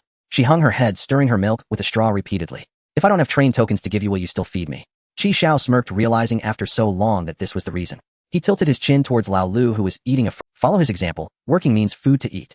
No worries, sister, she just come, I'll take care of everything. Lao Lu patted his chest, looking very determined. After breakfast, Xiao took Lao Lu to Jian's train to transport supplies. Since transfers were allowed directly, and with Xiao's spatial bracelet, everything was cleaned out in less than 2 hours. The air conditioner previously sold to Xiao came back. Even the remaining water in the tank was not spared, all taken. After emptying everything, Xiao dismantled the second and third carriages, transferring them along with the remaining upgrade materials to himself. Xiao's room was temporarily set up in the second carriage. The piled clothes and blankets were moved to the new carriage added at the back. Having an extra carriage was indeed troublesome, but once he leveled up to 30, assembly should be easier. At that point, he could rearrange the carriages. In the afternoon, they wandered around various teleportation stations. Although the maximum stay was 48 hours after the first day, many people chose to leave early. After all, useful supplies here couldn't be returned to the train, and many people opted to leave after a day. The online count in the chat room had dropped to just over 400,000, with more than half having left. The teleportation points became significantly more empty. By noon, Xiao bought 10 bags of miraculous multi-purpose fertilizer at a low price. One bag cost 1 train token, totaling 10 train tokens. Someone was also selling automatic compost bins for 10 train tokens. Xiao negotiated it down to 6 train tokens and bought one. Now he had 2 compost bins, doubling the efficiency of fertilizer production. Back at the train, Xiao assigned Lao Lu to wash dishes and cook. Xian was tidying her room. Xiao placed the compost bins in the planting carriage and sprinkled the miraculous multi-purpose fertilizer around the peach saplings. A burst of radiance flashed, and the peach saplings shot up from 30 centimeters to over half a meter high, with trunks as thick as an adult man's thumb. Xiao was overjoyed. This truly felt like a miracle, and life was looking increasingly hopeful. From Lao Liu's side, a shout came through the carriage driver: "Why is there no water?" The peach saplings had drained the remaining 10 tons of water in the storage tank, but fortunately, there was an infinite water tank for daily living needs. After a simple dinner, Xian played PS5 with Lao Lu. The randomly gifted game was It Takes Two, which was perfect for 2 players. Since Xiao wasn't in a hurry to leave, who would rush to the new world to wade through murky waters. However, he had to go to the Order of Heaven. The invitation from Xiao on the manager's commission and Kong Yu's mission. As long as he didn't summon the light curtain in front of outsiders, he shouldn't expose that he had modules. Most importantly, he might find a way to kill the tentacle monster there. Although it could indeed protect Xian, it was merely for its own self-preservation. Who knew when it would regain its strength? By the time that day came, he would lose control. He had to eliminate it before it regained it. There was no choice for now. He could only afford to lose some train tokens. Unfortunately, once the train departed, accounts could. Otherwise, he could have completed the operation of checking the upcoming station information after departure, and then switched to Xian's account just before arrival to collect the rewards. Xiao looked at Xian playing the game, her silhouette swaying left and right with the controller. Watching them struggle for a long time, he couldn't help it. "Lao Lu, you're so bad at this. Move aside, and let me show you how it's done." Xiao took the controller from Lao Lu. "Stand behind and watch closely." After dinner, Xiao went to the gravity carriage to train. While the two were still taking advantage of the break, he summoned the light curtain. "Do you confirm departure? This station will head to the new world." The train's departure would become irregular. The latest departure time would become invalid. He wondered if his station forecast could predict anything. Xiao clicked to confirm the departure. The familiar announcement sounded again. "The train is starting. Ooh, please hold on tight. The first stop in the new world, here I come." As the train started, the station forecast updated with information on the upcoming. This stop, Hotel No. 6 single-person station. The latest departure time for this stop is 91 hours after docking. To go upstairs, walk up 12 steps. To go downstairs, walk down 13 steps. If there are not enough steps, turn back and walk until the step count is met. If there are too many steps, stop on that step and wait for 10 seconds. Otherwise, you will never be able to exit that floor. Various strange entities linger in the hotel. Please ensure you are surrounded by light and do not fall into darkness. Level of danger, level 6. Room 666 in the hotel can yield 1 level 5 treasure box. It can yield 36 train tokens and 3 crimson dice. Hearing the announcement, the duo stuck at a level raised their sister. The train is leaving. We're going to the new world. Quick, let's power through this level tonight. Otherwise, I won't be able. Lao Lu felt a bit awkward since he had been stuck for a long time. He'll go call the driver. He's amazing and will definitely get through. Don't call him. Believe in yourself. You can do it. Encouraged by Xian, Lao Lu regained his spirit, picked up the controller, and appeared determined. 2.5 hours later, Xian flopped onto the ground, threw the controller aside, and wiped her sweat. She finally cleared the level. Li Huizi could not understand Chinese, but she recognized the Arabic numeral 6. She gently pushed open the hotel door with the sheath of her knife, confirming there was no danger before leading the little fire dragon inside. The hotel lobby was adorned with a red carpet, and a luxurious giant crystal chandelier hung from the ceiling. The entire lobby was unusually quiet, with no reception staff in sight. Seeing there were no supplies to collect, Li Huizi walked towards the elevator, preparing to go upstairs. The hotel had a total of 6 floors, and since the elevator was out of order, she could only take the stairs beside it. Bang! At that moment, the hotel door closed automatically. Whoa! The little fire dragon nervously looked at the closed door, making anxious sounds. Li Huizi crouched down to pat its head. "Don't be afraid, Huahua's sister is here." The little fire dragon felt comforted and soon calmed down. Upon reaching the second floor, she glanced down the long corridor, which was at least 100 meters long. The corridor was brightly lit by incandescent lights. On the side near the stairs were odd-numbered rooms 201, 203, 205. Across from them were the even-numbered rooms 202, 204, 206. Li Huizi casually pushed open a room door. It seemed none of the doors were locked. This was a standard room, with two single. The bathroom had no water, and the light switch did not respond. The pillows and blankets appeared relatively clean, so Li Huizi picked up 2 pillows and went down the stairs she had come from. After descending the last step, she found herself not back in the lobby on the first floor, but rather back on the second floor. The room numbers in front of her confirmed this. What a joke. She continued to walk down only to find herself back on the second floor again. Li Huizi frowned, leaving 1 pillow behind, and continuing down. Seeing there were no pillows at the bottom of the stairs, she breathed a sigh of relief. However, just as she stepped down, that pillow reappeared. She was back on the second floor. Unconvinced, she chose to go up, this time climbing the last step, only to feel utterly hopeless because she saw the pillow again. No matter whether she went up or down, she always returned to the starting point. Jump out the window. Li Huizi's eyes shone with determination as she immediately sought a way to escape. She opened the window of room 201, only to find another bedroom on the opposite side. Li Huizi climbed through the window and entered that room, opening the door to come out of room 202. The little fire dragon tilted its head in confusion as it saw its owner emerge from the room behind. Li Huizi walked coldly into room 203. Like room 201, the window also led to another bedroom. She climbed through the window and opened the door coming out of room 204. After trying 3 consecutive rooms, each one was the same. Li Huizi decided not to try anymore as she grabbed her knife and ran towards the end of the corridor. There was another staircase at the end, and a glimmer of hope lit up in her eyes. After descending the last flight of stairs, she did not find the expected hotel lobby, but returned to the second floor again. Unwilling to accept this, she climbed up once more, yet still could not escape the second floor. The flicker of hope she had just ignited was extinguished. She took a deep breath, trying to calm herself. There must be some hidden. Was it the number of steps? No, I've checked. Both staircases have 16 steps, whether going up or down identical. What could it be? What hidden rule is there? The little fire dragon seemed to sense its owner's anxiety, clinging to Li Huizi's leg and whimpering. Li Huizi crouched down to pat the little fire dragon's head, soothing its emotions. What if she jumped down instead of using the stairs? She picked up the little fire dragon and jumped down the stairs to the middle platform. Taking a deep breath, this was it. She jumped, but ended up back on the second floor. Can't get out. Can't get out. Can't get out. If the stairs were impassable, Li Huizi continued to check the remaining rooms. Perhaps there was one that was not connected to the opposite room. Just as Li Huizi was still searching for a way out at what seemed like a specific time, all the incandescent lights in the corridor synchronized and went out. The hotel was engulfed in darkness. In the distance, the wall reflected their shadows due to the glow from the little fire dragon's tail. Li Huizi thought she saw a group of grayish-white figures emerging from the darkness. Those figures wandered around Li Huizi, unable to enter the area illuminated by the little fire dragon. She placed her hand on her knife. With one slash, she cut through nothing, her knife passing through the white shadows. He. The white figures danced around Li Huizi, changing shapes and emitting piercing laughter, mocking her helplessness.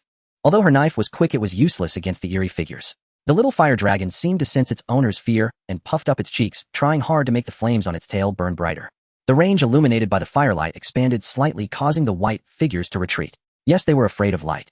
As long as there was light, they could not approach. In the darkness, the tiny area illuminated by the firelight from the little fire dragon was all they had. Meanwhile, in the unlit areas, invisible eerie entities wandered. However, this situation did not last long. The firelight on the little fire dragon's tail began to dim. Li Huizi ignited a pillow to help relieve some of the little fire dragon's burden. But because this was a confined space, the smoke from the burning accumulated here, making it untenable. Li Huizi hugged the little fire dragon and shrank into the corner. After an unknown amount of time, the incandescent lights in the corridor lit up again, and the eerie figures vanished. Thus, Li Huizi spent her first night relying on the firelight from the little fire dragon. Li Huizi hadn't slept all night. She forced herself to stay alert and continued searching for a way to escape. She had checked all the rooms, and they were all connected to the opposite side. The idea of escaping by jumping out of the window had also failed. Li Huizi had been in this hotel for a day and a night. Another day was about to pass, and she was now thirsty, hungry, exhausted, and sleepy, having not had a drop of water for 36 hours while remaining on edge. Time was up, and the incandescent lights went out again. Endless darkness descended, and the white figures reappeared, laughing as they surrounded Li Huizi. The little fire dragon's flames also gradually dimmed due to fatigue. She stroked the little fire dragon's head, her mind swirling with thoughts. I'm sorry, Huohuo, I shouldn't have brought you here. No, perhaps I shouldn't have bought you, otherwise you wouldn't be trapped here with me. Is there really no way to escape? Will I die here? She regretted it now. If only she had left a day later, would she have ended up somewhere else? If she hadn't entered this hotel, would she have already set off to the next destination? Thinking of this, Li Huizi's mind conjured the face of Xiao. If it weren't for meeting that unfortunate man, she wouldn't have been so upset as to leave early. She longed for water, for a bowl of char siu ramen, topped with green onions. She wished she could return to her train, back to that bright, reassuring carriage. Bang, bang, bang. Just then an unsettling rhythmic thumping sound came from outside. Creak, creak. The door was slowly pushed open, making an unbearable scraping sound against the floor. Li Huizi unconsciously swallowed, and in the darkness a figure jumped in. With the faint glow, she recognized the shape from the film she had seen from the Dragon Country. It was a creature called a zombie. A zombie jumped in. She drew her knife, stood up, and pointed the tip of the blade at the zombie, shouting, "Come not near." Behind the zombie, a warm white light appeared. "Oh, isn't that Securican?" Xiao stood at the door with a nightlight, digging at his earwax and flicking it away. "What are you saying? I don't understand. I should have brought my royal translator along." At 7:50 in the morning, the train came to a halt. Xiao looked through the window and immediately spotted a white train with 10 carriages parked next to Hotel No. 6. An old player. Xiao quickly activated dynamic camouflage, rendering the train invisible. Old Lu, go scout ahead. At his command, Old Lu began to undress. Then he directly passed through the glass window and stepped outside the train. Shi Jian, still half asleep, looked utterly bewildered. "Haven't you seen the Calabash brothers? Don't you know Lu can traverse any transparent material?" After Old Lu went out, he activated his invisibility and passed through the glass, entering the white train. As he pressed the door open button, the carriage door opened simply and unadornedly. "Trainmaster, there's no one inside." Old Lu hurried back, deactivating his invisibility. Xiao opened the carriage door and tossed the clothes to Old Lu. "Well done, I'll make sure to note this in your credit book later." "Thank you, Trainmaster." Old Lu saluted Xiao while holding the clothes. "Hurry up and put it on. Being naked affects the city's appearance." Xiao swaggered into the white train, walked to the screen, and opened his personal information. A familiar avatar popped up. Li Huizi. Xiao raised an eyebrow, surprised it was this guy. "Wait, I have a power boost. I arrived at 7:50. Since the panel was in Sakura language, Xiao couldn't understand it, and had to rely on Shi Jian for translation. Her follower account didn't have the power boost, so she was here before I arrived. It seems she left the transfer station early. Do something, go break down all the carriages and transfer the supplies. So ruthless." Xiao shot her a glance. "Have you gone mad, turning into a saint again? What I mean is, shouldn't we move the stuff first?" Xiao explained to her about the thunder season, stating that the train's departure times would become irregular. Who knows when her train will depart? I could search and suddenly end up at the last departure point, and it could take me away. Anyway, once the carriages are disassembled, everything inside will drop onto the ground, and we can gather it slowly later. Shi Jian suddenly understood and began tapping away at the controls. So this is what it feels like to disassemble someone else's train. The 9 carriages vanished, and the items inside fell onto the ground. Xiao returned to his own train and clicked to receive. Received 1990 kilograms of metal, 998 kilograms of plastic, 720 kilograms of wood. After receiving the supplies, Xiao opened the doors of the few empty carriages, took a casual glance at the items on the ground outside, and commanded, "You all move the stuff into the train. I'm going to get some other things." Xiao arrived at the entrance of Hotel No. 6. If I'm not mistaken, Li Huizi is likely trapped on one of the floors of this hotel. Xiao pushed open the door and entered the hotel. Knowing the rules of going up and down, he smoothly reached the 6th floor and found room 666. He put away the treasure chest and train coins, taking out the 3 scarlet dice. The red faces and black dots felt warm in his hands. Scarlet dice. Throwing the dice can summon a scarlet beast under your control. The higher the total rolled, the stronger the summon. The throwing interval is 24 hours. If the rolled number is 3 6s, the Scarlet Lord will be summoned. Scarlet Beast. Xiao casually tossed the 3 dice, which landed with a clattering sound. When the spinning stopped, the faces showing were 1, 3, and 3. A total of 7. The 3 dice floated up, converging into a red scarlet beast. It was about 2 meters tall, hunched over with arms resembling those of a mantis and a square face with 7 eyes. Xiao commanded it to break through the wooden door of the room. The scythe-like hands easily pierced through. Xiao suddenly felt a bit tired. Is this scarlet beast consuming my stamina? It's probably about 1/10 of my own exertion, which is acceptable. Its physical strength and power were slightly stronger than... Is this the strength of the 7-point scarlet beast? How strong must the Scarlet Lord be? What are the odds of rolling 3 6s with 3 dice?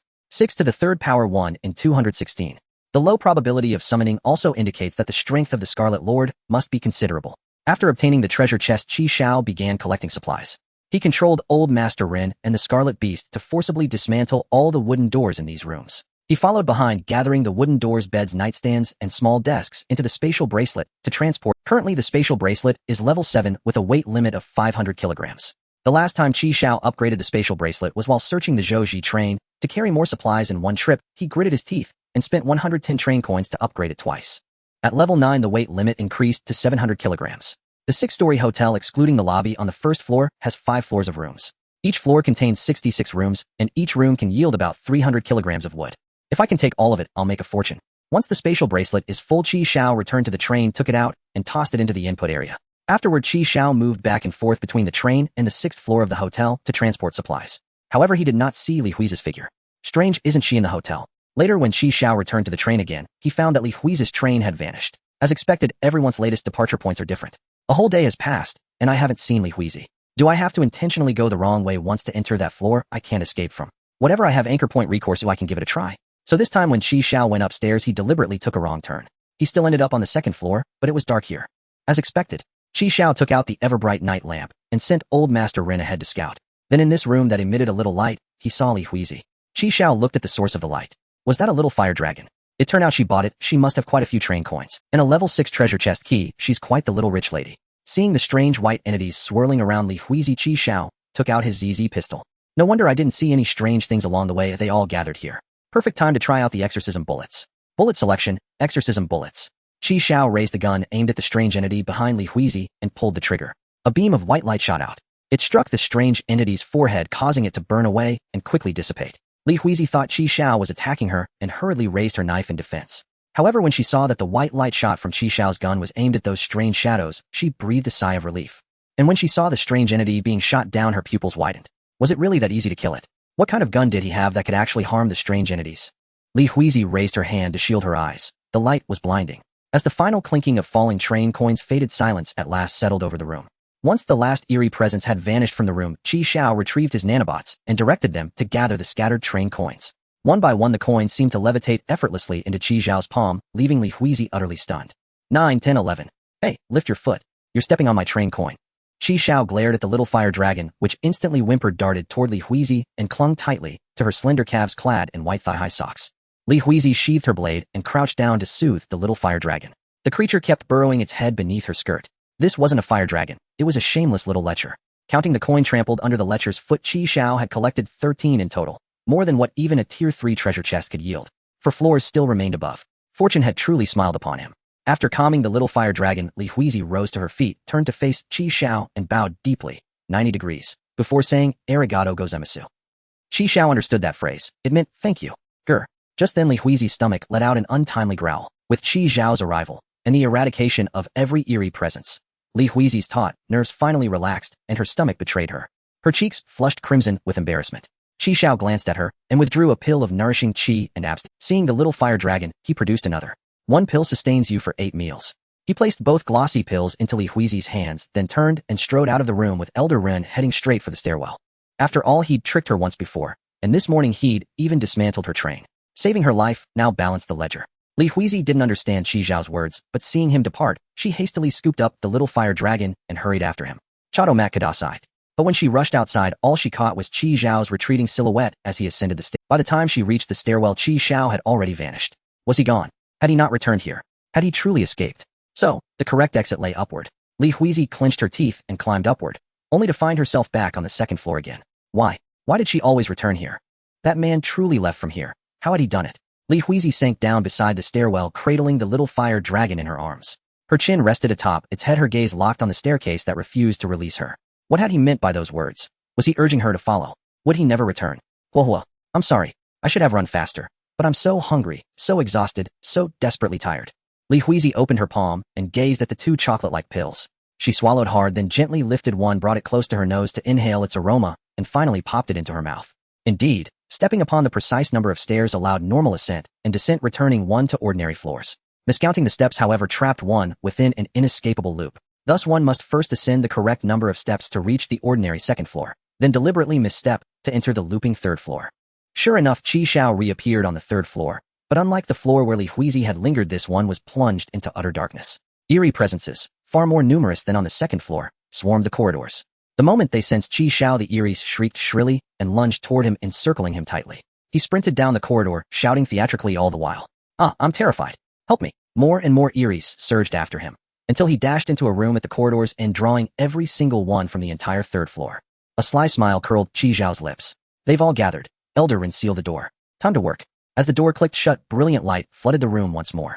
Indeed, the Eries on this floor were not only more numerous than those on the second, but also far more resilient. Yet their defeat yielded richer rewards, 17 train coins. Qi Xiao spent 4 train coins to fully recharge the ZZ pistol, its energy capacity now restored to 1,000 points. Following the same procedure, Qi Xiao first ascended to the ordinary 4th floor, then deliberately miscounted the steps to enter its looping counterpart. Unlike the second and third floors, the Eries on the 4th floor appeared markedly denser, more corporeal. It took 4 or 5 exorcism rounds to shatter each one and release its train coin. Their aggression too intensified dramatically. They no longer required luring. The moment they caught Qi Xiao's scent, they converged en masse, hastening their own demise. Truly, the pistol Kong you had provided was exceptional. Minimal recoil, no need for reloading, no overheating. Every feature flawless. Paired with his scout gloves, the weapon felt virtually recoil-free, delivering an exquisite shooting experience. Xiao cut a path from one end of the corridor to the other. Along the way, several Eries targeted his ever-bright night lamp, only to discover to their fury that no method could extinguish its unwavering glow. He eradicated every Erie presence on the 4th floor, claiming 22 train coins. Then with identical precision, he cleared the 5th and 6th floors entirely. By the 6th floor, the Eries had coalesced into near-solid forms. Xiao expended considerable effort, activating his verbal art 0 time, to dismantle their corporeality with the power of lust, then finish them off with exorcism rounds. Across all 5 floors, the Eries yielded a total of 113 train coins. Xiao's grin nearly split his face. He wondered whether the Eries would respawn. He almost hated to leave. Thanks to the pill Xiao had given her, Li Huizi's complexion had visibly improved. After consuming hers, the little fire dragon's tail flame blazed anew, restored to peak intensity. Oh, still haven't left yet. Li Huizi looked up toward Xiao, who stood at the stairwell's bend, and sudden tears shimmered in her eyes. She suppressed her surging emotions, sprang upright, and bowed deeply, 90 degrees, before speaking rapidly, pouring out a torrent of gratitude. Xiao caught only the first phrase, "Thank you." Everything else eluded him. He waved dismissively and began descending the stairs. Li Huizi immediately gathered the little fire dragon and followed closely behind. She trailed Xiao step for step, her gaze never straying from his back, unwavering, unblinking. Then just 3 steps from the bottom, Xiao halted. Li Huizi stopped too. Seconds passed. Then abruptly, Xiao vanished before her eyes. She froze, panics. She stood rooted, unable to advance, unwilling to retreat, frozen in place. When Xiao suddenly reappeared below, she bounded down the remaining stairs in 2 long strides and rushed to his side. Unmistakably, she had returned to the 2nd floor. Xiao frowned at her. Having descended to the grand lobby on the 1st floor, he'd waited, yet she never arrived. He knew instantly she hadn't grasped the exit mechanism. No choice remained but to double back. This little cherry blossom looked sharp, but turned out to be hopelessly dense. Step onto the 13th stair and wait 10 seconds. Then you may descend. At Li Huizi's bewildered expression, Xiao smacked his forehead. Damn, language barriers are truly inconvenient. He snatched her long blade from her grip and seized her hand. Li Huizi flinched, but offered no resistance. And so she descended 1 step at a time, one arm cradling the little fire dragon, the other held firmly in Xiao's grasp. After pausing for 10 seconds on the 13th stair, Li Huizi felt a sudden dizziness. Her vision blurred, then widened sharply. At last, she stood once more on the 1st floor in the grand lobby of Hotel No. 6. The scene shifts back to before Xiao went to Hotel No. 6 to find Li Huizi. He arrived at the last 2 train cars and saw Lao Lu still tidying up. So how's it going? Have you finished packing everything? Lao Lu turned around upon hearing Xiao's voice. Trainmaster, everything has been moved here. Not a single item that fell in the car is missing. It's all here. Great as expected of my deputy trainmaster. Li Huizi's belongings were few and did not fill up an entire car. Just 1 not too thick blanket, a tatama mat, and a few plush toys. Most of her belongings were clothing. Various JK uniforms, spring and summer styles, autumn and winter styles, long socks, short socks, lace socks, over-thinny socks, waist socks, thick white socks, all neatly stacked in a clothing storage basket. Xiao briefly flipped through the items, but found nothing of value. Goodness, you even brought back their blue and white bowl. You are quite something. Lao Lu looked around, but did not see the blue and white bowl Xiao mentioned. He did see a little yellow duck plastic bowl, however. Not seeing Shijin around, Xiao asked, "Where's your sister Shijia? Why are you the only one working?" Sister Shijia had a relative come visit and wasn't feeling well, so I let her go back to rest first. There really isn't anything heavy, I can manage it myself. Xiao nodded. You're quite the warm-hearted guy, Lao Lu. Warm-hearted guys are rated below dogs. What about the train coins? Did you manage to find any train coins? No, not a single one was found. Xiao. That shouldn't be the case. She should have quite a few train coins. Could it be that she kept them on her? Looking at her, she shouldn't have any storage tools. Could it be that she used them all to buy that little... Xiao spotted something familiar. He picked up the broken sword that had come from the level 6 treasure chest and hesitated for a moment before saying to Lao Lu, "Once you're done here, go make dinner. They'll go out again." "Okay, Trainmaster."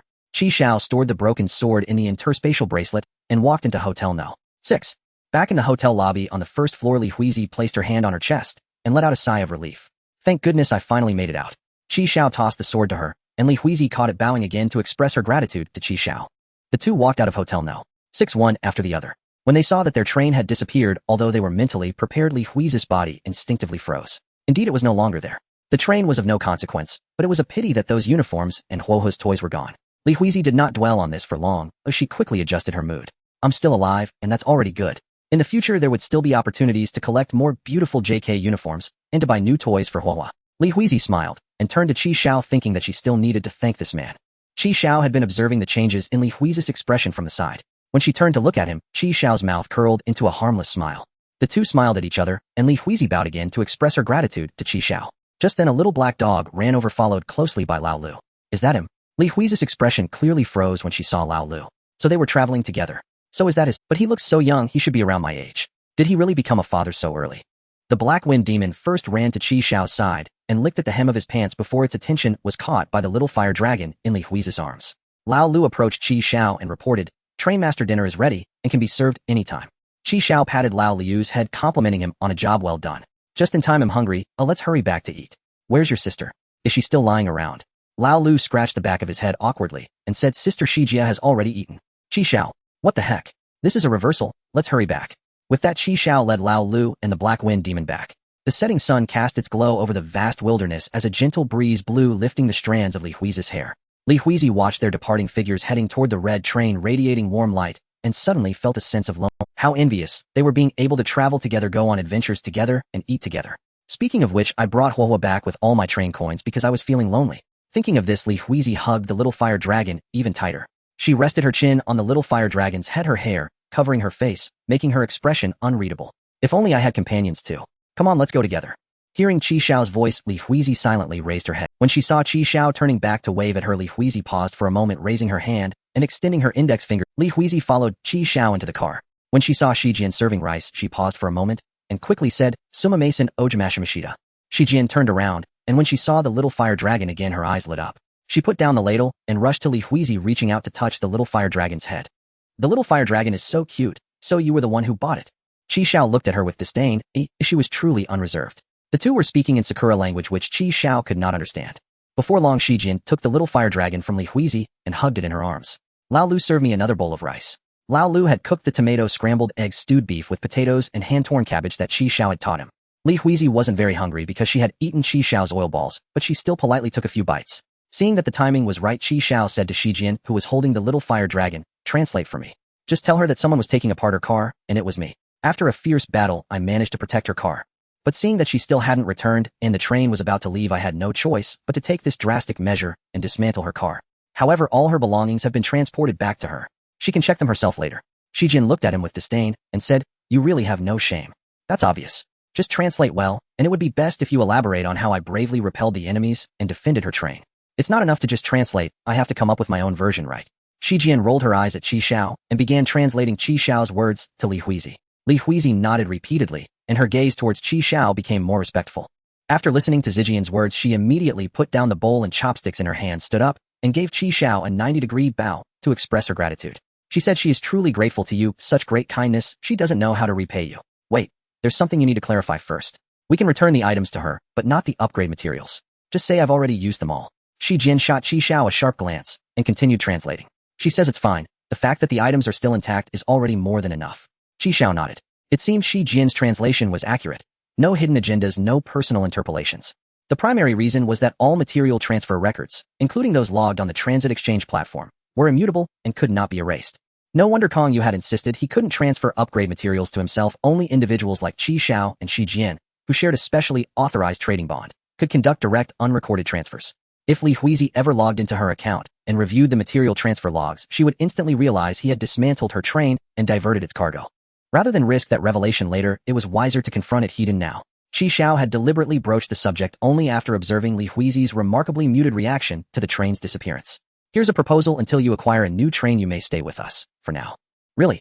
Li Huizi's eyes widened in delight at Qi Xiao's offer of temporary shelter, and immediately slipped into effusive gratitude mode. Ahem. After all, we have collaborated before, though the outcome admittedly wasn't entirely satisfactory. Still, one might reasonably call us friends, wouldn't you agree? Friends owe each other no formalities. Actually, I have a question for her. How did she obtain that level 6 treasure chest key? Qi Xiao couldn't recall ever encountering such a key, or whether the station announcements simply omitted it. Judging by current evidence, the former seemed far more likely. He held firm confidence in the station announcement module's functionality in rule-based horror realms. For instance, it displayed every governing law outright. Even seasonal phenomena like the thunder season explicitly listed the latest departure time. She said she acquired it inside an ancient castle. She also mentioned possessing a second key, and offered to give it to you should you wish it. Was this truly happening? A level 6 treasure chest key, just handed over so casually. Without hesitation, Li Huizi unclasped the golden ginkgo leaf brooch pinned to her chest and presented it to Qi Xiao with both hands. No wonder her train held little of value. She carried everything on her person. The queen's brooch unlocks level 6 treasure chests. Qi Xiao accepted it without ceremony, then murmured arigato. Shi Jian idly stroked the little fire dragon's head while eyeing Qi Xiao with undisguised disdain. After dinner, Qi Xiao escorted Li Huizi off the train and led her to the final carriage. He opened the door. Li Huizi stepped in eagerly. When she spotted her carefully gathered clothes and the fire dragon's toys, her eyes lit up with pure joy. You may settle in as you please. Should you need anything, come forward and find me. With that, Xiao departed, leaving behind only Shi Jian, Li Huizi the fire dragon, and the Black Wind Hound. So your name is Hei Fengguai? Then I'll call you Hei Hei from now on. Li Huizi gently patted Hei Fengguai's head, then selected a small yellow chick plushie and offered it to him. Here, you keep it. Be good friends with Huahua, okay? Hei Fengguai, utterly fascinated by this new companion, vigorously licked the fire dragon's hindquarters.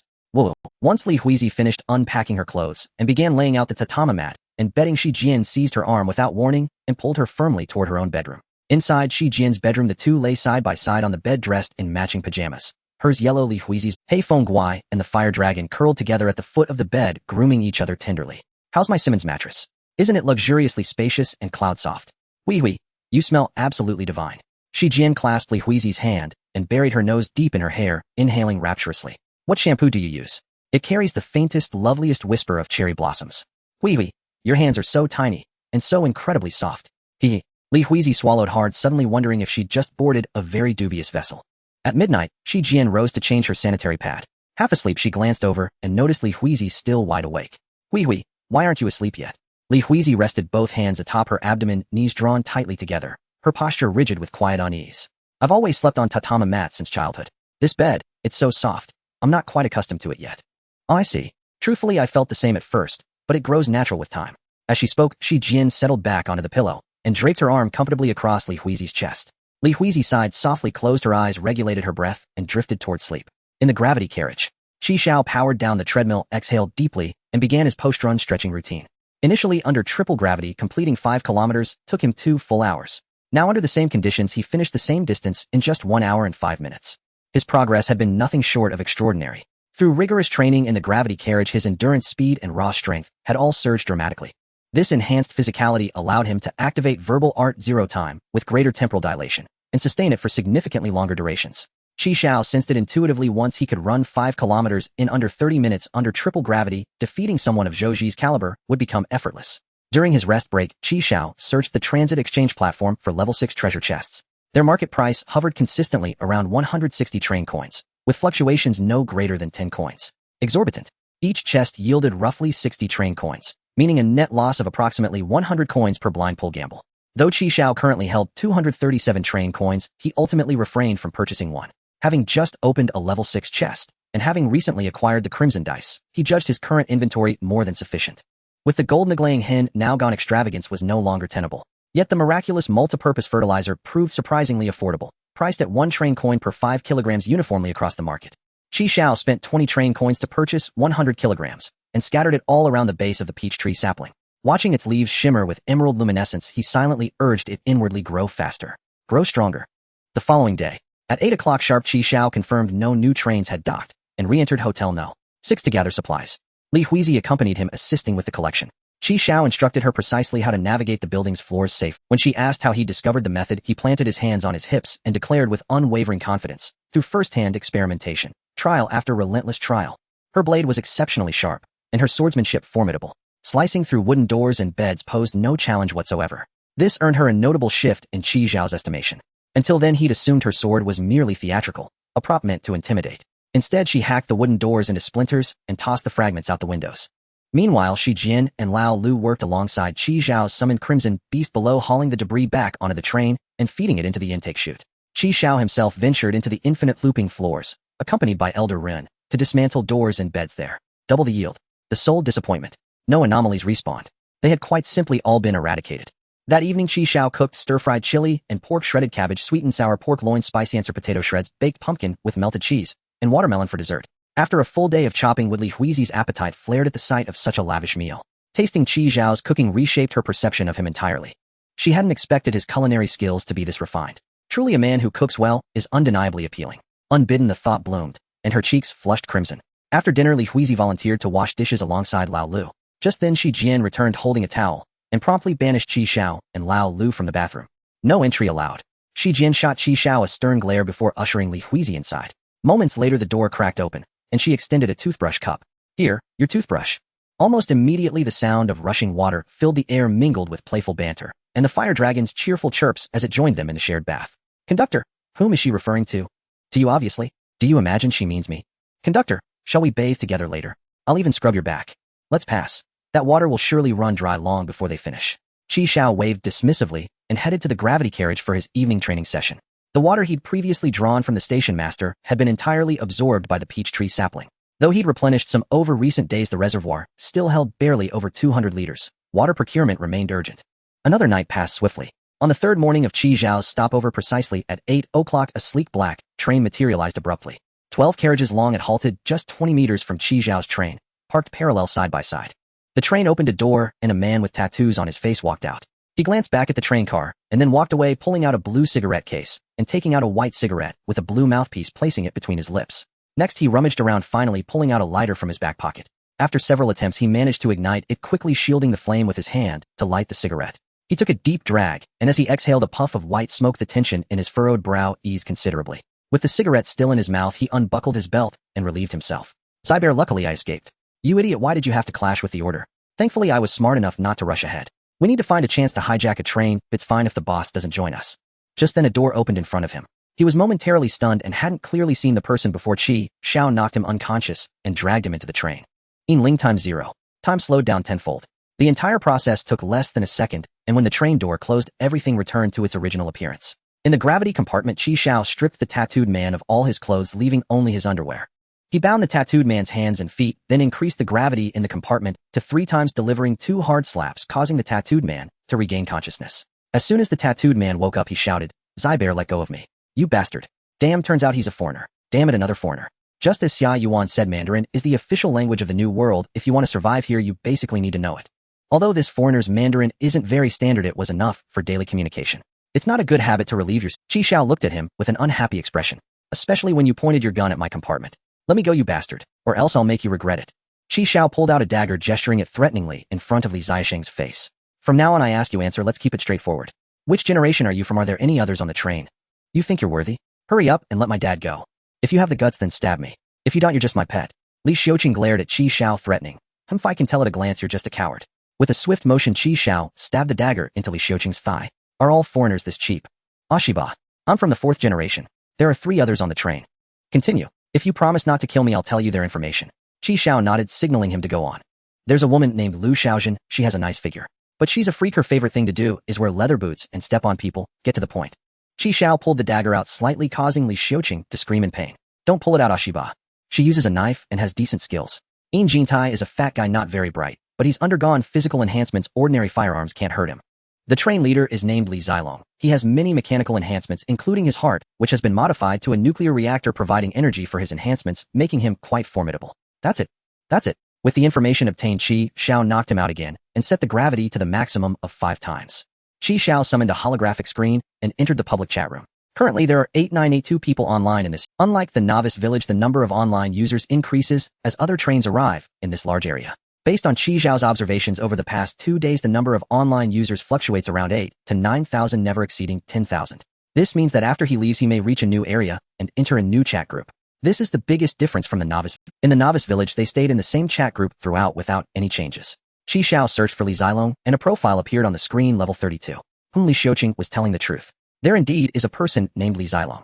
Li Zilong ranks quite high in the chat room at 97th place. Xiao at level 16 ranks over 8,000. Xiao had Lao Lu summon Shi Jian and Li Huizi to inform them of the current situation. What does this tattoo on his face mean? Shi Jian sleepily approached the tattooed man. It's in foreign language. Let me take Isusongan Kimyonaru Manyan. Li Xiaoqing loves Jin Huna for 10,000 years. Xiao grinned. Didn't see that coming. This guy is actually a pure love type. He's been gone for so long, it seems the people on the other side are about to come looking for him. I have a plan to lure them to hotels. It seems they have a nuclear reactor. Fighting here might destroy the train. Xiao donned a face-changing mask and began to adjust his appearance. He quickly sculpted a face resembling Li Xiaoqing, perfectly recreating the tattoo. After changing into a galactic battle suit, if not looked at closely, one could hardly tell them apart. Wow, you can change your face too, train leader. Shi Jian gave a thumbs up, showing her approval. Li Huizi's already large eyes widened even more. Xiao began to explain the battle plan. Li Huizi and I will lure them into the hotel. Lao Lu, you sneak onto their train and check. If there's no one, do as I say. Lao Lu, you're crucial. Oh, I need you to relay messages for us. Can you complete the mission? Lao Lu stood straight, his expression serious. I guarantee to complete the mission. Li Huizi held a pair of black stockings, unsure of what to do. Xiao had instructed her to put it on her head. You'll be playing a robber. Robbers always wear stocking masks, Xiao insisted, The main thing is don't let the enemies see. Hearing Qi Xiao's explanation, Li Huizi nodded and put on the black stockings. Qi Xiao rubbed his chin and nodded in approval. The effect was good. Very well, let's get moving. Wait, what about me? Seeing that everyone else had tasks, Shi Jian pointed to herself. What about me, what do I do? Qi Xiao glanced at Shi Jian. You go wash the breakfast bowls. Lu Xiaojun had smooth long hair dressed in black, wearing black patent leather high heels looking at Li Zilong. Is there no one selling information about Hotel 6? There is, but it's not from the order's intel lock, so authenticity can't be guaranteed. Li Zilong's limbs are all mechanical, including his right eye. He is half bald with the other half styled into a red hedgehog hairstyle. He is also wearing a set of mechanical armor that firmly protects all body parts except for his head. Let's rest a bit, we won't explore this station. Li Zilong closed the holographic screen. Where has Xiaoqing gone? Why has he been smoking for so long? Lu Xiaojun scoffed disdainfully. He probably ran away, that coward. You should check, don't let anything happen. Just then Yin Jintai rushed in. Boss, no, it's bad. I saw Xiaoqing being knocked out by a woman in a JK short skirt with stockings on her head and dragged into the hotel outside. Wait, are you sure it's Xiaoqing? You didn't make a mistake. It's him, who else would have that tattoo on his face? Li Zilong immediately commanded, Xiaojun, you stay and guard the train. Jintai, let's go see. Wait, why do I have to guard the— Let Jintai stay. Lu Xiaojun picked up a knife. The hotel is narrow. If a fight breaks out, he won't be able to use his size effectively. Li Zilong hesitated for a moment, but nodded in agreement. The two got off the train and entered Hotel 6, one in front and one behind. The lobby was empty, so quiet that one could hear a needle drop. Damn, the thermal and infrared sensors were damaged by the order, otherwise they wouldn't be able to hide. Just then Lu Xiaojun walked up the stairs and bent down to pick up a blue cigarette case. Indeed, it's Li Xiaoqing's. He only smokes this brand. Li Zilong glanced at the stairs. Let's go to the second floor, at Hotel No. 6 on the ordinary 5th floor. As a precaution, Qi Xiao and the others went up 2 more floors. The wooden doors and beds on this floor remained untouched, and Qi Xiao crouched by the window of room 505, observing the black train below. After watching for a long time, he only saw a fat man sitting at the train car entrance. Qi Xiao simply lay down on the bed, pulled the blanket over himself, and closed his eyes to conserve energy. Seeing nothing, he decided to wait for Lao Lu in peace. Li Huizi took off her black stockings in the bathroom, folded them neatly, and then adjusted her disheveled hair in front of the mirror. After confirming that her appearance was fine, Li Huizi stepped out of the bathroom and saw Qi Xiao lying on the bed with his eyes closed, already asleep. Due to the language barrier, Li Huizi could only sit silently at the foot of the bed. At that moment, a knock came at the door. Can I come in, train master? Qi Xiao suddenly sprang up from the bed. Come in. Lao Lu entered wearing nothing but a pair of shorts and reported the situation. Train master, a man in strange armor, and a woman in black have entered, leaving only a very tall and large fat man in the train. Lao Lu, following Qi Xiao's instructions, first hid in the hotel lobby, and when he saw someone go upstairs, he crept to the train to see how many people were left. Li Xiaoqing didn't lie. There were indeed only 3 people in the train. The 2 who came in had been stuck on the looping floor. In any case, the 2 who came in wouldn't find a way out anytime soon. If it's just the fat man left, it should be easy to deal with. As long as they take down that fat man, the train will be theirs. Qi Xiao took out the 3 crimson dice and casually threw them to the ground. Click, click, click. Summoning a henchman along with Li Huizi, it would be 4 against 1. The advantage is mine. Qi Xiao's luck exploded, and he actually rolled 3 ones. The 3 dice combined into a 30-centimeter long, thumb-thick red snake with 3 black dots arranged in a triangular shape on its head. The exploratory snake, its 5 senses can be shared with the user, and its body can be stretched and squeezed at will. It has no offensive capability, but is extremely durable. Different from the previous scythe brother, this new thing was summoned with 3 ones. Qi Xiao took out a knife and tried to slice it. That felt like extremely resilient rubber candy. Simultaneously, its perspective and perception were transmitted to Qi Xiao. He quickly adapted. It's not bad for scouting, but it wouldn't help much in a fight. Qi Xiao shook his head. He had intended to summon another henchman, but now he ended up summoning a target for beatings. Li Xiaoqing mentioned that the fat man had undergone physical modifications, making him resistant to conventional firearms. Qi Xiao searched for the bullets unlocked by the ZZ pistol and spent 10 train coins to unlock an armor-piercing round. Armor-piercing round, 5 energy points per shot, capable of penetrating standard armor. I don't believe that fat man can withstand an armor-piercing round. 3 against 1, the advantage is still mine. After preparing everything, Qi Xiao used both hands and feet to explain the battle plan to Li Huizi. Yin Jintai sat at the entrance of the train car, staring blankly at Hotel No. 6. When he saw Li Xiaoqing walk out of the hotel, he stood up excitedly. Xiaoqing, are you alright? Where are the others? Xiaoqing, what's going on? Speak, Xiaoqing. He saw Li Xiaoqing pull out a ZZ pistol and fire 2 shots at the fat man's forehead. The bullets hit the fat man's forehead and surprisingly made a metallic clanging sound. Yin Jintai peeled off the bullet lodged in his forehead and tossed it to the ground. You bastard. You are not Xiaoqing. What the hell? Armor-piercing rounds can't penetrate. What is this creature made of? I am your father. Qi Xiao raised a middle finger. Yin Jintai was furious, raising his arms to shield his head and charging at Qi Xiao. The ground trembled with his charge. Yin Jintai charged like a dump truck, and Qi Xiao immediately switched to frost bullets, retreating while aiming at his legs to shoot.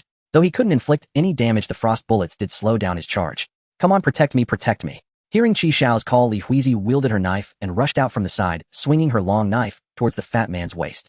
Thud! Yin Jintai took a deep breath, puffing out his stomach, and with his body, he withstood Li Huizi's strike. Then he grabbed Li Huizi's knife and flung her away along with it. The size difference between the two was too great. The fat man was over 2 meters tall and had solid flesh. Li Huizi rolled twice in the air and landed unscathed after dissipating the force. Seeing the fat man still chasing after Qi Xiao, Li Huizi chose not to continue attacking. Instead, she took a deep breath and closed her eyes. Secret technique: falling cherry blossoms, dance of the flowers. A gentle breeze lifted her hair at the temples. A few seconds later, she opened her eyes and charged towards Yin Jintai. This time her speed had noticeably increased, doubling from before. The blade of her knife also emitted a faint glow. Yin Jintai's focus was entirely on Qi Xiao. This guy was too annoying, as he always managed to speed up just when he was like a cunning loach. He could never be caught. Moreover, after being hit by a few of those strange bullets, his legs had frozen, further slowing him down. Yin Jintai sensed the blade coming from behind and chose to tank it again. However, Li Huizi's blade cut into Yin Jintai's lower back, leaving a tangible wound. Yin Jintai winced in pain, thrusting his belly forward, his body bending like a curved shrimp. You bastard. He stopped chasing the annoying fly and turned his attention towards Li Huizi, who had injured him. Flies are annoying, but they can't harm me. This woman is different, she actually managed to cut through my modified pigskin. I must deal with her first. Seeing Yin Jintai turn direction and engage in a brawl with Li Huizi, Qi Xiao nodded in satisfaction. That's right, provide a safe environment for the shooter to output. Though unsure of what Li Huizi had done, Qi Xiao could tell that her speed had greatly increased.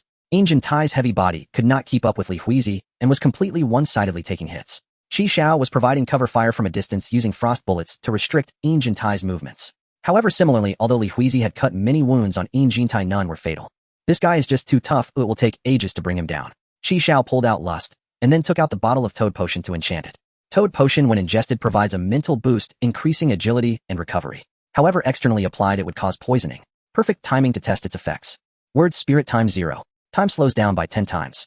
To Qi Xiao, the two appeared to be frozen in place. He dashed behind Yin Jintai and stabbed a knife into his neck. Half a second passed, and Qi Xiao returned to his original spot. Qi Xiao put away lust. This fat man's body was indeed much tougher than ordinary people. Yin Jintai was momentarily stunned, feeling as if he had just been stung by something. But before he could think too much, Li Huizi's knife struck from the side, and he could only struggle to defend. Yin Jintai was momentarily stunned, feeling as if he had just been stung by something. But before he could think too much, Li Huizi's knife struck from the side, and he could only struggle to defend. It's fine as she can cut through my pigskin, but that's all. He could sense her speed slowing, as long as he could hold out until she couldn't take it anymore, victory would be his. Yin Jintai was very confident these two couldn't kill him. Suddenly he felt an itch in his neck. The wound on his neck turned red rapidly, and red rashes resembling those of a toad began to appear on his skin. Itchy. So itchy. As the red bumps spread, more and more areas became itchy. Compared to the knife wounds on his body, this peculiar itch was clearly far more unbearable. The itch drove Yin Jintai to want to peel that layer of skin off himself. What is happening? This woman's knife is poisonous. Yin Jintai was horrified, retreating frantically while clutching his neck. That was where the bumps were most numerous and itched the most. Yin Jintai looked at the blood on his hand that had grabbed his neck. Impossible, this woman didn't cut my neck. When did I get hurt? It was getting itchier. Those red bumps were torn open by Yin Jintai and began to ooze a white liquid. Something is wrong, run. Back to the train. There is an antidote in the train. Yin Jintai kept retreating, rushing towards the train. My hand seems to have lost feeling. It's suddenly so numb. The numbness made that hand feel as if it did not belong to him, completely losing control. It was the white liquid oozing from the bumps that caused the numbness wherever it touched. Not scratching would make it itch, but scratching would get the white liquid on it and cause numbness. Yin Jintai was almost going mad. Ah, damn it. Li Huizi also noticed something was wrong with him and pressed the attack. She raised her long knife, positioned 3 centimeters in front of her eyes, half bowed her body, and murmured, "Secret technique, falling cherry blossoms, a single slash." Suddenly, Li Huizi's figure vanished from where she stood, her form resembling falling cherry blossoms gracefully weaving through the air. In the next moment, her knife traced a beautiful arc around Yin Jintai's neck. Yin Jintai fell to the ground with a loud bang, his plump body stirring up a cloud of dust. In the end, he collapsed right at the train door. Qi Xiao's eyes lit up. Such a fast knife. The speed just now in that moment was almost 10 times slower than me. Qi Xiao holstered his gun and approached Li Huizi. Do you guys from the Cherry Blossom clan have to shout out the name of your techniques when you fight? Li Huizi did not understand what Qi Xiao was saying, only nodding in acknowledgement. Qi Xiao bypassed the fat man and entered the train. The train had no screens. Tisk, it's essential for lazy people, such a headache. Now this is troublesome. The modified light curtain for lazy people can only be summoned by the train conductor. With 12 carriages, I have no idea when it will depart. What if it suddenly leaves while I'm searching? The key point is that the carriages cannot be separated. I can't waste so many upgrade materials. Qi Xiao looked towards Hotel No. 6 still needed to deal with that red-haired man. Li Huizi put away her knife and went to the side to rest and regain her strength. Qi Xiao quickly checked the carriage. There wasn't much in this train. The last few carriages were almost empty. Oh, a long-term train shouldn't be like this. Qi Xiao returned to his carriage and slapped Li Xiuqing awake. Did you guys steal someone else's train? Did you kill Li Xiuqing looked bewildered. Qi Xiao nodded and deceived him. Because he wouldn't answer my questions properly, I had no choice but to kill him. I still prefer you guys who cooperate. Li Xiuqing was stunned for a moment, then paused for a few seconds. We stole the new players from the 5th session. They have already arrived in the new world. Haven't you encountered them? What about that new player? Was he killed? Li Xiuqing looked confused. What else? Haven't we always done it this way? Isn't this world just you robbing me and me robbing you, eh? Qi Xiao's eyes turned cold. Is that how new players are treated? 12 carriages indicate that the person was at least level. That's considered quite developed in the novice village, only to be casually killed by this group of people after arriving in the new world and the train was taken. Qi Xiao struck him unconscious with a knife hand, and then left the gravity carriage. Old 6.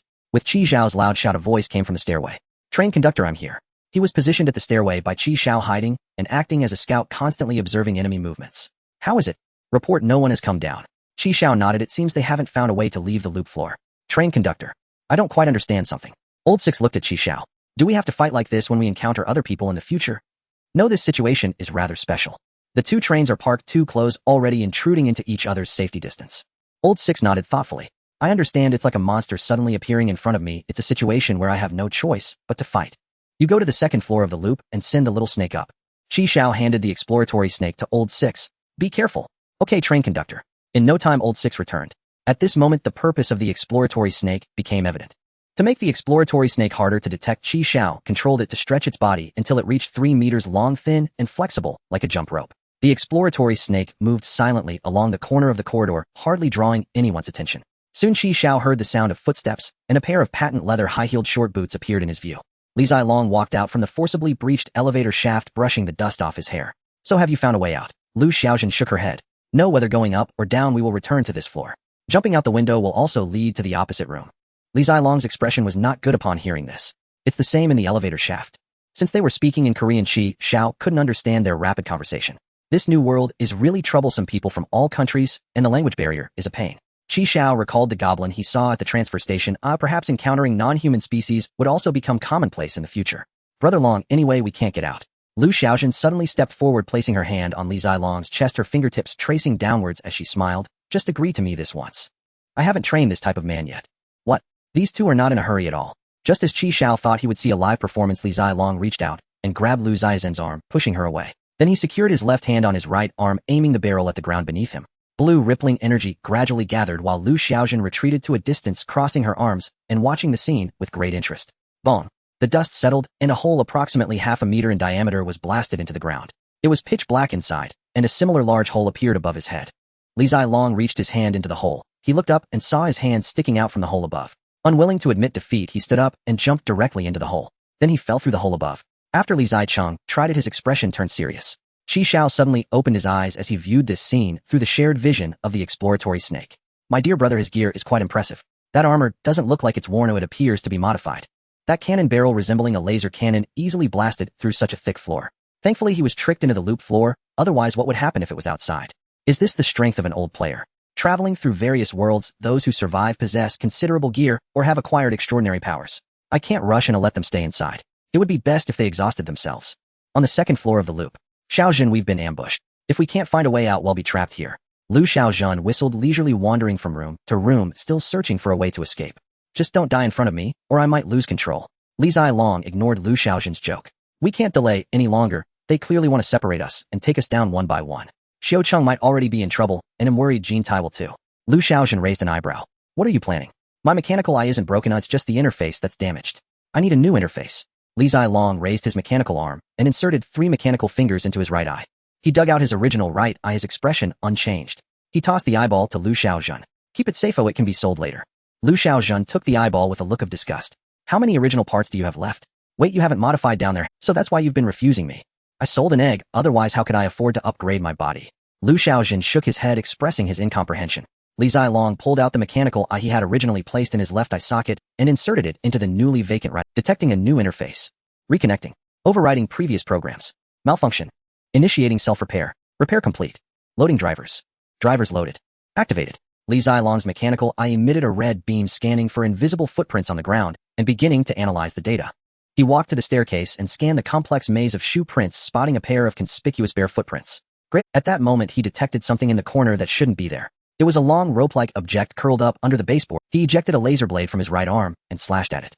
The exploratory serpent was cut in half by the laser blade, and with a ringing sound it transformed into 3 dice, revealing its true form.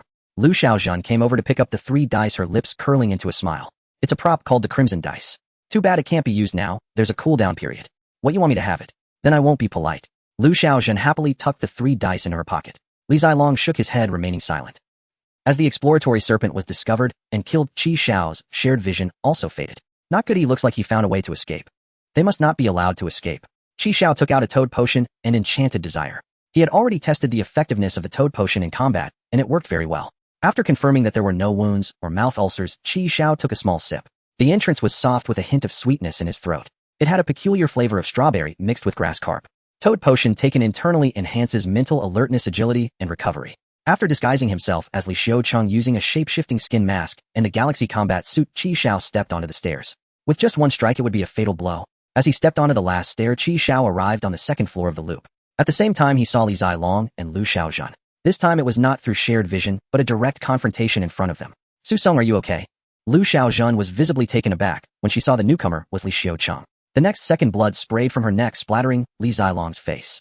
And Qi Xiao had already vanished from before. At that moment Qi Xiao was hiding in room 201. He disguised himself as Li Xiaocheng, intending to catch them off guard. In battle, even a moment's distraction can lead to unpredictable consequences. Before coming up, Qi Xiao had already decided to eliminate that woman first. She didn't seem to possess any particularly special powers, so killing her would first reduce their numbers. As they locked eyes, Qi Xiao activated his word spirit times 0. Time slowed down tenfold. With one strike, a throat cut. Disguise, approach, assassination, all in one motion.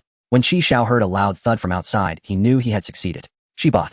Li Zilong's right arm ejected a laser blade, cutting through the door to room 201. There was no one inside, and the next second, he was shot several times from behind, though all the bullets were blocked by his armor. Qi Xiao in room 202 raised his gun and clicked his tongue. This trash armor-piercing bullet can't break anything. Before Li Zilong rushed into room 201, Qi Xiao had already climbed out of the window and reached room 202 across the way. Switching bullets, frost bullets. Bang, bang, bang, bang, bang. Each frost bullet accurately struck the joints of Li. The armor that originally protected him, now that the joints were frozen, became a cage that trapped him. Excellent, it's effective. After temporarily immobilizing Li Zilong, Qi Xiao continued shooting from a safe place. The armor on Li Zilong began to heat up, and the frost at the joints gradually melted.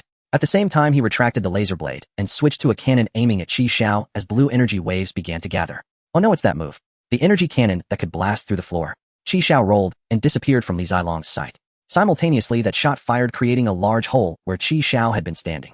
Because he did not promptly continue with the frost bullets, the frozen joints of Li Zilong's armor were liberated as it heated up, allowing him to move again. He switched back to the laser blade and used the scanning function of his mechanical eye to search for Qi Xiao's traces. So fast it was beyond the ability of the naked eye to capture. Li Zilong saw Lu Xiaozhen lying in a pool of blood on the ground, and a fiery rage ignited in his eyes. He closed Lu Xiaozhen's eyes, took back his eye from her hand, and tossed it into his mouth. With one bite, his mouth was filled with a burst of juice. Li Zilong swallowed what was in his mouth and stood up. Xiaozhen, I will avenge you. Just as he searched for Qi Xiao's trace, he felt a violent vibration at his neck. Qi Xiao was behind him. Desire / Qi Xiao had taken the initiative to find him. The vibrations, high-frequency vibrations, transmitted through the armor to every part of Li Zilong's body. He felt as if he were in a vibrating sieve himself, just a piece of pork being constantly shaken. Finally, Desire's high-frequency vibrations forcibly broke through the armor at Li Zilong's neck, and with a crisp crack the armor shattered away. Desire's properties meant it could more easily inflict damage on hard objects. In contrast, softer, more resilient ones were not so easy to deal with. The tip of the blade grazed Li Zilong's neck, leaving a long, thin line of blood. Li Zilong turned around and delivered a powerful side kick, sending Qi Xiao flying away with his mechanical leg. He wiped his neck, looking at the blood on his hands with an extremely grim expression. What kind of knife is that? It looks like an ordinary short blade, yet it can cut through my armor. No, that's not it. It feels more like it was violently shattered, akin to a damn vibrating rod. Although lust is a weapon forged by Dragon King Norton in the hands of an ordinary person, it is merely a special material, ordinary dagger. Only because Qi Xiao possesses dragon blood can he activate its vibration special ability. Qi Xiao rolled several times, dissipating the impact, and pushed himself up from the floor. Gulp. A mouthful of blood surged up his throat, a metallic sweetness filling his mouth. He wiped the corner of his mouth with the back of his hand, resisting the urge to spit it out, and swallowed hard. A wave of coolness surged from his limbs and bones as the pure fruit began to heal his injured body. Good, it's reached. Now all he had to do was hold on until the poison took effect. Without giving Li Zilong a moment to breathe, Qi Xiao drew out his ZZ pistol, unleashing frost bullets as if they were free. Suddenly, shallow blue arcs of electricity appeared around Li Zilong's body, forming an invisible barrier that stopped the frost bullets. Li Zilong suddenly felt an itch in his neck, The wound cut by Qi Xiao began to develop red rashes. Something's off, that knife is toxic. He raised his right hand, firing a laser blade that directly severed the injured skin on his neck. Qi Xiao saw Li Zilong's pulsating trachea and clicked his tongue, thinking how ruthless this was. From the looks of it, the toxin had not yet had time to spread. Li Zilong discarded the skin in his hand, stepped forward, and charged at Qi Xiao while enduring the frost bullets. The tungsten filament lights above flickered and broke as Li Zilong advanced. As Li Zilong drew closer, Qi Xiao felt his hair and sweat stand on end.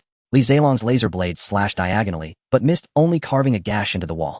Qi Xiao vanished in place. Just as Li Zilong turned to look for Qi Xiao, he appeared behind him, puffing his cheeks, and sprayed a mouthful of toad potion towards Li Zilong's wound. Seeing that he couldn't dodge, Li Zilong's blue arcs of electricity formed a circular protective field around him, intercepting all of the toad potion that Qi Xiao sprayed. Realizing the sneak attack had failed, Qi Xiao quickly retreated, disappearing from Li Zilong's line of sight once again. Li Zilong was getting increasingly annoyed. He couldn't hit him and had to always be on guard against sneak attacks. He didn't dare to lower his guard, either fearing that Qi Xiao might suddenly appear and catch him off guard. This guy was just too fast. Li Zilong did not act recklessly. He activated his thermal sense to locate Qi Xiao's hiding spot. Under the thermal perception, Li Zilong quickly locked onto Qi Xiao's figure.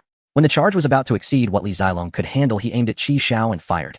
A blue energy wave shot towards Qi Xiao, creating circular holes in the wall. When the charge was about to exceed what Li Zilong could handle, he aimed at Qi Xiao and fired. A blue energy wave shot towards Qi Xiao, creating circular holes in the walls along its path. It didn't explode, but rather vaporized and vanished. It hit. Li Zilong had expected to see a void where Qi Xiao's body had been, but from the thermal feedback, Qi Xiao appeared completely unharmed, as if nothing had happened. How is that possible? I clearly hit. At that moment, Qi Xiao was holding the level 8 treasure chest in front of his chest. The blue energy wave that could melt steel and concrete had no effect on the level 8 treasure chest. It was as if the light from an ordinary flashlight had hit it. Damn, a sneak attack. No sense of martial ethics. To be able to pinpoint my location through so many walls, it must be the work of that mechanical eye. This is a bit annoying. I need to find a way to destroy that eye. Just as Li Zilong was charging for another blast, Qi Xiao's figure he canceled the charge, ejected his laser blade, and turned around to stab behind him, anticipating an attack. Unfortunately, this time he again stabbed at empty air. Although he had predicted Qi Xiao's position, he still couldn't keep up with his speed. As Qi Xiao lay on the ground, when Li Zilong turned, he slashed towards Li Zilong's calf. Although his strange force field could defend against bullets shot from a distance, it was ineffective against close-range attacks. Hiss, there's electricity. The moment lust touched Li Zilong's body, Qi Xiao's arm felt a wave of numbness. He quickly withdrew the knife and distanced himself from Li Zilong. Although Qi Xiao was wearing scout gloves, they were fingerless, and holding the knife still conducted electricity. After Li Zilong's slash missed, he pressed himself against the wall, ensuring to keep his back covered. When he saw Qi Xiao swinging his arm, he realized that he seemed to have been attacked again. Li Zilong's expression grew increasingly grim. This guy was truly troublesome. Quick mainly because he was just too fast. But thankfully it's just fast. Breaking through my defense won't be so easy. I have force field defense against long-range weapons, and if he comes close, he'll get electrocuted. He can't beat me. At that moment, he saw Qi Xiao pull out a purple silk stocking from somewhere. Just as he thought Qi Xiao had produced some powerful item, he saw Qi Xiao slip the purple stocking over his hand, wrapping the excess around the handle of the knife. In the next second, Qi Xiao vanished again. Not good. Li Zilong instinctively raised his arms, crossing them in front of his face, as Qi Xiao's slash came crashing down. A strong tremor came again. This high-frequency vibration was amplified again due to his mechanical arms, causing some of his cybernetics to start to alarm. Alarm. Z7 type vector cannon, lost connection, reconnecting. Alarm. Connection failed, please check the integrity of the wiring. Alarm. Z5 type cybernetic eye slot detected as loose, resetting. Alarm. Cybernetic temperature too high, please do not keep the electrostatic field activated for too long or turn off the heating function. With the spiritual silk stocking as insulation, Qi Xiao was not electrocuted this time. He successfully damaged Li Zilong's left arm. Damn it, I must kill you. Seeing that Qi Xiao was about to sever his left arm completely, Li Zilong abandoned his defense, threw his head back, opened his mouth, and shot out a pure energy wave from his mouth. Since it wasn't a charge type, it was released instantly, directly targeting Qi Xiao's face. Qi Xiao reacted quickly, twisting his neck to evade the energy wave. However, the white beam actually thickened a bit as Li Zilong's mouth widened, and Qi Xiao was still grazed by that beam. The skin over his right cheekbone vanished, as if evaporating. By the time he closed his mouth, Qi Xiao's figure had already disappeared. Damn it, he moves like a ghost, hits you, and runs. Li Zilong had never seen such a sneaky fighting style. He couldn't take it anymore, and activated the jet system in his feet, hastily, making his way to the stairway. He hurried to Lu Zaizen's side, deactivating the electrostatic field, and lifting her up. Li Zilong activated the infrared scanner, and followed the barefoot footprints downstairs. The footprints did not appear on the last 3 steps, which should be the secret to leaving this place. 10, 11, 12. Just as Li Zilong stepped onto the 13th step, a girl in a JK short skirt suddenly appeared. Her beautiful face was filled with indifference, holding a white long knife in her hand. The gaze she directed at him was filled with killing intent. It was the JK skirt girl mentioned by Jean Tai. Was she that person's teammate? You killed my brother. Li Hui's eyes widened in anger as she raised the long knife and charged toward Li Zilong. Although Li Zilong looked bewildered, his right arm immediately shot out a laser blade, easily catching Li Hui's strike. Compared to Qi Xiao, this girl was far too slow. Li Zilong's laser blade effortlessly severed Li Hui's knife in half, or rather melted it. At the same time, he raised his leg and kicked Li Hui away. Li Hui's arm was cut by the laser knife, blood dripping onto the white silk resembling blooming cherry blossoms. She struggled to stand with the broken knife in hand, blood trickling from the corner of her mouth. Secret technique: falling cherry blossoms, flowers, weeping sound. A gentle breeze enveloped Li Hui and the broken knife in her hand glowed faintly. Qi Xiao was hiding in the adjacent room, just having consumed a bottle of primary healing potion given by Kong. Although he couldn't destroy the opponent's cybernetic eye, he still gained something from this strike. With the help of the pure fruit, the flesh on Qi Xiao's face was rapidly growing back. Damn, it hurt like hell. He still couldn't be greedy for a kill. However, the goal had already been achieved. As Qi Xiao retreated, he left some good things on Li Zilong. Just then he suddenly heard Li Hui's scream. What was happening? How did this guy get in? Not waiting for his injuries to fully heal, Qi Xiao hurriedly left the room and arrived at the staircase. At that moment, Li Hui was lying in a pool of blood, while Li Zilong's laser blade was aiming at her chest. Word spirit times 0. Time slowed down by 30 times. Veins bulged on Qi Xiao's forehead, as at extreme speed the action of Li Zilong's thrust paused, as if the play button had been pressed, freezing him in place. A second later, Li Zilong's laser blade pierced the ground, missing its target. Qi Xiao was holding Li Hui, standing a few meters away from him. Seeing Qi Xiao appear in front of him again, Li Zilong stood up. At this time, he only had his right arm left, while his left arm was missing, exposing the tangled wires within. He suddenly opened his mouth, shooting out another wave of energy. But this time he shot into emptiness, as Qi Xiao, having learned from his previous mistake, had already vanished. Li Zilong's cybernetic eye quickly switched to thermal mode, searching for Qi Xiao's trace. You can't escape. Just then another alarm sounded. Alarm. Z5 type cybernetic eye under attack. Alarm.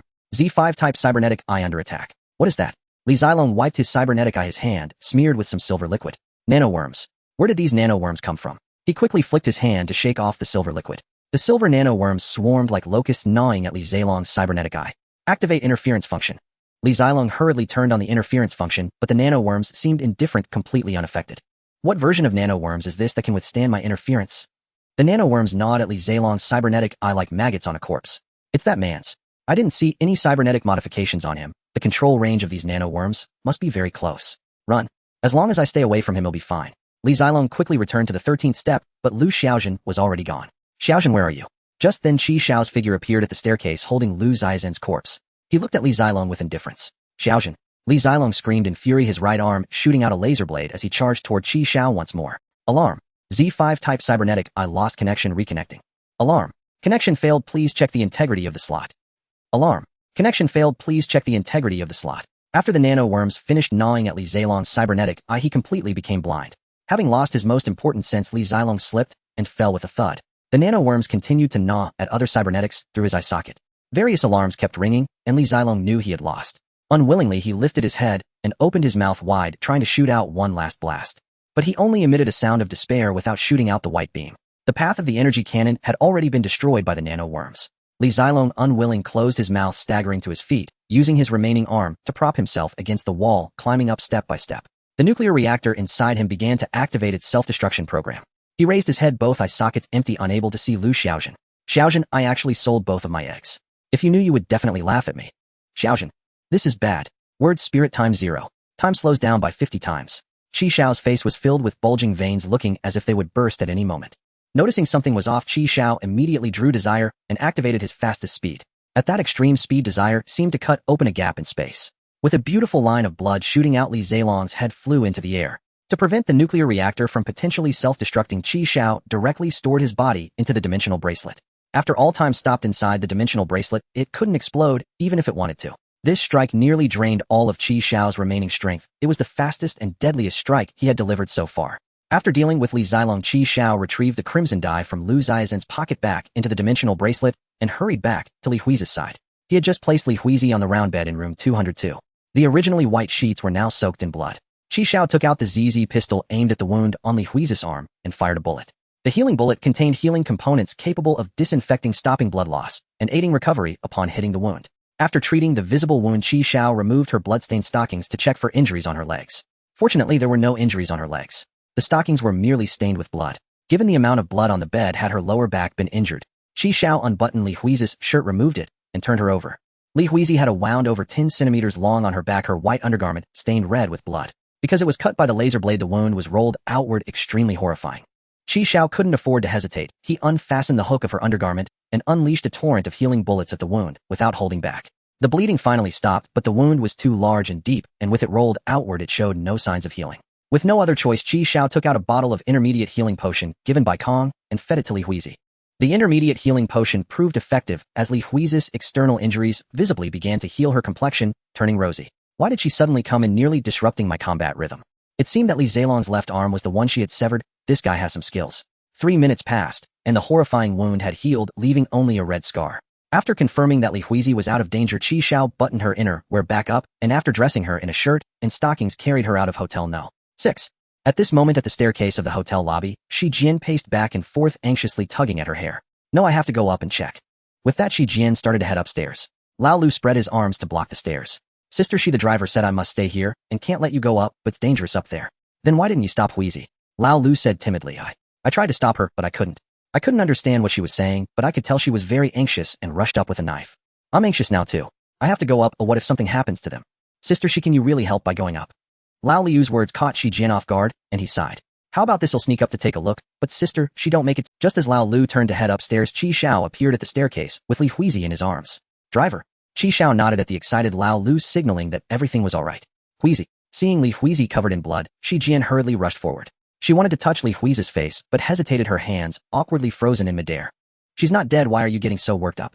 You care more about a girl you just met for 2 days than your ally, right? Xiao shot Shi Jian a glance. What have you developed feelings after sleeping together for 2 nights? Get lost, why should I care about you when you're bouncing around? Upon hearing that Li Huizi was fine, Shi Jian let out a sigh of relief. She gently stroked Li Huizi's cheek, calling her name in a soft voice. Alright, let's head back first. In Shi Jian's bedroom, Xiao laid Li Huizi down on her bed and hurried back to the black train. Due to Li Zilong's death, the train screen had already restored itself. Xiao disassembled the entire carriage, transferring the supplies to himself and letting out a sigh of relief. 2,780 kilograms of metal, 1,390 kilograms of plastic, and 980 kilograms of wood have been transferred to the account of train driver Xiao. Is that all? It turns out the train currency consumed for upgrades is not refundable. Xiao shook his head, returned to his train, confirmed the supplies were received, and came to Shi Jian's location. Shi Jian had just changed Li Huizi's clothes, removing the bloodstained uniform and putting on sleepwear. Xiao casually took a chair and sat down, looking at Shi Jian and Lao Lu. Can someone explain to me why she suddenly came up?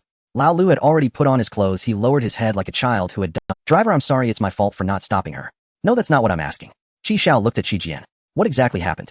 Don't say she was worried about me coming to rescue. After covering Li Huizi with a blanket, Shi Jian took out a pair of glasses without lenses and handed them to Xiao. What does this mean? Didn't you ask me to search that train? At that time, Huizi helped me search too.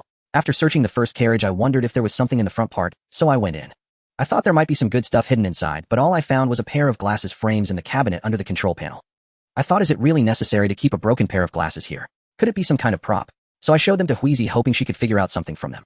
Who would have thought that upon seeing the glasses her expression changed and she inexplicably shouted brother before rushing out with a knife. Brother? What does that mean? Are these glasses his brother's? Xiao found the situation nonsensical and glanced at the unconscious Li Huizi. Forget it, I'll know when she wakes up. Xiao casually placed the glasses frame aside. Lao Lu, let's go, we have work to do. Driver, I'm sorry. What are you sorry for? I wasn't able to complete the task you assigned. No, you did well. Xiao patted Lao Lu's head. You managed to stop that idiot Shi Jian, didn't you? Lao Lu scratched his head, unsure of what to say. Xiao picked up a long knife from the ground. Isn't this the knife given in? They have also been to Dawn City. Suddenly Xiao felt a jolt in his mind, as if struck by lightning. No way. Lao Lu, keep moving things. I'm going back for a bit. Xiao returned to Shi Jian's room and repeatedly examined the broken glasses frame. The frames without lenses and the crooked arms stirred Xiao's memories. That thin knife-wielding guy with a peculiar mindset gradually became clearer in his recollection. No way. You said, she shouted, brother, after seeing these glasses. Yes, why? Let's go, I'll take you to interrogate a Xiao brought Shi Jian to the gravity carriage where Li Xiuqing lay, a knife still stuck in his leg, and frowned. He's such a heavy sleeper, still not awake. He woke up once, but I knocked him out again. Xiao looked at the large bump on Li Xiuqing's head, feeling embarrassed. Are you sure he's just unconscious and not dead? Shi Jian pointed at the knife sticking out of his leg. Could it be because of this, say? Xiao, speechless, pulled the knife out of his leg. Li Xiuqing opened his eyes wide and screamed, waking up. Xiao took out his ZZ pistol and fired a healing bullet at his wound, stopping the bleeding. He canceled the 5-fold gravity, aimed the gun at Li Ziyasheng's head, and said coldly, what does the newcomer you killed look like? Speak. A male wearing glasses, doesn't look too bright. Very skinny, like he's malnourished. Seeing that Xiao had no reaction, Li Xiuqing continued. That guy had decent knife skills, and even killed 2 of us. Listening to Li Xiaosheng's description, Xiao confirmed that the train they robbed was indeed the one he had encountered with the glasses guy in Dawn City. The newcomer deserved to be killed by you guys, right? Xiao chuckled and shook his head. Is there something wrong with that? Then it's also your fault for being killed by the newcomer. Li Xiaoqing suddenly seemed to realize something, panic-stricken. You are the newcomer. How is that possible? How could there be a newcomer who could kill Li Xiaolong? Do you still have any value that could keep you alive? As Xiao spoke, he was about to pull the trigger. Li Xiaoqing swallowed hard and shouted, wait. You can't kill me. You promised me I've already given you all the intel. Seeing that Xiao remained unmoved, Li Xiaoqing's survival instinct kicked in desperately, proving his value. Do you know that there is an organization called the Order of the Heavenly Kingdom in the New World? Xiao nodded, signaling him. Just when Xiao thought he was going to say something to scare him by claiming he was from the Order of the Heavenly Kingdom, Li Xiaoqing confidently raised his head and said, I'm a wanted criminal. We are all wanted by the Order of the Heavenly Kingdom. If you kill me, I won't be worth anything. If you hand me over to the Order of the Heavenly Kingdom, the bounty you can receive is worth several times more than killing me. Xiao was speechless, glancing disdainfully at Li Xiaoqing. Those few might be okay, but someone like you is worthy of being wanted. What are you worth? Li Xiaoqing lifted his head proudly and declared, it used to be 15 train coins, but yesterday we clashed fiercely with the Order's enforcers and eliminated quite a few of them. So naturally the price has risen to 20. Xiao watched his smug expression and couldn't help but twitch at the corner of his mouth. Is that all? You truly are worth less than scrap. What about the others? How much is their bounty? Li Xiaolong's bounty stands at 110 coins. Lu Xiaozen's is 30, and the fat, unless my memory fails me, is also 30. Xiao clicked his tongue. Even dead, they're worth more than you. You might as well just die now. Seeing Xiao raise his hand again, Li Xiaoqing hastily cried out, No. Brother, I've posted a bounty on an external platform. I can reclaim the 50 train coins paid in advance the moment I rescind the warrant. He'll give it all to you. Once I'm dead, it's lost forever. That piqued Xiao's interest. There's actually a bounty platform where civilians can issue warrants. When certain jobs are inconvenient or unwise for one to undertake personally, one simply hires professional bounty hunters. With your own bounty barely scraping double digits, how could you possibly afford to spend 50 coins hunting someone down? Who did you target? The Order? Li Xiaoqing's jaw tightened, as if recalling something vile. She's nothing but a harlot. She tricked me into tattooing her name across my face and promised to become my girlfriend in return. But after I got the ink, I discovered she'd already pledged herself to over a dozen boyfriends, including goblins. She even organized them into gangs for brawls, and not once did I ever take part. Xiao fell silent. Xiao fell silent. At that moment, the connecting door between carriages slid open, and Li Huizi stepped in. Still weak, she staggered slightly as she entered. Leaning against the wall, her eyes red with fury, her entire frame trembled faintly. Seeing her frail state, Xiao hurried forward to support her. Anadatachi wa watashi no ani o korishita. Xiao glanced at Xiao. What did she say? She says, they killed her elder brother. Li Huizi raised the broken eyeglass frame in her hand. She says this belonged to her brother. Ask her, how can she be certain? Could it not simply be a matching pair? After Xiao translated, Li Huizi pointed to the inner arm of the frame. Following her gesture, Xiao noticed 3 nearly invisible English letters etched there. LDS. Easily overlooked unless examined closely. She says Li Dianxing was her half-brother. She gifted him these glasses when he departed overseas. They were custom-made, engraved with the initials of his pinyin name, so there's no doubt they're his. It was then Xiao learned the bespectacled man's true name, Li Dianxing. Li Xiaoqing froze, utterly mortified. So this was vengeance incarnate. What cruel irony. The very train he'd hijacked belonged to her brother. Driven by sheer survival instinct, Li Xiaoqing slammed his forehead repeatedly against the carriage floor, sobbing, Wait. It was Li Xiaolong and his crew who killed your brother. I had nothing to do with it. I only boarded the train after they seized it. I played no part in the murder or the theft. Xiao pressed the barrel of his gun firmly against Li Xiaoqing's temple. Just because you claim innocence doesn't make it so. How do you prove it? He was formidable. Look at me. What possible aid could I have offered? Xiao paused. There was truth in that. But Li Huizi, consumed by rage, rushed forward and struck Li Xiaoqing hard across the face. Then reached for Xiao's weapon, declaring she would avenge her brother herself. Xiao sighed, holstered his pistol, and said calmly, You may kill him anytime, but first we must confirm whether your brother is truly dead. Do you still have him added as a contact? Li Huizi went utterly still at the question.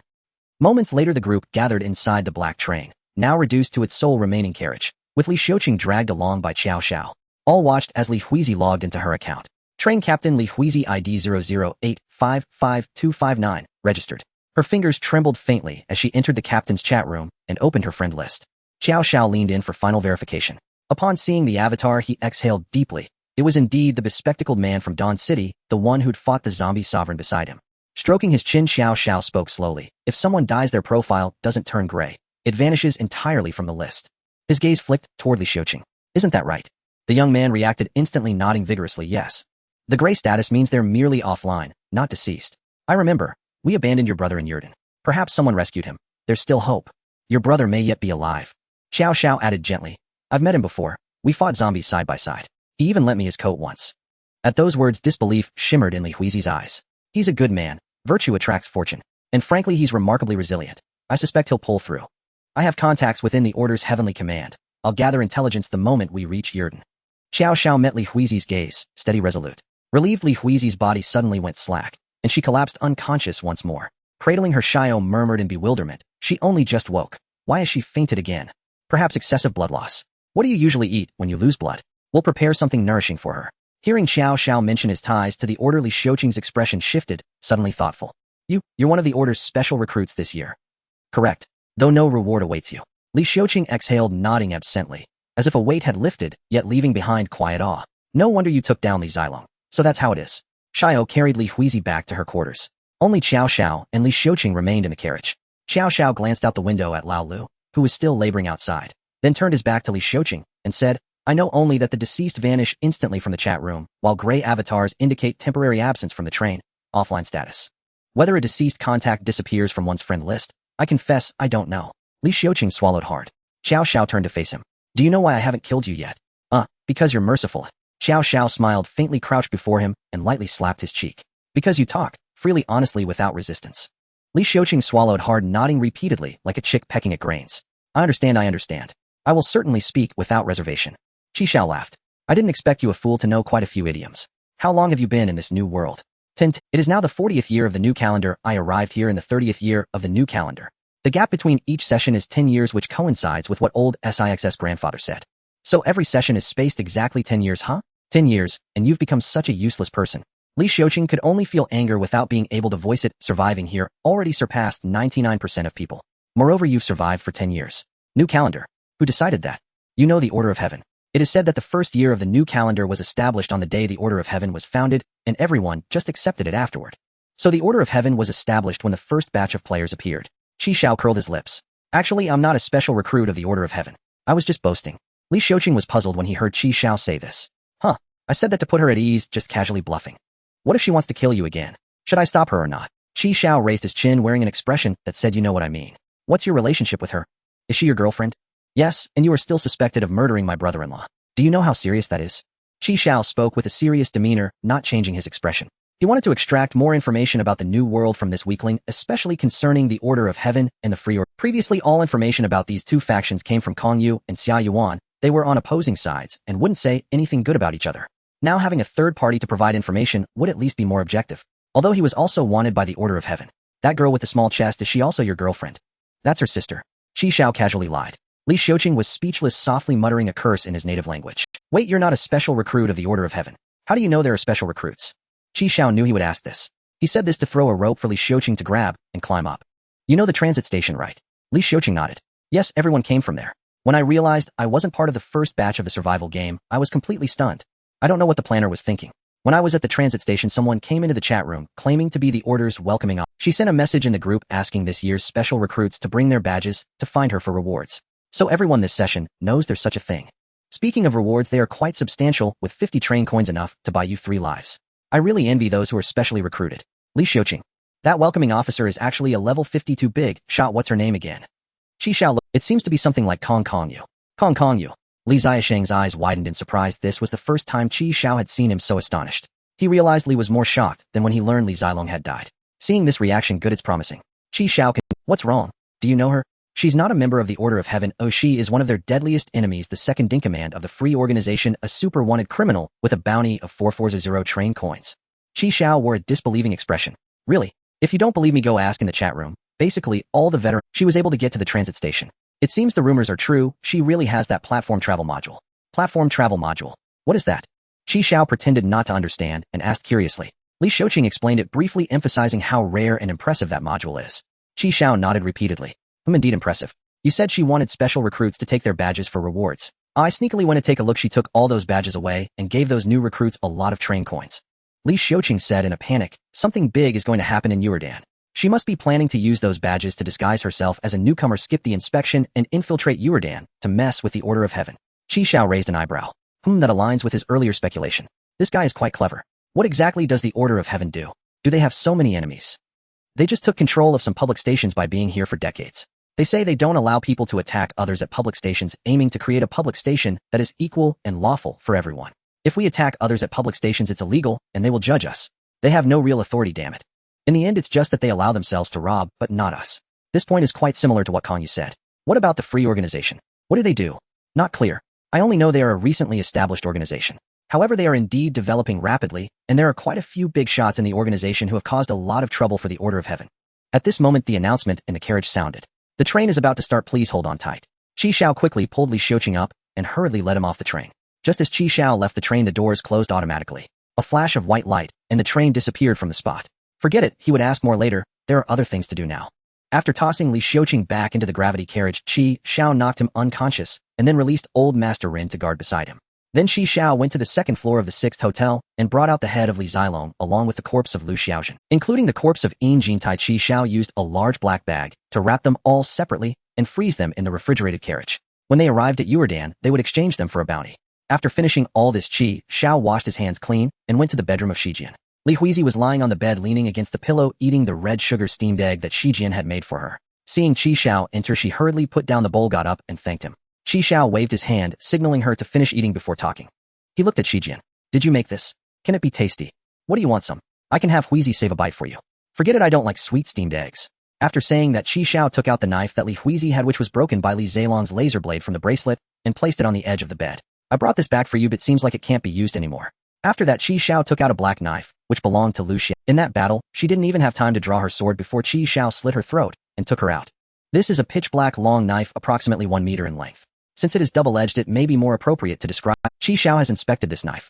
Although it looks quite good, it is merely an ordinary long knife without any special effects. Li Huizi's previous knife was also a long knife, just right for her. This is for you, but it's too long for me to get used to. Xiao's combat style leans towards long range, avoiding close combat whenever possible. When it is absolutely necessary to engage in close combat with speech spirits, a slightly shorter desire would be more practical, better suited for assassination needs. Arigatou gozaimasu. Xiao raised his hand to interrupt the translation that Shijian was about to provide, proudly stating, no need to translate this, I understand it. Arigato, thank you. Shijian replied. 6. Oh right, there's another thing. Your brother's train has now departed at the latest possible time. You might have to stick with us for a while longer. Really? That's great. Upon hearing this news, Li Huizi had little reaction, while Shijian was the most excited. Shijian had been worried about how to persuade Li Huizi to stay here, having thought of several reasons, but now there was no need for persuasion. Li Huizi wouldn't be able to leave, even if she wanted to. She sat by the bed next to Li Huizi. Great. I can cuddle with Hui again tonight. Xiao rolled his eyes at Shijian, shaking his head in disbelief. I'm hungry, let's cook and eat. Xiao looked at the indifferent Shijian. Come help out. Shijian shot a resentful glance at Xiao and said to Li Huizi in Sakura language, call me if you need something, ill help. What are you chattering about? Shijian tilted her head. I just told Hui that the egg custard should be eaten while it's hot, it shouldn't be left to cool. In the kitchen, just as Xiao was about to wash rice, he noticed that the water level in the meter had dropped to 0 again. Go fill some water from the water tank, we're out of water. What's going on? I had over 100 liters when I was steaming the eggs. Is your external water tank leaking? Stop talking nonsense and hurry up. The peach sapling began to absorb water again, looking like it was about to grow. More water would be needed. Soon Shijian stumbled back with a bucket of water. She placed the water bucket in front of Xiao and wiped the sweat from her brow. I saw a few black plastic bags in the corner. Meat. Oh. Shijian didn't pay much attention and switched to an empty bucket to continue fetching water. Xiao entered the initial carriage where the small fire dragon and the black wind monster were chasing each other, both unaware of what had happened that morning. Look at you all carefree and without a worry in the world, it's so relaxing. Woof woof woof. Whoa, where did that burnt smell come from? Xiao sniffed and found the source of the burnt odor. Damn it, black wind monster, stop licking its butt. Its tail is on fire, look at you, your fur on your head has curled up from the heat. Burnt-headed dog pretending to be a teddy bear. Xiao now felt a sense of helplessness akin to returning home after a long day at work to find the child causing trouble. He opened the carriage door to let these two out for some fresh air. This morning, due to Li Zilong and the others stopping here, they hadn't been let out to relieve themselves. As soon as the door opened, the black wind monster dashed out instinctively, finding a clear spot to relieve itself. In the distance, Lao Lu was still seriously organizing his things. Lao Lu, it's time for lunch. Hearing Xiao call him, Lao Lu wiped the sweat from his brow and dashed over. I'll go right now. No need, but it's already ready. Sister, she made it. Lao Lu immediately showed a troubled expression. Oh, that's good. Lao Lu sighed in relief. With Shijian's help, Xiao prepared tomato, braised beef, stir-fried water spinach with oil residue, spicy, scrambled eggs, pickled vegetable, and shredded pork soup, roasted chicken, and grilled sausages for lunch. Xiao and Lao Lu returned to the kitchen where Shijian and Li Huizi had already served the food. Seeing Xiao come back, Li Huizi handed him a broken knife with both hands. Shijian then began to translate. She said she thought she was going to die. Xiao, thank you. You saved me once again. There's nothing to repay. This is the knife that came from the level 6 treasure chest. Oh, I haven't figured out what its magical properties. If you Xiao were to use it, perhaps it could activate some wonderful functions. After all, it came from a level 6 treasure chest. Xiao grinned, reaching out to take the broken knife. He flipped it over, occasionally nodding. Good knife, very good knife. Then I will definitely study it carefully when I have time. After saying that, Xiao put it away. It's strange how this broken knife. Stop dawdling, sit down and eat. Li Huizi obediently sat down. Xiao, accepting the treasure knife, eased some of the pressure in Li Huizi's heart. Because this was the most precious thing she had. She was well aware of the severe injuries she had sustained at that time, which could be now being able to sit here and eat. Xiao must have put in a lot to save her. Unable to repay this kindness, could only be slowly returned in the future. Chef, this water spinach is so delicious. And this spicy scrambled egg, the eggs are so tender. Xiao replied, when you're hungry, anything tastes good. Shijian looked at him with a face full of emotion. Lao Lu, at such a young age, how did you learn to flatter someone? Who taught you? Don't throw shade at me, I'm not talking about you. I didn't mention you, why are you so anxious? Come on Lao Lu, try the grilled sausage that sister she made. Shijian picked up a grilled sausage and placed it in Lao Liu's bowl. How is it? It's not burnt this time, right? Thank you, sister Shi. Shijian looked at Lao Lu with full anticipation, only to see Lao Lu take a bite, and his expression changed instantly. What's wrong? It's not cooked. Shijian. After lunch, Xiao entered Hotel No. 6 once again. He wanted to try to extract Li Zilong's corpse from the dimensional bracelet to see if it would explode. Arriving at the second floor of the loop, Xiao took out Li Zilong's corpse and quickly activated the speech spirit to retreat. 3 minutes later, seeing no reaction, Xiao breathed a sigh of relief. This thing cannot be understood for now, though he would deal with it later if he encountered someone knowledgeable. Xiao vividly remembered that energy cannon, which could melt walls, and the instant release white light beam from its mouth. If these could be transferred to Old Master Ren, it would be incredibly powerful. Additionally, if Old Master Ren had a full body armor set, he wouldn't need to fear the sun. Currently, Old Master Ren cannot see the sun, which is quite limiting. Although his physical strength is sufficient against ordinary people, he remains inadequate against well-equipped foes like Li Zilong. That laser blade could easily decapitate Old Master Ren. Therefore, during previous battles, Xiao had not released Old Master Ren. After testing, Xiao left the loop floor and went to the normal floor to continue collecting wood. At this moment, Shi Jian and Li Huizi were helping Lao Lu to sort through the leftover items from Li Diansheng's train. With the assistance of 2 more people, they managed to move everything back to the original carriage before dinner. Xiao had already checked everything and found nothing of value. The most valuable item was the upgraded materials from the... After discarding the useless items left by Li Huizi, everything else was thrown into the material disposal area. After dinner, Xiao went to the back carriage to grab a bucket of spicy kimchi beef instant noodles. Li Huizi was washing dishes with Lao Lu. While wiping the table, Shi Jian saw this and asked in confusion, what's going on? Didn't you eat enough? You still want instant noodles after dinner? Do you want some? No thank you, I'm on a diet. Shi Jian pinched her belly. I don't know if it's just my imagination, but my belly feels bigger lately. You've been eating too well. Xiao shot Shi Jian a glance. It's fine, just exercise more. Let's go for a few laps around the... Shi Jian glared at Xiao fiercely. Run. Girls can't do intense exercise during their period. Then just jump. Shi Jian raised her middle finger. The water boiled and Xiao prepared the noodles, bringing them to the gravity carriage. Li Xiaoqing had already woken up bare-bodied against the carriage, looking like a dog without a home as he was cornered by the old man. As Xiao entered with the instant noodles, the aroma caused Li Zilong's stomach to rumble. Having missed breakfast and lunch, the scent of the noodles intensified, drilling straight into his head through his nostrils. Xiao handed over the noodles and motioned for him to catch them with a nod. Li Xiaoqing raised his bound arm, showing a troubled expression. In the next moment, the ropes binding his arms vanished. He didn't have time to be surprised at how Xiao did it, nor did he want to think about it. After all, he had just killed Li Zilong, so this was... He hurriedly took the noodles from Xiao's hands, pulled out the fork, removed the lid, and took a deep whiff. So fragrant. The key was that it was spicy kimchi beef, flavor reminiscent of his mother's cooking. Seeing Li Xiaoqing on the verge of tears, Xiao pulled out a doll of a nurse that he had previously stored in the interface bracelet and placed it on the ground as a seat. Watching Li Xiaoqing slurp the noodles, Xiao spoke up, do you know that during upgrades you can definitely brush out a method to modify the follower account? Li Xiaoqing squatted there, shaking his head. A method to modify the follower account. I've never heard of it. The modifications during upgrades are all random. Hearing Li Xiaoqing say this, Xiao felt a bit puzzled. Was it really not true, or was this guy just too inexperienced to know? Suddenly, Li Xiaoqing changed the subject. But I heard there's a module where you can spend train coins to refresh train modifications. It's similar to that platform travel, not something you can get just by upgrading. You can refresh modifications by spending train coins. That's incredible. If there are enough train coins, can't anything be modified? Yes. Those modules are all quite amazing. Having just one would be incredible. I heard there's even a module that can predict which platform the next stop will be at. Think about it, knowing where the next stop is, what dangers there are, and what treasures exist. Isn't that just like having a cheat in a game? Invincible. Sounds really good. Xiao crossed his arms and nodded in agreement. These modules are so powerful and so rare, wouldn't everyone want them? If someone found out that you have these modules, it would be like bleeding in the ocean. Those sharks would come as soon as they smell blood. There's an organization called the 8-9 Thieves that specializes in hunting these special modules. I heard they recently acquired a special module. Oh, so this module can actually be taken away by others. Yes. It said that level 8 or higher treasure chests can yield module copy cards and module extraction cards, but the probability is super low. Moreover, level 8 treasure chests and keys are inherently very rare, only large organizations can obtain them. So there are such things as module copy cards and extraction cards. Xiao summoned the light screen and accessed the trading platform. Module copy card, not found. Module extraction card, not found. No transactions. The next morning at 8 o'clock, after confirming that there were no trains stopping here, Xiao felt relieved and returned to the carriage. Li Huizi, wearing a red apron, was preparing breakfast. Xiao Hao. Although the pronunciation wasn't very standard, it could still be faintly understood that she was saying good morning. Good morning, Xiao replied. He then looked at Shi Jian, who was washing up. Did you teach her? Shi Jian spat out the water in her mouth and replied, Hui insisted on learning Mandarin, so I started teaching her from daily phrases. At this moment, Lao Lu, who was eating breakfast, exclaimed, Sister Huizi's omelet rice is so delicious. Really? Let me try. Xiao took a spoon, took a bite, and the taste was indeed excellent. The egg was tender and flavorful, the sauce rich in taste, and the rice was cooked just right. He didn't expect that Sakura had such culinary skills. After breakfast, Li Huizi took the initiative to collect the bowls and wash them off. Xiao looked at Shi Jian and said, you should learn from her and wash your own used bowl. Why don't you wash? I have Lao Lu to wash for me. Lao Lu will wash for me too. After breakfast, another day of collecting wood at Hotel No. 6 began. Time quickly passed to the evening. Xiao looked at the starless night sky and returned to the carriage. He summoned the light screen to check the current amount of upgrade materials collected.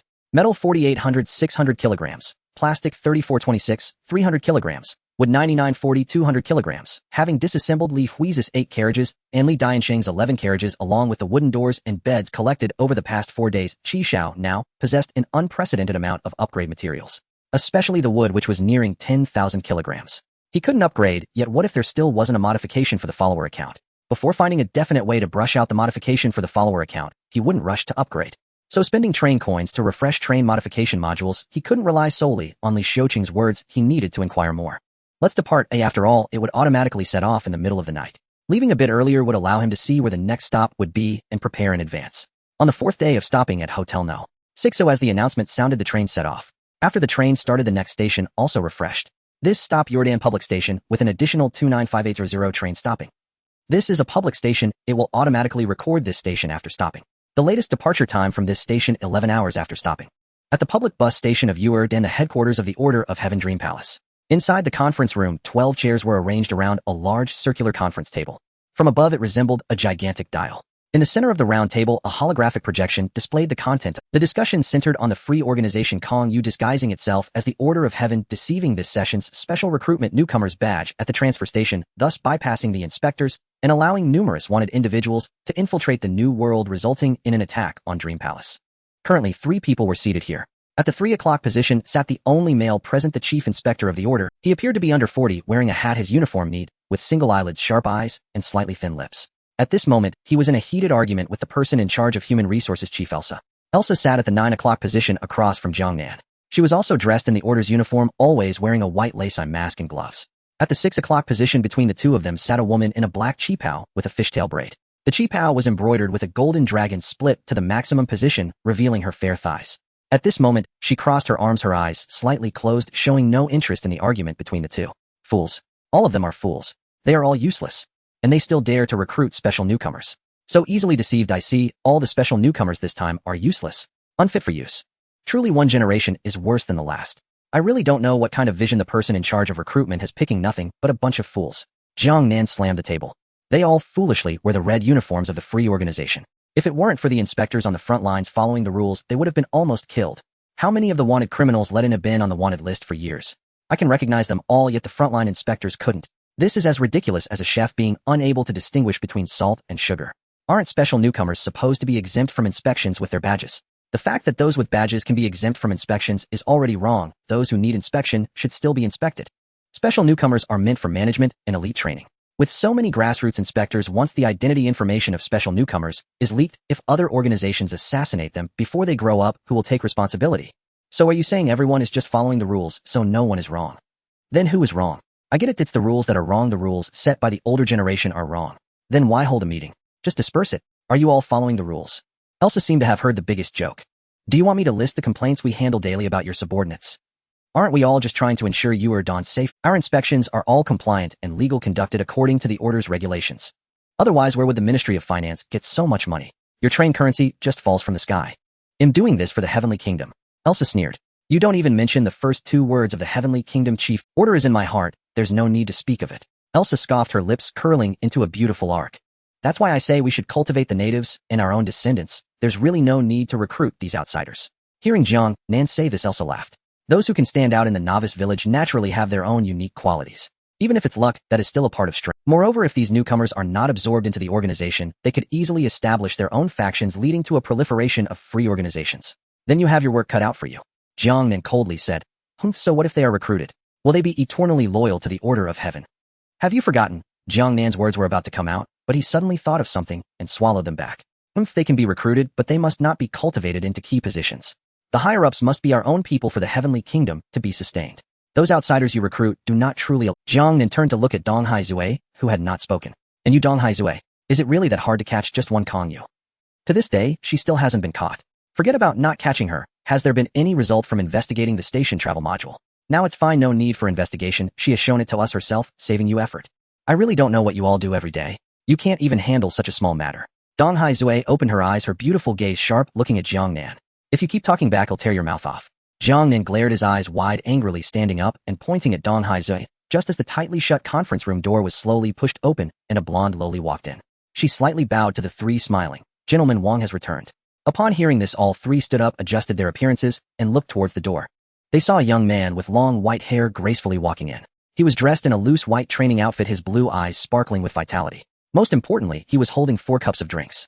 Good afternoon, Wang, the three said in unison. Please take a seat. Elsa, your favorite Ceylon black tea. Don't worry, the milk is skimmed, it won't make you gain weight. And the iced tea for Xiao. Elsa took the milk tea with a smile, saying, Thank you, Wang. You are as thoughtful as ever. Wang nodded and looked at Dong. A large bucket of duck shit fragrance, extra ice, 3 parts sugar. Dong Haizue was also unceremonious, taking the duck shit fragrance, not using a straw, and directly lifting the lid to take a few sips. Jiang Nan, your coffee. I see those dark circles under your eyes. You stayed up late again last night. Jiang Nan took the coffee from Wang's hands with both hands, letting out a sigh. It's been busy. So much has happened these past few days. Wang, why don't you remove me from this position? I don't want to do this anymore. Sure. Wang smiled at Jiang Nan. Jiang Nan was taken aback. Wang patted Jiang Nan's shoulder. I'm joking. The order of heaven can exist without me, but it cannot exist without you. Jiang Nan froze, forcing a smile on his face. Wang, you are joking. Jiang Nan became serious, holding the coffee and sitting down, no longer speaking. Wang sat at the main seat at 12 o'clock, and the blonde loli handed over a thermos cup with plain boiled water inside. Wang blew on the cup's mouth, took a small sip, and said, How's the discussion going? Any results? A few remained silent. Looks like no results came from the discussion. Wang looked at Elsa. Release this year's special recruitment list to all frontline inspectors. All special newcomers not on the list, but possessing badges will be arrested directly. Those refusing arrest can be shot on sight. This batch of special newcomers will continue to be trained, but the observation period will be extended. Since Kong Yu has a station travel module, she must have interacted with this batch of newcomers. Perhaps one of them is her developed undercover agent. Without waiting for Elsa to speak, Wang turned to Jiang Nan. You got the list on your side, there won't be any more problems, right? Having the list means no problem, Wang. Not only the newly docked trains, but also those who mixed in before. We must root out whether any are still hidden in Yuerdan. Jiang Nan's face suddenly showed difficulty. Wang, you know this batch of newcomers has been arriving in Yuerdan one after another for the past few days, and we simply don't have enough manpower to handle it. Wang seemed to have anticipated Jiang Nan's response. Then recall the people from paradise. There's no need to keep so many there. First handle the matters here. Jiang Nan took a deep breath and slowly exhaled. I understand. Then Wang looked at Dong Haizue sitting opposite him. What is the bounty on Kong Yu now? To capture her alive, it's 440 train coins. To kill her, it's 250. The Order of Heaven's bounty is divided into 5 levels. Level 4 below, 200 train coins. Level 3, 200 to 2000. Level 2, 2000 to 5000. Level 1, 5000 to 10000. Special level above 1000 with no upper limit. Of course, since the establishment of the Order of Heaven, the number of special wanted criminals released has been few and far between. Mentioning 6000 coins regardless of whether dead or alive. Wang raised a finger. I will personally fund a prop from an 8th level treasure chest. The three were instantly taken aback. 6,000 coins have already entered the realm of level 1 wanted criminals. Originally, Kong Yu was infinitely close to being a level 1 wanted criminal. Wang's action directly defined her as a level 1 wanted criminal. The key is that there is also a reward for the props opened from the 8th level treasure chest, which cannot be bought with train coins. The entire Order of Heaven does not possess anything in triple digits. A perfectly good dream palace has been demolished 3 times. Wang sighed. For the people of the free organization, regardless of life or death, the bounty will increase by 10%. Wang looked at the blonde loli beside him. Daisy, go find the god of wealth and tell him to allocate funds to repair Dream Palace.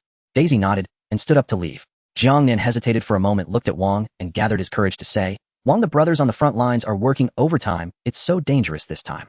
Could you allocate a little for me as well? What do they have complaints? Jiang Nin quickly waved his hands. No, no, no, everything is for the heavenly kingdom. How could there be complaints? Then there will be no allocation. Wang finished speaking and looked at Dong Haizue. Jiang Nin, understanding the situation, sat down and shut his mouth. Dong, I hope to hear good news from you before the next time you come back. Dong Haizue said nothing, only slightly nodded. At this moment Jiang Nin suddenly stood up and said, Wang, I have one more thing to report to you. Wang nodded, signaling Jiang Nin to continue.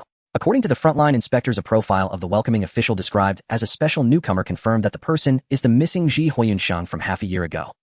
The person claimed to be Ji Huiyunshang at the transfer station took the special newcomers' badges, gave them uniforms of the free organization, and deceived them into thinking it was the order's clothing. This led to an inspector at the scene being triggered and accidentally killing a special newcomer. Upon Jiang Nan's words, Dong Haizue and Elsa's expressions turned grim. Wang nodded. I remember that little guy, he was promoted to your assistant last year, right? After speaking, Wang looked at Dong. Did you know about this? Hey, I knew. Dong Haizue said solemnly. As you also know, there are many props that can change appearances, so just appearance alone cannot serve as evidence. As for whether this person is Ji Huiyunshang, we can only say it's a suspicion. It has not been confirmed. Wang nodded and agreed. However, he claimed to be Ji Huiyunshang, which quite fits that little guy's style. Dong Haizue's expression was serious and she did not respond. As for whether Ji Huiyunshang has defected, it still needs to be investigated. Oh, let's leave it at that for now. That's today, everyone go back to work. Wang finished speaking, and his figure disappeared on the spot. The three stood up, bowed 90 degrees to the empty chair, and exited the conference room. From the time Wang entered until the meeting closed, and Wang left, it did not exceed 3 minutes. Dong Haizue glanced coldly at Jiang and finished the last sip of duck shit fragrance, and turned to leave. Elsa also took the milk tea Wang brought for her, and Xiao Yuan following behind. Hurry up with that special recruitment list, the brothers on the front line are still waiting to work. Jiang Nin called after Elsa, but she paid no attention. In the vast conference room, only Jiang Nin remained. He watched the backs of the two leaving, loosened his collar and frowned. He took a sip of the coffee Wang brought him and spat it out with a paw. What the hell is this? It's so bitter. At 7 in the morning in the central region of Yuerdan, the weather was poor and light rain had begun to fall early in the day. Inside a breakfast shop in the southern city, 2 inspectors from the Order of Heaven were having their breakfast. Zhou poured some vinegar into his wonton and added a few spoonfuls of chili, looking across the table at Wang Bin and saying, It's raining, how about some chili? Wang Bin shook his head to indicate he didn't want any. Have you heard? Director Jiang called back the people from the Paradise last night to assist us in inspecting the trains. I have no idea what they were doing over there in the Paradise with so many people. We're nearly overwhelmed here. Yuerdan is as large as a dozen paradises, yet the number of inspectors is about the same. It's just absurd. What else could they be doing but catering to the elites of the Paradise? How many people from the Paradise do you think will be called back? At least half, right? Not just half. I estimate it will be about 70%. Otherwise that won't be enough. Fortunately, it's the thunder season, some newcomers arrived even later. Otherwise we would be even busier. Why don't you mention that some people also arrived even earlier because of this? However, we've been lucky not to encounter any infiltrators disguised as specially recruited newcomers. Those inspectors who let the infiltrators in have probably already been brought to trial. They're likely done for. Isn't it a rule set by the higher-ups not to check those with special recruitment badges? We're doing things according to the rules. It's us who suffer if something goes wrong. The Dream Palace was attacked, and there must be someone to bear the blame. So if we encounter a specially recruited newcomer, should we check or not? Of course we should check. Didn't Director Jiang say that it doesn't matter who they are, everyone must be checked? Even if it's Wang, he must be checked. I still hope we won't encounter any specially recruited newcomers. I'm really living a miserable life. Every day, I just wake up and work. My salary from last month still hasn't been paid. I'm staying up late every night. I'm almost going bald. How about we go have some fun in the Paradise when the salary is paid this month? I know a succubus experience shop that has recently gotten a lot of new merchandise. Succubus, huh? I still prefer Elzo. I like them to cast a buff spell before we play. After we're done, they can cast a recovery spell, and I feel refreshed afterwards. I see that you're just not capable anymore. It's hard to avoid when you reach middle age. Zhou shook his head. Looking back, when I was young, I also only played with succubi. Back then, playing with elves would have been a laughingstock. But after trying, I realized that elves are indeed the best. I'm just thinking if I save up train tokens for a few more years, I'll try to buy an elf to take home for retirement. With our salary, how much can we save before retirement? Even if we don't eat or drink, it's not enough to buy an elf. Wang Bin's cold, hard reality interrupted his fantasy. I've heard that the bounty for those in the free organization has increased again. If you ask me what's the future in this, we should go catch some wanted criminals instead. I think you're just tired of living. I won't stop you if you want to die. Those people are not something we can handle. In just 2 days, 3 dream palaces have been destroyed. What does that even mean? This has never happened since the Order of Heaven was established. They're just a bunch of desperados. If you want to live a few more years, it's better to give up on that thought early. I'm joking. Being an inspector is still the best. Although the pay isn't much, it's safe, and we can earn some side income. Wang Bin chuckled as he waved to call the boss over. Boss check please, how much? Director, don't joke, it's just 2 bowls of wonton, no charge, no charge. No way, we must pay for what we owe. Wang Bin pulled out a silver coin worth 10 stamped with the emblem of the Order of Heaven and handed it to the boss. The boss, unable to refuse, could only accept it. Seeing the boss accept the coin, Wang Bin said seriously, I just noticed that your shop doesn't meet fire safety standards. The shop owner was taken aback and quickly pulled out 2 golden train tokens from his grease-stained apron pocket along with Wang Bin's silver coin and returned them together. Gentlemen, this is all I have left. Wang Bin accepted the train tokens with a blank expression. This time I won't write a receipt. You have 3 days to rectify it. After saying that, Wang Bin and his companion stood up to leave. They put on their hats, opened their umbrellas, and stepped out into the rain. Wang Bin tossed a train token to Zhou Lei. Here's a sponsorship for you to buy an elf. Zhou Lei laughed as he tucked the train token into his pocket. Thanks, I'll invite you to join me when the time comes. Forget it, I don't like to be with other men. Wang Bin looked ahead frowning. Damn it, why is this rain getting heavier? Xiao stood by the window of the train, watching the heavy rain pouring outside. In the distance, 2 men in black were walking towards him with umbrellas. Zhou Lei raised his hand and knocked on the window of Xiao's train. Hello, Order of Heaven, we are here to check. Please open the door and cooperate with the inspection. Xiao opened the door and Zhou Lei and Wang Bin walked in simultaneously, showing their inspection badges. Seeing there was no screen, Zhou Lei said, please summon your light curtain to cooperate with the inspection. Xiao took out a badge from his pocket and held it up. I am a specially recruited newcomer this year and do not require inspection. The expressions of the 2 men changed and they unconsciously took a step back. Xiao took a step forward and they stepped back again. Look for yourselves. You toss the badge over here. Zhou Lei took the badge, confirming it was indeed the badge of a newcomer. He adjusted his hat and cleared his throat. Recently, there have been wanted criminals disguising themselves as specially recruited newcomers infiltrating Yurdan. Now even specially recruited newcomers must cooperate with the inspection. Immediately summon your light curtain and display your identity information. Seeing that Xiao remained unmoved, Zhou Lei's expression turned slightly displeased. Do I need to repeat myself? Or are you actually a wanted criminal in disguise? After saying that, both of them drew their guns and aimed at Xiao. Summon your light curtain and display your information. We have the authority to shoot anyone who disobeys. Notify the captain we have discovered a suspected wanted criminal disguised as a specially recruited newcomer and request backup. Wang Bin pulled out a communicator to request backup, and the response from the other side was that someone would be dispatched immediately. Xiao helplessly raised his hands and muttered softly. Why is it taking so long? What did you say? Huh, I didn't say anything. Just then a woman in a similar order uniform suddenly appeared beside Xiao. Seeing who it was, Zhou Lei and Wang Bin were startled and quickly put away their guns, raising their hands in salute. The newcomer was Elsa, the Director of Human Resources, Xiao. She was also one of those responsible for this recruitment. To be precise, her position was even higher than that of their captain. The list of specially recruited personnel for this session was already issued last night. Anyone on the list is exempt from inspection. Don't tell me you haven't received it by now. Xiao took a step forward, staring at the 2 of them. Haven't received it. Looks like I'm going to have to report this to Director Jiangnan. Zhou Lei and Wang Bin hurriedly shook their heads, speaking in unison. No, we received it. Oh, so that means you didn't look at it. If not, why are you still inspecting specially recruited newcomers? Is this the work attitude of frontline personnel? If I had arrived a moment later, would your recruited newcomer have already been killed by you? It's far worse than letting in wanted criminals. The leader, who hadn't yet entered, shouted aggressively. Which one is the recruited newcomer? Come out and see me. It was their captain, Zhang Lin. Xiao stepped forward, blocking the entrance. Zhang Lin adjusted his glasses as he recognized her. Oh, isn't this Sister Wan? When did you come to Nan City? You should have told me. I would have come to pick you up. Just arrived here to pick someone up. Seeing the situation, the perceptive Zhang Lin quickly guessed what had happened. He saw Xiao, who stood aside with an amused expression and sincerely praised. So it was Sister Wan who recruited this newcomer. The young man is not bad. He looks like a great talent. Not having been deceived by bad people for the badge, truly worthy of our Sister Wan. Your eye for talent is excellent. After showering Xiao with flattery, Zhang Lin turned to Zhou Lei and the others. The list was sent to the private group last night. Didn't you see it? What the hell have you all been doing? Ignoring group messages after work, huh? Do I have to personally ask you to check? Don't we know what our job is? We are prosecutors who serve the people. We must be on call all the time.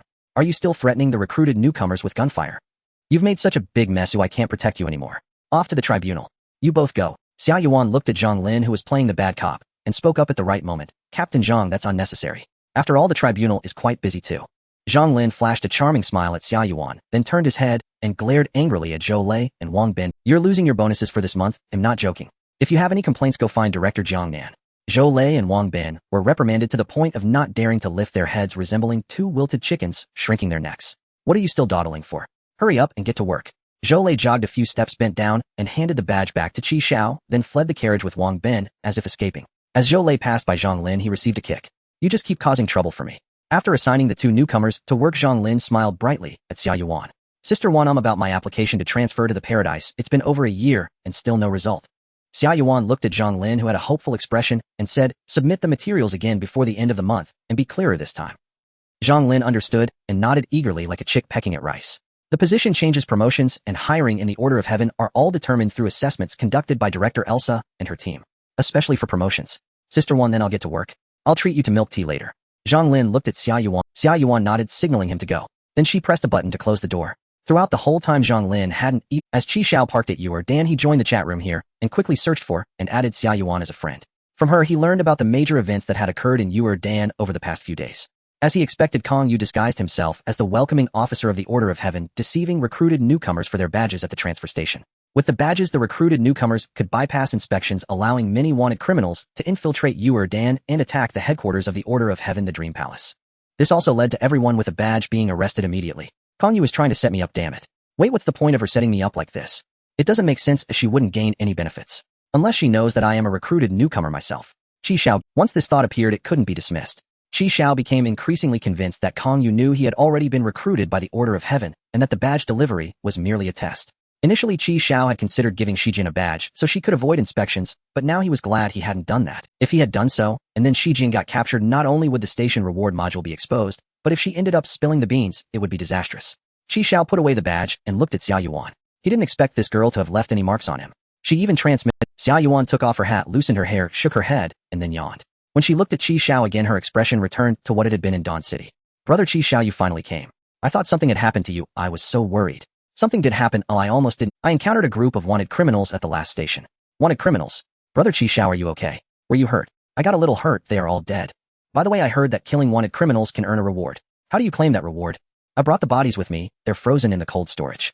Huh? Xiao Yuan exclaimed. She quickly pressed the button and the carriage door opened again. At this moment, Zhang Lin and the others were inspecting another recently arrived train not far away.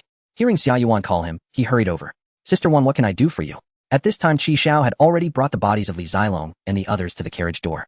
Zhang Lin opened the bag, revealing a head covered in frost. The eye sockets were empty, half of the head was bald, and the other half had a red hedgehog-like hairstyle. Zhang Lin frowned, feeling it looked familiar. This is Li Zilong.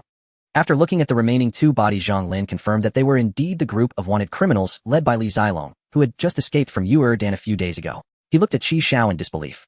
My God, did you take them all down? No wonder Sister Wan's eye for talent is so good. It's clear that you are a recruited newcomer. A newcomer who could kill wanted criminals with a bounty of up to 120 coins. This is almost 3 months worth. This newcomer has an unlimited future. So is this all that's left just ahead? What does it affect claiming the reward? No, it doesn't matter. Zhang Lin waved his hands repeatedly. Having a head is enough, though as long as it can prove identity, it's fine. He then called the two men over to drag away the bodies of Li Zilong and the others. Zhou Lei and Wang Bin swallowed hard at the sight. Good thing they had restrained themselves from firing earlier, otherwise it would have been a disaster. Zhang Lin smiled at Qi Xiao at this time. After confirming the information, the reward will be issued within 7 days by designated personnel. Please wait patiently. Qi Xiao nodded. With Xiao Yuan as a witness, they wouldn't dare to mess around. He just needed to wait for the train coins to be distributed. Xiao Yuan glanced at Zhang Lin, who was still standing there. Have we checked the lamp? Zhang Lin slapped his forehead. Oh dear, I completely forgot in the midst of the rush just now. Xiao, bring over a lamp. An inspector hurriedly delivered a lamp the size of a fist with a suction cup on the bottom. Zhang Lin personally attached the lamp to the door of Qi Xiao's carriage. Qi Xiao, brother Xiao, this is the checked lamp, a specialty of our orderly kingdom. With this lamp installed, the other inspectors will know that this train has been inspected and will not disturb you anymore. Qi Xiao stepped forward, shook Zhang Lin's hand, and expressed his gratitude. Captain Zhang, you've truly gone out of your way. We're all family, no need for formalities. Just call me anytime if you need anything. Captain Zhang, since you mention it, I do have a small favor to ask. Zhang Lin's smiling face subconsciously froze. He had never seen anyone who would climb up just because a rope was offered. However, with Xiao Yuan still there, he had to put on a brave face. 10 minutes later, a water hose was brought over by Zhang Lin. Qi Xiao smiled as he opened the train door and inserted the hose into the water inlet. 3 minutes passed, and when Qi Xiao saw that the water meter reading hadn't increased, he understood that the peach tree seedlings were starting to draw power again. The water being poured in was absorbed by the seedlings. Captain Zhang, can you bring over a couple more hoses? My water tank is just a tad too big. 20 minutes later this time, 3 hoses were pouring water into the water tank simultaneously. Thanks, Captain Zhang. We'll give you a good review later. Zhang Lin wiped his forehead, unsure if it was sweat or rain. We're all family, but it's the least I can do. After Zhang Lin left, Xiao Yuan turned to Qi Xiao and asked the most crucial question. Brother Qi Xiao, have you seen Kong Yu at the transfer station? No, I saw her messages in the chat room, but I didn't go. I knew something was off, that Kong Yu is always causing trouble. That's good. Xiao Yuan nodded in response. By the way, can you help me inquire about someone? I want to know if he is still in your dan. Sure, if you're looking to find someone in the right person to ask. Xiao Yuan leaned closer to Qi Xiao. Wait, it wouldn't be a woman, would it? No. Do you remember the bespectacled guy from Dawn City, who only knows how to use a knife? That's him. The group of wanted criminals I killed stole his vehicle. They said they left him in Jordan, but I don't know if he survived. The bespectacled guy? I remember. His name is Li Jianxing, right? You know his name? Of course, I even considered whether to recruit him back then. However, later, I thought his personality wasn't a good fit, so I didn't recruit him. I didn't expect that this group of wanted criminals would actually steal his car. Don't worry, you'll take care of this. Just then the badge on Xia Yuan's chest flashed with red light. She pressed the badge and the red light stopped blinking.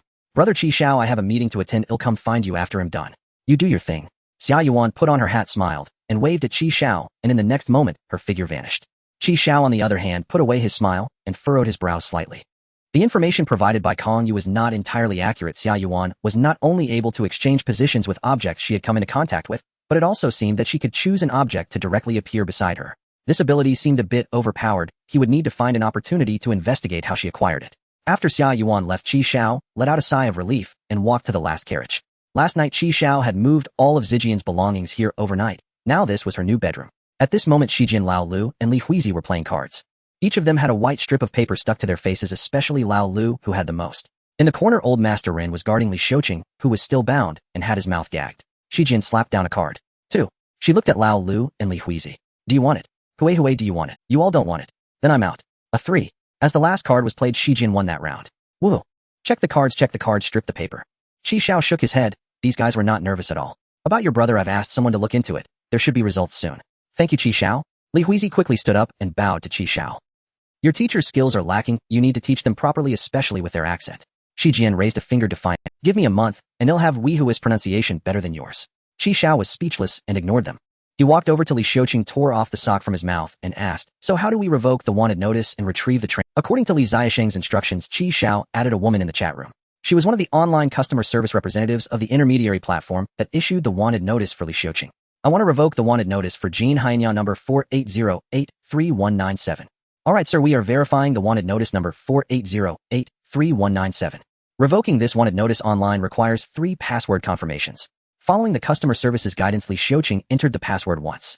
3 password confirmations complete. Information verification complete. Do you confirm the revocation? Revoke. Revoking.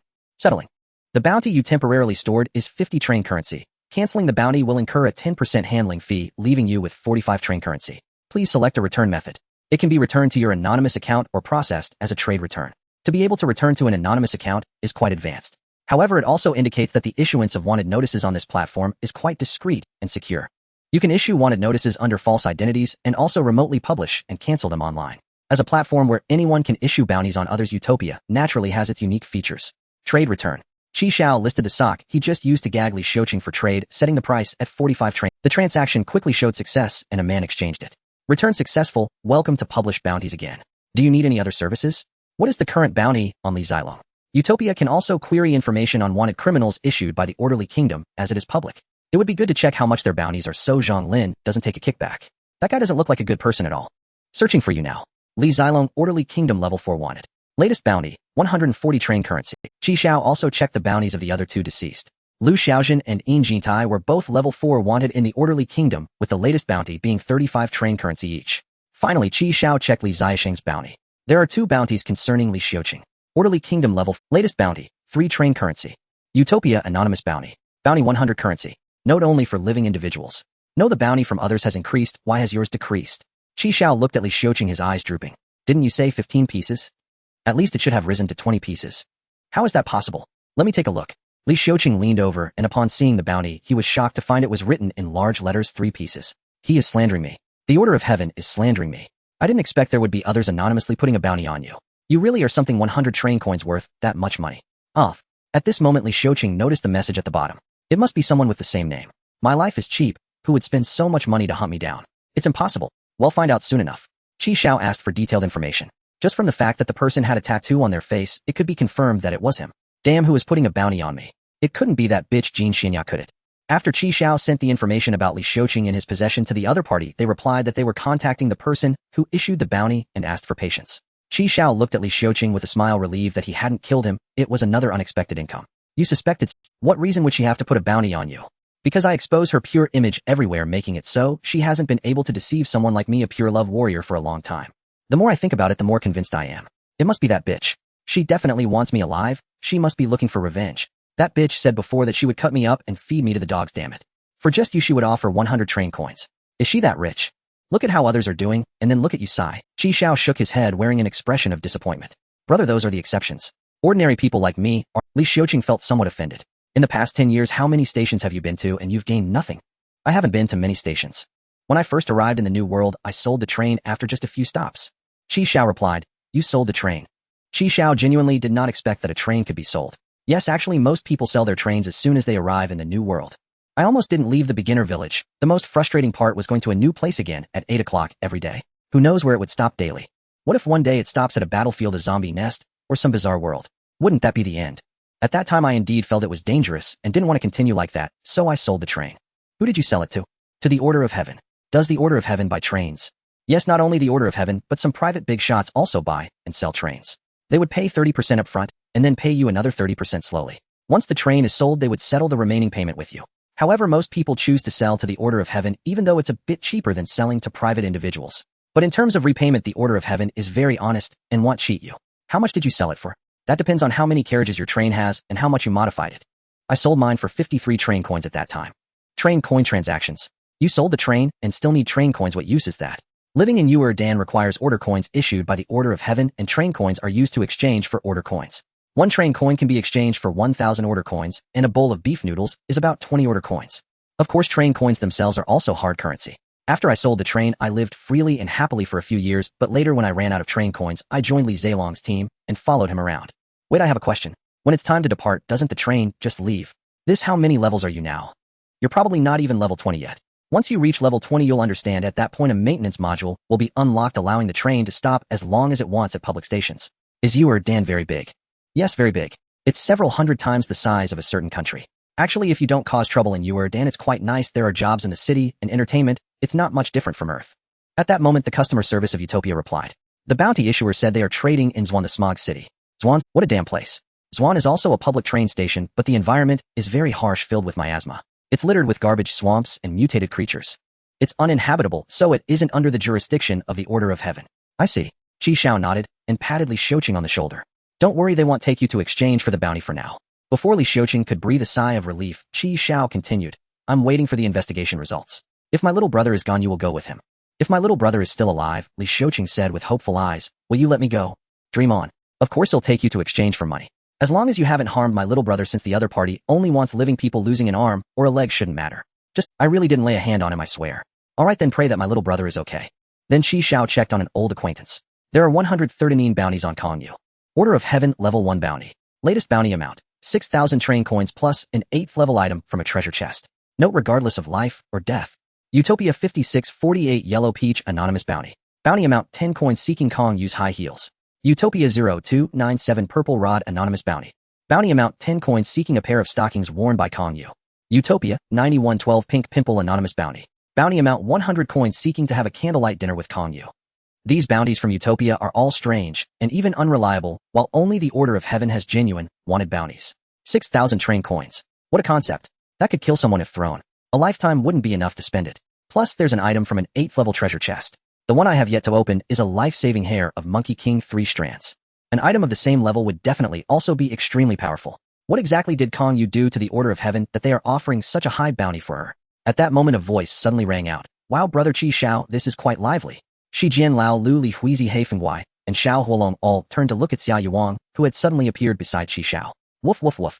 The black wind monster saw Xia Yuan and immediately pounced at her feet, licking her boots with drool. Xia Yuan crouched down and patted the head of the black wind monster. Black wind monster, you've grown so much. The black wind monster replied with a series of excited yelps. The black wind monster sniffed the familiar scent on Xia Yuan and rubbed its head against her embrace. Xia Yuan picked up the black wind monster and sighed, you've really grown, you are much heavier than last time. The timid little fire dragon jumped behind Li Huizi, but curiosity still drove it to poke its head out, blinking its large eyes as it observed the suddenly appeared woman. Xiao, who had anticipated such a situation, had already prepared them with preventive measures and taught them how to respond. Xiao gave Shi Jian a glance mainly for her. The key point was not to reveal her identity as a train conductor. Brother Xiao, who are all these people? Shi Jian quickly tore off the white strip on her face, stood up, and smiled at Xia Yuan. Hello, my name is Shi Jian. Lao Lu also removed the white strip from his face and obediently stood next to Shi Jian. This is my son. Xiao leaned close to Xia Yuan's ear and whispered, I picked him up in another world. He's quite pitiful, so I brought him back. He usually helps me with laundry and cooking. Xia Yuan turned to Xiao, looking skeptical. What a young mother, you seem to be about the same age as me. Shi Jian shyly said, thank you for the compliment. By the way, this is... Xiao began to introduce Li Huizi to Xia Yuan. Her name is Li Huizi, she is the half-sister of the glasses guy. I met her at the last station. Her train had already departed, and I brought her along. Li Huizi also stood up to greet politely. Xiao Yuan nodded. Li Diansheng's sister. Really? What a coincidence. Really, I do have some connection with her siblings. Li Xiaoqing realized that Qi Xiao had been pulling his leg earlier. He had claimed he wasn't a special recruit from the Order of Heaven, but he had seen it in the group chat. Now it was clear. He had only been trying to lower his guard and gather information. The sudden appearance of this woman in the uniform of the Order of Heaven proved that. Thinking of this, Li Xiaoqing, whose hands and feet were bound, shouted at Xia Yuan, "I'm a wanted criminal. They are holding me captive. Hurry and save me." Qi Xiao looked at Shi Jian with a face full of disdain. "Hurry up, your brother is acting crazy again." Shi Jian quickly approached Li Xiaoqing and comforted him. "Hey brother, this isn't your sister-in-law. Don't go crazy anymore." She looked apologetically at Xia Yuan. I'm sorry. My sister-in-law enjoys role-playing. She plays as a police officer, and I'm supposed to be the wanted criminal. Later my sister-in-law cheated, and he got a bit stimulated. So now he's like this." Shi Jian pointed at her head, shook it, and sighed. "You know what I mean. I'm a wanted criminal. I really am. Hurry and arrest me. Please take me in. Damn it. Why don't you believe me?" Lao Lu also rushed over, hugging Li Xiaosheng's leg, crying out, "Uncle, Annie has run away with someone." "Uncle. Hey brother, this isn't your sister-in-law. Stop role-playing, you've gone too far." Xia Yuan grinned, bewildered by I brought them back too. Look, they're all pitiful people. Qi Xiao sighed. "I have one flaw, I'm too soft-hearted. Damn it, I really am a wanted criminal. Hurry and arrest me." Li Xiaoqing knew that when his bounty dropped to 3 train coins, it meant his offense wasn't that serious. The bounty issued by the Order of Heaven would never be withdrawn, it would just continue to decrease. When the bounty dropped to just 1 train coin, it was practically the same as canceling the wanted status. Everyone understood, but didn't speak about it. So if he got caught, he'd just spend a couple of years inside, but his life would be safe. However, if he stayed here, that would be truly disastrous. "Cousin, please stop playing. They are sheltering us, don't add to their troubles." Shi Jian warned Li Xiaoqing with a stick language. If he spoke out of turn again, Qi Xiao might do something unpredictable, so it was better to behave. At this moment, Qi Xiao also changed the subject. "Wait, aren't you supposed to be in a meeting? It's already over." "It hasn't started yet, the director hasn't arrived. I thought since I was free I'd come and check on you." At this moment, the badge on Xia Yuan's chest flickered with red light again. "Oh, the director has arrived. You all continue, I'll take my leave now." Shi Jian smiled and waved goodbye to Xia Yuan. As Xia Yuan left, the glimmer of hope that Li Xiaoqing had just ignited was extinguished. He looked at Qi Xiao, awkwardly smiled, then turned his head and bumped it against the compartment, knocking himself unconscious. Looking at Li Xiaoqing lying on the ground, Qi Xiao shook his head. Lao Lu found a pair of unwashed socks and stuffed them in his mouth. Got a conductor. Compared to Li Xiaoqing, Qi Xiao was actually more worried about Xia Yuan. This was too frightening. If she suddenly appeared while doing something bad in the future, it would be terrifying. She didn't even give a heads up, just showed up, which was too rude. Qi Xiao returned to the bathroom alone, watching the water flow, while searching for information about the method to refresh the follower account transformation on the Utopia online platform. Unfortunately, he found nothing. So the transformation was random, with no way to control it. Qi Xiao turned to inquire about the module that could refresh transformations with train coins. Utopia had a bounty for this module. Utopia 0012 White Milk Anonymous Bounty. The bounty is 3,000 train coins plus 3 level 7 treasure boxes requiring a module card for a transformation fanatic. This price was outrageous. Qi Xiao had seen a level 7 treasure box on the trading platform for 300 train coins. That amounted to 3,900 train coins just for a special module. But this also indicated the rarity of special module cards. The person who could put out such a bounty on Utopia must have substantial liquidity. If nothing unexpected happens, this should also belong to some large organization. Just then Xia Yuan sent a message. "Brother Qi Xiao, I finished the meeting. However, I just received an urgent task. I need to go to the inner realm and can't make it to you. By the way, because of this incident this year, the director is calling all special recruits for a meeting. Considering it's thunder season, now the train stop times are unpredictable, and since you all haven't reached level 20, the repair module has not been unlocked, the meeting has been postponed. Thunder season should end in about a month. This means you need to reach at least level 20 before then. Only by unlocking the repair module can you choose to come to Yuerdan again. In simple terms, this is a test of ability. If you haven't reached level 20 within a month, you will lose your status as a special. At that time, you will miss out on various benefits you deserve. Understood. I've asked someone to check on Li Diansheng's side. Keep in touch and reach out to me if there are any issues. Okay. Qi Xiao closed the private chat, looking at the increasingly heavy rain outside, abandoning the idea of going out for a stroll. He didn't expect that upon arriving at Yuerdan, he wouldn't even step out the door. 5 o'clock in the afternoon. The train is starting, please hold on tight. The water tank was filled to the brim, holding a total of 15 tons. Moreover, the peach saplings had also drunk their fill for now. As the train started, Qi Xiao checked the next station it would stop at. The station for this stop, Raccoon City single-person station. The latest departure time for this station is 36 hours. After stopping this station, has a large number of zombies. Being attacked will result in infection. Danger level 4. There is a level 3 treasure box in the basement armory of the Raccoon City police station, which can yield 12 train coins and 1 physical enhancement potion. Raccoon City, the police station. Resident Evil 2, huh? Qi Xiao closed the holographic screen, returned to his bedroom, and unlocked the Resident Evil 2 remake on his PS5 with a train token. Revisiting the map of the Raccoon City police station to prepare for tomorrow's treasure hunt. The muscle enhancement serum greatly boosts my abilities. The improvement in physical fitness also enhances my ability to use the linguistic art of time zero. Xiao selected his character and entered the game. Lao Lu sat beside him fixated on this new game. Is that a monster, Captain? It looks like a human, but also not like one. This is called a zombie. You can think of it as a monster that has turned from a human. Oh. After a quick run-through, Xiao handed the controller to the starry-eyed Lao Lu. Want to give it a try? After dinner with Li Hui's help, Lao Lu finished washing the dishes and tidying up the table before eagerly returning to his bedroom. As Shi Jian passed by, he saw Lao Lu already had the PS5 on. Lulu, come play poker with me, we're short one player. You guys go ahead, I want to fight zombies. We need another person. Haifeng and Xiao won't know how to play cards. Well, fine. Reluctantly, Lao Lu put down the controller and went to play poker with Shi Jian and the others. At this moment, Xiao was training in the gravity compartment with Li Xiuqing in the corner. The kid woke up once during the session, but upon seeing Xiao, he chose to keep playing dead. Xiao ignored him, letting him go hungry all day. At midnight, Xiao finished training in the gravity compartment, had just taken a shower, and was about to rest when he returned to his bedroom to see Lao Lu gripping the controller. Captain, fighting zombies is so satisfying. It's way more fun than that jumpy game. You like fighting zombies? Is Hulu on natural zombie slayer? I don't know, it just feels great to take down zombies. But I keep running out of bullets. Xiao smiled, not worried. Tomorrow he would see real zombies. He lay back in the massage chair, activating the top-tier real person mode, enjoying himself. According to Xia Yuang, he needs to reach level 20 before the end of the Thunder season to attend this meeting in Uerdan. A month's time. Where to find the transformation module? There is a module card in the level 8 treasure chest, but no one is trading level 8 keys on the market. And I don't even know what kind of module card it is. Even if I do open it, there's no guarantee that it's the transformation module. If I haven't resolved the issue of the account transformation before the end of the Thunder season, I can't rashly level up to 20. Otherwise I'd waste the opportunity to obtain the impressive hidden module, the Gear Master. But if I don't return to attend this ridiculous meeting, I won't be able to collect the 200 train tokens owed from Kong over there. The next day, at 7:50 a.m., Raccoon City, once a model of tranquility and harmony with nature, is now shrouded in a haze. On the streets, abandoned vehicles lay scattered, telling tales of chaos and helplessness during the disaster. Most of the building windows are shattered and the curtains swaying in the wind resemble ghosts, revealing an ominous atmosphere.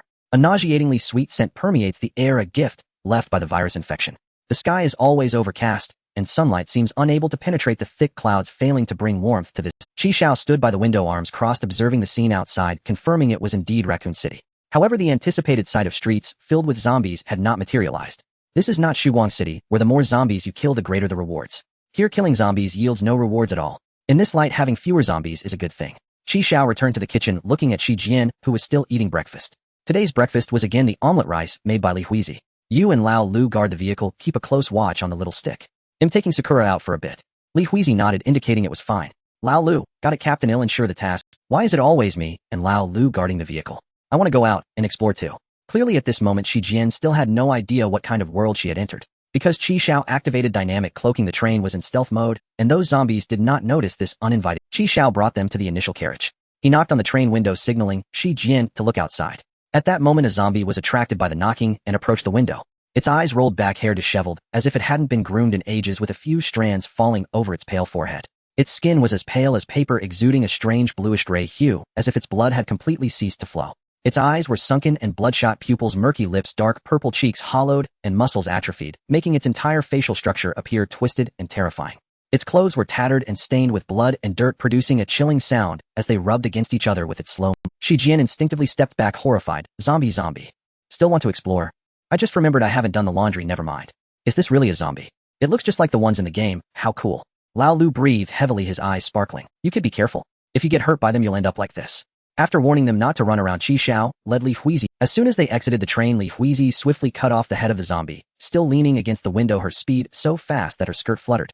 Xiao recalled the scene in Shuguang City where Li Dianxing used only an ordinary long knife to sever the arm. Li Hui had also chopped off one of Li Zilong's mechanical arms back then. Both of them were skilled with knives. Xiao had never learned how to use a knife systematically. He had always relied on linguistic arts to slow down time in battle. His method of attacking involved simply hacking with a knife without any technique, relying entirely on linguistic arts. However, this kind of combat consumed a lot of energy, and the vacuum period after an explosive attack was quite long, making it unsuitable for prolonged fights. It was only suitable for assassination. Plus, with his anchor point rewind module, even if an assassination failed, he could retreat safely without worries. However, if he could learn how to use a knife systematically like them, it would undoubtedly elevate his strength to a new level.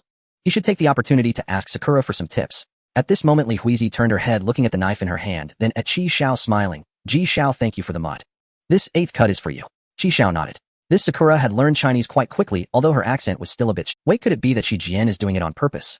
Thinking of this, Qi Xiao prepared to teach Li Huizi how to pronounce his name personally. Come repeat after me. Qi, Yi Qi Qi Xiao.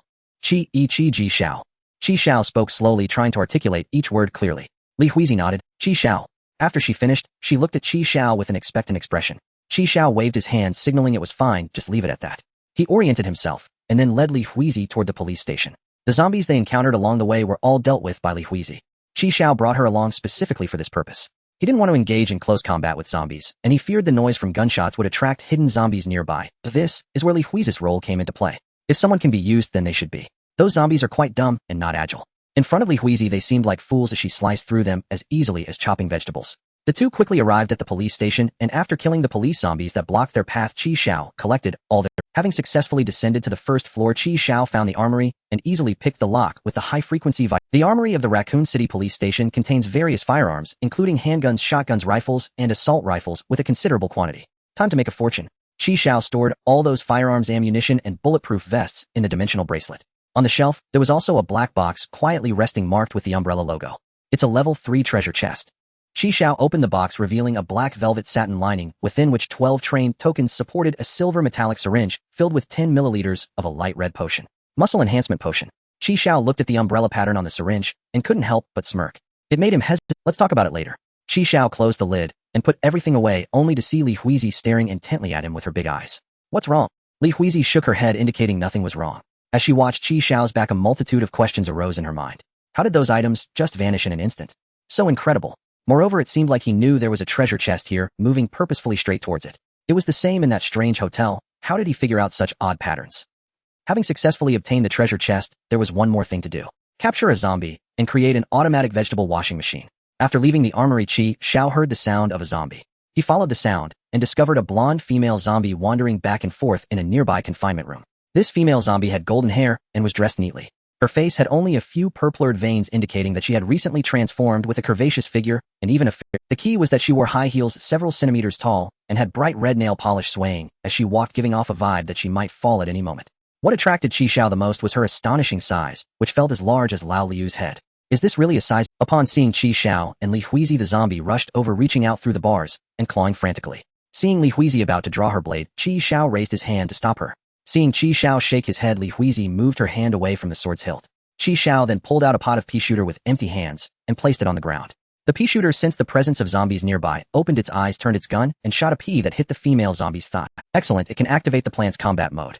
After firing once, the pea shooter remained silent, swaying its head back and wait, just one shot. A minute later, another pea was shot out. Your reload time is way too long. It wasn't like this in what only playing high-level matches.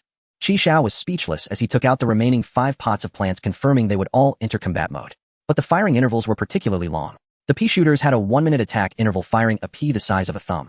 The corn catapult attacked every 5 minutes, launching a corn cob. The cabbage catapult and watermelon catapult attacked every 10 minutes, throwing out a cabbage and a watermelon respectively.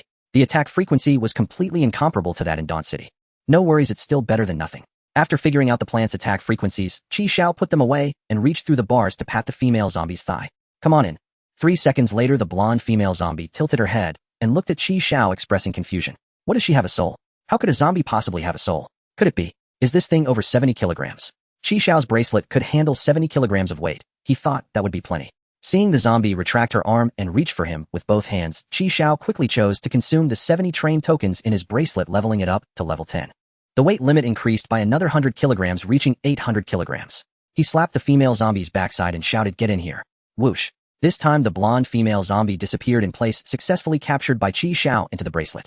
I told you, even the old lady had no soul. How could this lower-tier zombie possibly have one? Li Huizi, standing nearby, was stunned by this scene. Back on the train, Qi Xiao released the zombie. Qi Xiao took out the black ball with holes he had prepared earlier, coaxed the zombie to open her mouth, stuffed it in, and secured it. Looking at the zombie with the ball gag in her mouth, Qi Xiao stroked his chin. He needed to minimize all risks. The primary infection routes for zombies are bites and scratches. Half a minute later, Qi Xiao wiped his sweat and discarded the tiger pliers in his hand. The zombie had now turned into a granny zombie, all her white teeth pulled out by Qi Xiao. Because he activated the spell Lingling Time 0, the speed was incredibly fast. The bite issue was resolved, and now on to scratches. After pulling out her teeth, Qi Xiao began trimming her nails. Trimming was too troublesome, so Qi Xiao opted to pull them out directly.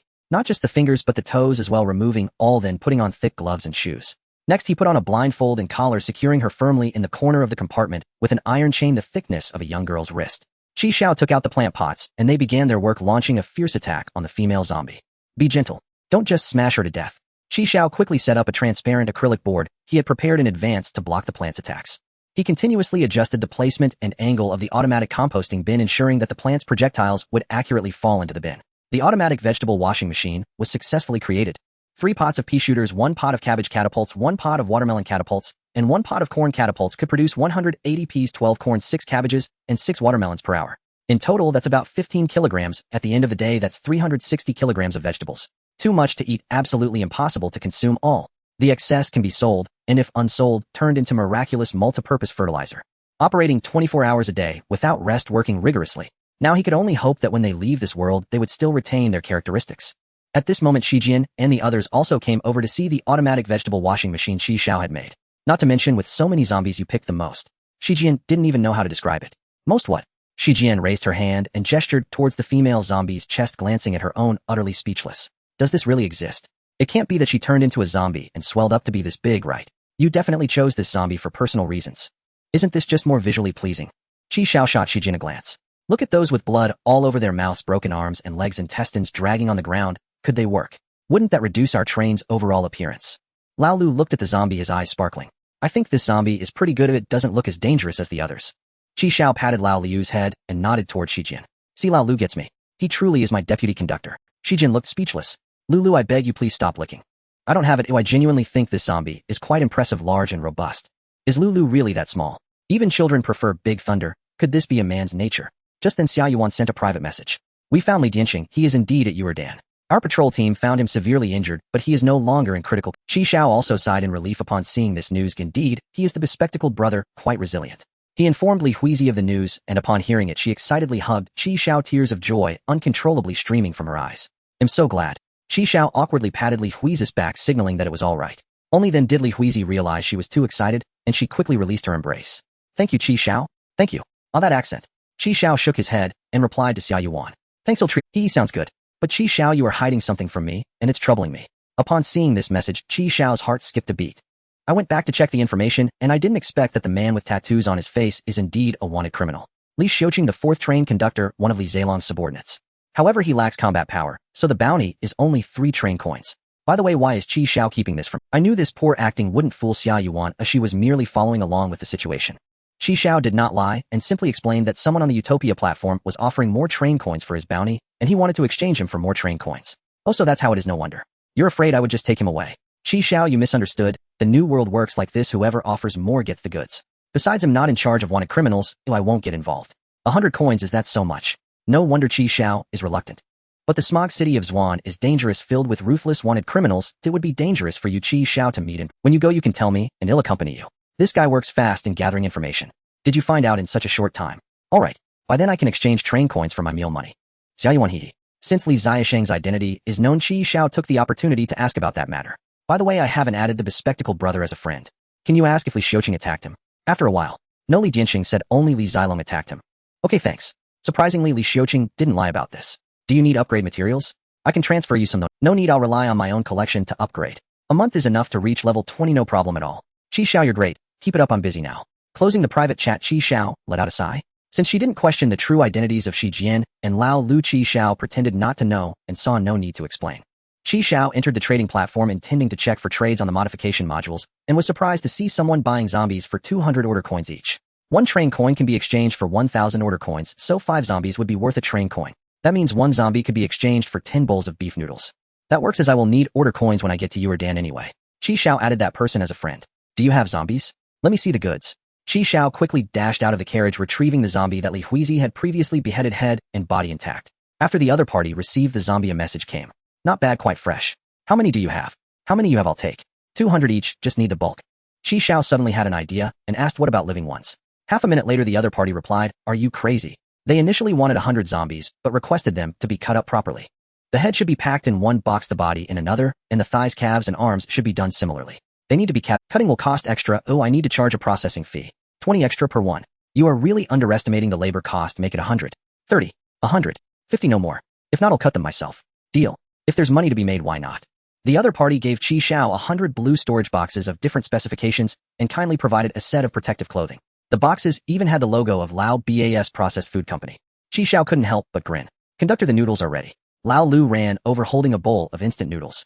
Qi Xiao took the bowl of spicy kimchi-flavored instant noodles and went to the gravity compartment, kicking awake the still playing dead Li Xiuqing.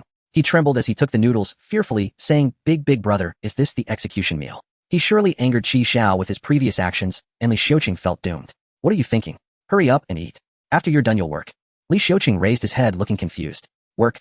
After eating, he took the protective clothing Qi Xiao handed him, fumbling to put it on.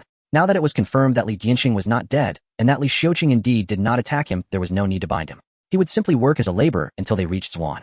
It's the same principle. If someone is available, why not use them? He clapped his hands and looked at everyone. Everyone, we have. Qi Xiao assigned tasks to a few people. The temporary combat plan is as follows. Li Huizi is responsible for killing zombies. Qi Xiao will transport and cut them, and Li Xiuqing is responsible for boxing them. Conductor, what about me? What should I do? Cook. You and Sister Shi will prepare dinner together. Although a hint of disappointment flashed across Lao Liu's face, he obediently listened to Qi Xiao and went to prepare the dinner ingredients. Are you kidding? Such a dangerous job. Ooh, what if I get infected? Although I have the zombie blood serum brought from Dawn City and the detoxification agent given by Kong, what if it doesn't work? Packing is a task for Li Xiuqing. The carriage door opened, and Qi Xiao, Li Huizi, and Li Xiuqing stepped out of the carriage. Qi Xiao took out the scarlet dice. Today's roll resulted in 2 2s and a 4, summoning a mantis brother with 8 dots. Looking at the 2-meter-tall red humanoid monster wielding scythe-like arms combined with this zombie-infested world, Li Xiuqing ultimately dismissed the thought of escaping. Qi Xiao looked at the poised Li Huizi and reminded her, be careful, don't get hurt. Worried, Qi Xiao took out a pair of pink run. Wearing these will increase your speed, give them a try. Li Huizi hesitated for a moment, but still took the running shoes Qi Xiao handed her. Oh right, there's also this which increases speed as well. Qi Xiao then took out a pair of purple spiritual light stockings and handed them to Li Huizi.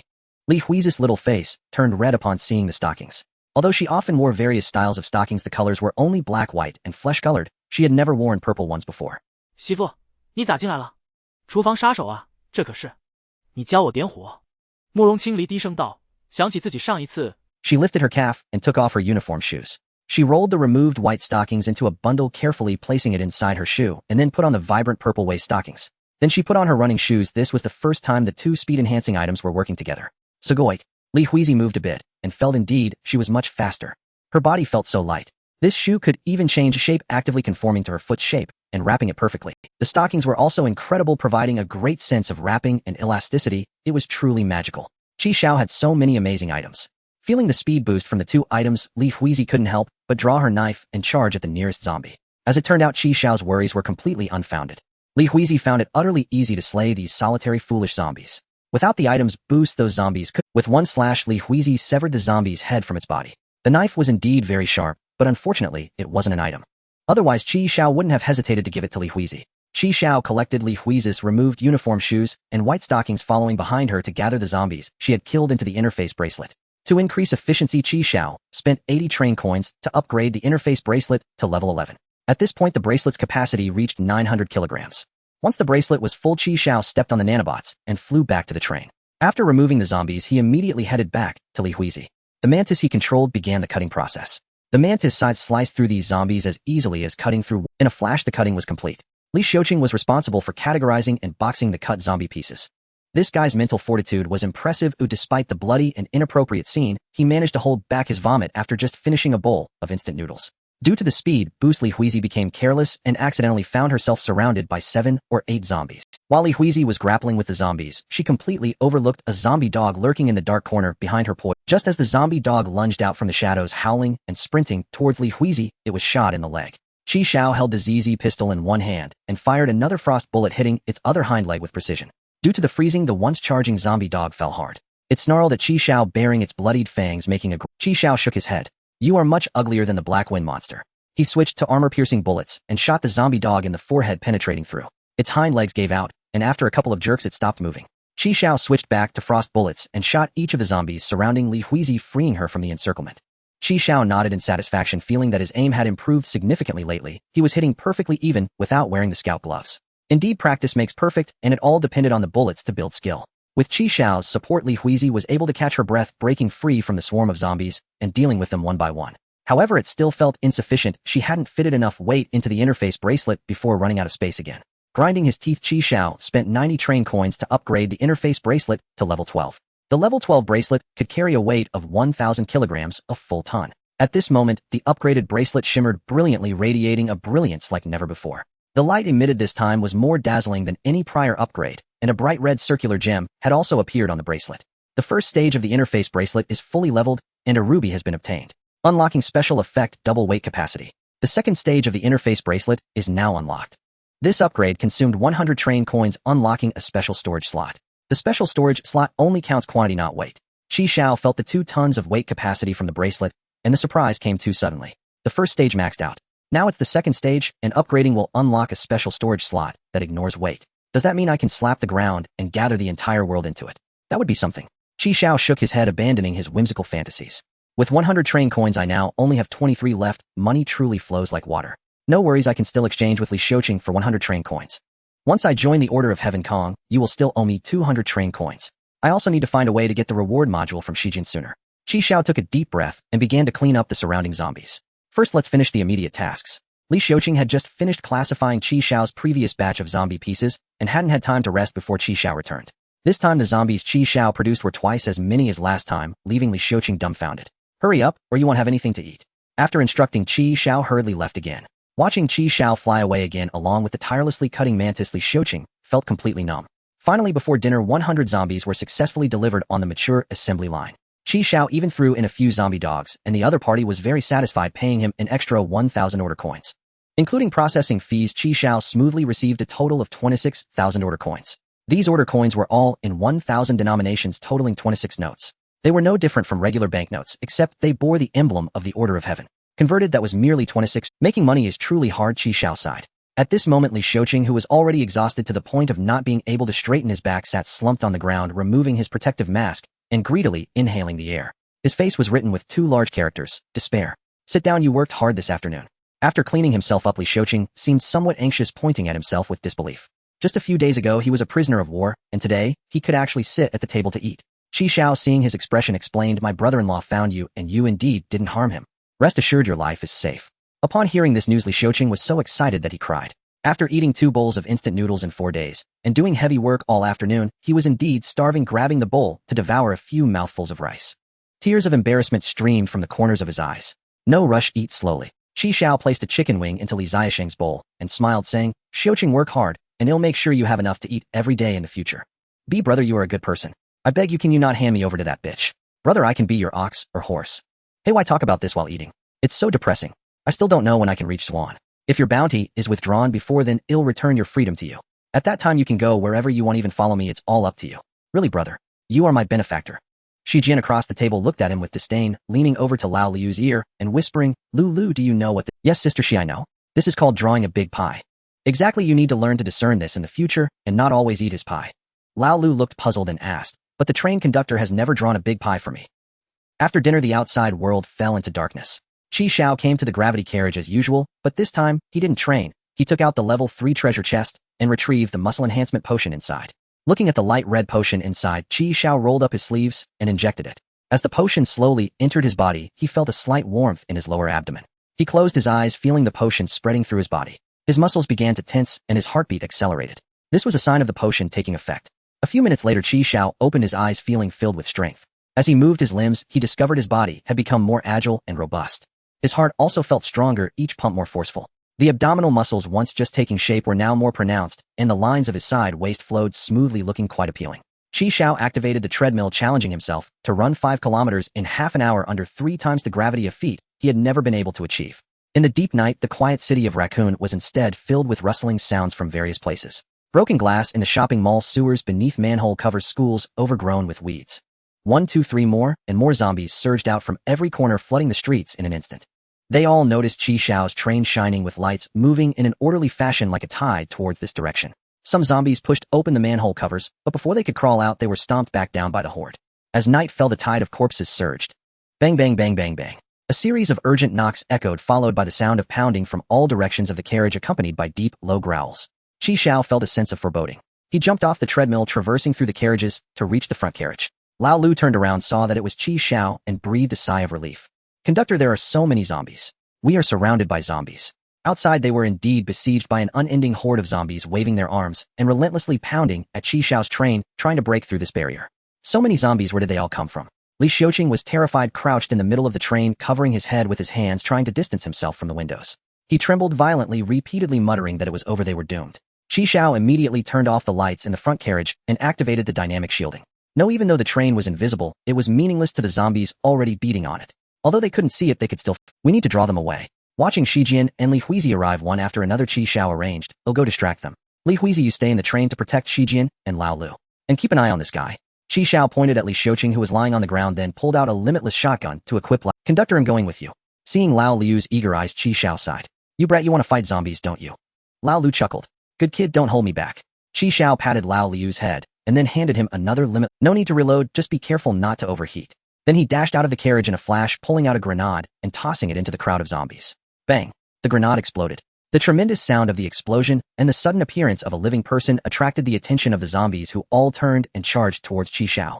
Xiao pulled out a shotgun he had confiscated from the police armory earlier that day, blasting the head of the zombie charging from the left and retreating while shooting. "Damn it, so many zombies are here. Are you all working the night shift?" Their numbers are comparable to those in Dawn City. Most of the zombies around the train had been lured away by Xiao. Lao Lu and Lao Te both held their shotguns bouncing out of the train to start clearing the remaining zombies nearby. Xiao overlooked one thing: Lao Lu was not an ordinary child, he was a gourd baby. With superior physique, he was far from an average person. At this moment, Lao Lu was equipped with the limitless shotgun Xiao gave him, taking down one zombie with each shot, and he was ecstatic. He ran fast, and the zombies couldn't catch up with him. And Lao Te, being a zombie himself, was not afraid of attacks. The two of them unleashed their firepower frantically. Soon the remaining zombies in the vicinity were cleared out, and Lao Lu, feeling unsatisfied, chased after the direction Xiao had left. Another grenade exploded, fire and deafening sounds erupted, sending a pile of zombies flying. Xiao maintained a rather ambiguous distance from the zombies behind him, giving them the illusion that they could catch up with a little more effort. Seeing that most of the zombies had been drawn away and the danger at the train was now cleared, Xiao smiled as he put away his gun and drew a long knife. He recalled a question he had asked Li Huizi in the afternoon: why could she easily slice off a zombie's head with a single blow? According to Li Huizi's explanations accompanied by gestures, the gist was that the key point was in holding the knife. Whether the blade aligned with the trajectory of the striking force was crucial to determining the cutting power. An outsider might think that simply wielding a bladed weapon constituted a slash. However, without proper control, the unintentional angle formed between the blade and the trajectory of the force would lead to a significant loss of power. Such a swing was more akin to a strike than a slash. It merely possessed superficial momentum. True slashing is about aligning the blade's trajectory with the striking force as closely as possible. What is revealed is only the shimmering light traced by the blade. This is what slashing is. Therefore, with every swing of the knife, one must seek that glimmer. During their training, they would make slashes through a gap only slightly wider than the thickness of the knife. If any tilt occurred, the blade would hit the walls on either side, failing to achieve a perfect cut through the gap. No wonder Li Dianxing could sever the zombie king's arm with just an ordinary long knife. It was an unparalleled test of skill, strength, speed, proficiency, reflexes, and observational ability. To progress further, one must also incorporate the corresponding breathing techniques, which is even more challenging. Xiao positioned the long knife left behind by Li Dianxing in front of him. To find the feeling of slashing. To see that glimmer. Word spirit times 0. Time slows down 1.5 time. This was a new technique Xiao had refined recently. Now he could adjust the time-slowing multiplier to be even lower. What he gained was a more prolonged maintenance of that state.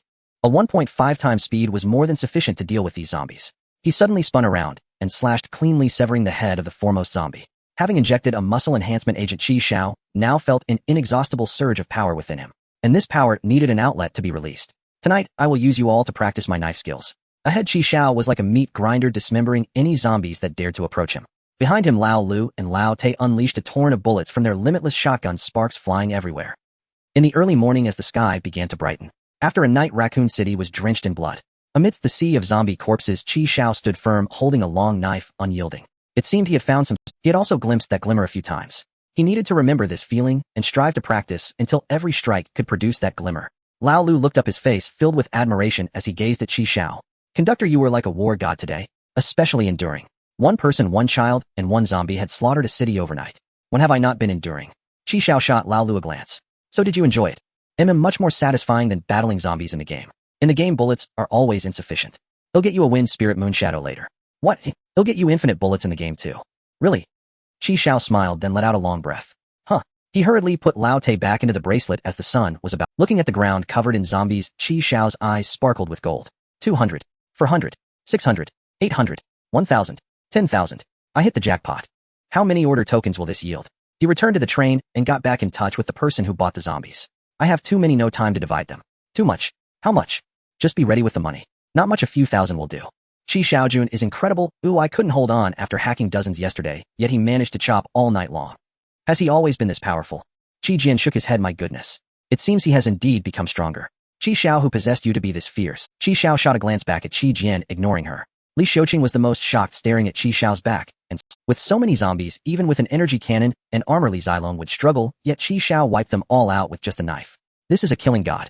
How on earth did this guy do it? Are the new players this strong now? This is a bit excessive. Outside is practically a sea of corpses and blood. The blood on the ground sticks to your feet as you walk. Qi Xiao glanced at the time. 5:47. There were just over 2 hours until 8 o'clock. It would be troublesome if other trains stopped. Then he needed to complete the transaction before that. After pondering for a moment, Qi Xiao looked at Li Huizi. Li Huizi login. This was the first time in history that Qi Xiao voluntarily exited his own account. To avoid exposing Qi Jian's arrival reward module, Qi Xiao had to let Li Huizi log in. As Qi Xiao logged out, the previously vanished screen reappeared. Li Huizi successfully logged in, and following Qi Xiao's instructions, added the other party as a friend. After reaching 30 transactions in a very short time, they successfully established a special transfer relationship. Next, Qi Xiao tried to clear out the interface bracelet as much as possible and began frantically looting corpses. He stepped on nanobugs, casually tossing the collected bodies at the carriage door for the remaining few to move into the light circle and transfer to the other party. Since there was no need to cut and package, the transaction speed increased significantly. Seeing the pile of order coins growing, Li Xiuqing cautiously approached Qi Xiao and asked, "Brother, are you planning to stay in Yurdan?" Qi Xiao shot him a glance. "What do you mean, eh? I see you collecting so many order coins. Isn't it implying you plan to stay? These things only circulate in Yurdan. They are rarely found in other public stations. I can just exchange them for train coins when I get to Yurdan. But order coins cannot be exchanged back for train coins." Qi Xiao, why didn't you say that sooner? Li Xiuqing looked innocent, thinking you never asked. This damned order paradise can only exchange train coins for his order coins, but not the other way around. Qi Xiao hurriedly had Li Huizi send a message to the other party. "I want train coins for the next transaction." "No, we do not support train coin transactions." "I can give you a discount." "No, we do not support train coin transactions." "1 train coin for 10 zombies." "Oh, that's a price one cannot refuse." "Please wait a moment, let me ask my boss." After a minute, the other party replied. "Deal."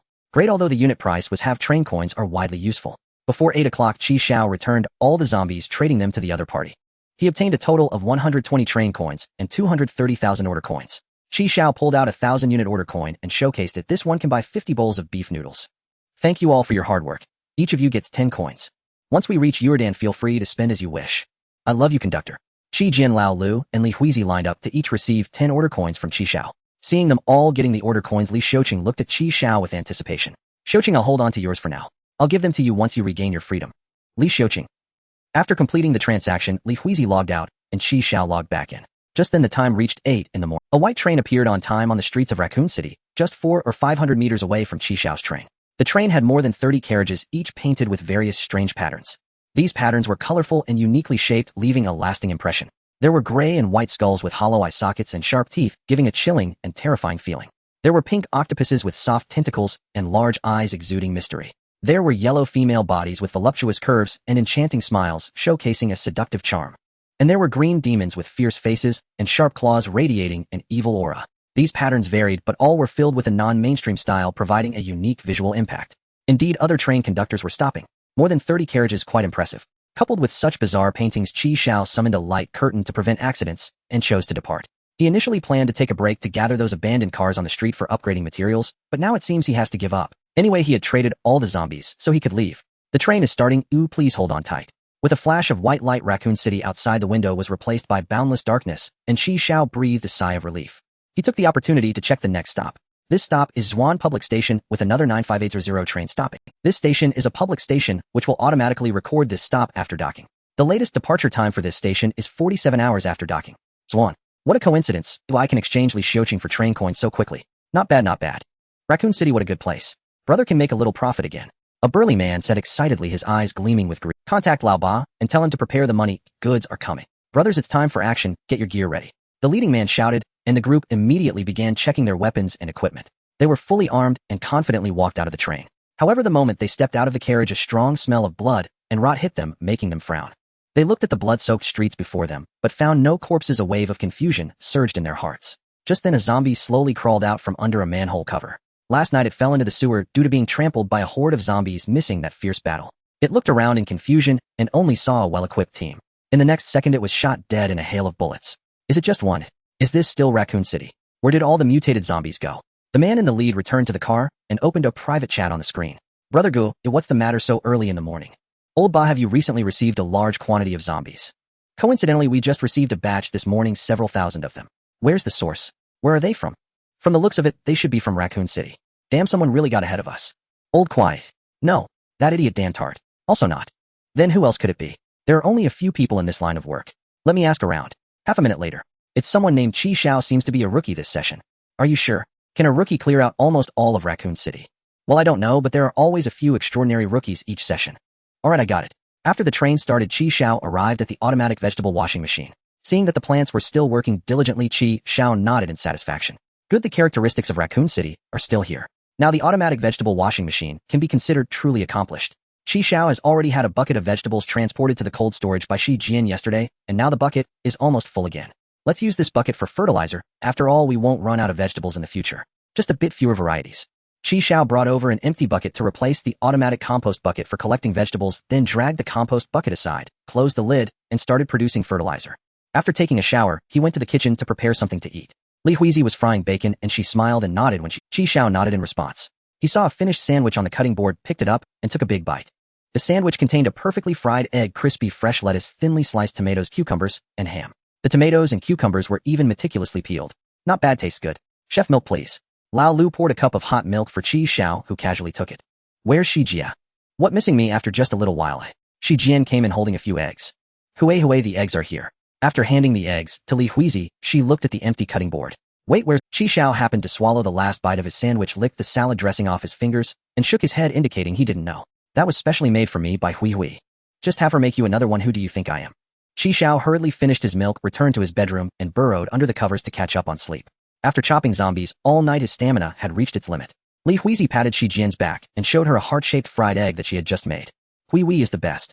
Xiao is just a bastard. Zhuan Piching Moonlight Alley. A famous snack street in Zhuan. The vendors here come from all over the country, with all kinds of people and non-humans gathering here, a mix of fish and dragons. Especially at night when colorful light strips and signs light up, it creates a dazzling sight. Kong Yu and Jihua Yunsheng walked through the bustling alley, the sounds of vendors calling out their wares filling the air. Dream tea. One sip will fulfill all your wishes in the dream world, forget all your worries, and make you the master of your dreams. Iron plate dragon ribs. Selected meat from the hind legs of adult gray dragons, firm and elastic. Fresh magic sheep kidneys. A skewer that will bring you back to your peak. Your wife will surely beg for mercy tonight. Kong Yu was dressed in a well-tailored black suit that accentuated his waistline. His matching trousers had smooth lines that flattered his legs, paired with a pair of black boots, making him appear extremely capable. A pair of exaggerated yet not out of place frog glasses covered half of Kong Yu's face. Jihua Yunsheng, on the other hand, dressed somewhat casually. He wore a yellow SpongeBob t-shirt paired with pink shorts featuring a pattern of Patrick Star and a white baseball cap to shield his head of yellow hair. Just ambushed the Dream Palace, and now there's another task. Every day is busier than when I was in order. The salary isn't even higher than in order Sai. If you want a raise, go tell the boss. It won't help telling me. Kong Yu said coldly. By the way, what are we doing in Zhuan? Looking for a key. Key. The boss lost his car key. Received intel that someone here can make a key to open level 8 treasure chests. What? A key to open treasure chests can be made. If it can be mass-produced, wouldn't that make us rich? Jihua Yunsheng's eyes instantly lit up with excitement. A key for level 8 treasure chests. Those are things with a price, but no market. At this moment, Kong Yu stopped in front of a stall. The sign above the stall read in bold letters, "A must-eat and peaching squid fish cakes." The chubby boss was constantly flipping the squid in front of him with an iron spatula, occasionally squeezing in some secret sauce. Jihua Yunsheng's stomach growled at the sight. Boss, give me a signature squid fish cake, extra spicy. Alright, 50 order coins for one. As the chubby boss spoke, he grabbed a white towel hanging around his neck and hurriedly wiped the sweat from his forehead. Jihua Yunsheng looked back at Kong Yu. You want some? He'll treat you. A glass of ice water, Kong Yu said to the chubby boss who was making the squid fish cake. The ice has to be pure ice. Jihua Yunsheng was taken aback. Pure ice? That legendary magical ice that supposedly never melts. He never expected that Piching would actually have such a thing. The boss raised his head upon hearing this and looked at Kong Yu. Pure ice? Beautiful lady, that stuff has long been banned. You guys are from the security team, right? Don't try to test me, I don't have any here. Kong Yu raised his hand to take off the exaggerated black frog glasses on his face and said again, a glass of ice water. The ice has to be pure ice. Oh dear little beauty. I really don't have any. Didn't you guys just inspect yesterday? I run my business with integrity, making just a bit of hard-earned money. I don't do illegal things. Kong Yu put his sunglasses back on and said calmly, it's a nice day today, perfect for walking. How many dogs do you have? The boss suddenly jolted at this, tentatively asking, how many dogs do you have? 6. 5 males and 1 female. 3 big ones and 3 small ones. 2 black ones and 4 white ones. The chubby boss quickly leaned out to look around, confirming there was no danger before turning to open the freezer behind him. He took out a cup of seemingly pre-prepared ice water and handed it to Kong Yu. Thanks. The two walked away from the snack street heading to a deserted area where Kong Yu pulled out a photo hidden in the cup sleeve. The photo showed a blonde woman with fair skin, a prominent nose, and rare sapphire blue eyes looking like a mixed-race individual. Jihui Yunsheng raised his hand to wipe the sauce off the corner of his mouth. Damn, so you came here for intel. Kong Yu flipped the photo over, revealing an address written on the back. Building 23, a Summerport District, Haze City. The Fog City is located in a vast pit in Zhuan named for its perpetual shroud of smog and toxic miasma. Here the lowest strata of society dwell, where dirt, decay, chaos, and rot are the defining characteristics.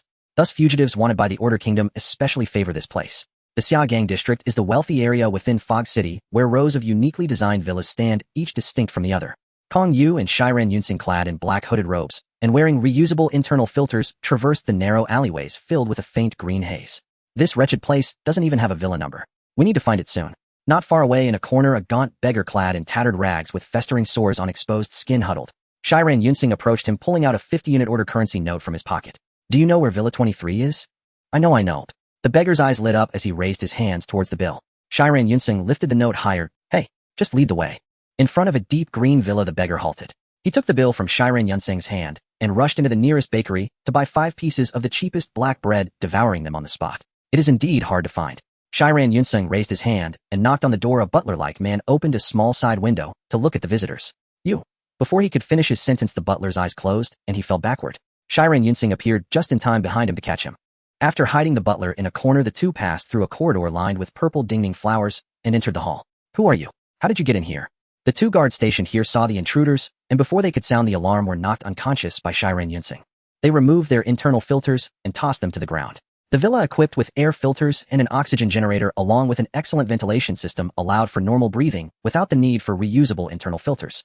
This grand villa, this decor, it's clear that a lot has been earned here.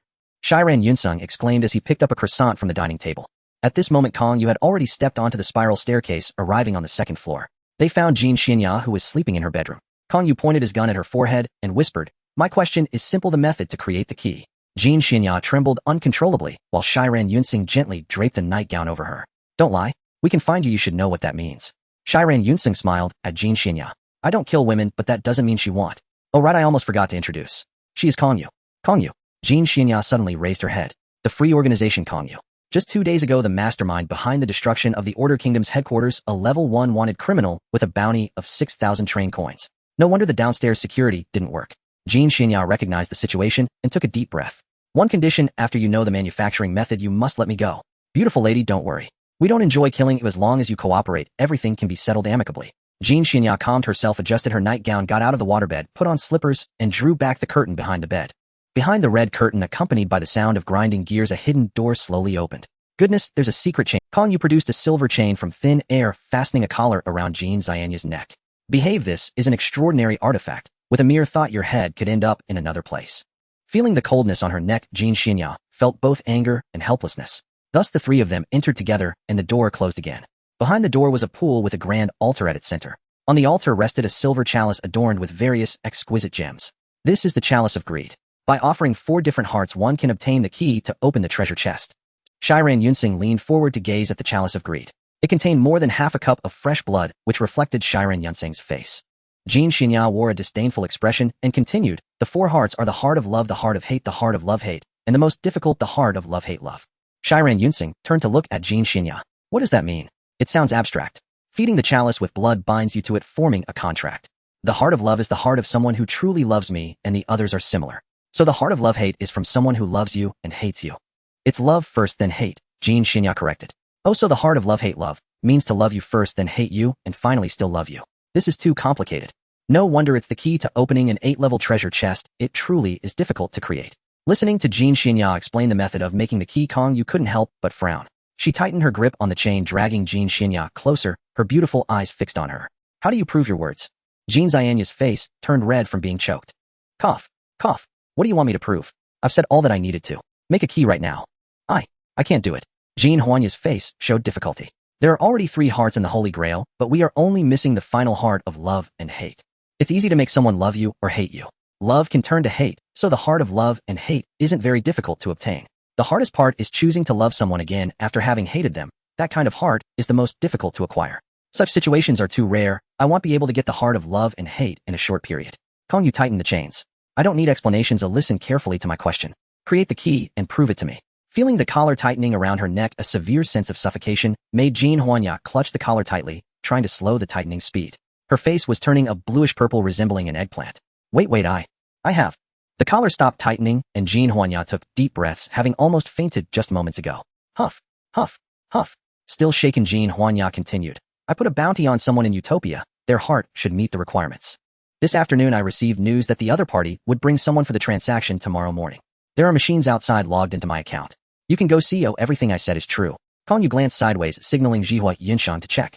Within 2 minutes he excitedly ran back. Confirmed, it's true. The transaction time is set for 10:30 tomorrow at the Yumi Cafe on Herb Street in Peaching. Guess how much the bounty is? A whole 100 train coins. Wow, I thought you were wealthy, but I didn't expect you to be this rich. He leaned closer to Jean Huanya, rubbing his hands together and flattering her. Good sister, I've been tight on cash lately. Do you have any train coins to lend me? No, I haven't made a key in a long time, though I've spent all the money I earned before. Don't lie to me, turning over such a big villa is exhausting. Jean Huanya helplessly pointed at the chains restraining her. I've told you about the Holy Grail and how to make the key. Would I lie about such a small amount of train coins? I really don't have any left. You women spend money so extravagantly, it's ridiculous.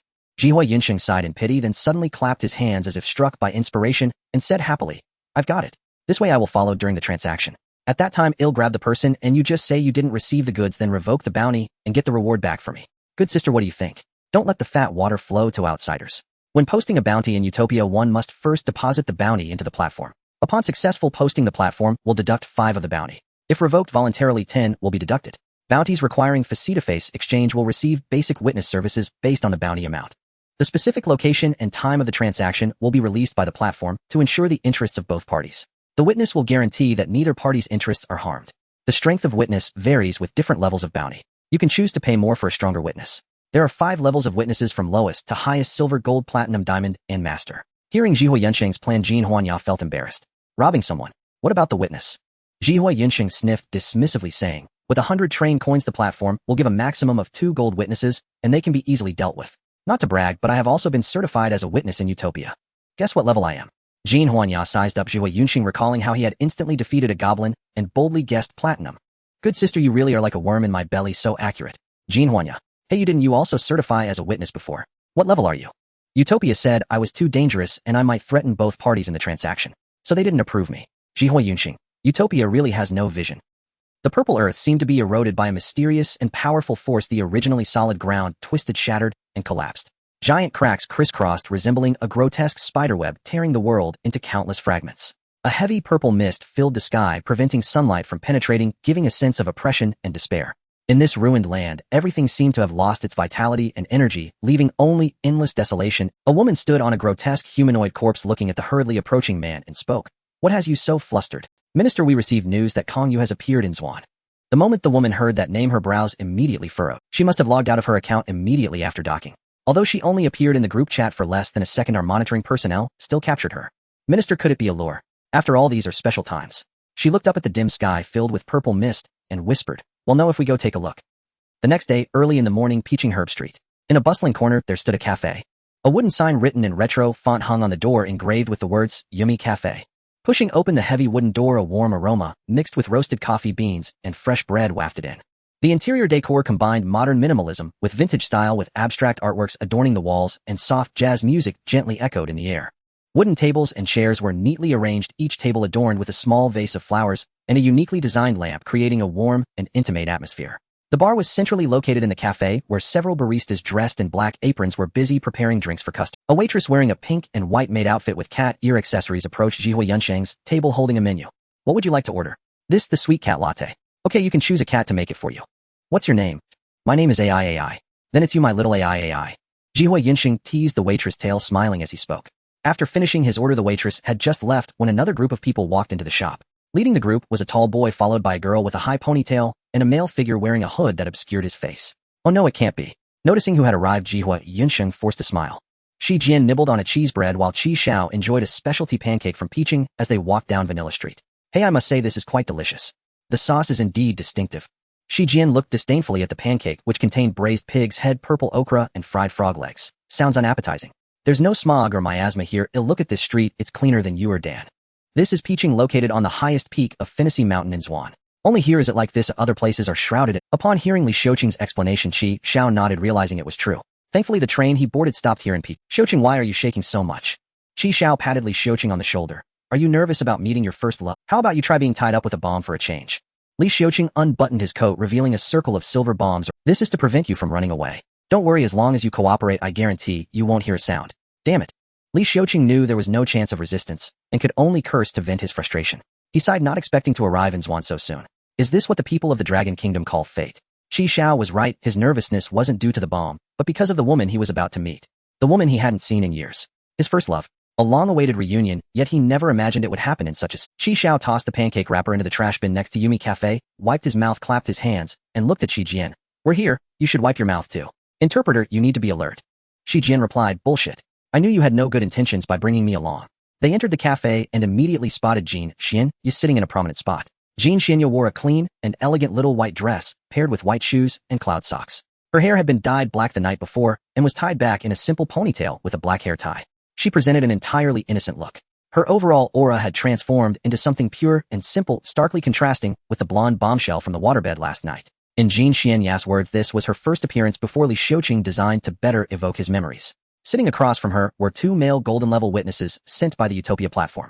Each of them had a glass of ice water in front of them. Black Ghost. Xiao stepped forward to probe. I've brought the good. Xiao removed the hood that covered most of Li Xiuqing's face, revealing him healthy, intact, and alive. Upon confirming Li Xiuqing, Jin Xian Yu coughed a few times, sending a signal to the corner where Buji Huayunsheng was. This was something Buji Huayunsheng had instructed her yesterday. After confirming the target, 3 coughs meant he would act to abduct the person. After signaling seeing no movement from him, Jin Xian Yu glanced over only to find the place completely empty. The Buji Huayunsheng, who had originally sat there, had long since vanished. What the hell? What's going on with this person? Jin Xian Yu was immediately stunned. At the same time, she heard Buji Huayunsheng's voice. The plan is cancelled. Oh, proceed with the normal transaction. Crazy. Jin Xian Yu cursed inwardly. Although Kong Yu was not here, the collar around her neck continued to tighten slowly. If she didn't return with the heart by the specified time, her neck would be strangled. She couldn't escape, she could only continue. She adjusted her emotions and facial expression, smiling as she greeted Li Xiuqing. Xiuqing, long time no see. Li Xiuqing slowly raised his head, meeting Jin Xian Yu's gaze. All the memories erupted at that moment. When Li Xiuqing first came here, he had just turned 18. He was a pure boy who had never held a girl's hand. The first time he saw Jin Xian Yu, she looked just like this. It struck Li Xiuqing's heart instantly. The long-dead memories began to assault him. No, she's just pretending. She's a bus, a filthy bitch who enjoys group act. Thinking of this, Li Xiuqing couldn't help but shout in a mix of anger and confusion. What are you pretending to be innocent for? I'm no longer that naive kid. You can kill me or cut me up as you wish, just don't disgust me like this. Xiao, with an amused expression, turned to Shi Jian. What does that mean? Translate that for me. Shi Jian leaned into Xiao's ear to provide a simultaneous translation. Jin Xian Yu appeared to be deeply wronged, and large tears began to flow uncontrollably. Xiuqing, I know you think I'm dirty, but I was forced by them, Xiuqing. It wasn't my choice, you have to believe me. Do you know? When they forced me, all I thought about was you. Even when I called out, I was calling your name. Xiao. Shi Jian. The two witnesses, I don't understand. Li Xiuqing shook his head vigorously. No, don't think you can fool me again. Then why did you put a bounty on me on Utopia, offering 100 train coins? Because if I didn't offer more money to reward you, and you got caught by someone else and handed over to the Order of Heaven, how could I save you? So, I specifically stated it must be a living person just to ensure your safety. Li Xiuqing was taken aback, unable to feel any hatred towards this warm, soft woman who had collapsed into his arms, crying uncontrollably. So that's how it was, Xian Yu, have I been wronging you all along? He held Jin Xian Yu tightly and began to cry aloud. Do you still love me? Yes, I love you. I will only love you in this life. Then are you willing to give your heart to me, eh? Take it, all of it. My heart, my liver, my intestines, everything belongs to you. Jin Xian Yu placed her index finger over Li Xiuqing's lips. I don't need so much, just having your heart is enough. Then she tiptoed and sealed Li Xiuqing's mouth. After their tongues tangled for a while, Jin Xian Yu blushed and took a step back. She wiped away her tears with the back of her hand and smiled happily. Buji Huayunsheng, who was hiding in the shadows observing the situation, clicked his tongue. This woman had to be said to be quite skilled at acting. At least she could cry on cue, absolutely professional. You all better hurry up, we still have to catch the next match. One of the witnesses said coldly upon witnessing the scene. If everything is fine, come over for certification. He took out a portable machine, both sides logged in, confirming the bounty completion. You have completed the anonymous bounty for Utopia 1465 Black Ghost. The bounty was 100 coins. After a 5 service fee deduction, the settlement amount is 95 train coins. It has been credited to your anonymous account. After confirming the transaction, Xiao removed the bombs from Li Xiuqing's body and said, Xiuqing, congratulations, you've hooked up with a rich woman. May you have children early. May you have children early. Shi Jian chimed in to congratulate as well. Not bad, it went even smoother than expected. Xiao could hardly wait to go collect the bounty. He asked the witness, and there was a Utopia exchange on the adjacent Dingxiang Street, where he could collect the bounty in person. The two witnesses also stood up to leave together. Finding the Utopia offline exchange took half an hour. Xiao walked into the open door exchange. Hello sir, what sir? To collect the bounty. Alright sir, this way please. Following the service staff's guidance, Xiao successfully withdrew the 95 train coins from Li Ziaxing's anonymous account. Xiao also changed the login password, making this anonymous account entirely his own. Leaving the exchange, Xiao boarded the shuttle in the city, hastily heading to the next stop, Pioneer Technology City. According to Li Xiaoqing, the equipment on Li was modified there. He was going to help Old Master Rin ascend mechanically. The unique mode of transportation in Pi City, the shuttle machine. It is essentially an automated taxi resembling a tin cocoon with the entrance located at the rear. Xiao inserted an order coin, selected a destination, and the shuttle machine began its journey after planning the route. Pi City, having trade relations with Yuerdan, also accepts order coins. There was no need to exchange it for Zhuan's currency, which was quite convenient. The transaction went smoother than expected, and the bomb that Xia Yuan gave him was rendered useless. Last night Xiao told Xia Yuan that his next stop was Zhuan and mentioned the transaction. Since she had not returned from the inner realm, she couldn't accompany him. She suggested finding someone familiar to accompany Xiao, but he politely declined. In the end, she provided an Order Kingdom bomb as support.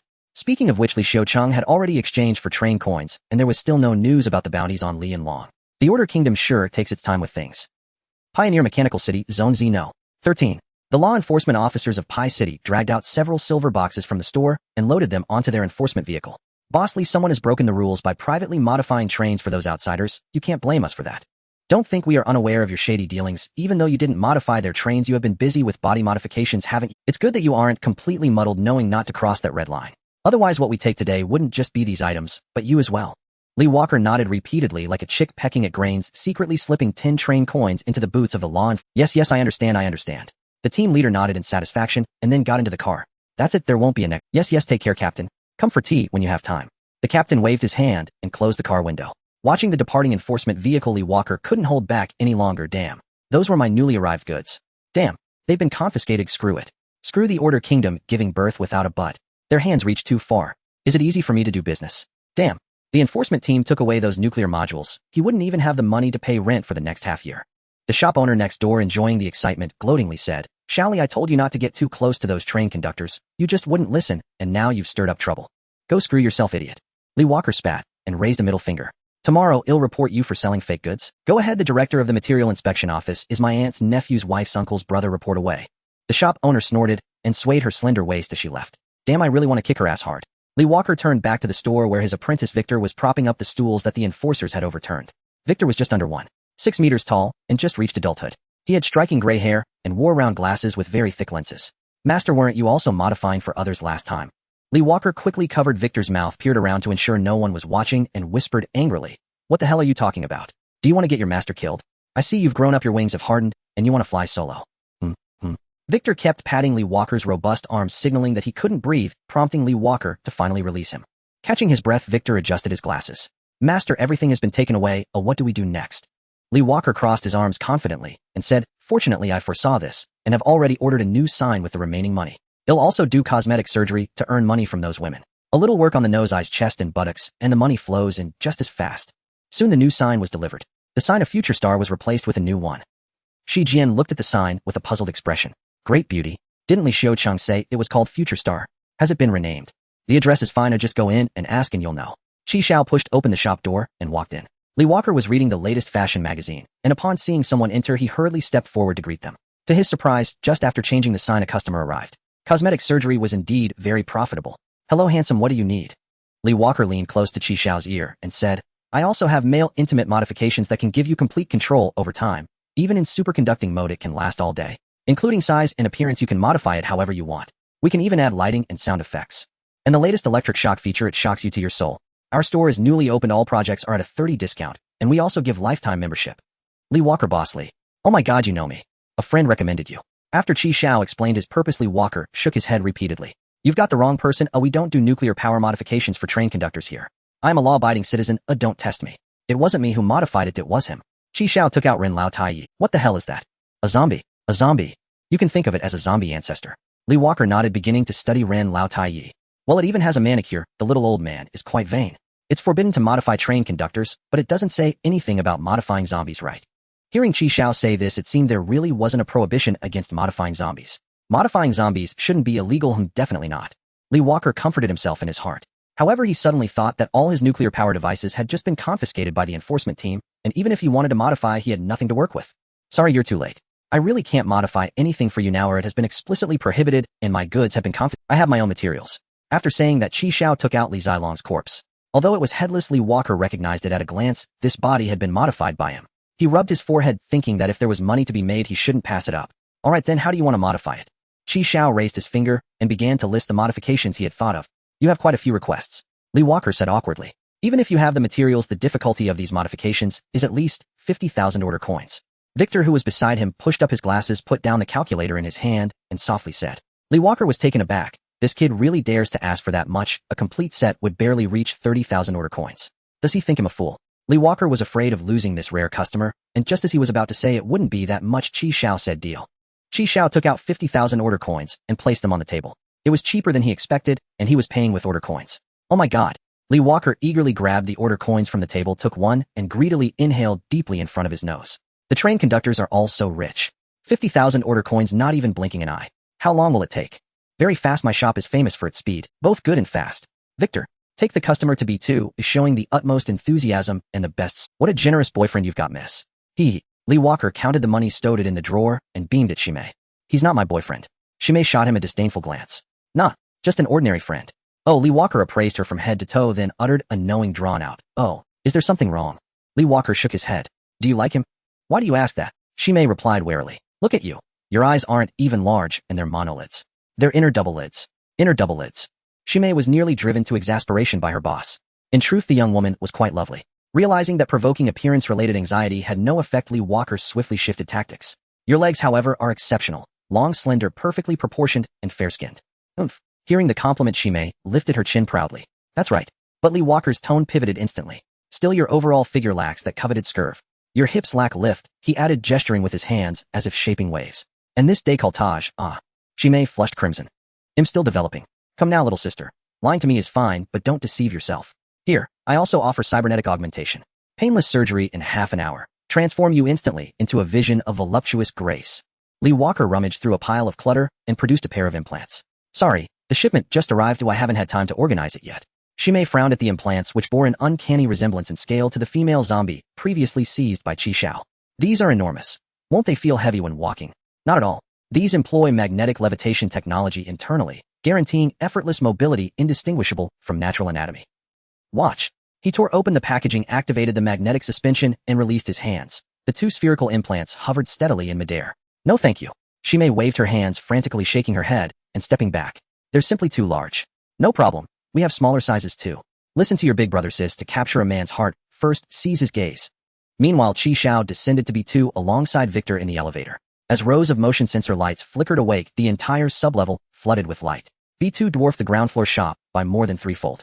Silver walls held arrays of cybernetic limbs, weapons, and mechanical components, neatly arranged and precisely aligned. Even the tool carts brimmed with instruments laid out in immaculate order, a stark contrast to the chaotic disarray. The floor gleamed spotless, clearly maintained with daily diligence. First, retrieve that headless corpse. They'll prepare the Xiao extracted Li Zilong and stripped off his clothing. So you're the lead surgeon? Retrofitting corpses is trivial. Master simply refused to handle it himself. Master is extraordinarily skilled. Everything I know he taught me. After securing the cadaver onto the surgical platform, Victor triggered the robotic arms. Laser scalpels sliced with surgical precision, extracting Li Zilong's heart, a compact nuclear power core, intact. The device measured roughly the size of Xiao's fist, its casing polished silver, revealing faint cerulean hues from exposed internal circuitry. He placed the core into an ultrasonic cleaner, then transferred it to a device resembling a pet dryer for diagnostics. Scanning. CK2 Infinite Core, Premium Edition. Integrity 63. Core temperature 12°C. Optimal operational status. Victor adjusted his glasses, speaking over his shoulder to Xiao. Was this core's self-destruct protocol ever initiated? Is it unusable now? It remains functional. Will it detonate unexpectedly? No, though its output falls short of a fully intact core. No matter, functionality suffices. Proceed swiftly when pressed for time. With Xiao's confirmation, Victor removed the core and set it aside as standby.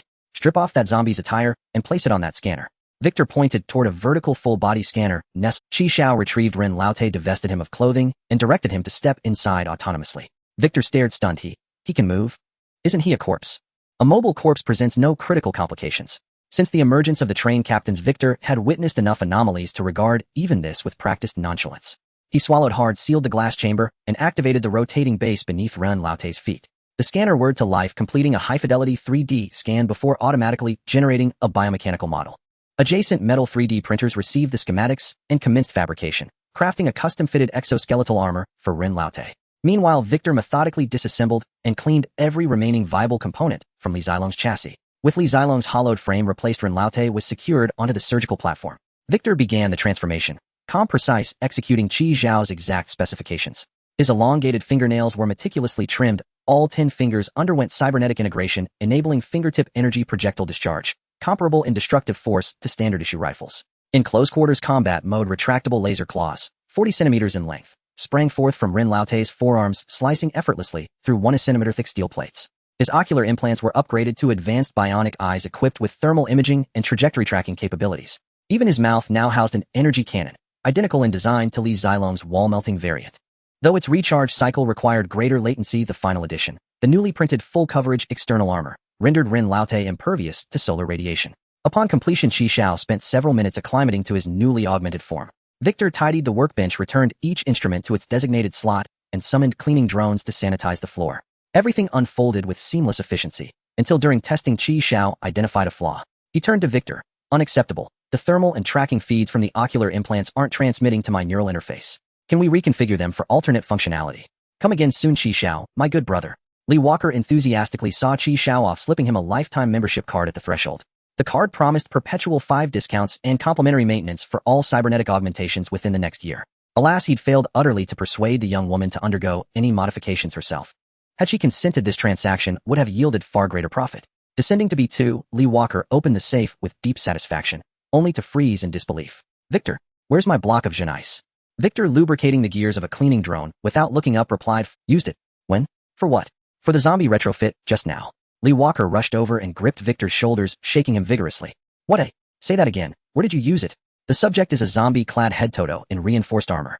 To prevent necrotic decay, I engineered an integrated cooling system, using Jeune Ice as its core thermal regulator. Jeune Ice, superconductive, ultra-efficient, perpetually overload-proof. You idiot.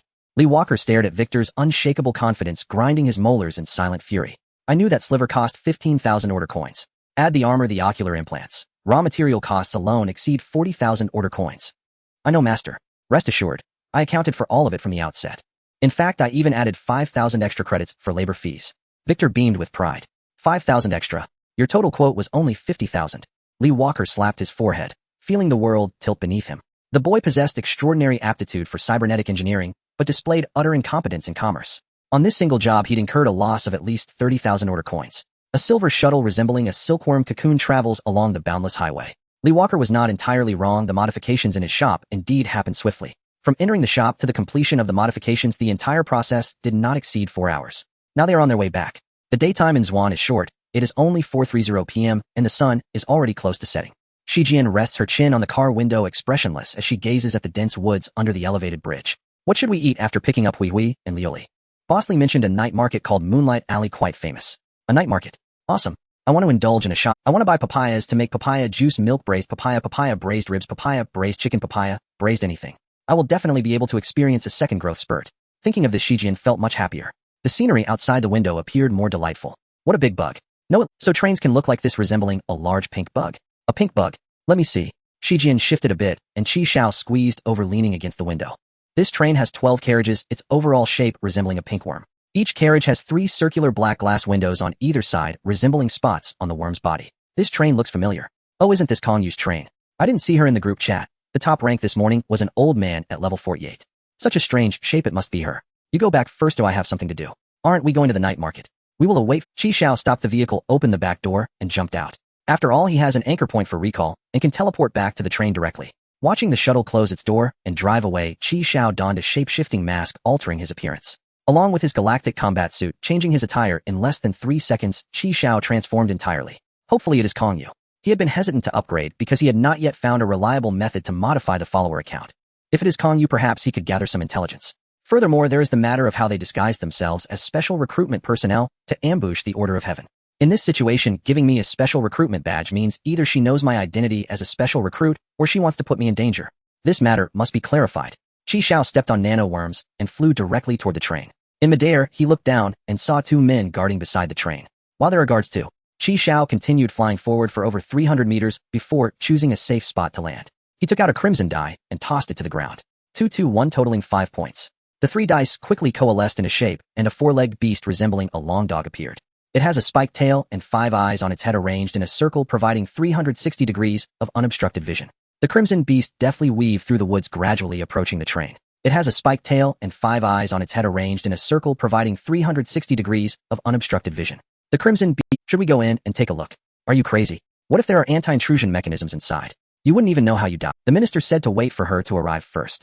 We just need to guard this place and ensure outsiders don't get close. TCH. It's been so long, where is the minister? Why hasn't she arrived yet?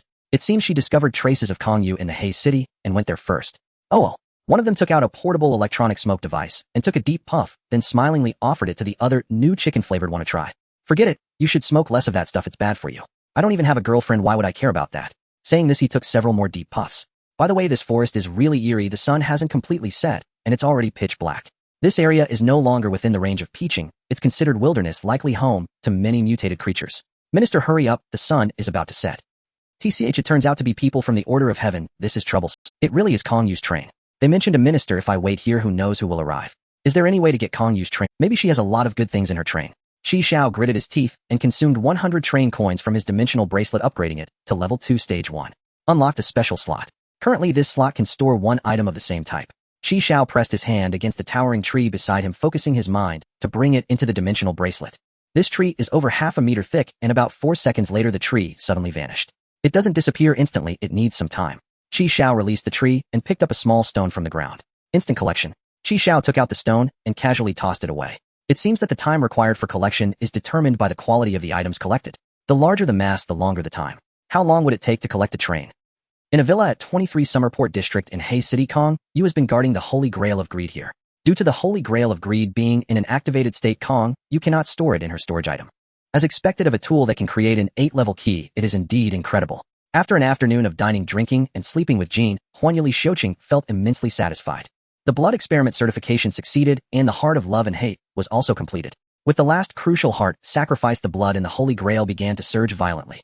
One could even feel tremendous emotions bursting forth from the Holy Grail, causing even Kong-Yu to momentarily become dazed, tears uncontrollably streaming from the corners of her eyes. Unknowingly, Hui Yunxing frowned, his usually smiling face now filled with rage. That wave of fluctuation rippled out, but did not last long, and the blood in the Holy Grail quickly returned to calm. The blood that was about to overflow rapidly retracted, condensing into a thick small lump that could even be picked up by hand. The texture felt like a warm, smooth slime. Blood of the heart can unlock an 8-level treasure chest. The key has been successfully crafted. Kong-Yu nodded and stored the lump of blood. The key is complete, and the Holy Grail of Greed also exited the activated state. Just as she was about to store the Holy Grail of Greed, as well, a purple lightning bolt as thick as an arm struck down from the sky, forcing Kong-Yu to jump back to evade. Kong-Yu. From the exploded roof, a beautiful woman in a black qipao floated in the air, arms crossed, exuding an intimidating presence. Hui Yunxing grimaced, pulling his cap lower. The person who arrived was his former superior, the strongest capture officer of the order, Dong Haizue, on the outskirts of Xiaogong District. What the hell, those bastards from the order are attacking us again. It's always like this, not even a single warning. They completely disregard our security team. Cross-border enforcement have those idiots even reported this. Now they're recklessly destroying citizens' property. Isn't the Order of Heaven getting a bit too arrogant? The security team of Xiaogong District was huddled at a distance, with the captain cursing loudly from afar.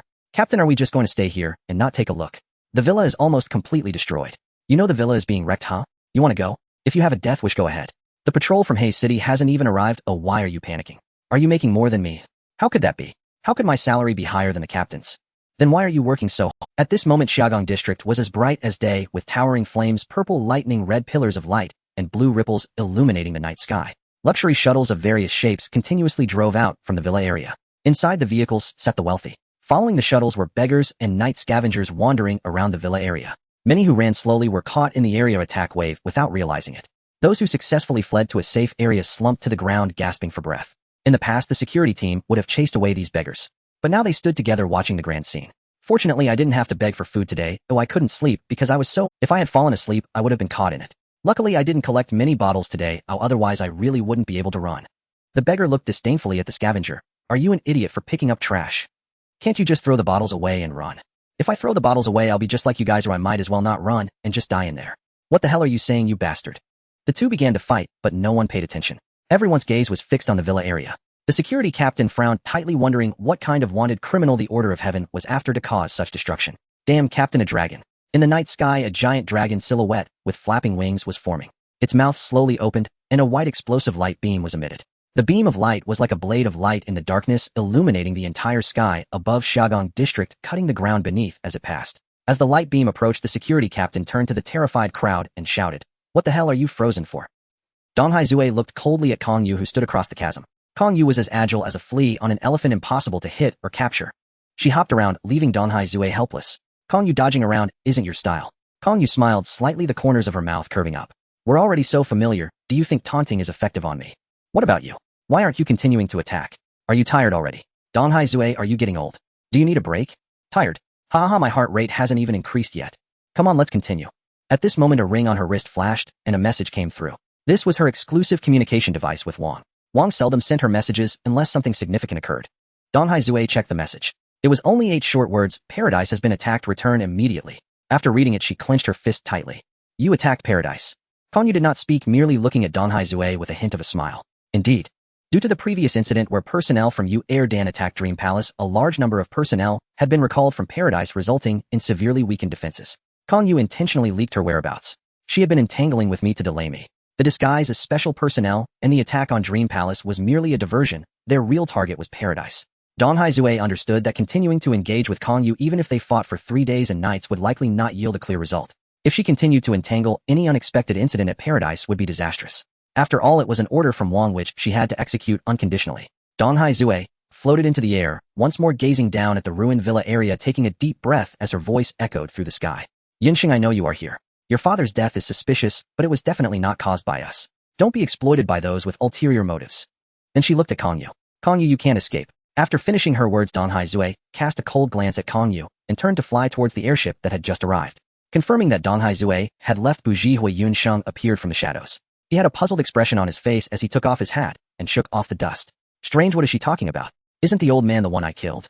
Paradise was attacked. Bujihua Yunsheng quickly pieced together the situation. He clapped his right fist into his left palm and realized, so the attack on Dream Palace was just a diversion. The real target was Paradise. That makes sense, there are those things in Paradise. Bujihua pouted, looking at Kong Yu. "You knew about all this, right? Why didn't you tell me?" "Afraid I'm an undercover." "This is becoming uninteresting." Kong Yu lowered her head and brushed off the dirt from her boots. "You're overthinking it. I'm just following orders.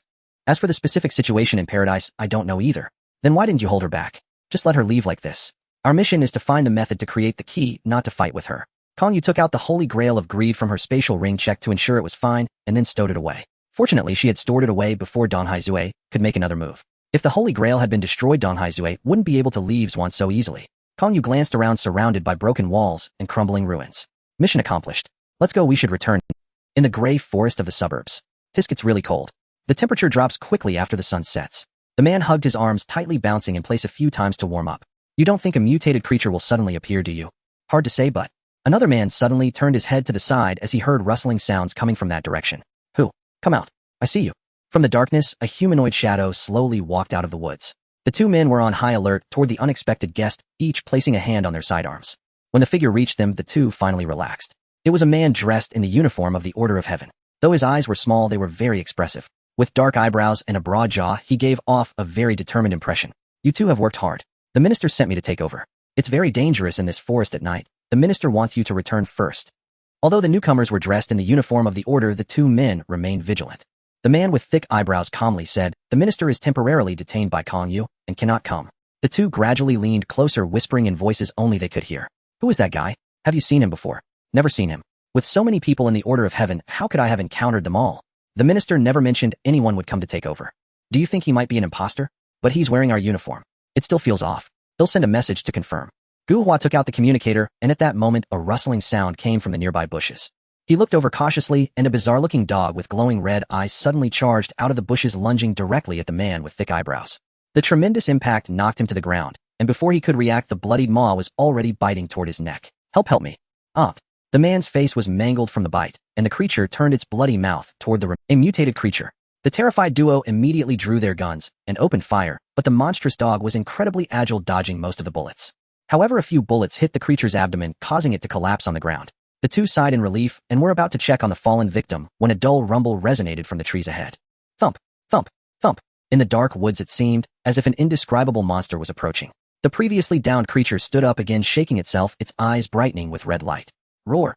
The monstrous dog howled and charged at the two again. Another barrage of bullets struck it down once more. But the next moment it shakily stood up again, its eyes glowing even brighter. Being knocked down twice, but getting up again shattered Gu Hua and his companion's fighting spirit. It can't be killed. Damn it, run. Gu Hua, being more experienced, knew they were no match for this monster, turned around and fled. Wang Gang seemed a bit at a loss. What about the train? I was only temporarily assigned here to assist them, and I don't want to die. You're a lone wolf, but my daughter and wife are still at home waiting for me. As Gu Hua fled, the increasingly dense rumbling from the nearby woods made Wang Gang unable to take it anymore. Wait for me. Wang Gang glanced at the man with thick eyebrows as he passed by. That fellow's face was chewed to a pulp by the monstrous dog, unrecognizable. Damn it, with such strength, he still came to take over. The minister is purely setting us up. With this thought, Wang Gang ran even faster. Behind them, the recovering monstrous dog was relentlessly pursuing. After the two were chased far away, silence returned to the area. The rumbling in the woods also ceased. A silver humanoid creature jumped out. Meanwhile, the man with thick eyebrows who had been lying on the ground sat up with a start. After wiping the blood off his face, he put the old man Rin into his dimensional bracelet and approached the train. Xiao's wound from the bite began to heal. This was his disguise using the 1,000-change human skin mask. Xiao pressed his hand against the train. There was only one chance, whether he could succeed depended on this. Xiao's palms were sweaty with tension, counting each second after placing his hand on the train. It took a full minute and a half to store the train in the dimensional bracelet. With the train safely stored, Xiao let out a sigh of relief. Fortunately, he feared the train was special and couldn't be stored. Kong Yu, this is what you owe me. Wait, something seems off. Gu Hua stopped Wang Gang's footsteps. What happened? He turned around to look behind him. In the woods, the only sound was their own heavy breathing. Why isn't that monstrous dog chasing us anymore? Are you out of your mind? Isn't it better that it's not chasing us? But we ran so far, and we haven't encountered a single mutated creature. Are you saying? Not good. It's a trap. By the time the two reacted and rushed back, the train had vanished without. Such a large train just evaporated into thin air. Damn, the body of that guy who was just bitten to death by the monstrous dog is also gone. Gu Hua pursed his lips, forcing a smile. I knew that person was fake. He looked at Wang Gang. Hurry, the radar tracker. Oh right, the tracker. They had already installed a special tracker on the train capable of locating its position anywhere within Zwan. Wang Gang took out the radar tracker only to find that the radar did not show any target. No signal. No, that's impossible. As long as it's still in Zwan, we should be able to track it. Unless the train is no longer in. It's over. If the minister finds out, we're dead meat. Wang Gang trembled while holding the radar. Gu Hua pressed down on his hand and said in a low voice, what does the minister know? Let's unify our statements and just say that the train suddenly disappeared. You and I. Gu Hua pointed at Wang Gang, then pointed at himself and finally pointed at the ground. We two have been guarding here all along and haven't gone anywhere. Not a step away. Wang Gang suddenly realized, right, we have been guarding here, and that train suddenly vanished on its own. Comforting Wang Gang, Gu Hua took out the communicator. He'll report the sudden disappearance of the train right away. You quickly clean up those shell casings and whatever else needs to be tidied up. A few minutes later, an airship hovered above them and Dong Haizhe leaped down directly. However, there was no train here, only two personnel from the Order of Heaven. Dong Haizhe listened coldly to their report, wasted no time, turned and flew back to the airship, leaving. Wang Gang and Gu Hua also left in succession. 500 meters away, hiding in the shadows, Xiao observed everything through the Crimson Beast. Such a grand display for an airship. It turned out this woman should be the minister of the Order of Heaven's Bounty Hunter Division, looking quite young. Watching the airship disappear into the night, Xiao let out a sigh of relief. I didn't expect they installed a tracker on the train as well. Thankfully, once it was stored in the dimensional bracelet, the tracker ceased to function. It seems I can't easily retrieve the train. If they receive a signal and come back, that would be troublesome. More than 10 minutes passed, and Xiao heard rustling sound. Someone else is coming. Kong Yu and Shiren Yunxing arrived here, but found their train had disappeared.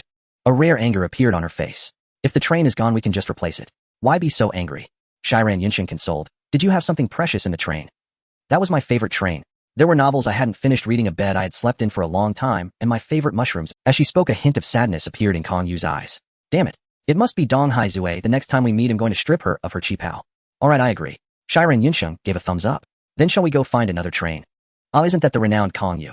In the woods, Xiao stepped forward, gazing at Kong Yu. Why did you betray me? Facing the suddenly appearing cold-faced Xiao, Kong Yu showed no surprise. She smiled and said, it seems you have already been to Yuerdan. I asked you why you betrayed me. I almost died there, shouldn't you give me an explanation? Xiao stared at Kong Yu unperturbed. Anyway, if things go wrong, I'll immediately anchor back and escape. Why, kid, you're a bit arrogant. Hashiren Yunxing pointed at Xiao. How dare you speak to my big sister like that? I should have taken you away this morning. What is this? What does take someone away this morning mean? What is this dead yellow-haired guy talking? Kong Yu pressed down Hashiren Yunxing's hand. To be precise, I was just gambling. She took a step forward, standing in front of him. Gambling on whether you were specially recruited by Xia Yuan. Xiao lowered his head to meet Kong Yu's gaze, frowning as he said, if I wasn't specially recruited, wouldn't I have been done for right there? Not necessarily, but the next match might not be very good. Xiao took a deep breath, controlling his anger. Kong Yu could see that Xiao was very angry as she softly said, I'm sorry. You gamble with my life and all you say is I'm sorry. With you like this, how can I trust you? How can we cooperate? What if one day you sell me out and I'm still counting your money? Kong Yu fell silent for a moment. She took out a box from her ring and opened it in front of Xiao. A pile of train coins was neatly stacked, shining with golden light. Here are 300 train coins. 200 of them are what I promised you, the final payment for joining the Order of Heaven. This is from the organization. The extra 100 coins are from my own pocket as compensation for you. Xiao swallowed hard at the sight of the 300. Cough, cough. Xiao grabbed the box and hugged it to his chest. After managing his expression, he smiled brightly. Sister, you understand me. Cough, cough. Xiao grabbed the box and hugged it to his chest. After managing his expression, he smiled brightly. Sister, you understand me. What has there ever been a crack in our trust? Heavens, how come I didn't know about it? This is a major crisis, it absolutely cannot happen. Hashiran Yunsing tilted his head, looking at Xiao with disdain. This dead kid is more shameless than me. As long as Xiao put away the box, smiling awkwardly. Well, sister, actually I haven't fully joined the Order of Heaven yet. Xiao informed Kong Yu about the upcoming meeting for the specially recruited personnel and why he hadn't leveled up to 20. Is the transformation truly randomly refreshed? Isn't there a guaranteed method to refresh the transformation of the follower accounts? No, Kong Yu replied decisively. This splashed cold water on Xiao. Xiao informed Kong Yu about the upcoming meeting for the specially recruited personnel and why he hadn't leveled up to 20. Is the transformation truly randomly? If I could get a powerful outfit card, that would be an invincible existence. I really don't want to miss out on this, especially since I'm only 2 transformations away from the follower accounts. Leveling up 3 times could refresh up to 9 transformations. Does everything really depend on luck? But last time I leveled up 3 times, I didn't get a single one. Just when Xiao was feeling overwhelmed, Kong Yu spoke up. However, there is a way to acquire the transformations from other. Upon hearing this, Xiao's eyes lit up. Where's your car? Let me log in, or I need to contact someone. No need, your car is. Kong Yu, I took your car. Hashiran Yunsing, don't brag, you punk. But your car has a tracker. If I take it out now, I'm afraid they'll come back. No worries, I'll handle it. Seeing that Kong Yu was completely unflustered, Xiao raised his hand and took the train out from the interface bracelet. The sudden appearance of the train surprised both of them. He actually had a tool to store the train. Hashiran Yunsing similarly looked at Kong Yu sideways. Great, so I get to do the dirty work and heavy lifting. After saying that, Hashiran Yunsing nimbly jumped onto the top of the train. Hashiran Yunsing similarly looked at Kong Yu sideways. Great, so I get to do the dirty work and heavy lifting. After saying that, Hashiran Yunsing nimbly jumped onto the top of the train and started inspecting. The train door opened, and Xiao followed Kong Yu inside. Kong Yu invoked a light screen and entered a private chat. She scrolled down the friend list, found a man, and clicked on video call. 3 seconds later, the video call connected. Hello, Lu Xiaobu here, what can I do for you? In the video, 2 small hands were evenly applying foamy shower gel to the man's back. Kong Yu looked at him impassively and said coldly, turn around. That voice is. Lu Xiaobu turned around, his face covered in a mask, suddenly revealing a surprised expression. You, I missed you so much. I don't miss you. Kong Yu's voice remained icy, unchanged. Give me a transformation extraction card. Why are you still like this, asking for things as soon as you come? Don't you even ask if I've eaten or missed you? Seeing Kong Yu's cold silence, the other party chuckled. Hee, just kidding. Wait a moment, let me look for it. The video began to shake as the other party moved, revealing only his chin and Adam's apple.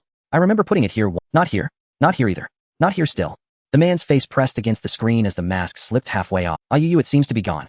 Seeing Kong Yu's impassive face, he raised his hand to prepare to hang up, when suddenly, he pinched a transparent card between his fingers and held it up to his forehead proudly. Just kidding. How could something Yu wants possibly be gone? Send it over. The man held the card, fidgeting. If Yu agrees to accompany me skiing, I might. Send it over. Kong Yu interrupted the other party. Okay, are you agreeing to accompany me skiing, Yu? The other party pounced towards the screen, his entire face filling it with eager anticipation. No. After receiving the transformation extraction card, Kong Yu immediately hung up the call. Oh, this woman is still as indifferent as ever. Lu Xiaobu reapplied the mask and closed the light screen. Forget it, who told me I owe her? He hummed a song, twisting his hips back to the bathroom. The maid standing by carefully applied the foamy gel to Lu Xiaobu's hair. He hummed a song while wriggling his body, enjoying the maid's massage on his hair. Kong Yu took out the transformation extraction card and handed it to Xiao. Transformation extraction card. It can extract the transformations from other follower accounts. Then activate it on your own account. Xiao took the transparent card about the size of a metro card. There's such a thing. He had never heard of this item in the water group. Just one. Xiao showed an embarrassed expression and then held up 2 fingers. I still need 2 more. Kong Yu looked at Xiao expressionlessly, and Xiao coughed twice, awkwardly putting the transformation extraction card away. 1 card is fine, we'll figure out the rest myself. At this moment, Hashiran Yunsing also walked in. He was holding about 10 black trackers the size of buttons. All done. They really did a good job. They placed trackers in every train car. Hashiran Yunsing said proudly, don't worry, there will be no omissions under my watch.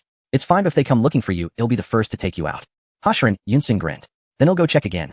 After Hashiran Yunsing left, Kong Yu turned to Xiao. I'm about to leave. Do you have anything else to ask? Yes. Without adding each other as friends, how can I contact you if something comes up? Kong Yu pondered for 2 seconds, took out a black, simply designed ring, and handed it to Xiao. What is this?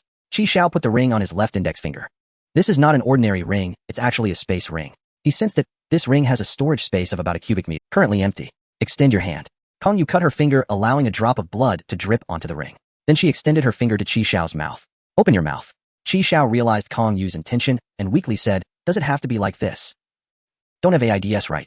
Kong Yu looked speechless. No, I'm perfectly healthy. Then it's fine. Xiao stepped forward and opened his mouth with a sound of ah.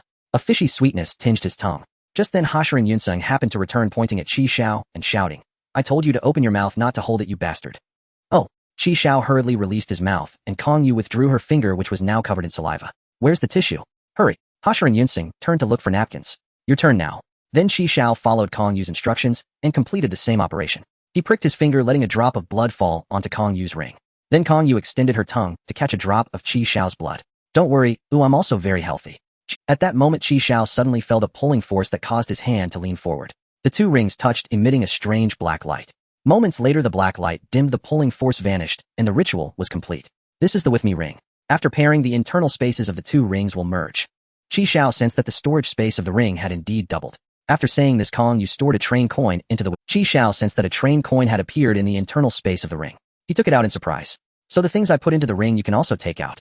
In the future, if you have anything, you can write a note and put it inside. He'll see it and reply to you.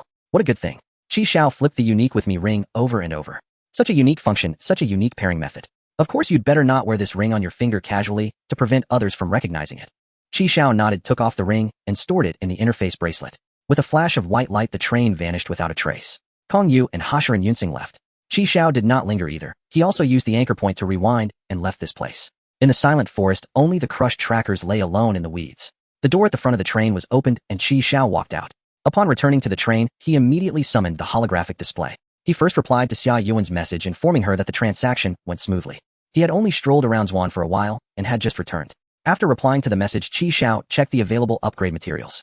Metal 4790, 600 kilograms, plastic 3426, 300 kilograms, wood 9900, 200 kilograms. Apart from metals, the remaining materials were sufficient to upgrade to level 10. Before upgrading, Xiao looked at the modifications available for level 16. These 3 modifications were Pancake Master, obtain a dedicated electric griddle for the train, 2 train coins. Refreshing Summer, obtain a dedicated ice maker for the train, 3 train coins. Hair Care, obtain a dedicated hairdryer for the train, 1 train coin. At that time Xiao did not make any modifications. But now that he had money, he didn't care about these trifles. After all, he had collected a total of 395 train coins. Now he went for extravagance. Xiao waved his hand and made all the modifications. Spending 6 train coins, he obtained 1 electric griddle, 1 ice maker, and 1 hairdryer. After all, it wasn't expensive and the hairdryer could be used for Shi Jian and the others. After all, their hair was long. Once the modifications were completed, Xiao tossed 30 train coins into the input area and began the upgrade. Upgrading to level 17. Gained an ordinary train compartment. Modifications refreshed. Basic kitchen components gain a dedicated stove, range hood, integrated sink, and hidden external water tank for the train. 5 train coins. Kitchen components. Not very necessary as there was no second Lao Lu to cook. Forget it, it was just for the water tank. Xiao spent 5 train coins to modify it into the newly acquired compartment. Play around, gain a dedicated mahjong table for the train. 3 train coins. Mahjong machine. Xiao rubbed his chin, thinking it could be fun to play a couple of rounds when bored. There happened to be 4 people in the train. Xiao invested 3 train coins to unlock a mahjong machine. The only pity was that there were no accompanying chairs. Tasteful Life, gain a dedicated coffee machine for the train. 3 train coins. Coffee machine.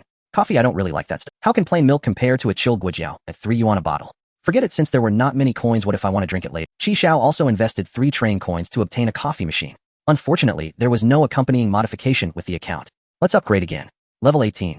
Gained an ordinary train compartment. Longest stop time extended by 1 hour. Current latest departure time 16 o'clock. You can still choose to depart at 10:50. Level 18, and the longest stop time has been extended by another hour. Next modifications refreshed. Kitchen waste recycling, gain an automatic compost bin that can convert kitchen waste into fertilizer. 5 train coins. An automatic compost bin. Without hesitation, Xiao invested 5 train coins and obtained the 3rd automatic compost bin. Great, this would enhance the efficiency of the automatic vegetable machine. Eating a flat peach would soon be within reach.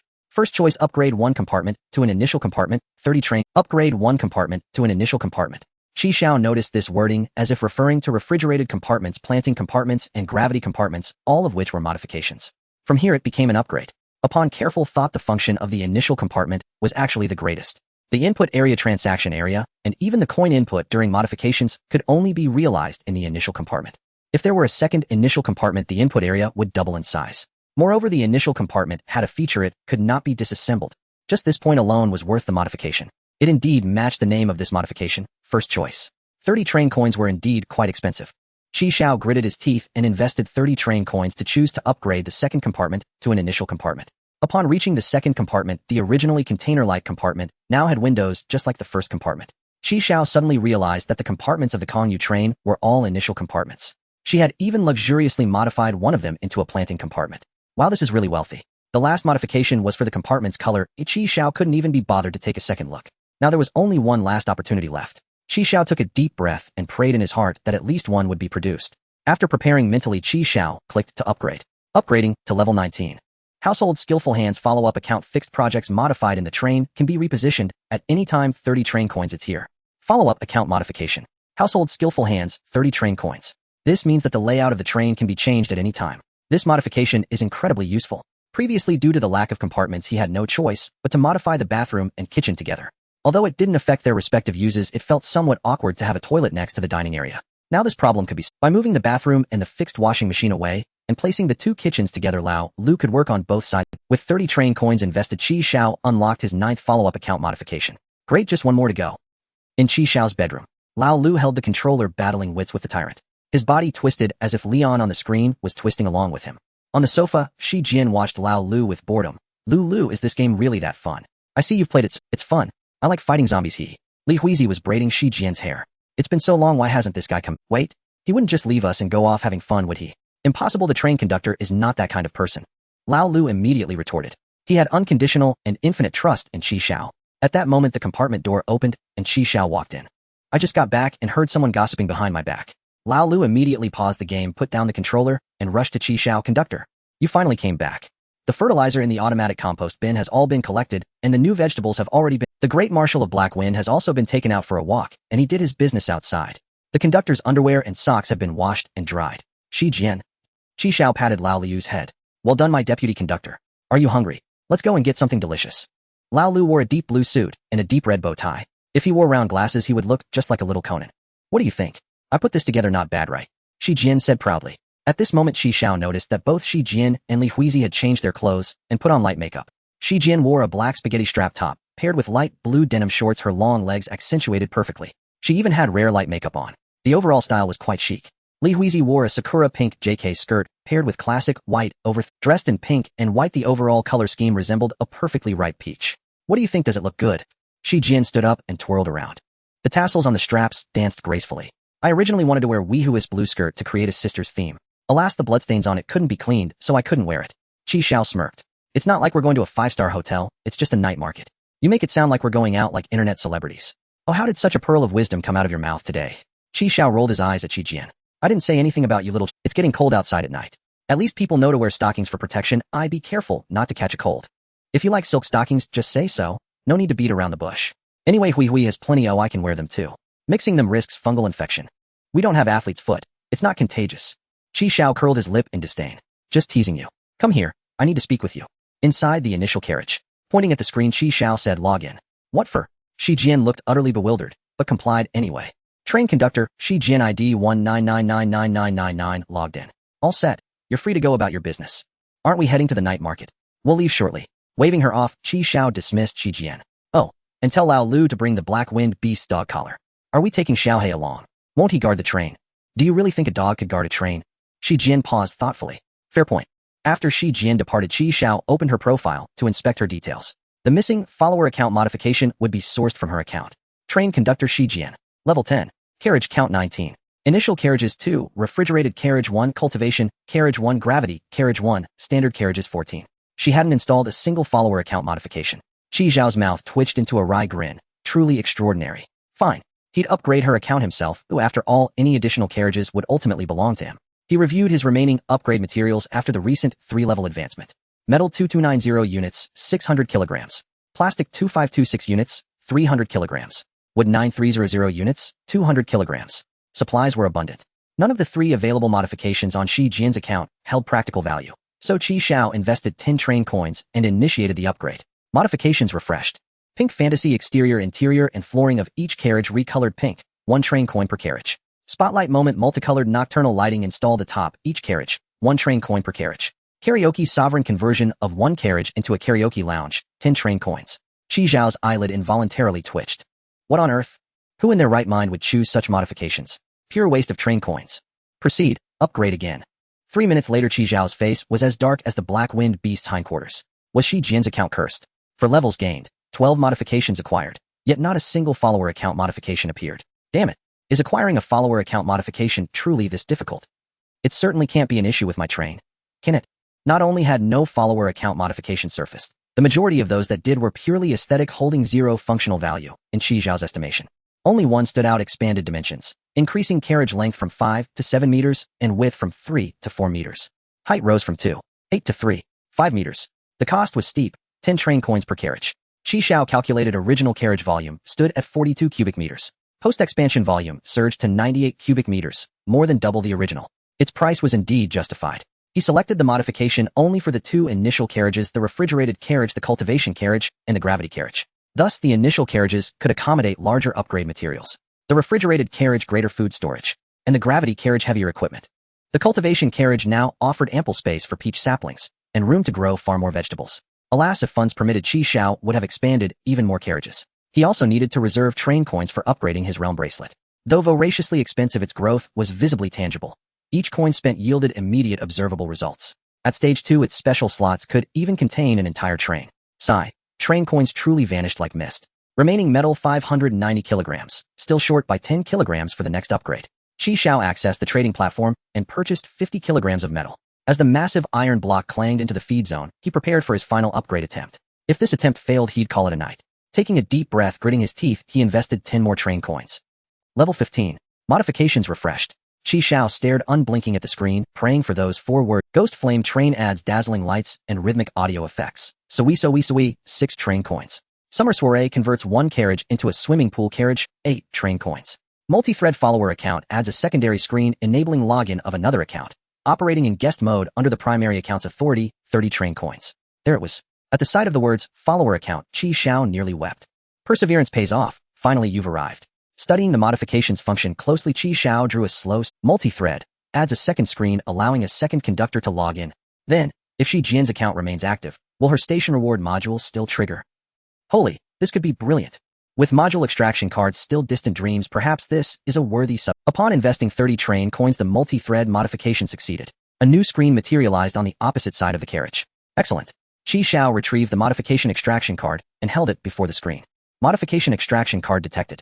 Scanning trains installed modifications. Please select the modification to not only follower account modifications, but all structural enhancements applied to the train itself could be extracted. Bulletproof glass, reinforced steel plating, lavatory components, kitchen modules, central air conditioning, zone refrigeration, and cultivation carriages. Even portable train-exclusive items could be extracted: cabinet-style air conditioners, ice makers, PS5 consoles. The screen scrolled endlessly with eligible options. This modification extraction card was astonishingly powerful. Selected modification multi-thread. Confirm extraction. Yes, no. Xiao tapped yes. The screen confirmed successful extraction. Simultaneously, the newly installed screen on the opposite side vanished. On the once transparent card, 3 characters now glowed: multi-thread. Excellent. Xiao logged out. Shi Jian's account re-entered his own, then brought the modification card close to the light screen. Modification card detected. Activate modification. Yes, no.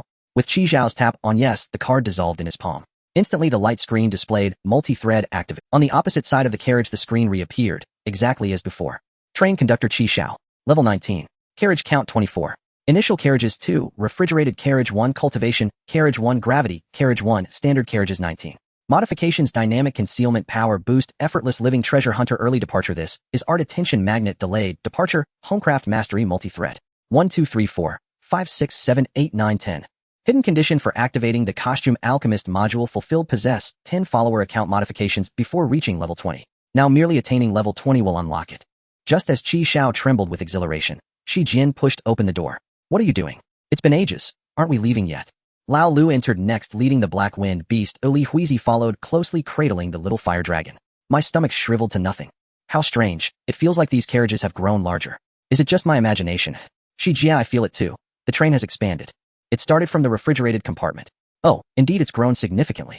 Naturally, it was just upgraded. Xiao closed the holographic interface and turned to the others. You're all starving, right? Elbow, let's go. He snapped his fingers, the carriage doors slid open. Xiao cheerfully Shi Jian glanced at Lao Lu and Li Huizi beside her. What's wrong with him? Why is he so ecstatic? Both Li Huizi and Lao Lu shook their heads. In the distance, Shi Jian had already boarded the shuttle with Li Huizi. What's he doing? Dilly-dallying like this. Why is it so complicated just to leave? Shi Jian watched Xiao lean against the train chatting animatedly with Lao Lu, her stomach growling so fiercely she could barely contain her frustration. Are we leaving or not? Almost there. Lao Lu leading hay-foam beast sprinted from the locomotive to the rear carriage. The train comprised 24 carriages, each 5 meters long. Including the locomotive, its total length approached 125 meters. 2 carriages bulged outward like stout swollen figures. Captain, our train has grown so long. Just watch, it'll grow even longer yet. Awesome. Woof, woof, woof. It took Xiao nearly 5 minutes to shrink and store the entire train inside his spatial bracelet. Huh, where'd the train go? Lao Lu and hay-foam beast froze mid-sprint. Such a massive vehicle had vanished without a trace. Xiao jingled his spatial bracelet lightly. Stowed away. Let's go. Wow, Captain's incredible.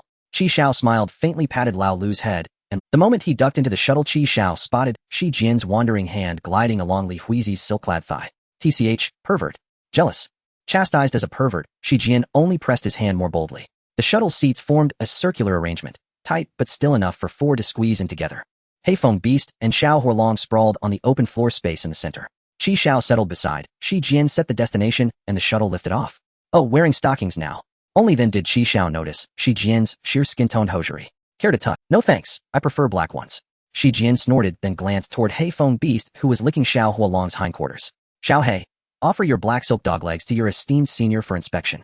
Pai City Moonlight Alley. Viewed from above, this street resembled a colossal fishbone. Symmetrical alleys branched off both sides of the main thoroughfare, each lined with food stalls. They arrived at Moonlight Alley at 9:30 p.m., precisely when the district buzzed with its liveliest energy. Crowds surged ceaselessly. This dwarfs the pedestrian street beside my university. Shi Jian inhaled deeply. The rich aroma of sizzling delicacies filled the air, and involuntarily let out a soft ah. Absolutely divine. I'm starving. I could devour an entire pig right now. Li Huizi gently restrained Shi Jian's arm, silently urging composure.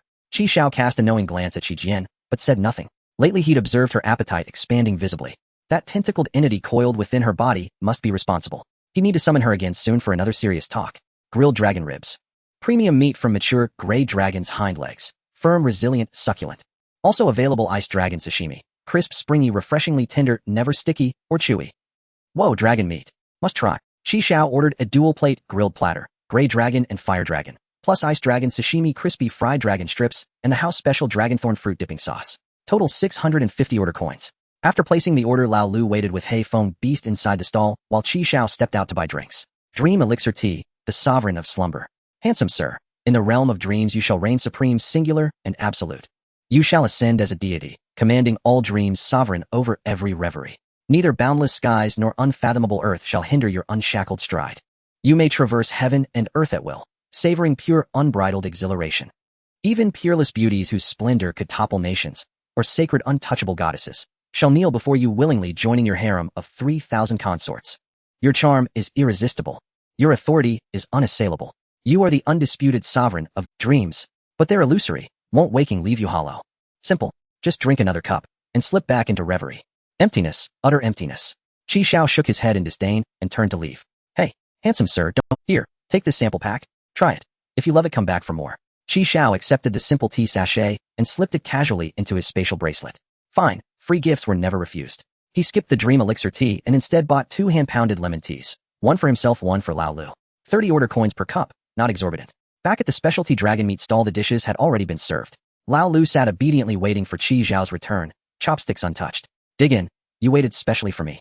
Yes, we wait for Captain to eat together. As the 2 men and the beast feasted heartily, Shi Jian and Li Huizi returned. Their arms brimmed with shopping bags. Clearly they hadn't held back. Chewing dragon meat, Xiao looked across at the 2. Can't rely solely on street-side fare. Later let's find a proper restaurant. My treat. Then why dine on ribs here? Just head straight to a restaurant. Need to tide ourselves over first. Xiao sliced a piece of gray dragon meat and popped it into his mouth. Try the sashimi, it's delicious. Nah, I don't eat raw meat. Shi Jian declined with a shake of her head, then grabbed a crispy fried dragon strip and tossed it into her mouth. Delicious, so chewy. Li Huizi speared a slice of iced dragon sashimi and placed it on her tongue. It melted coolly, crisp, springy, slick, like chilled jellyfish. Yet unlike jellyfish, its flavor was profoundly savory, surpassing all earthly delicacies. Li Huizi's eyes lit up instantly, bliss bloomed across her face. She speared another slice, then dipped it into the amber-orange dragonthorn fruit sauce. With the sauce, the sashimi burst with sweet and sour brightness, finishing with a subtle warming spice, layer upon layered complexity. She sighed in delight. Amazing. Xiao smiled and signaled to the shopkeeper. Boss, 10 more orders of iced dragon sashimi and crispy dragon strips togo. The spatial bracelet possessed temporal stasis. Food stored within would neither spoil nor degrade. And the dragon strips need plum powder. Shi Jian added hastily. Got it. The shopkeeper called back. Lao Lu, pick whatever you like, we'll pack several portions to take home. Captain, I love the fiery dragon ribs. Spicy and absolutely delicious. Boss, 10 more fiery dragon ribs.